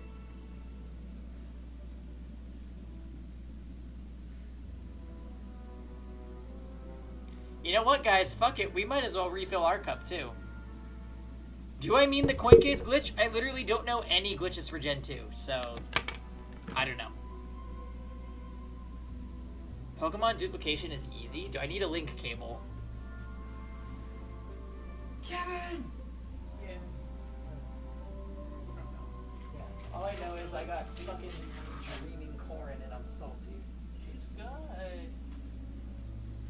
Where's my... She's also a dragon. Where's my... No, technically they're humans. Where's Tibbs? Tibbs is not in that manner. Where was he? He came to me twice. Just like there, okay? And I got the fucking guided Fighting Blade characters. And Taya is a... Well, you got from your favorite game ever, so I'm sorry. And I'm getting it from like my favorite games. And what game was that? What's my favorite? Radiant Dawn. Where am I reading? No, for me, yours are Binding of Isaac. That's your favorite game. No!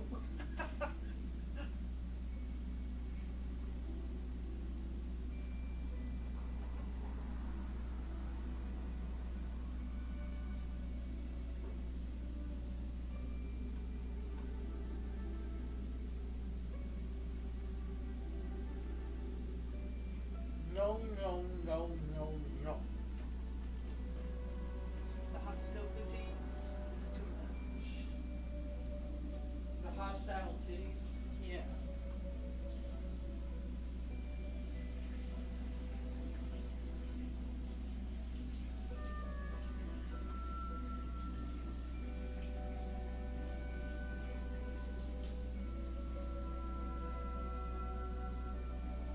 It's okay. Are we getting local spots tomorrow morning? Local spot. What the fuck? Or if we have eggs here, we could do eggs and hash browns and something. We don't have any. The ones that we have are probably adequate.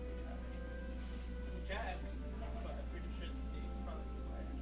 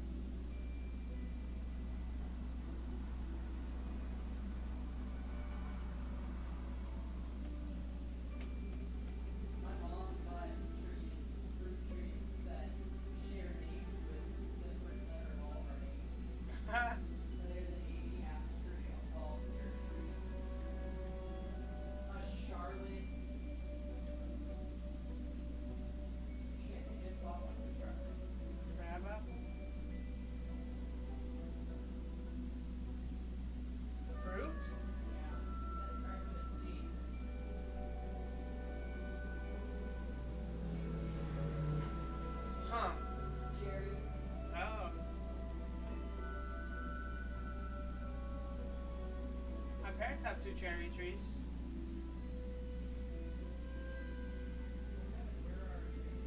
I don't think they grow well in California. The weather's not right. Like, they'll bloom and stuff, but they won't actually give fruit.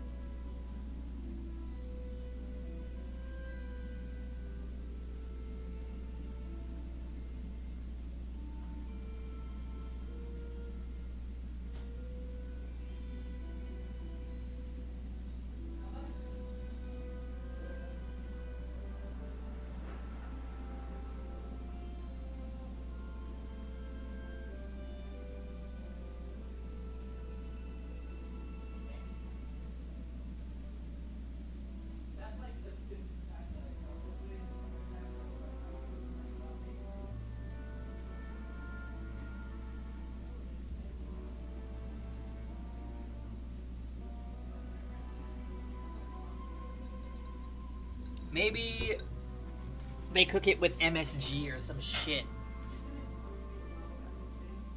Maybe. Alright, we're back, you guys.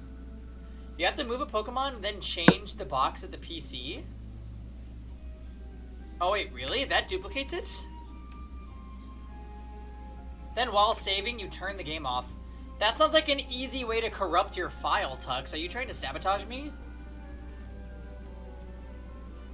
No, we're talking about MSG, like the shit that you cook Chinese food with. Kevin and I were psychoanalyzing why Pickup Sticks, the Chinese food chain.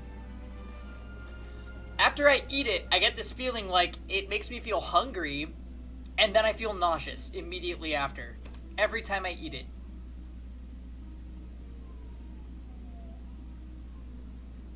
Oh shit, Crystal version's the version that we're gonna be using, so...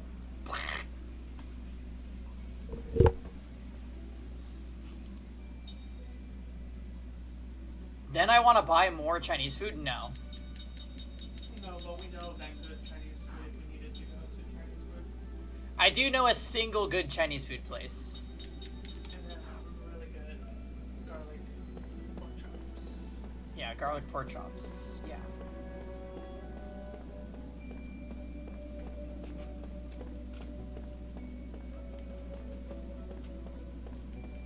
No! Oh, there's a chest. I thought we just got Suikoda and 3'd.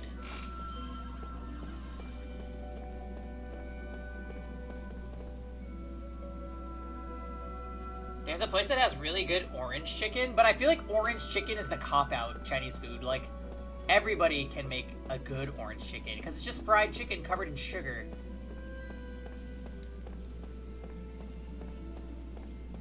I'm about this Chinese food place because they have a godlike pepper steak.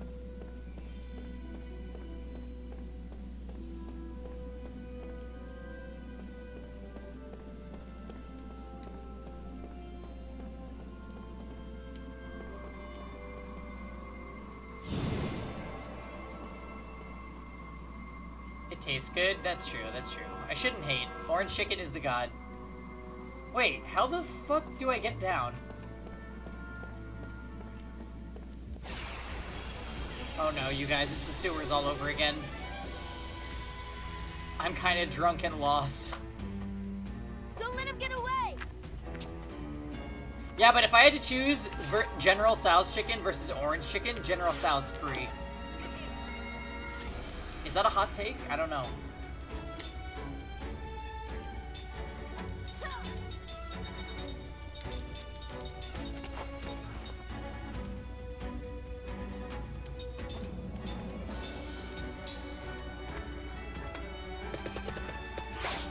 Yeah, I'm drunk and lost at 11:45.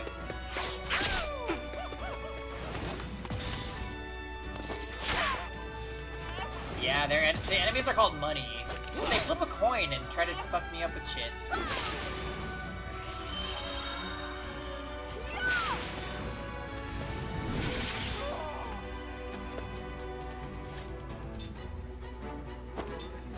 Yeah, you can steal from them, but they don't really give anything great to BH.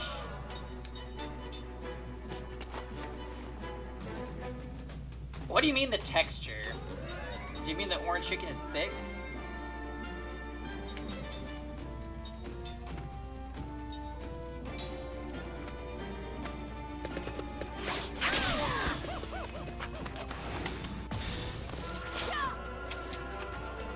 Oh, I love that. When it evades, it goes... Okay.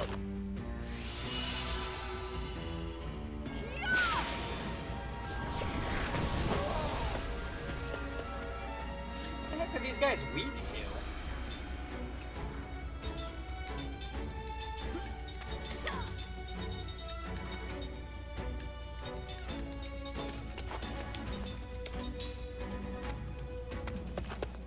They're weak to dying? Alright, fair enough.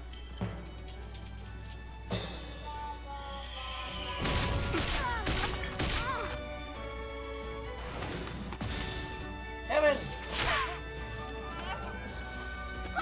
I heard that. I present to you the greatest magic. Don't think I don't know who that is, because I know exactly who that is. You've been naughty. I'm gonna make a Bellana command for the chat. It's decided.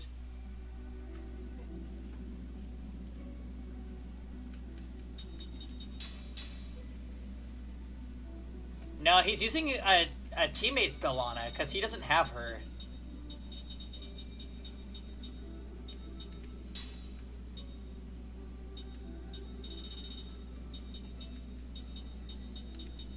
It's too bad that you can't roll her as like one of your first units. Otherwise, I already would have downloaded the game.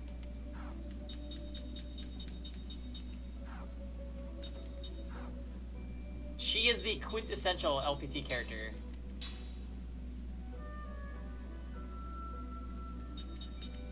Do you think it's because they're afraid everybody would reset their game until they get her? That's what I'm thinking. That's what I would do.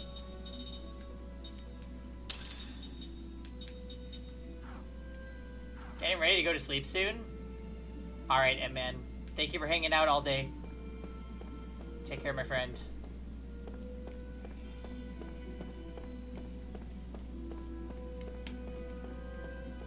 god, I'm lost.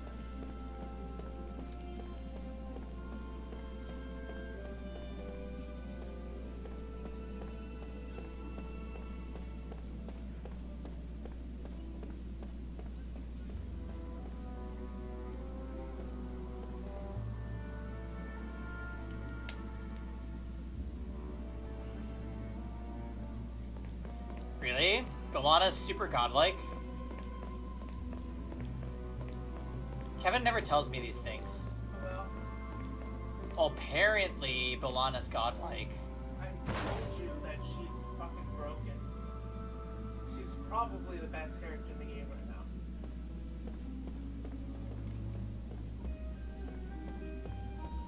Well, apparently, she's godlike. News to me. Well, you would know if you actually played the game, so we'll leave it at that.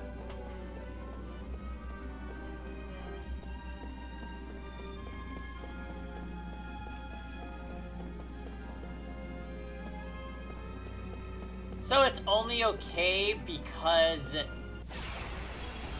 not everybody has her. Otherwise, it would be ridiculous.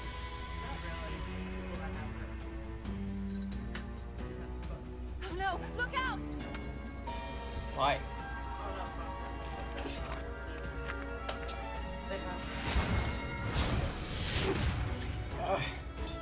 See, that's...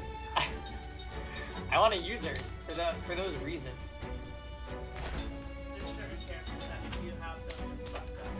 Luna, which fucking John has. John has Luna?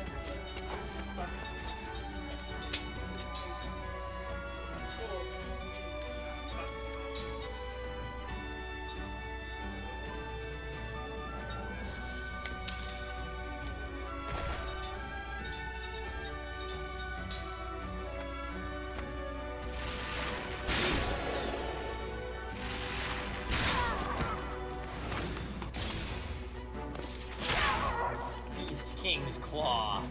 I wonder if that's a good item. It sounds pretty good.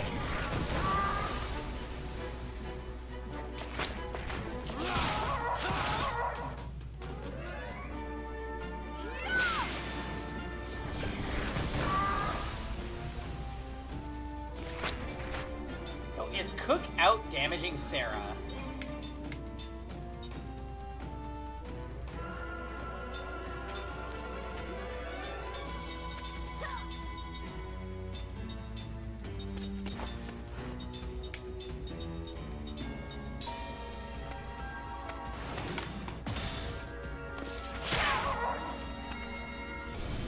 Oh, here they go. Their combined attack.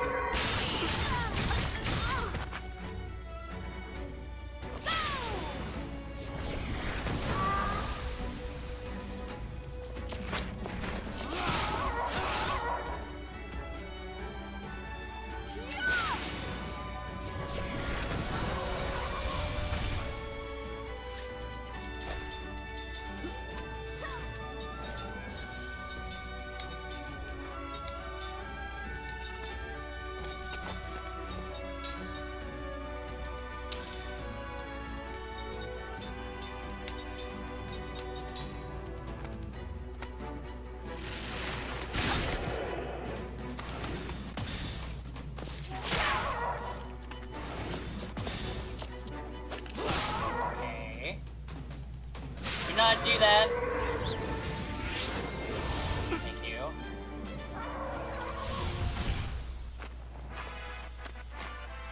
That was close.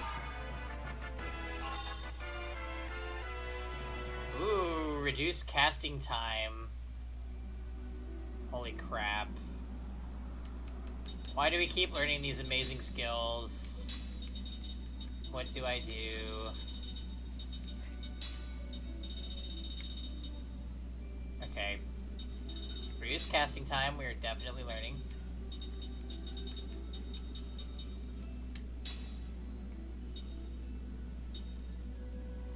We could do waterproof, since there's water using enemies in here.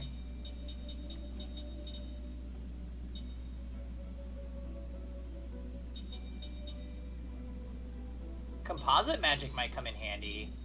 AoE stuff. Spell counter, we like. Absorb attack, why not?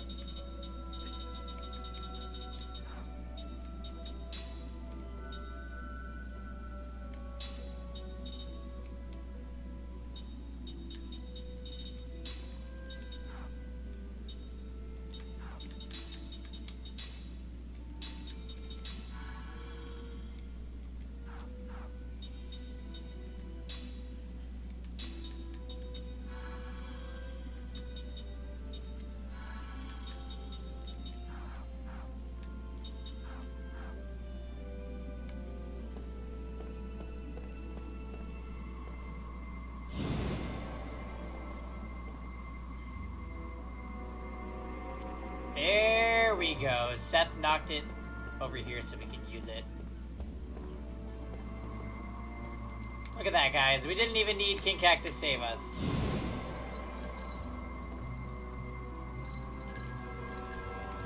This one takes me up? Oh, hey, Seth. Looks like you guys made it okay. Made it through okay, too. Let's get going, then. Sweet. The party's back. Good job, guys.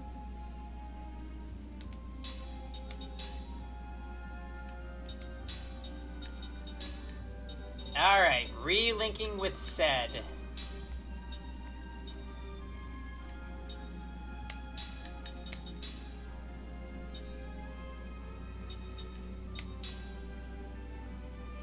Alright, story time. You betcha. Thanks for hanging out. We'll see you later.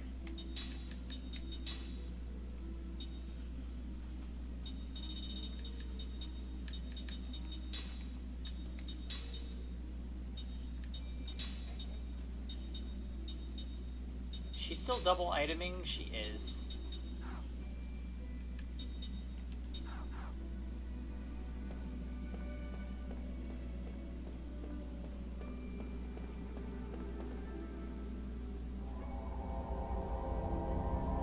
Ah, the light turned green.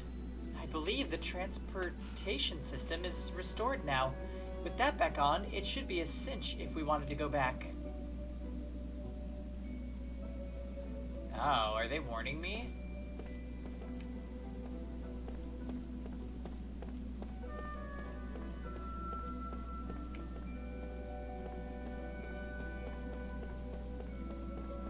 I should probably save. What if this boss, like, kicks my ass? The random encounters in here are pretty hard, so, like... Oh, come on, give me a break.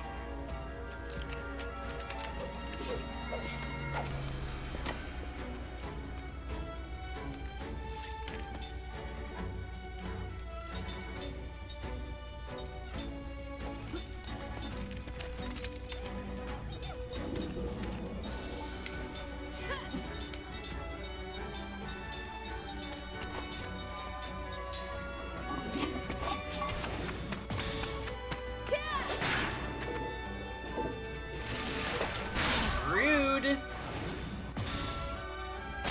Nice.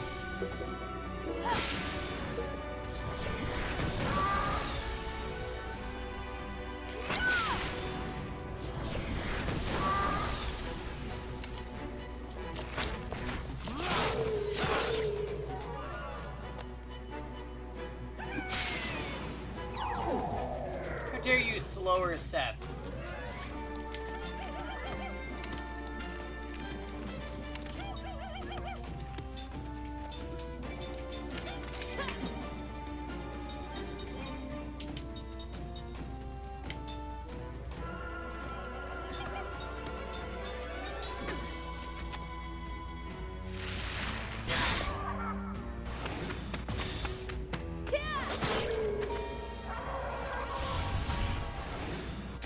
Okay, just messing the Eastern Warrior now.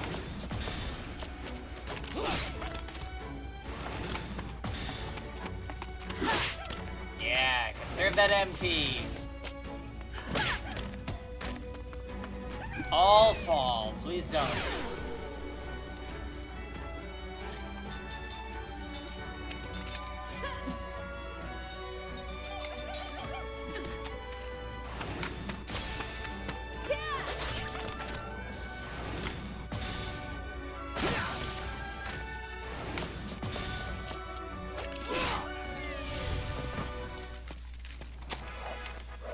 That automatic MP recovery might not be a bad idea on Kime, to be honest. Special accessory? What the heck is that?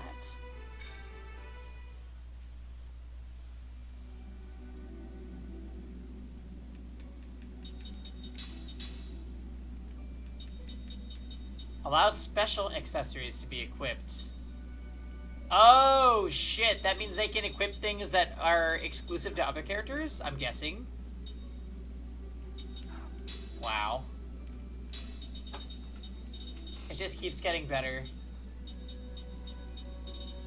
Okay, crisis attack boost can go away in favor of auto MP recovery. Yeah, we appreciate that.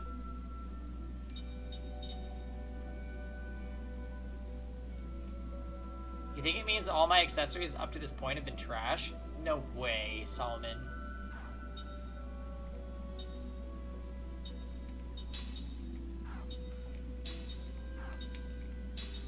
Oh, Ming learned double item.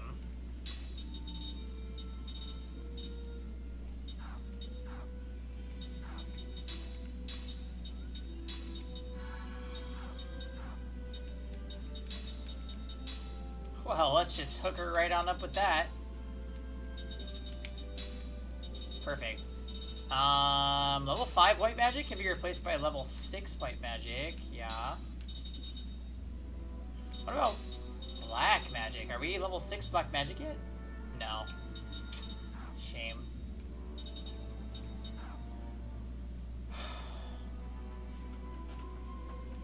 Okay, so we can do a new skill link.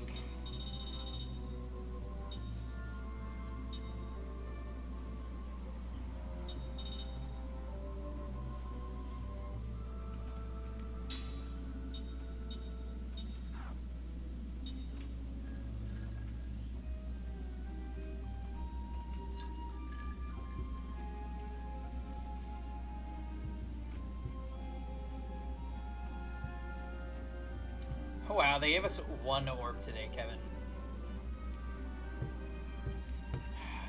Unbelievable.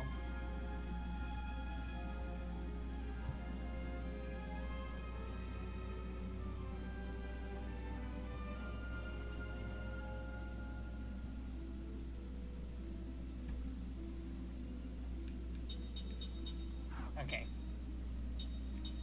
Item abilities. Okay, we're learning a lot of shit.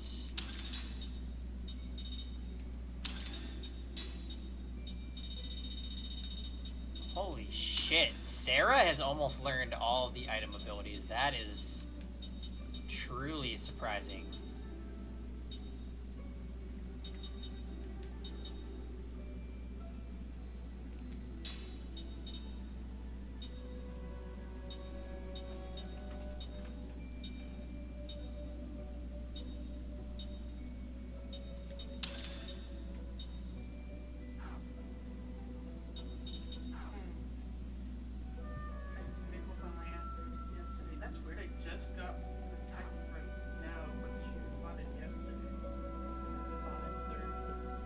And what did she say, Kevin?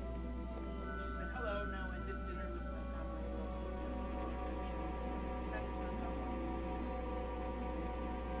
Birthday? Yes, I guess it's already passed.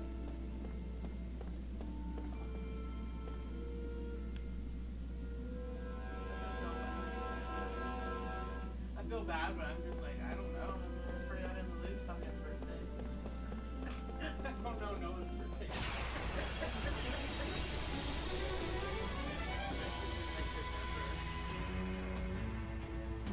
I was just thinking, I'm like, do you even remember my birthday? Let your guard down, eh? No!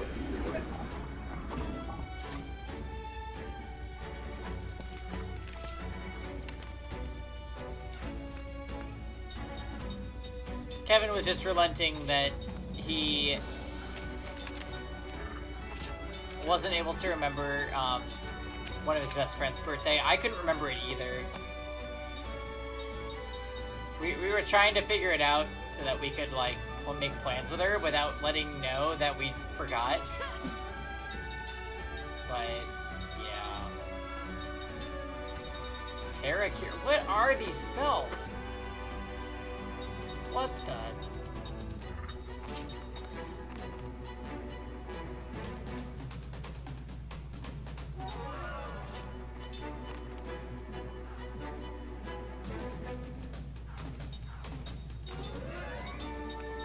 Pretty sure they were weak to wind, right?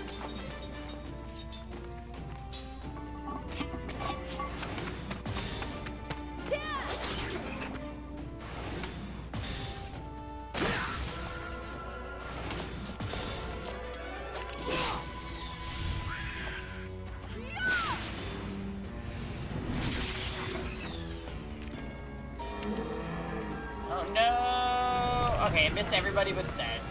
Of course.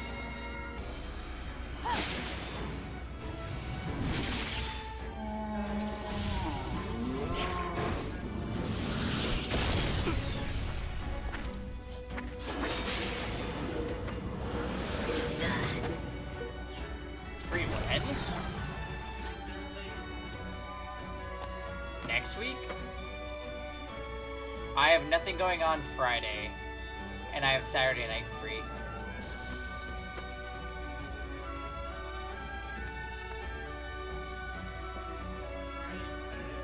Yeah.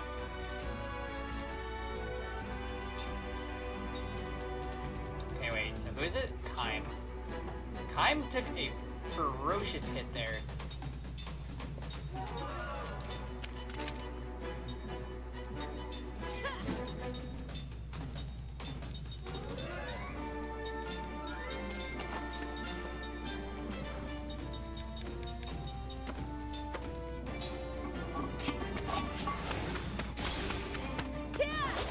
Let's do brunch.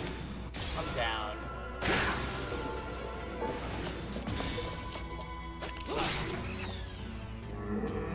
Acid rain again?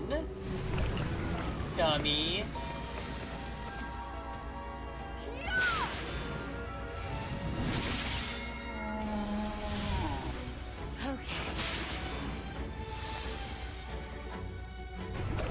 Wow, max heal is so much better.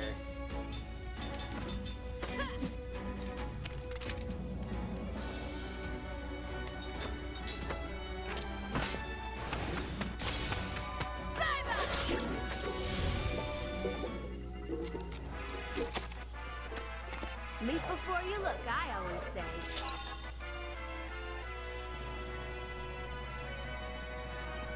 Oh my god.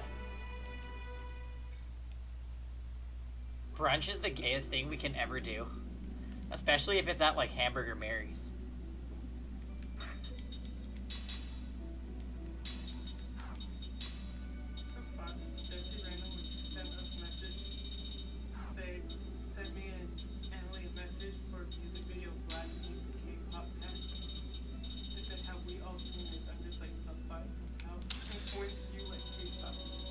Yeah, seriously. Yeah, with mimosas. Not just a mimosa, it's gotta be like several mimosas. Yes, we got one orb today, Bob. I know, I said that to you. I said Kevin. I was like, Kevin. What fucking new, apparently. I don't know shit.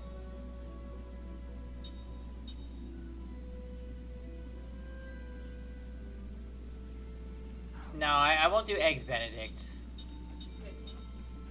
It's too far gone for me.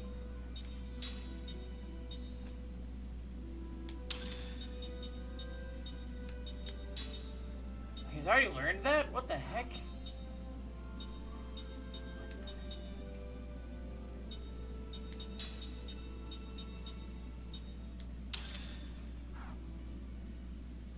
Waffles with powdered sugar? That sounds delicious.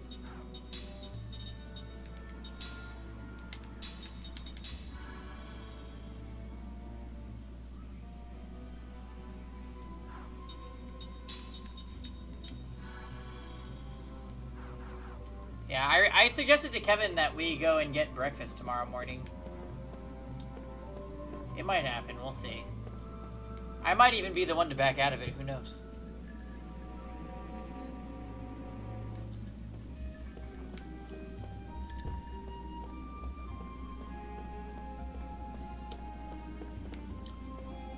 So I realize I'm going to all this length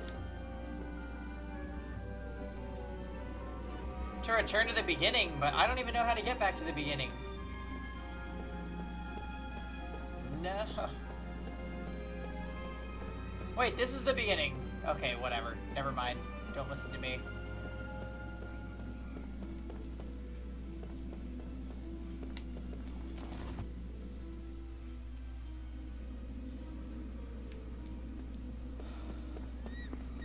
Legacy of the Eastern Tribe.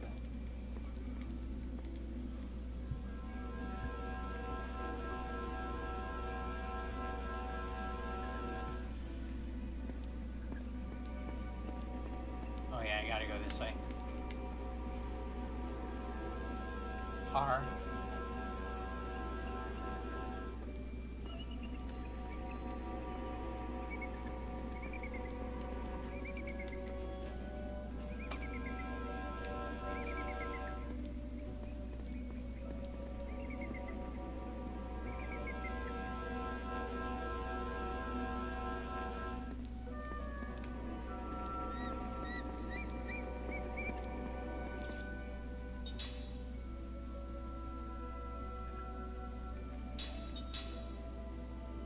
Well, it's not just using a great excellence in the evening weapon. Maybe they'll give him an upgrade at some point. Jesus! I had 3 levels since the last save. Also, guys, I think I'm gonna call the 8.5 hour Lost Odyssey Fest here since it's just after midnight. Do it now, Bullseye! Nah, Bullseye's sleeping with Eddie right now, so we are safe from bull attacks. Sabotage. Anyways, guys, it was fun like always. I may stream tomorrow before work, since I have work tomorrow at like 5-ish, so we could definitely do a day stream tomorrow. I just gotta wake up early and get like exercise out of the way, and then I'm down.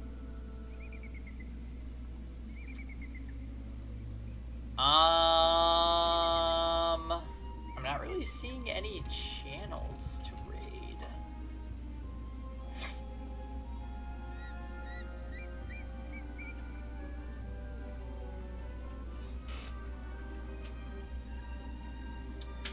I do have some friends streaming, but they're playing Dead by Daylight, and I don't really support that. Unless if you guys want to raid a Dead by Daylight streamer, but I find that game so freaking boring.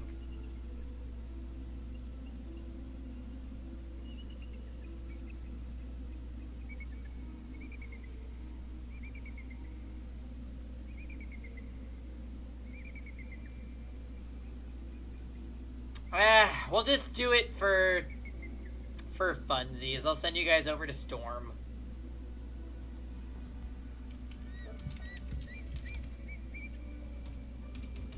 Anyways, guys, like always, thank you so much. Love and appreciate you guys. Thanks for the follows today. The company, everything was good. Very successful stream. Kind of sad we didn't make it to 10 memories read, but we read 9, so what? Who cares? Yeah, bye everybody.